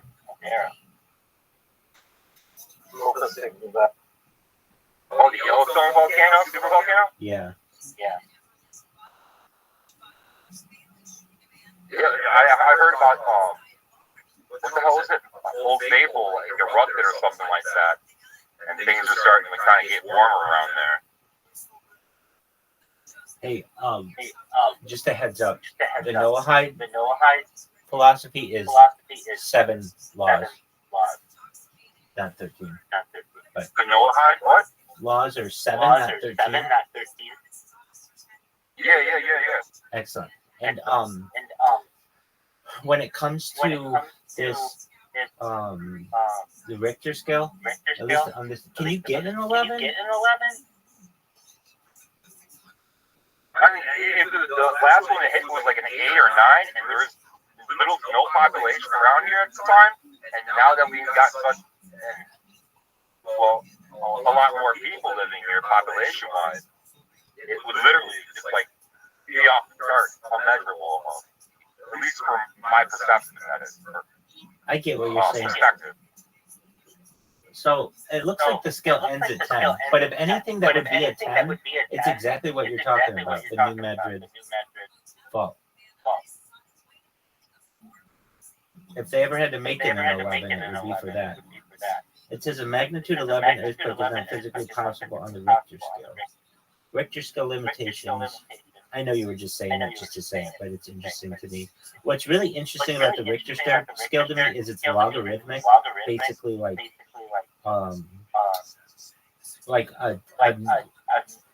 a magnitude 6 is not twice as big as a magnitude 3. It's like huge amounts more. Do you know? I'm gonna look up the New Madrid quake. New Madrid fault. Do you ever get earthquakes? Did I ever what? Do you ever get earthquakes? Yeah, everyone does. I mean, we live in the earth. Yeah, I mean micro earthquakes, but I mean, do you ever feel them? This one time, in Illinois, I was living in France at the time. Awkwardly enough, when I was typing something about earthquakes to somebody online, one actually hit me in Plano, Illinois. It was a 3.5 or 6 or something like that. Like, just I typed something about it, and it was really weird, but that was the only time I've ever actually felt it. My legs kind of vibrated before it happened. Wow, I did not know this. That the New Madrid seismic zone is the largest earthquake in recorded history between December of 1811 and February 1812. And this says, much along the lines that you had said, that it had an estimated magnitude of 8 to 11. So at least on here they're saying you can go to 11, but on other websites it's saying it only goes to 10. But yeah, apparently on February 7th, 1812, this is the largest event of the series with an estimated magnitude from 8 to 11, struck near New Madrid, Missouri at 4:45 a.m. The earthquake destroyed the town of New Madrid and caused widespread damage across the region. So it just fucking wiped it out. It even rained bells in Boston. Damn. So this thing isn't like an old caldera or whatever. It's like still active. That's huge. Yeah, it's really active. That's huge. 1812? That's ridiculous. 1812 is not that long ago. Well, it's actually another huge catalyst for earthquakes. So over time, it erodes, rock and sand and soil and all that sediment, and it creates its own fault.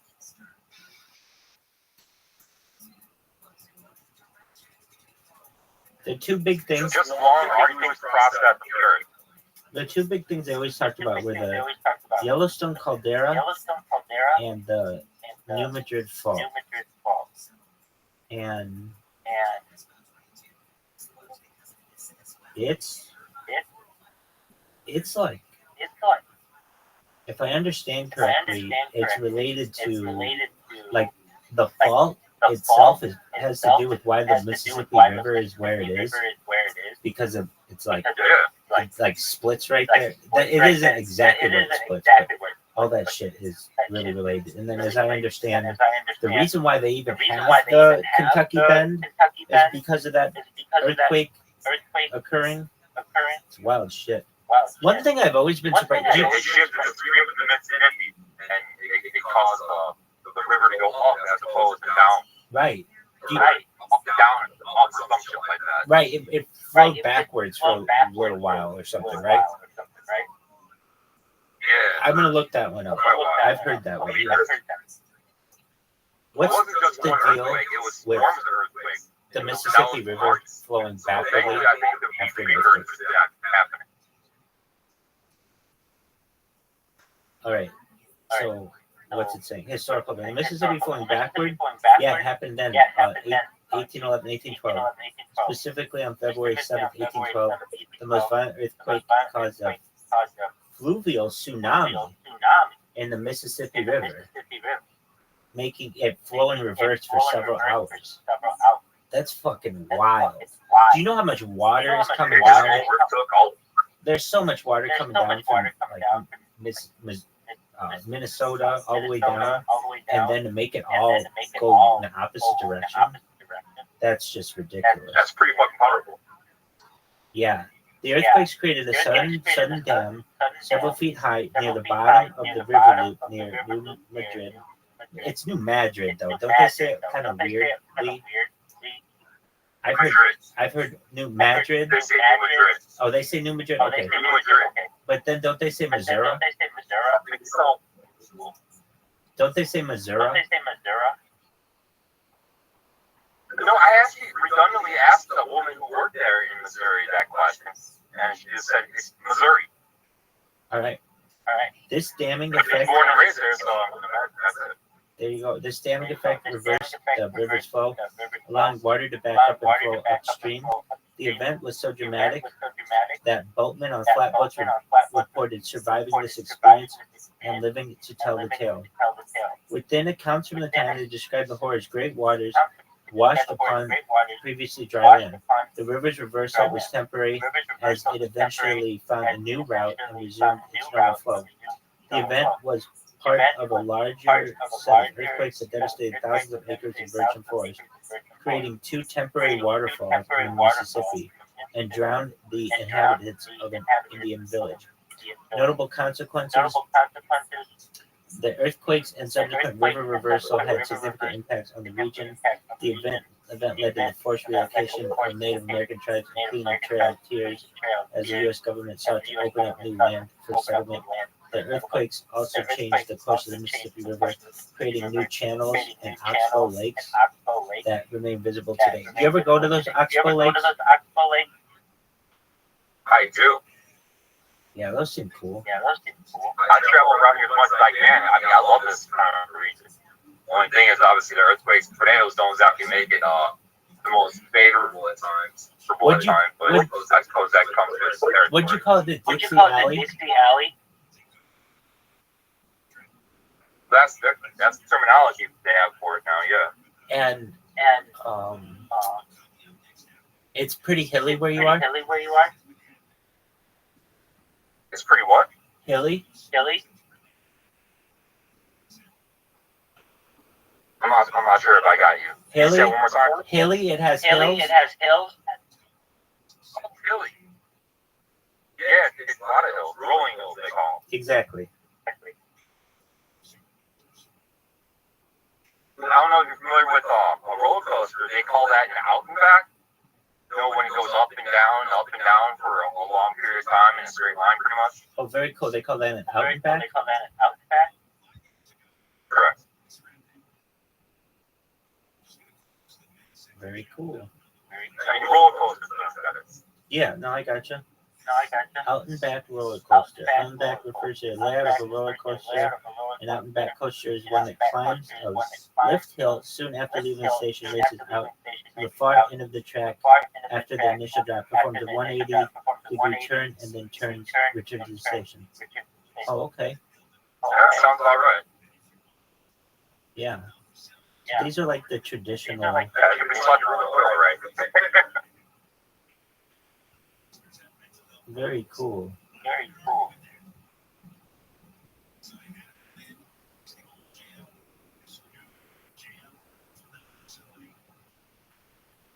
And they made the new Twister. Based on your area. Did you see the new Twister movie? Based on the, not based, it was some, I believe, like a Japanese man or some producer or something of the movie was inspired by the Mayfield tornado. They actually like made a couple themes around it as well, and it's pretty cool that they're able to, kind of commemorate something so horrific into something, that's more or less uplifting and powerful. Did you see the new? I suppose, death and destruction. Did you see the new Twister? No, not yet.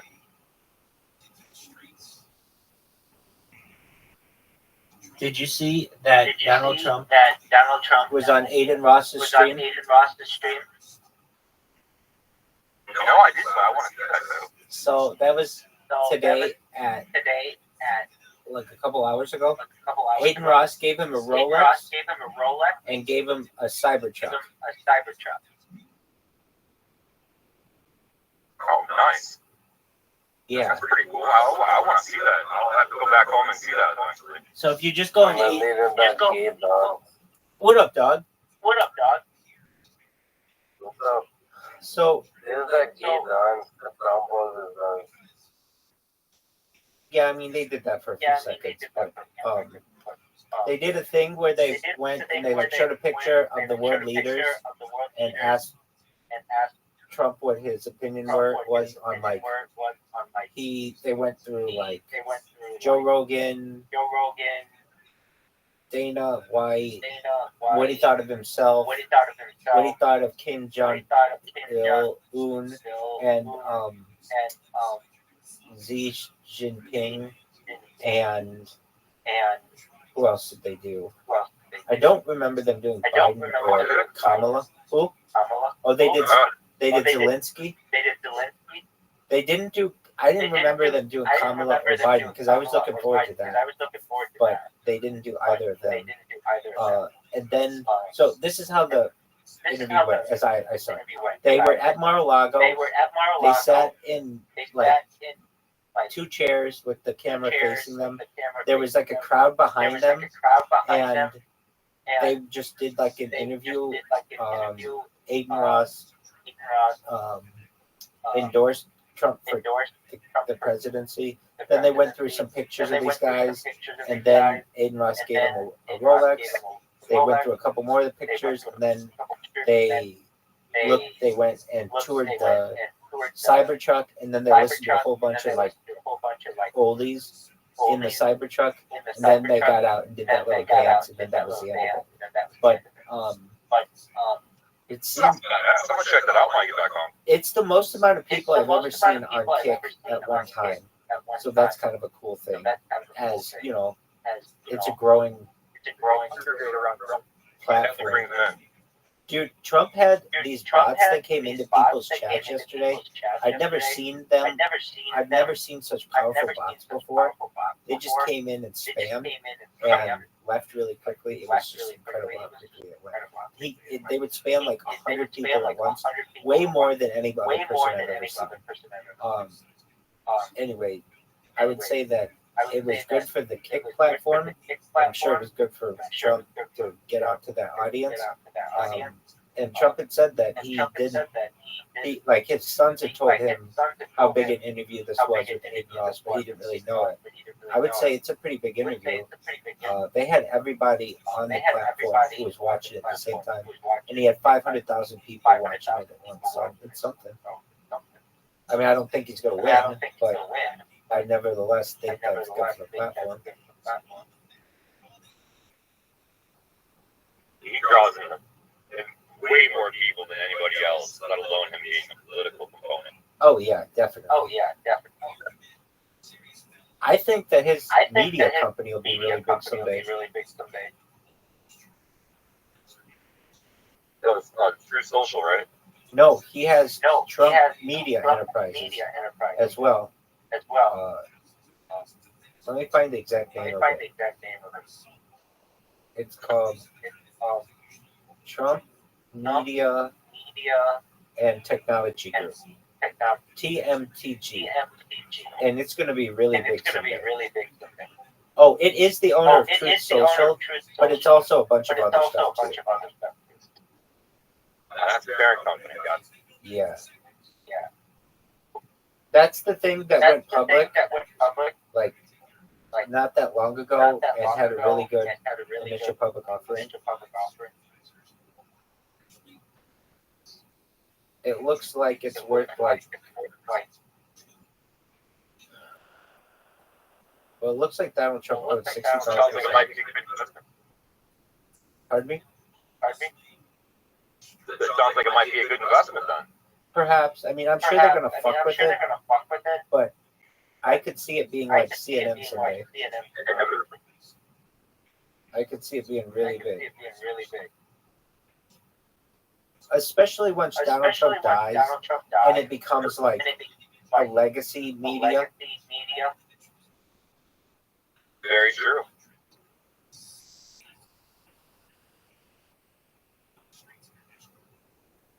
Did you see what's going on in the United Kingdom? Oh, the riots? Yeah. I guess you can call them. Yeah, it's pretty unreal. I wonder if that's going to spread to the United States. It seems like it pretty easily could. We had an assassination attempt against a presidential hopeful.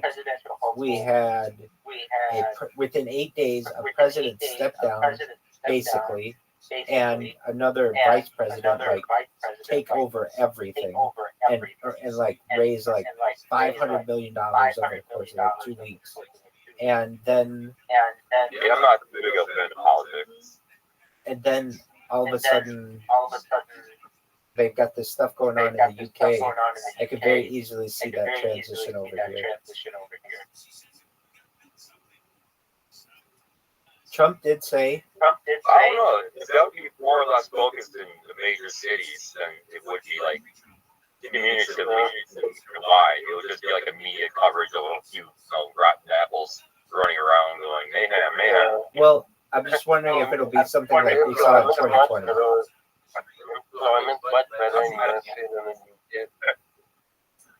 I mean, there's a global stock market crash currently happening. It's just, there's a lot perfect. It's like a perfect storm for that kind of summer of love rioting or whatever you want to call it, protesting. It does have all the ingredients, but hopefully, it doesn't manifest in anything other than just that. Yeah, I'm in agreement with you. It does have the ingredients. I don't think it will, but you never know. But I don't think it will.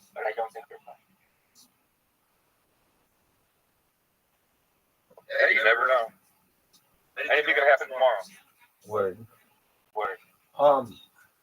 to my man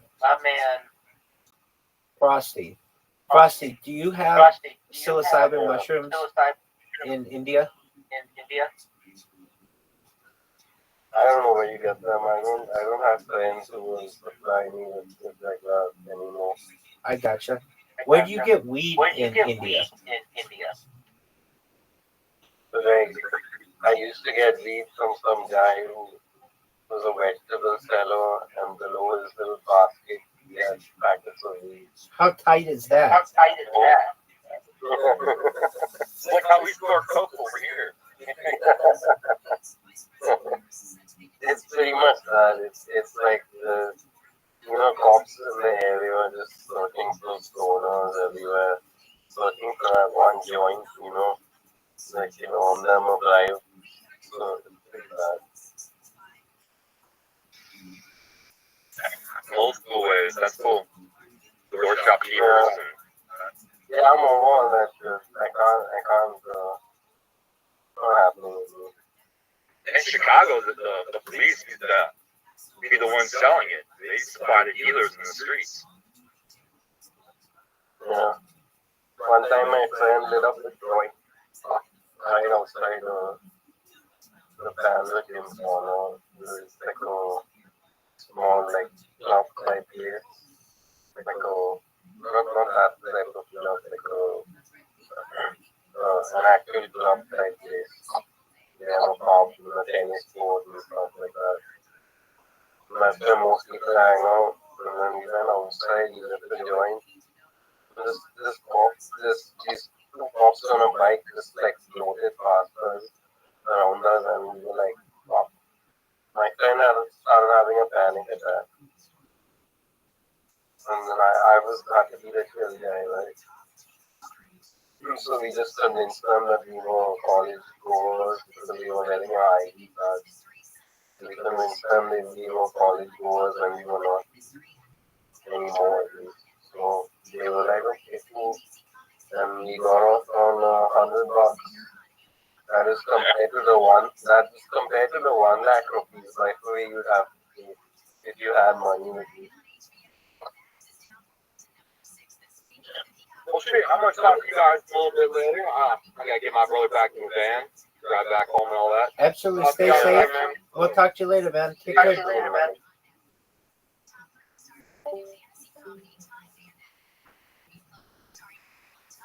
have many stories about you. Tell me them. Tell me every single one of them. Tell me every single one of them. Okay. So this one time at band camp,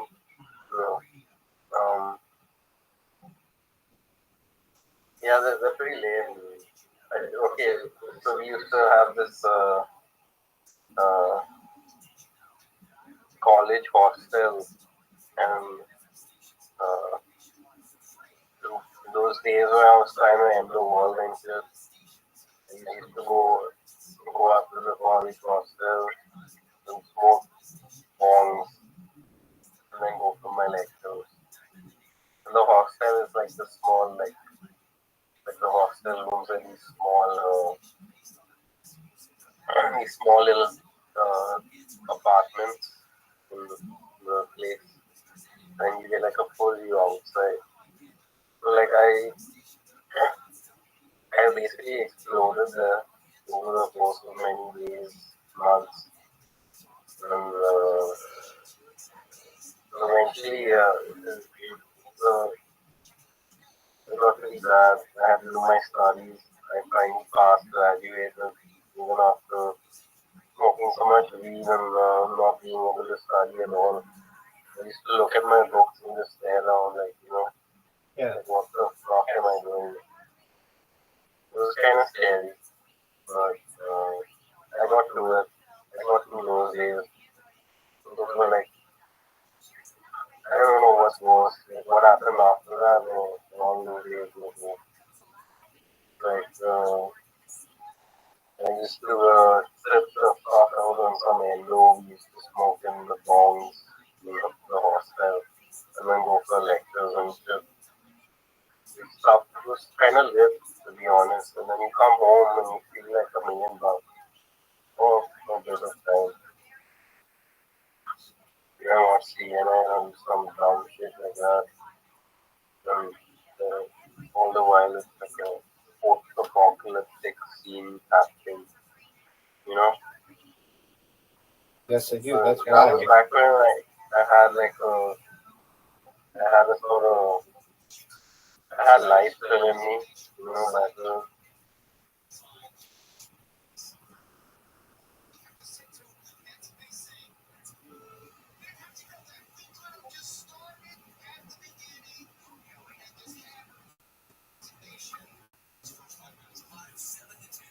And then, I pretty much ended the world back then, you know. Rabbi. What did you say? What did you say? What? I just pretty much ended the world back then. You ended the world? Yeah, so there used to be like these live bands and shit, and all sorts of black metal happening that would happen in the hostel room. And all the while, like there'd be like cows, like in my vision, different types of boars, snakes, everything you can imagine, all colliding into one room. And it was like a complete darkness. And yeah, I ended the world back then in college. I ended it just before I graduated. And I had to graduate it so that I could be safe. And that's what happened to me.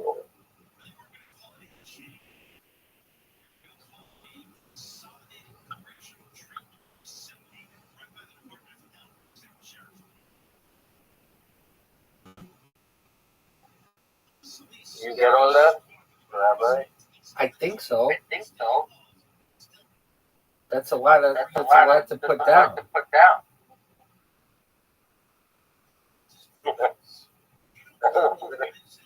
You asked it, no, you asked it. You're right, I asked. Very hard to explain. Do you have a dog? I had a dog. They kept biting my parents' teeth and stuff, and it was a puppy. It was a Shih Tzu, and it was really badly behaved. So my parents gave him to my sister, who lives about 15 minutes away from where I live. Oh, cool. So you had a Shih Tzu? Yeah, his name was Custard. Custard the Shih Tzu? And now he lives with your sister? Yeah. Is he a better dog now? He's the same dog, but he's improved a bit, but he's still like annoying as heck. Wow. You want to do that end of world shit, you got to be prepared for the consequences, you know. You got that I right. was like on the freeway, just fucking free from everything. And I was not. I graduated and it started again. Good on you. Right? What? Good on you. Good on you. Yeah.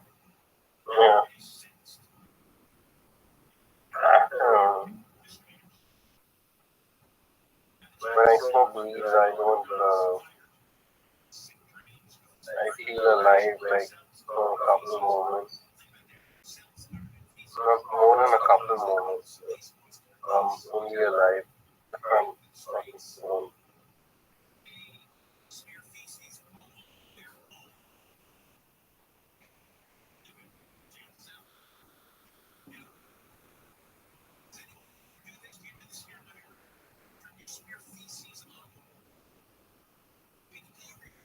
Do you see that there's a global stock market crash?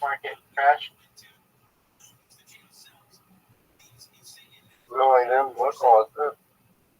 Japan's Nikkei index.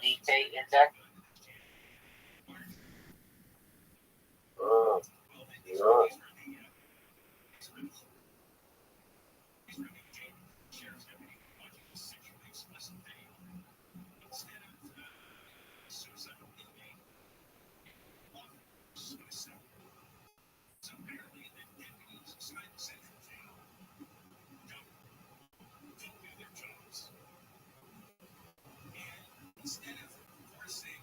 I just wanna depart peacefully from this world. All right. If that's what you want, we'll do our best to make that happen. That's how you want to end it. So, I'm gonna guide a person to the head. If that's what you want. So that's not what I want. Forget I said that. Consider it forgotten. Consider it forgotten. No. I'm sorry, in between, sometimes you gotta live your life and just, you also wanna die. And you can manage those obvious things. But after that, like, I don't know.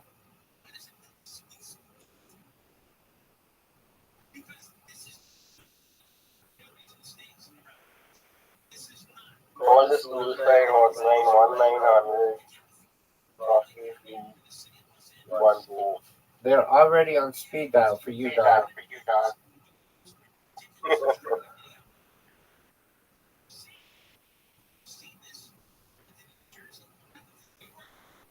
Have you ever seen the UFO?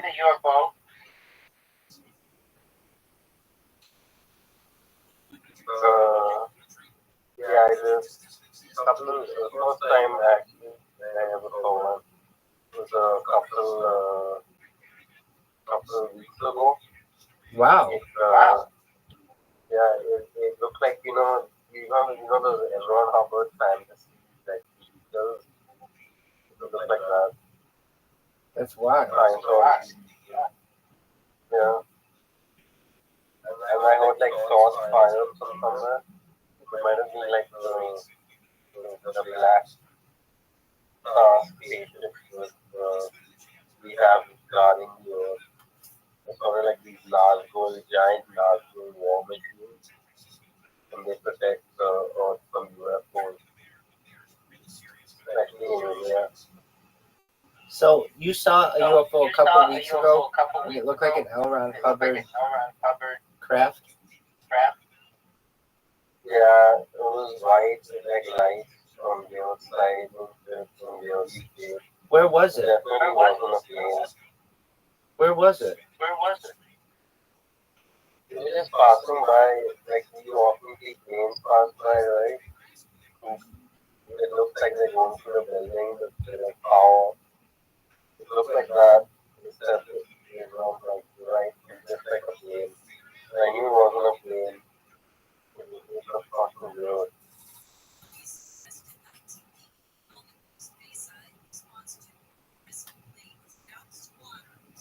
And then I seen have you seen those have you seen Alien vs Predator? Pardon me? Have you seen Alien vs Predator, the movie? Not maybe in 20 years.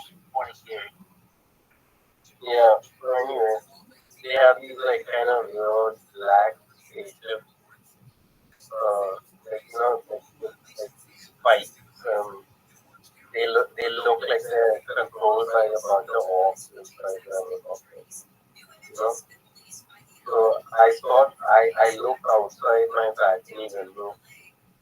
There was like a lightning flash, and suddenly I saw this gigantic fucking thing that was anything alive. It was so gigantic, you have no idea. And I saw this black. Then it disappeared after like 1 second. I saw for like half a second maybe. But it was gigantic. Like I could see all of it. But I think those are the kind of spaceships that guard the earth. They're like these black objects.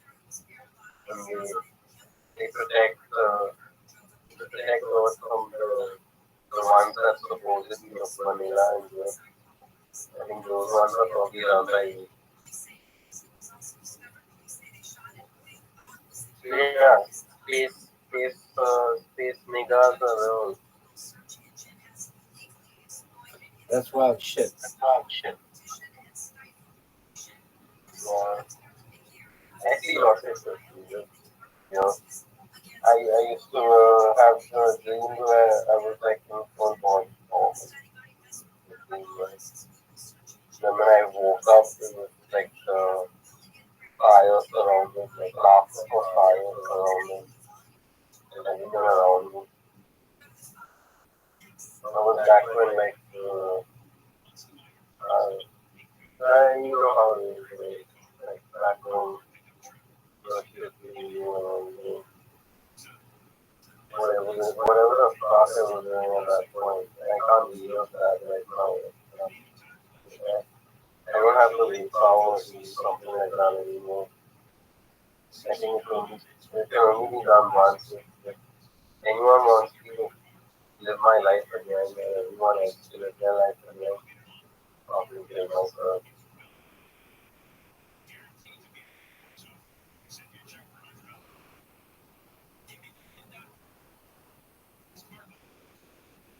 Do you use Twitter /X? No, I used it a couple of times. I got banned. I don't use it anymore.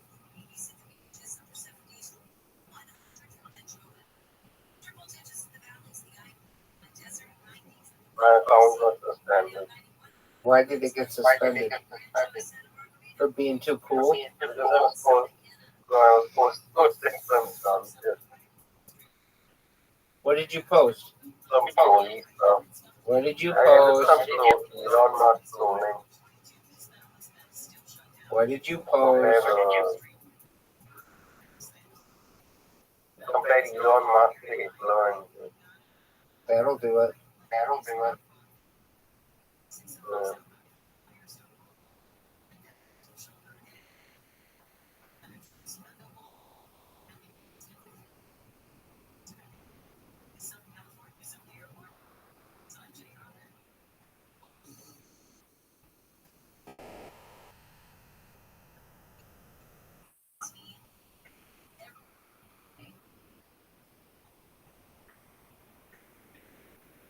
he is Andy Warhol. Andy Warhol is fucking wild.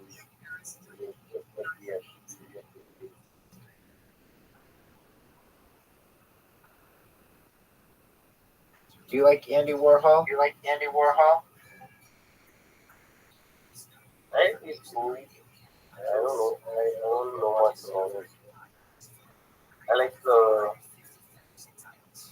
I like people who write.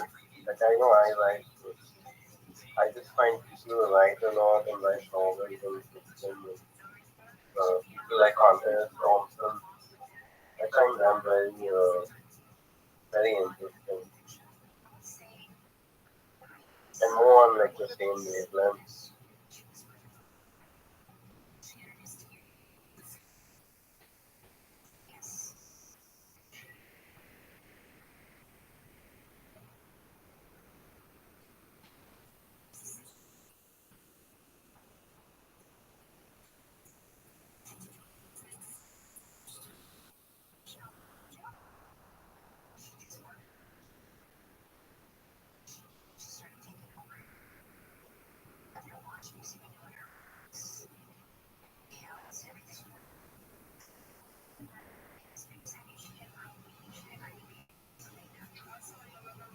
So like the black spark is kind of like costly cannon like attacks at possibly warning shots to the other spaces. What did you say? I don't know whether so when I saw the UFO, right, the one that looked like an alien hover craft, I saw it and it was getting shot by these cannons from somewhere near my building, and the cannons like they were like warning shots against each other. possibly. But I could only hear the shots being fired. That happened exactly when I saw the UFO.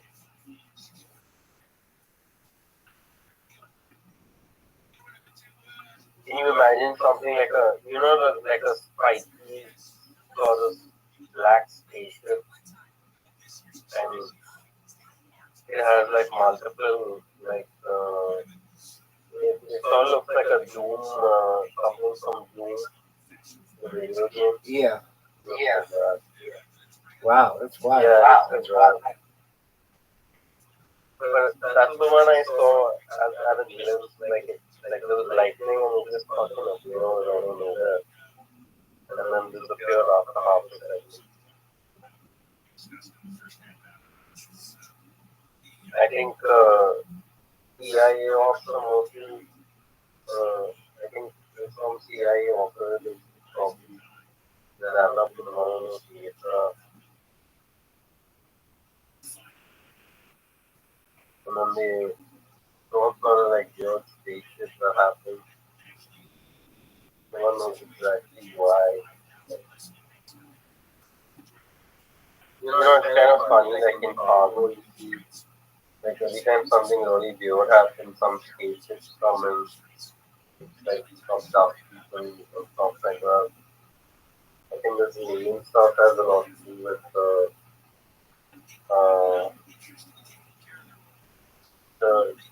like there's a collective consciousness of that's not everyone's collective consciousness. It's like some people share the collective consciousness.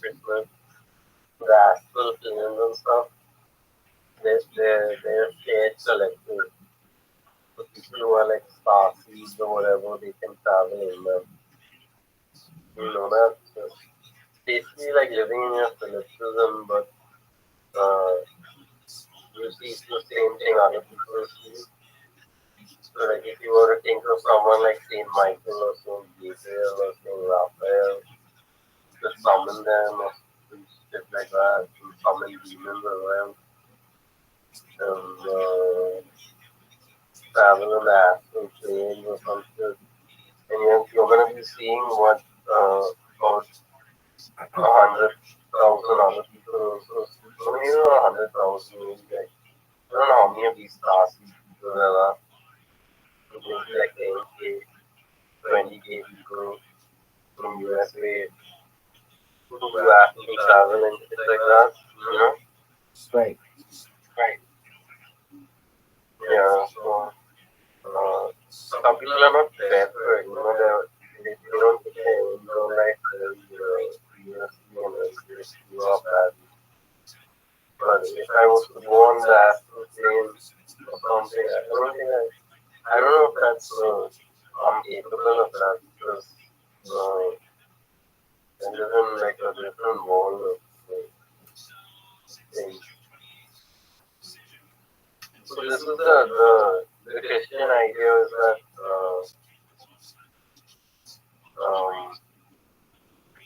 there's a it's not like Old Testament and New Testament. So like the world actually goes through that phase. Like there's part of it that happens in the before time, and then there's before like I lost the last one. I was trying to explain that. It's not like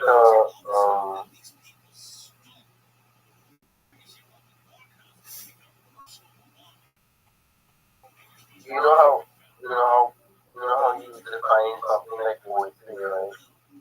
You say it means something that is reflective of something else, or is in general a higher notion, right? You get that? Yeah. Yeah. So the world is like demons and angels and people of God and stuff. People of God like human beings, where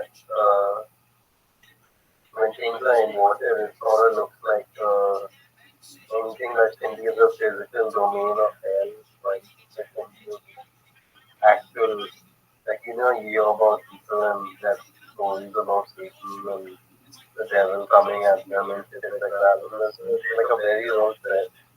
But then what happens is things get inverted, and now you have the threat of sudden everyday things that are really dangerous. And these everyday things are also connected to a infrastructure, human domain. So that's why the God of the Old Testament, he appears, he talks to people like Moses and Aaron and whatever, but he also like does not have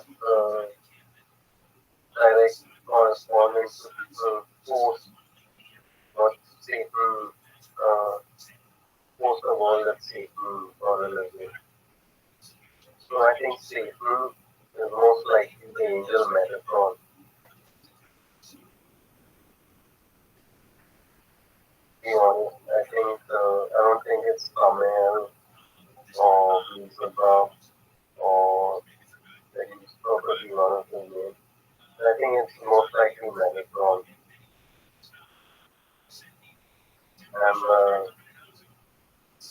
what he does is he's a sort of purinator in the world where he sort of thinks that that they're safe from what but it's just the confluence of things. So they're dealing with the exact same level of evil, except it's hidden, Right. Right. Yeah, I hope you like that. That's stuff I like about it. So. Yeah, I think it's interesting. Yeah. Well, what you can get from that stuff, especially in the Bible, the Bible mentions an angel that does the measuring of the places and record stuff and fish like that. He's supposedly a servant of God at that time. But I think we don't understand fully the rebellion of Lucifer and his angels. But I feel like sort of like we're talking.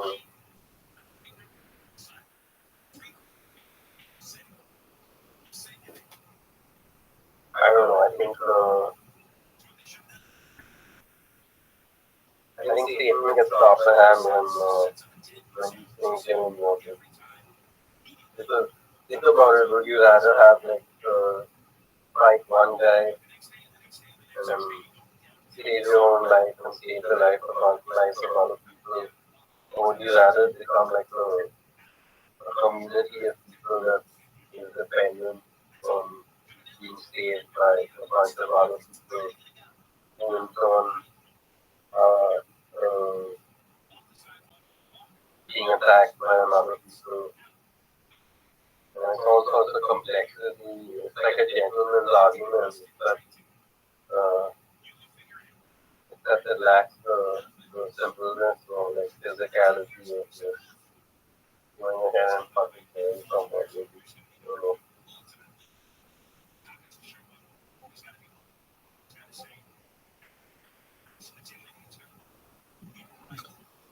In answer to your question, I don't know which one I'd rather have.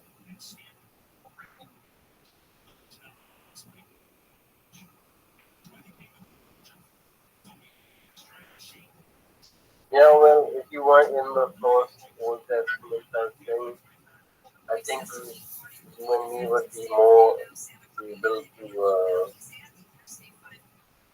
to form like a firm ground like I don't think if there's any way that we wouldn't be ourselves just the same, I think it's inherently like part of you. It's also part of your personality and your consciousness. is somehow assimilated in you, you know.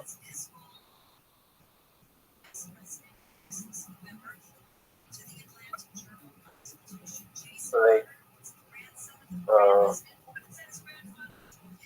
if you've seen a white piece of paper, right, there's no context given to it. It's sort of like vague everywhere, right? That's basically what happens, like, at the end, very end of the world, is that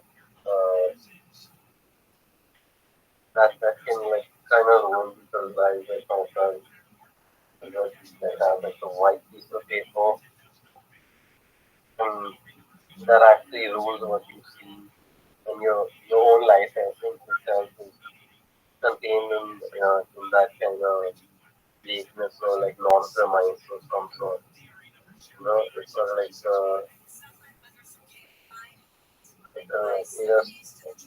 you know, have you seen like black and white? Like sometimes the black and white are separated completely, and sometimes they have to like assimilate, right? Because maybe there's more black or there's more white. Um, one or the other tries to continue. And what happens is that it's like a yin yang thing. It's that you have to assimilate into that black and white union, and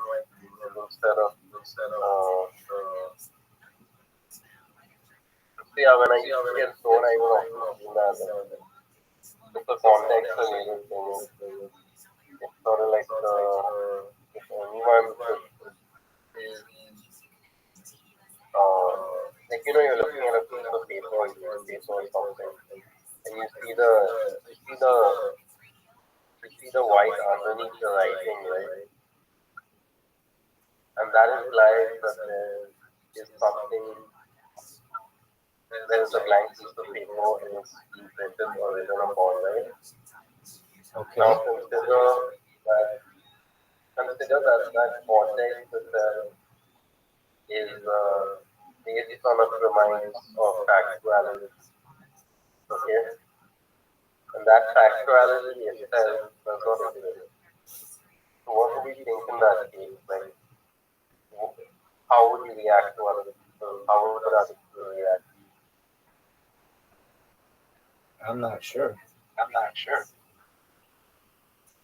Yeah. So actually, we all live through that, like, in whatever way we live through it. I don't know. I'm not exactly sure how this works, but I think even time is relative to a state of being. So I think the state of being comes even before like the timeline. It's very complicated. It's sort of like we are like the sort of elders before time starts. So like my family could well be like not born yet, or could have been born. The thing to note is that there in the beginning and also the end of the universe, right? Of time itself. It's sort of like we're fucking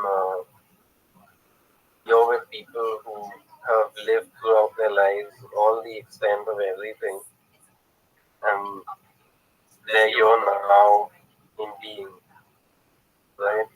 Um, so that can mean one of two things. Either we're gonna live uh, on the same plane as what happens when these people get switched around, maybe, or he's like split in two or something, and like I don't know, some sort of mask kind of thing where you go through the world itself from the beginning. So it's gonna be a great journey for some people, but for people who were not born yet, it might not be a great journey because they might have just been saved from all the madness that we have to go through, right? So they probably live in a world where that they're gonna visit that's on a different plane. But we're gonna be at the same time as them together.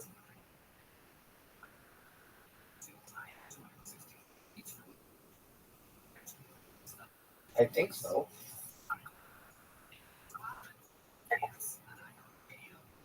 You're pretty deep there, Frosty.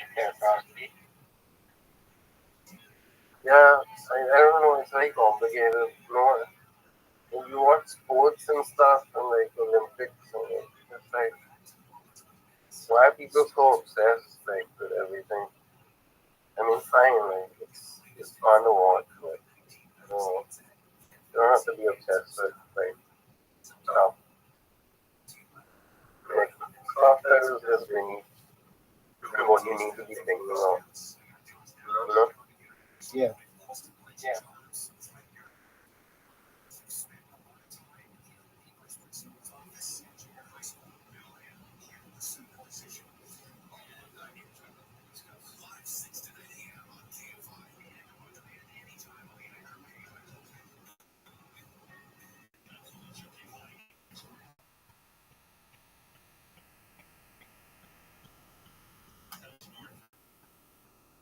Have you tried to get your Twitter account back? I can't try to get my. I don't know. I have to make a new account with a new. Why don't you just appeal your ban? See if they'll let you back. No, I've done this twice now. I'm gonna suspend it twice. The first time was some dumb shit.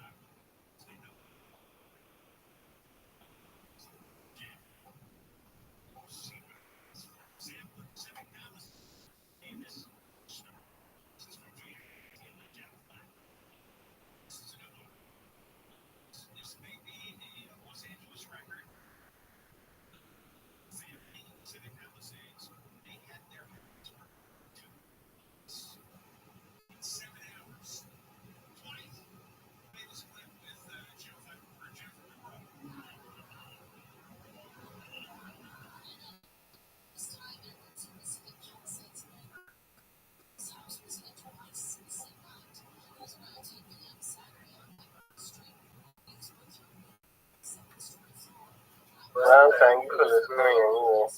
No one else is gonna listen to me, so. I'll listen to you, big dog. Yeah, cool. You go do what you need to do and come back when you can. And best wishes to your dad. Yeah, I'm gonna go to sleep. Or try to, I don't know. Do what you need to do.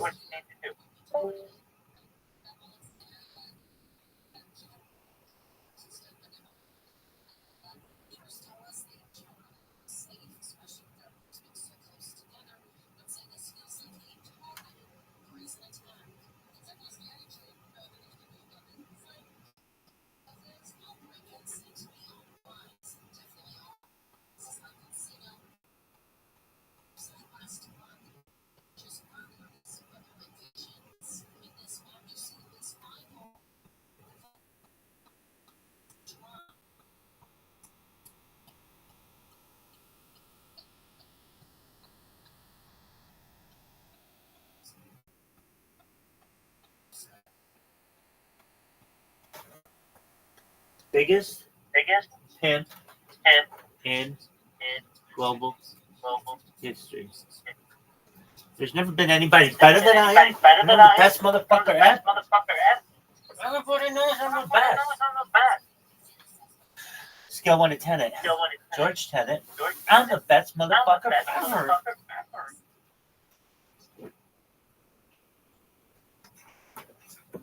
CIA Director George Tenet. Dick Army. How about Dick Army? Nobody's talking about Dick Army. Rabbi's talking about Dick Army. Why the hell wasn't he Secretary of Defense? Look at this gangster. Look at this West Side gangster. Biggest pimp.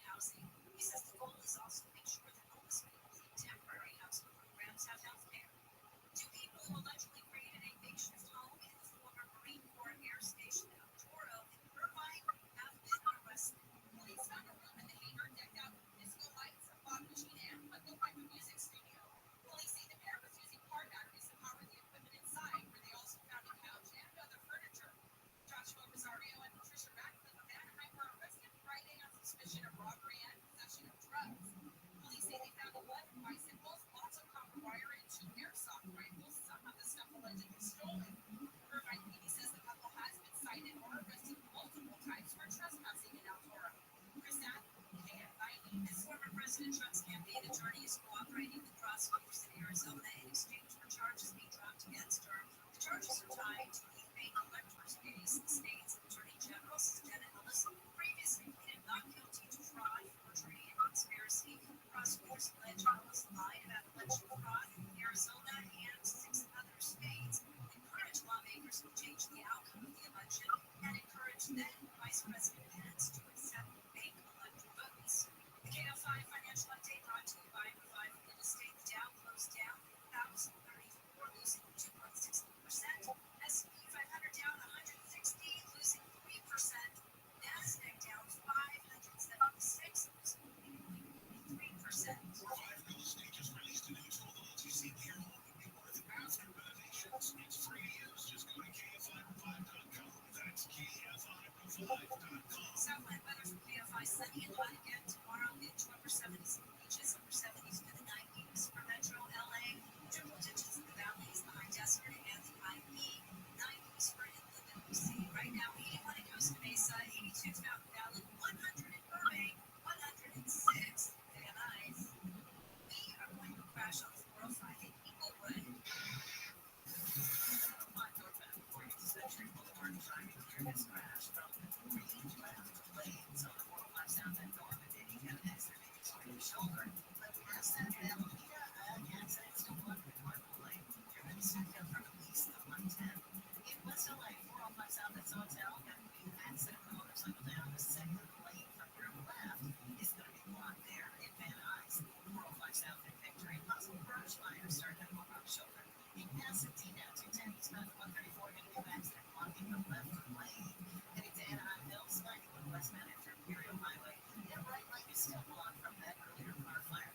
With some California's on the airport traffic court sign, Jimmy Marvin. iHeartRadio is live from Paris. Olympics underway. NBC's coverage of the 2024 Paris Olympics. 24 hours a day, you can listen to live coverage of swimming, basketball, volleyball, gymnastics, and all of your favorite sports. Plus, Team USA exclusive coverage from Paris. Bring the summer games with you on your phone, to your car, on your Alexa, or wherever you listen. Open the free iHeart app now and enable push notifications for live updates from Paris. iHeartRadio, the exclusive audio home of NBC's coverage of the 2024 Paris Olympics.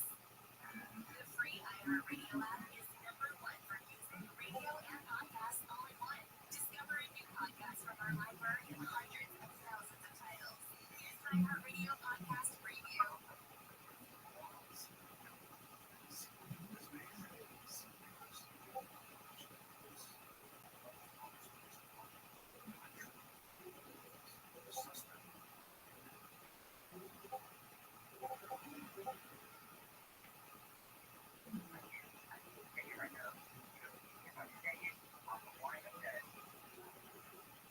We'll start with how this entire thing started. It was a sex party. If you're not knowledgeable in the reality of the event, if not, if they have any more, the night the woman he's waving at there, it was right in the middle. It's been 10 years since 11 bodies were found in the case is still unsolved. We want to know why. I'm Eliza Silver. I know just. I gave it your productions. In the 7-1 podcast, there's nothing but a story. No matter the serial killer, it's going to be I'm Rothschild, the Long Island serial killer. Listen and follow this podcast for free on the iHeartRadio app. #1 for music, radio, and podcasts, all in one app. Check out your KFI AM 645 everywhere. On the iHeartRadio app, we're on for 1 to 4 hours. Watch John Coco's show on demand. That's the podcast version. Let's get going on the voice line already. I think I gave you enough material last hour.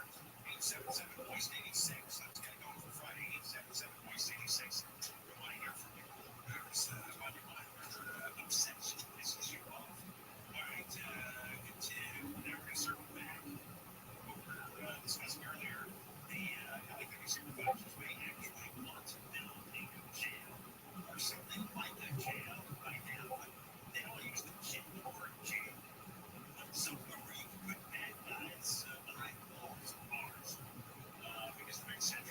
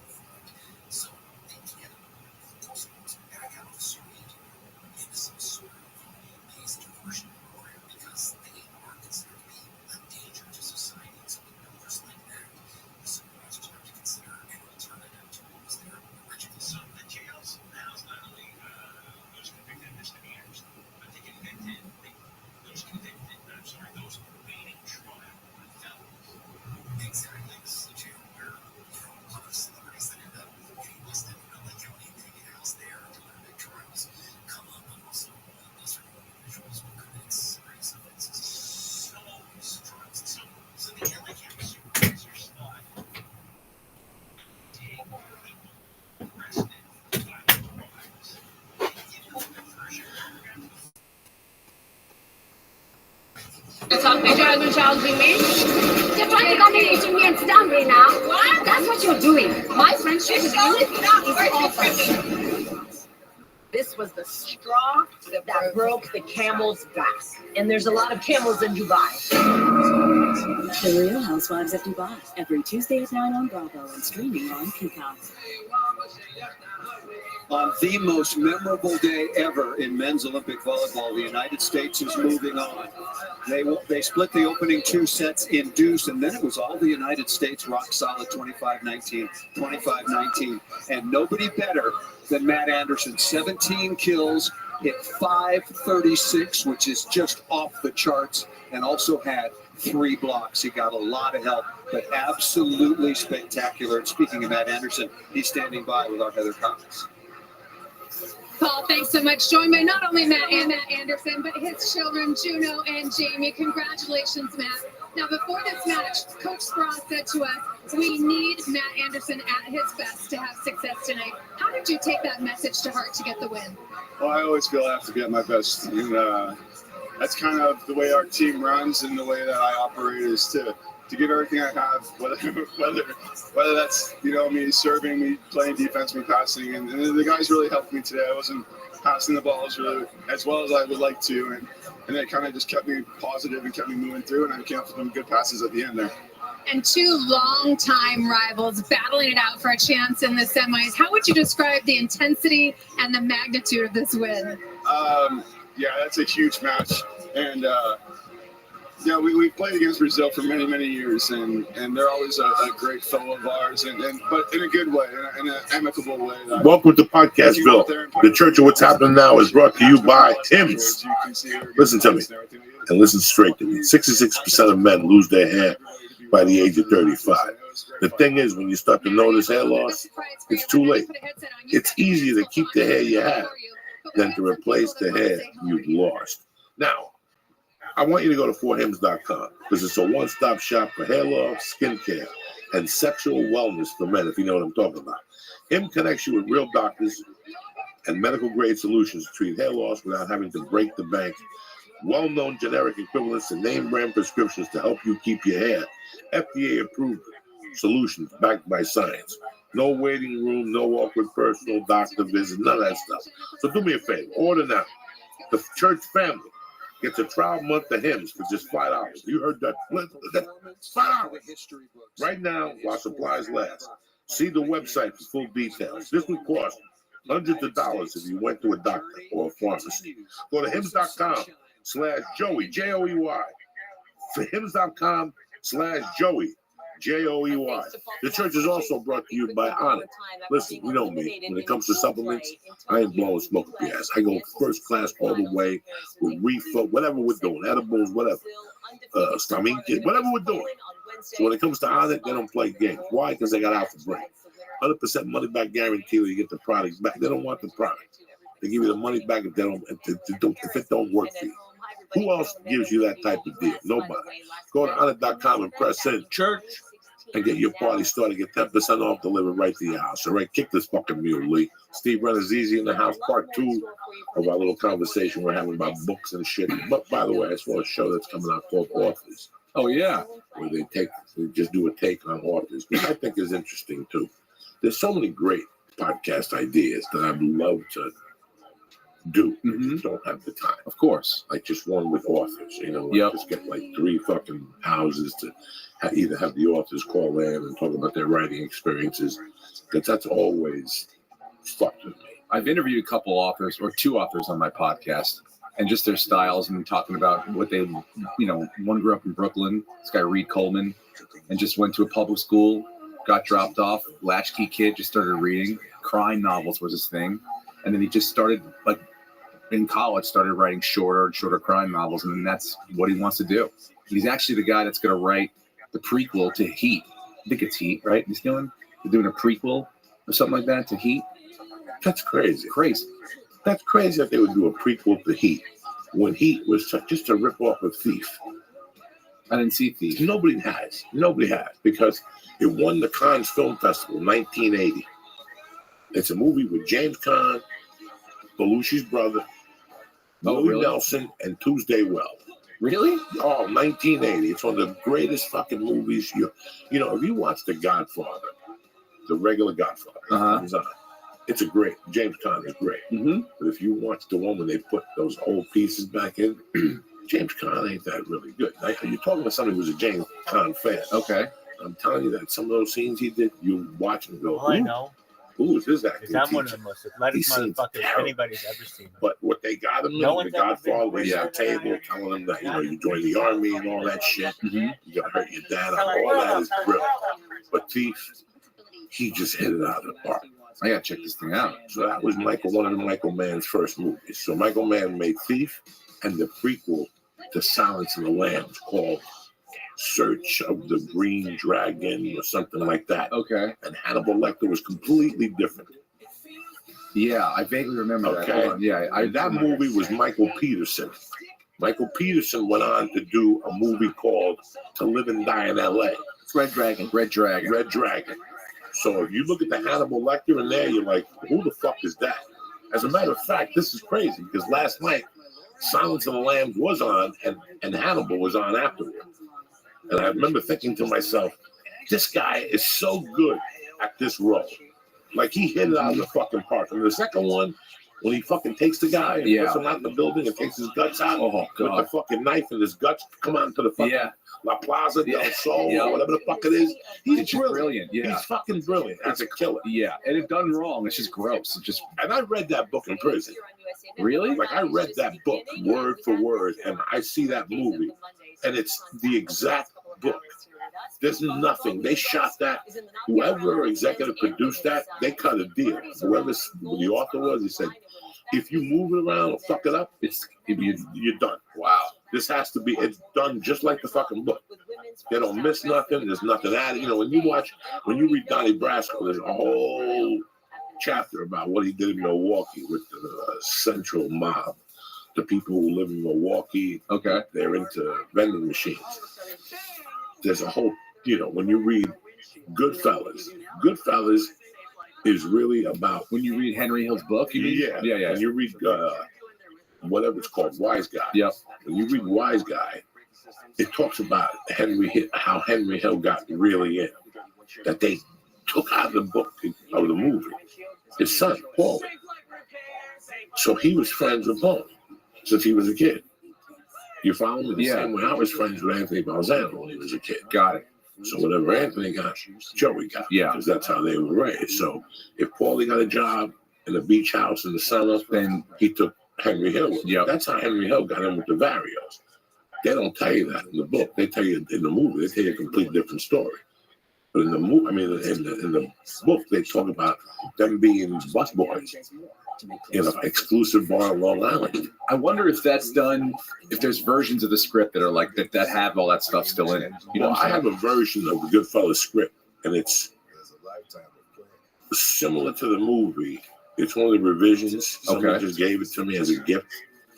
In Toronto, there was a store that the guy sold scripts with signatures. Yeah. And shit. This one signed. I don't know who the fuck. I don't know if it's today. Did you read it? Is it similar to the shooting script or the one they shot? Or no, there's a couple of things that are out of place. It's so weird how. Because they make adjustments as they shoot the movie. A lot of people don't know that. When I first got analyzed that, they were shooting that in New York. Mm-hmm. And I'm not kidding you guys. This is how much that's why when you guys read about a movie and they go, oh, well, it made $800 million. And then you go to Box Office Mojo. And you see how much it costs. And you see how much that film cost to make. And you go, wow. Now, if that film is 180 million, guys, I'm going to tell you something at home. 60 million of that is pure waste. Yep. It's a write-off, guys. It's an investment for the movie company. That's why they have to turn that movie around so quickly. That's why it's very rare that a movie company, if we put a lot of money into a movie, that movie's coming out, whether it sucks. It's coming out. They'll run it through different, what do you call those, focus groups? Yeah. Get a rating or kind of feel for it. I don't even think they're running through focus groups anymore. They're so fucking bad. Well, when movies cost a lot of money, they're coming out on big days where they want people to go see movies. When you see a movie that costs a lot of money that they're burying at different times, like that are not popular, you can tell those are the ones they probably don't have to believe in. How many movies are making money? Look what happened this last weekend. How many movies are really making money anymore? It's the Marvel movies, or the fucking comic books. The Black Panther movie killed it this year. Yep. Or it's the guys like Seth Rogen who are doing like $15 to $20 million movies that are making $60 to $70 million, or now $100. You know. So now what you're doing is you have guys that were like Seth Rogen made a couple of movies for $15 million, like the Dictator movie or whatever that was, and they probably made about 50. Now he has a budget of like 25 or 30 because those movies are making 100 or 120 now, like the Neighborhood Watch and those other movies that he's producing and directing and stuff. So he's got a formula where if you don't ask for too much up front, you know you've got a fan base that's going to build, that's going to make you. Now it's not going. The big exceptions are like Get Out, like Jordan Peele's movie that you make for $4 million and then it makes $250 million. It gets nominated for an Oscar. I mean that guy should be able to make whatever he wants for the rest of his life, because think about how much money he made. The original investment, $8 million, I think the shooting budget was. Well, $8 million. Well, listen, and it made probably $250 million. We've all fucking been or been part of movies or whatever where I've been on a $100 movie. Yeah, you go to get something to eat, there's a fucking apple and cheese chips, those chips with cheese in the middle, processed chips, the 6-pack. Yeah, that's it. I've been on those movies, guys. I know. 100 hours a day. I've been on those movies. Then I've been on movies where there's lobster tails on Friday. Oh yeah, Mall Cop. We had segways to drive around whenever we wanted to. Those little the Mall Cop segways. You want to go together in the mall? Take a segway. Here's a jacket. Keep it. Don't worry. There's a Nintendo in your fucking hotel room. And that's what people don't really get. That you don't really need $60 million to make a movie. The studio gives you that, and you could chop it up in ways. So that's the thing, though. But you have to spend it.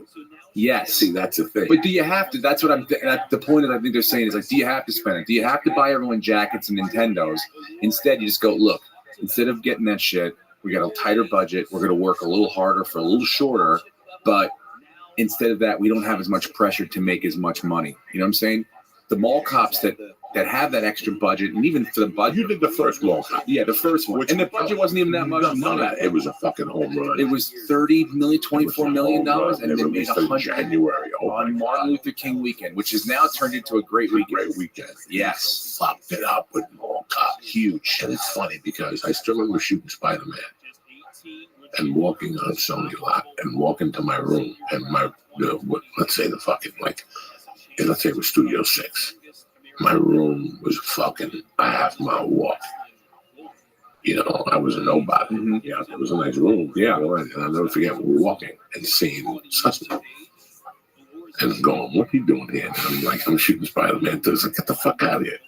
I go, "What are you doing here?" He goes, "I'm trying to get Kevin James a film career." Yeah, he was a TV star, and then he got him hitched. Yep. And I'll never forget that I went out to dinner with Rogan and him one night. And I go, "Hey, bro." I give props when props are due. Remember when I bumped into you in the Spider-Man set?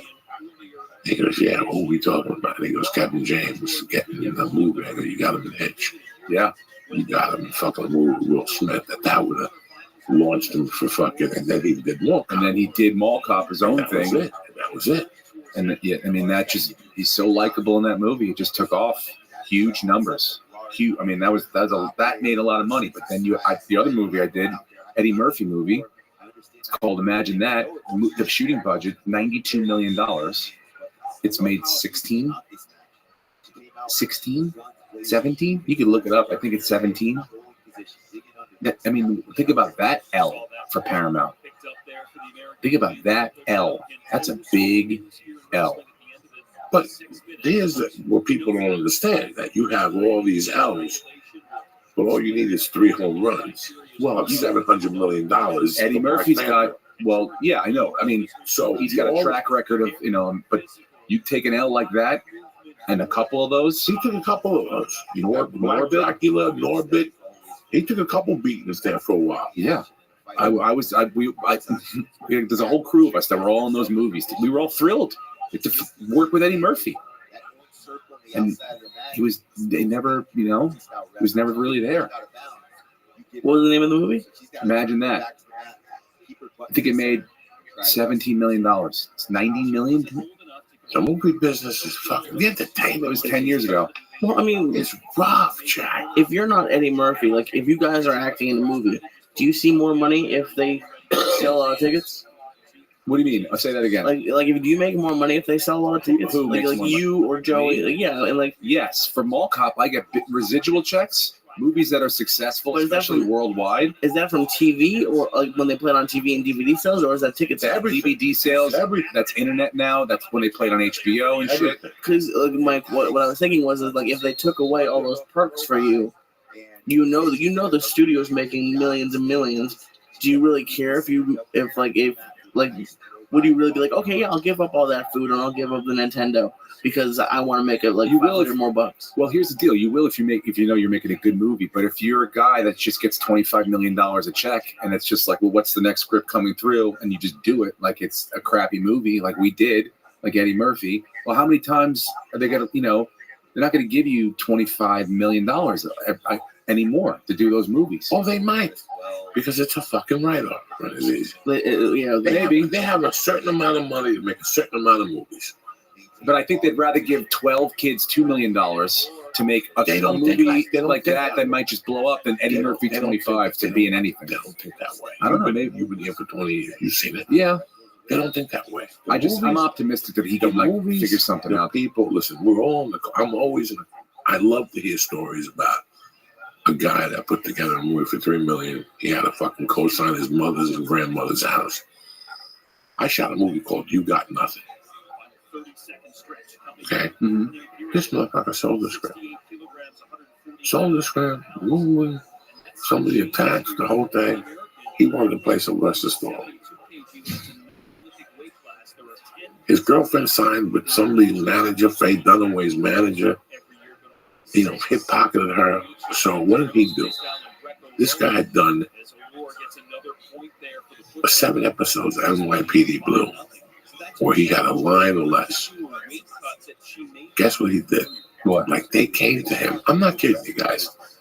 They came to. This is 2003. This is the first movie I ever did that was more than one day. Mm-hmm. This was the first movie I ever did that had more than one scene. And this is the first movie I ever did where they put you on a plane. And we shot in Sacramento, and I didn't have to shoot for 2 days. And I got to grab a bar at a VFW. I went in there and had a drink. I was in there 2 minutes, and some chick came up. I got blowing speed. Give me a fucking gram of coke. I was supposed to go to rehearsal. I never showed because there was one line. I told them I had the flu. Just if you watch this movie, dog, you're like, Joey, who gave you that orange shirt? I couldn't even use the scenes in my reel. Do you understand me? These guys had the movie sold. This was a home run. They had like 3 people attached, Paramount. But the guy just couldn't let it. Like, fuck it. No. I'm going to have my parents fucking put up, they remortgaged. That's when remortgages were huge. They had her parents refinance, his father refinance. Both of them refinanced their houses in Beverly Hills. Leverage to the I'll never tits. forget the one guy had a wig. Oh my God. Murray's wigs don't fall off. And the one guy that I knew from the movie was the guy that played the sidekick in. Okay, now I hate this shit. Sidekick and what? I brought some girls to meet you. Where would you bring regular bimbos? No, they're not bimbos. They're bimbettes. Oh, bachelor party? No, the one with the kid from that he used to date a girl in my hometown, and fucking Matt Dillon, 1984, Hector Elizondo, and about a kid who in the summer. He goes up to the Flamingo Kid. The Flamingo Kid. Yes. Oh my God. He was in the Flamingo Kid. So when I went to the audition, I recognized him. Shit, all right. I love the Flamingo Kid. Yep. That's all it takes is a person that you recognize. Oh my God. I was like, this is legit. This is legit. So I took this movie. I'll never forget the fucking costume man. He goes, what did you bring? Ralphie May had given me a shirt. It was orange. One of his shirts, like a 5X that didn't fit him no more, that somebody gave to him. I was like a 4X at the time. Coked up to the gills. You know who was in that movie too? Look it up. You Got Nothing. And give me the names. There was a guy in that movie that was married to the chick from NYPD Blue. That one that was married to Jimmy Smith on the show, the brunette. Oh yeah. Okay, so this She was really beautiful. You're the second Jillian person on the cast. Oh yeah, they had to move me up. Who's number one? Greg Lindsay. Okay, who's number? Val Lauren. Yeah, The rest is alphabetical. keep reading. Philip Angelotti, Benjamin Carpenter, Joe Cortez. Okay, Joe Cortez. Joe Cortez. Joe Cortez. Okay. Whatever. Listen to Joe Cortez's story, guys. You're gonna die about this one. That sounds familiar. This guy was he's still around. Joe Cortez? Still around. About 70, looks good. Goes in for a few roles from time to time. Oh, he looks real good. Oh my goodness. But Joe Cortez was this fucking dude that in the 80s was just a woman killer in this town. Oh, really? And the story goes, he was Miami Vice. He got it? He was the original Don Johnson. He was the original. Oh, yeah. Who's he with as an agency? I don't have probes on. Oh, I should have logged in. Oh, he died. Did he die? No, he's still alive. Yeah, he's still alive. Patterson, New Jersey. Yeah, Joe Cortez He does look good. had a tremendous career in this town. 72 American History X, was he in that? Yeah. Joe Cortez, bro, was a bad motherfucker. But Joe Cortez was the original Don Johnson. Don Johnson did walk in for that audition on a Friday. I nailed it. Is that what happened? Is that the story? Yeah, it's like, you got it. Steven Azizi, you're the guy. And then Don Johnson walks in last Listen, minute. go see just go see this guy. Don Johnson at the time was hanging out like with fucking Frank Zappa. Don Johnson was like a gold. Don Johnson was hanging out with either Leonard Skinner or the Allman Brothers. If somebody in fact, one of those bands say that he co-wrote a song. Like Don Johnson was like a fucking actor in this town that was just a good-looking guy, but he was fucking tearing up. He was married to Melanie Griffin. I think he married Melanie Griffin's mother.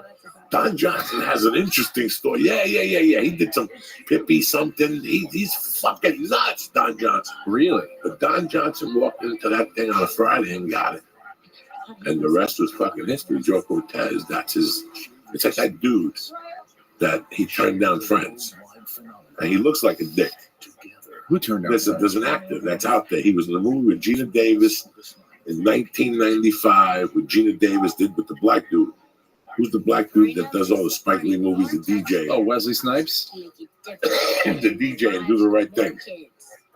Come on, guys. He does the great car commercials now. He's huge now. Who's the biggest black actor? The guy, the president from 24. No. By the way, Philip, Joe Cortez, all those guys, we did that movie, You Got Nothing. And I mean, did it make any money? It didn't do anything. Nothing.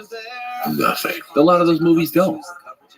It was such a shame because while we were doing it, they kept talking about their lives and their money and the investment they had, and they weren't trying to spend. They really were keeping the budget low. I mean, that wasn't a nice hotel or something. It was like a Motel 6 in Sacramento. I was really excited. I had like 8 days on the movie. Yeah. So it was great. I knew I got the movie when I walked in there, you know.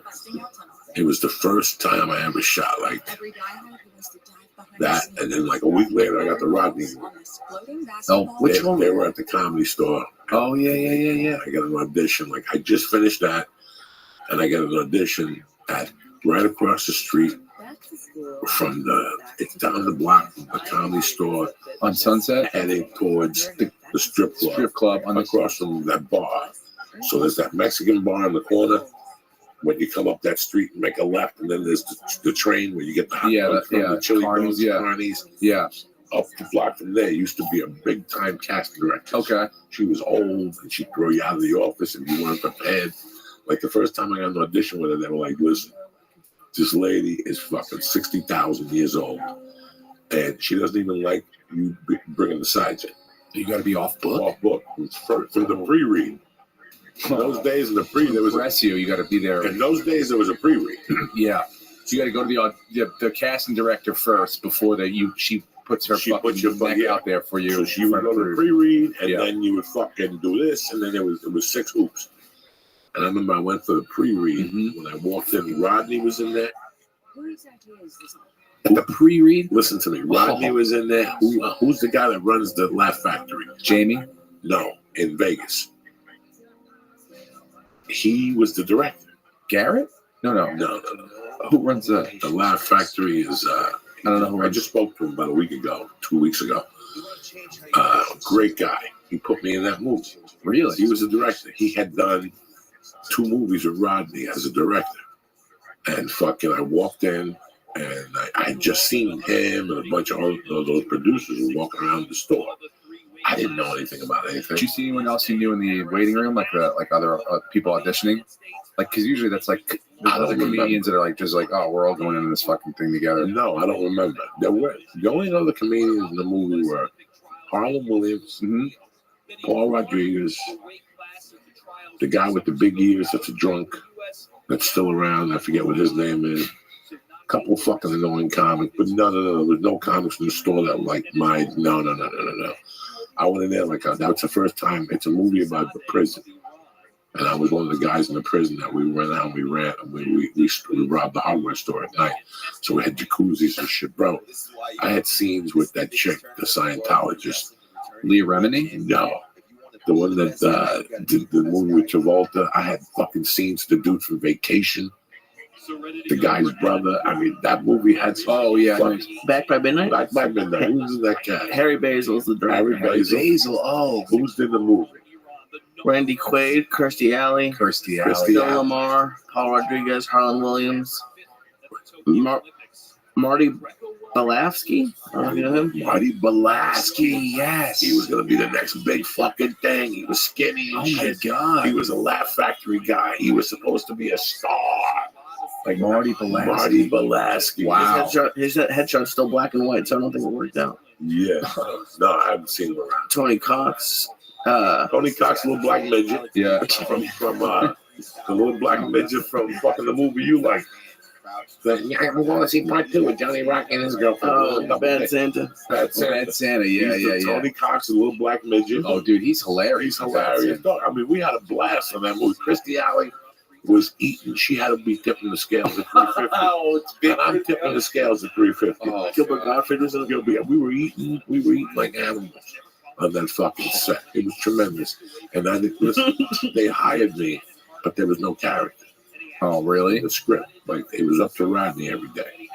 It was easy. Did he just put you in scenes and stuff? And he just like he liked me so much as like the audition that he's like, just bring him down and find something for it. Yeah. So they called me JoJo. He called me JoJo. That's now amazing. this is this is like fucking. This guy was everything to me. I had to do everything I had to do to keep cool in front of him. Like everything I had to do. Like when I watched the Young Comedian special with Bill Hicks and Kenneth and all those guys that he's hosting, they're hilarious. But he was fucking hilarious in between. I still remember going to see Easy Money with beers in the movie. He was sneaking beers, and as soon as the movie started, all you heard was beers opening up the whole. Like I still remember being excited for Easy Money 2 weeks out. I was nervous meeting my girlfriend at the time, now my wife's father, and I remember when I walked in and a couple times I met him, but the first time I really bonded, we sat down and watched Back to School, and we laughed at the same time. It's impossible not to laugh. It was the first movie he showed me. Like when we first started going to his house, he like pulled me down. He had it on his DVR. Which one? Back to School. No. Easy Money. No, the one with he's a photographer. Oh, Easy Money. Easy Money. I'm sorry. It's just talent because it's funny on so many different levels. It's fucking just visually. It's a funny. He's a funny per human being. I don't lose my mind. Like I saw Eddie Murphy at the store. I didn't lose my mind. Paul Mooney. I didn't lose my mind. There was a lot of people at the store when I first got there, but here I am in a Rodney movie, and there we go knock on his trailer and see what he wants to do to you. And I would walk in there, he'd have a robe on, he was naked under the robe and shit, smoking weed and the fucking thing. And I'm like, he doesn't have an idea that if he told me to suck his dick right now, I'd harvey him. Like, that's how much I idolized Rodney. Like, just, he was a part Yeah. Done. Like he was who I was. So for 6 days, I just got to watch this old Rodney. But I didn't give a fuck. Yeah. He was old. He couldn't remember his lines, guys. He would come out just to do his lines. You know, like they would yell the lines. So they would say, and he was old. Yeah. It just wasn't him. He was just doing movies for the check for his pension now. Well, he didn't start till he was 50. But he was still smoking dope and drinking and walking around with a robe barefoot. Like he was just a fucking legend. And like I talked to him a few times. Like, we would talk about the scenes and shit. Jojo, look, this is what we're gonna do here. Take your shirt off. Let me show you look. You know, like there's one scene where I'm 400 pounds. I'm just sitting there with no shirt on in a fucking prison chair looking around. Look at this guy. Huh? The movie is god awful. Oh man. I mean, when we went to the fucking thing, that was like I was telling Lee next week, Memorial Day, Labor Day. I'm gonna do a podcast with Lee, and I wrote down. I did the Abe Lincoln close, and I wrote down since I got out of prison. The good things that I did and the bad things that I did. And I gotta tell you, it's like my good accomplishment, my bad accomplishments. Let's take your bad accomplishments are triple your good accomplishments, but you just did a couple good things. Like I keep looking at this list and going, that was a good move. Yeah, that was a good move. Like that was an instinct, you know. Like now I'm looking at what made me do those moves. And I look at the other moves, and it's just straight up drug mistakes, drug and stupidity, drug and just being 20, and being 30, and being immature. Oh my God! I got out of prison at 25 years old, and you know I had been through 16 and didn't end. Like it just didn't end. Prison was like the first time that things slowed down. Like, whew, I know where I'm going to get an apple from tomorrow. But that was the first time. So when I got out of there, did you need it? You think? Did I need prison at that time? It was either going to happen then or now. But somewhere it was going to come down, and it was either going to be I think that I did a mistake, and I got a short sentence, so I went on with my life. But in those 30 years, I just wanted to crown a lot. You know, like got married, blew a divorce.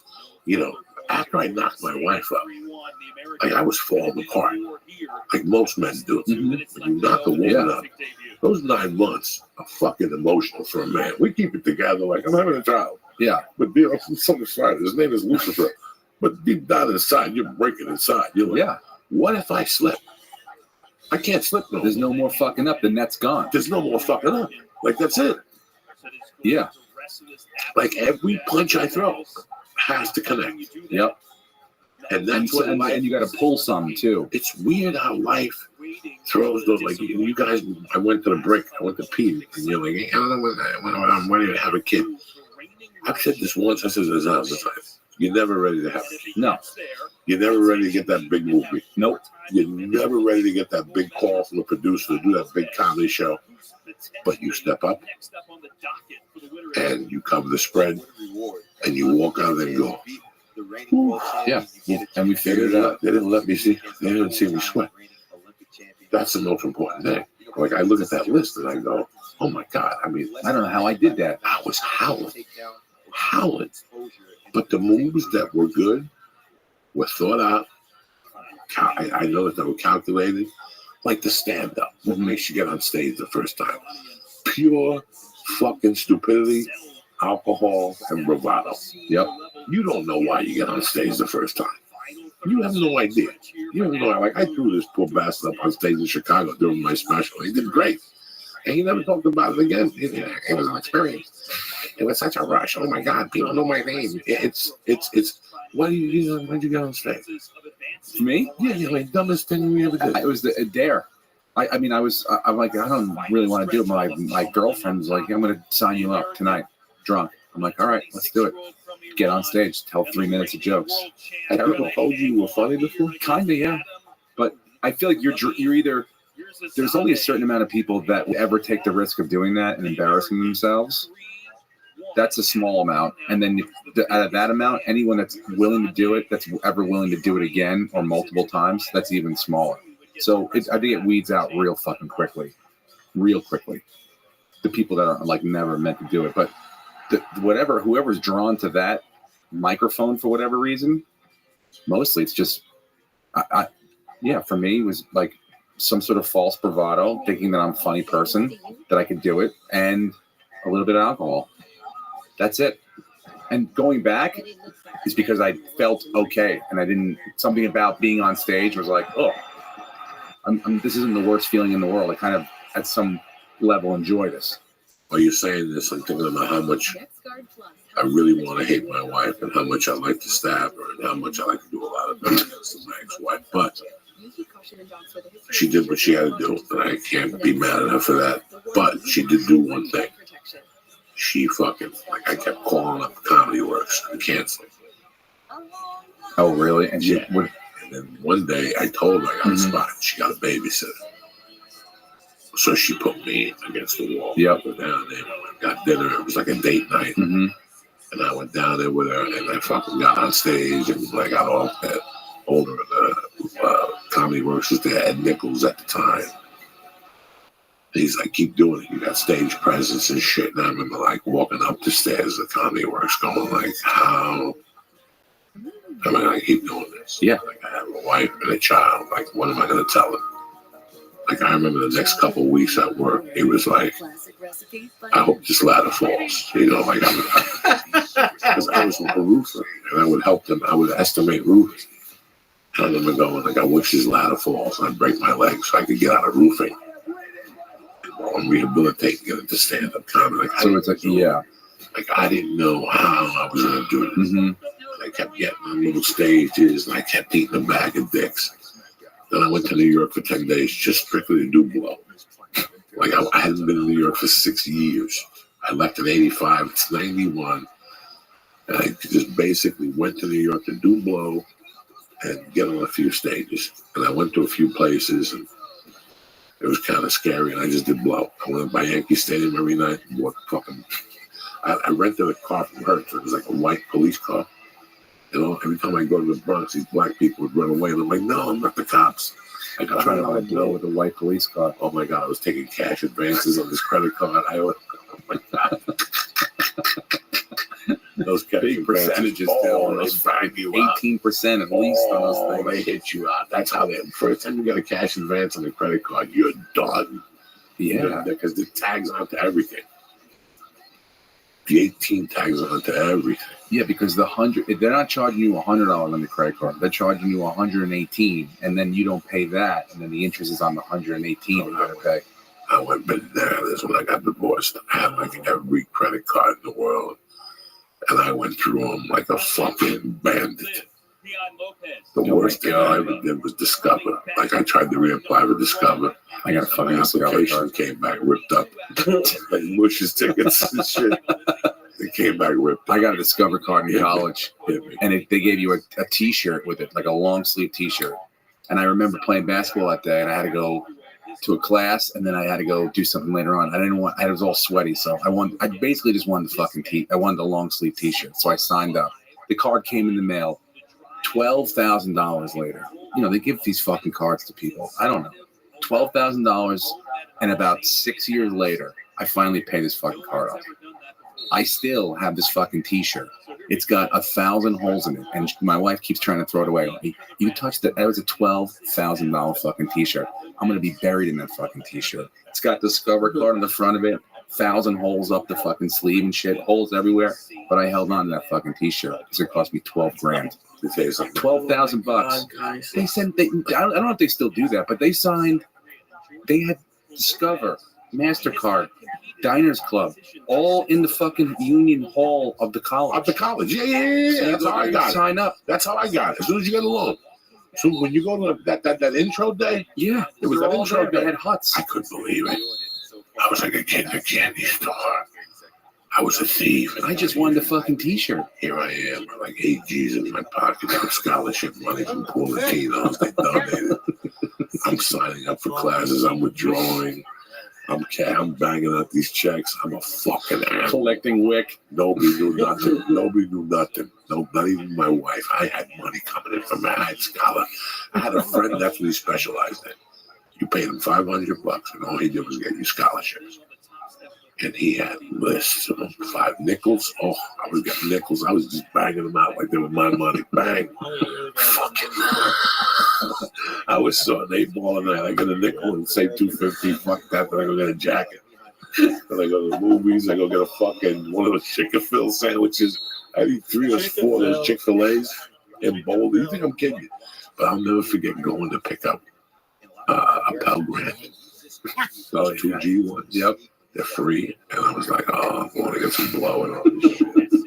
And I go downstairs and the visa girl came up to me. Oh, how are you? Did you get a Pell Grant? Yes, I did. You qualified. Really? Sign me up. Sign me up. I signed every one of those things. A week later, all those cards came in the mail with a nickel. And let me tell you something. I didn't touch those fucking things. Didn't touch them. Didn't touch them. Got locked up. Came out. Didn't touch them. Every once in a while, I'd go to no, there was one card I would repay it, but it would kill me. That's why I didn't gamble, because I don't like paying that motherfucker on Thursday. That's what happens with a credit card. You're out spending. I would go to, what's that place that gives you the bottomless fries? Red Robin, fuck you up like vodka, fucking Gazenga juice, ice cream.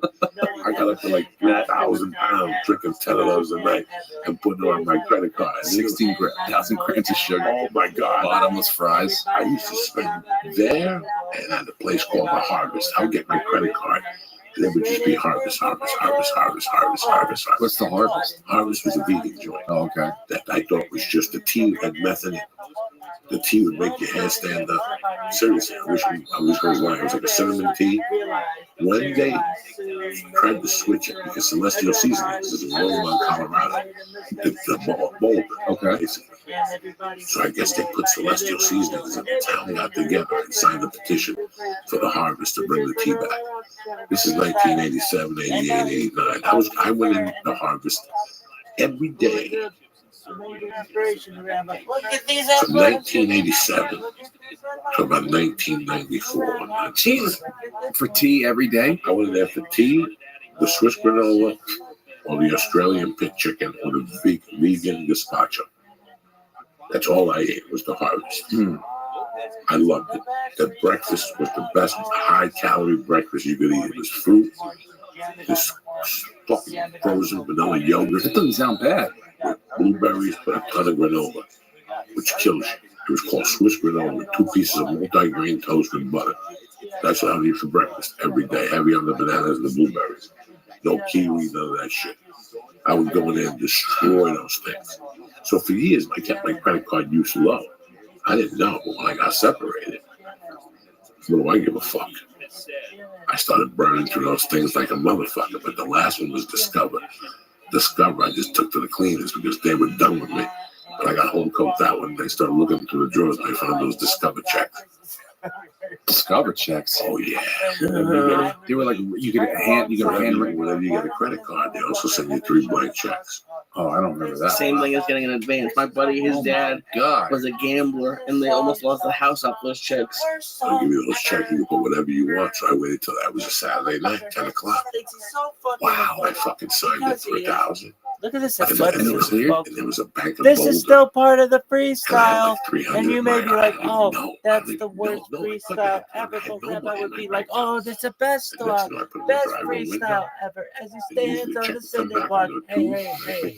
Standing on the cinder block. Hey, hey, hey. This is part of the freestyle. Everybody knows that this is part of the freestyle. And Rabbi sings like a man. Perhaps the greatest singer in the history of mankind. And Rabbi is also known as the West Side Gangster. Rabbi is a West Side Gangster. Poor girls on the bus ride. Why? Because Rabbi is the West Side Gangster. Everybody knows that Rabbi is the West Side Gangster. Rabbi's gonna sing a song that goes like this. It goes, I never heard them until 12 o'clock. I called the lady at the bank. What do you mean? What are you gonna do? 12 o'clock discovers my press Rabbi is the West Side Gangster. Hey, hey, hey. Rabbi is the West Side Gangster. Hey, hey, hey. Everybody knows that Rabbi is the West Side Gangster. And everybody was like, Yo, dog, you are the West Side Gangster, and we all know that you're the West Side Gangster. West Side Gang, West Side Gangster, the West Side Gangster, the West Side Gangster, the West Side Gangster. And everybody was like, yo, Rabbi, you are a pimp, and you are the West Side Gangster. Everybody knows that you're the West Side pimp. Everybody knows that you're the West Side pimp.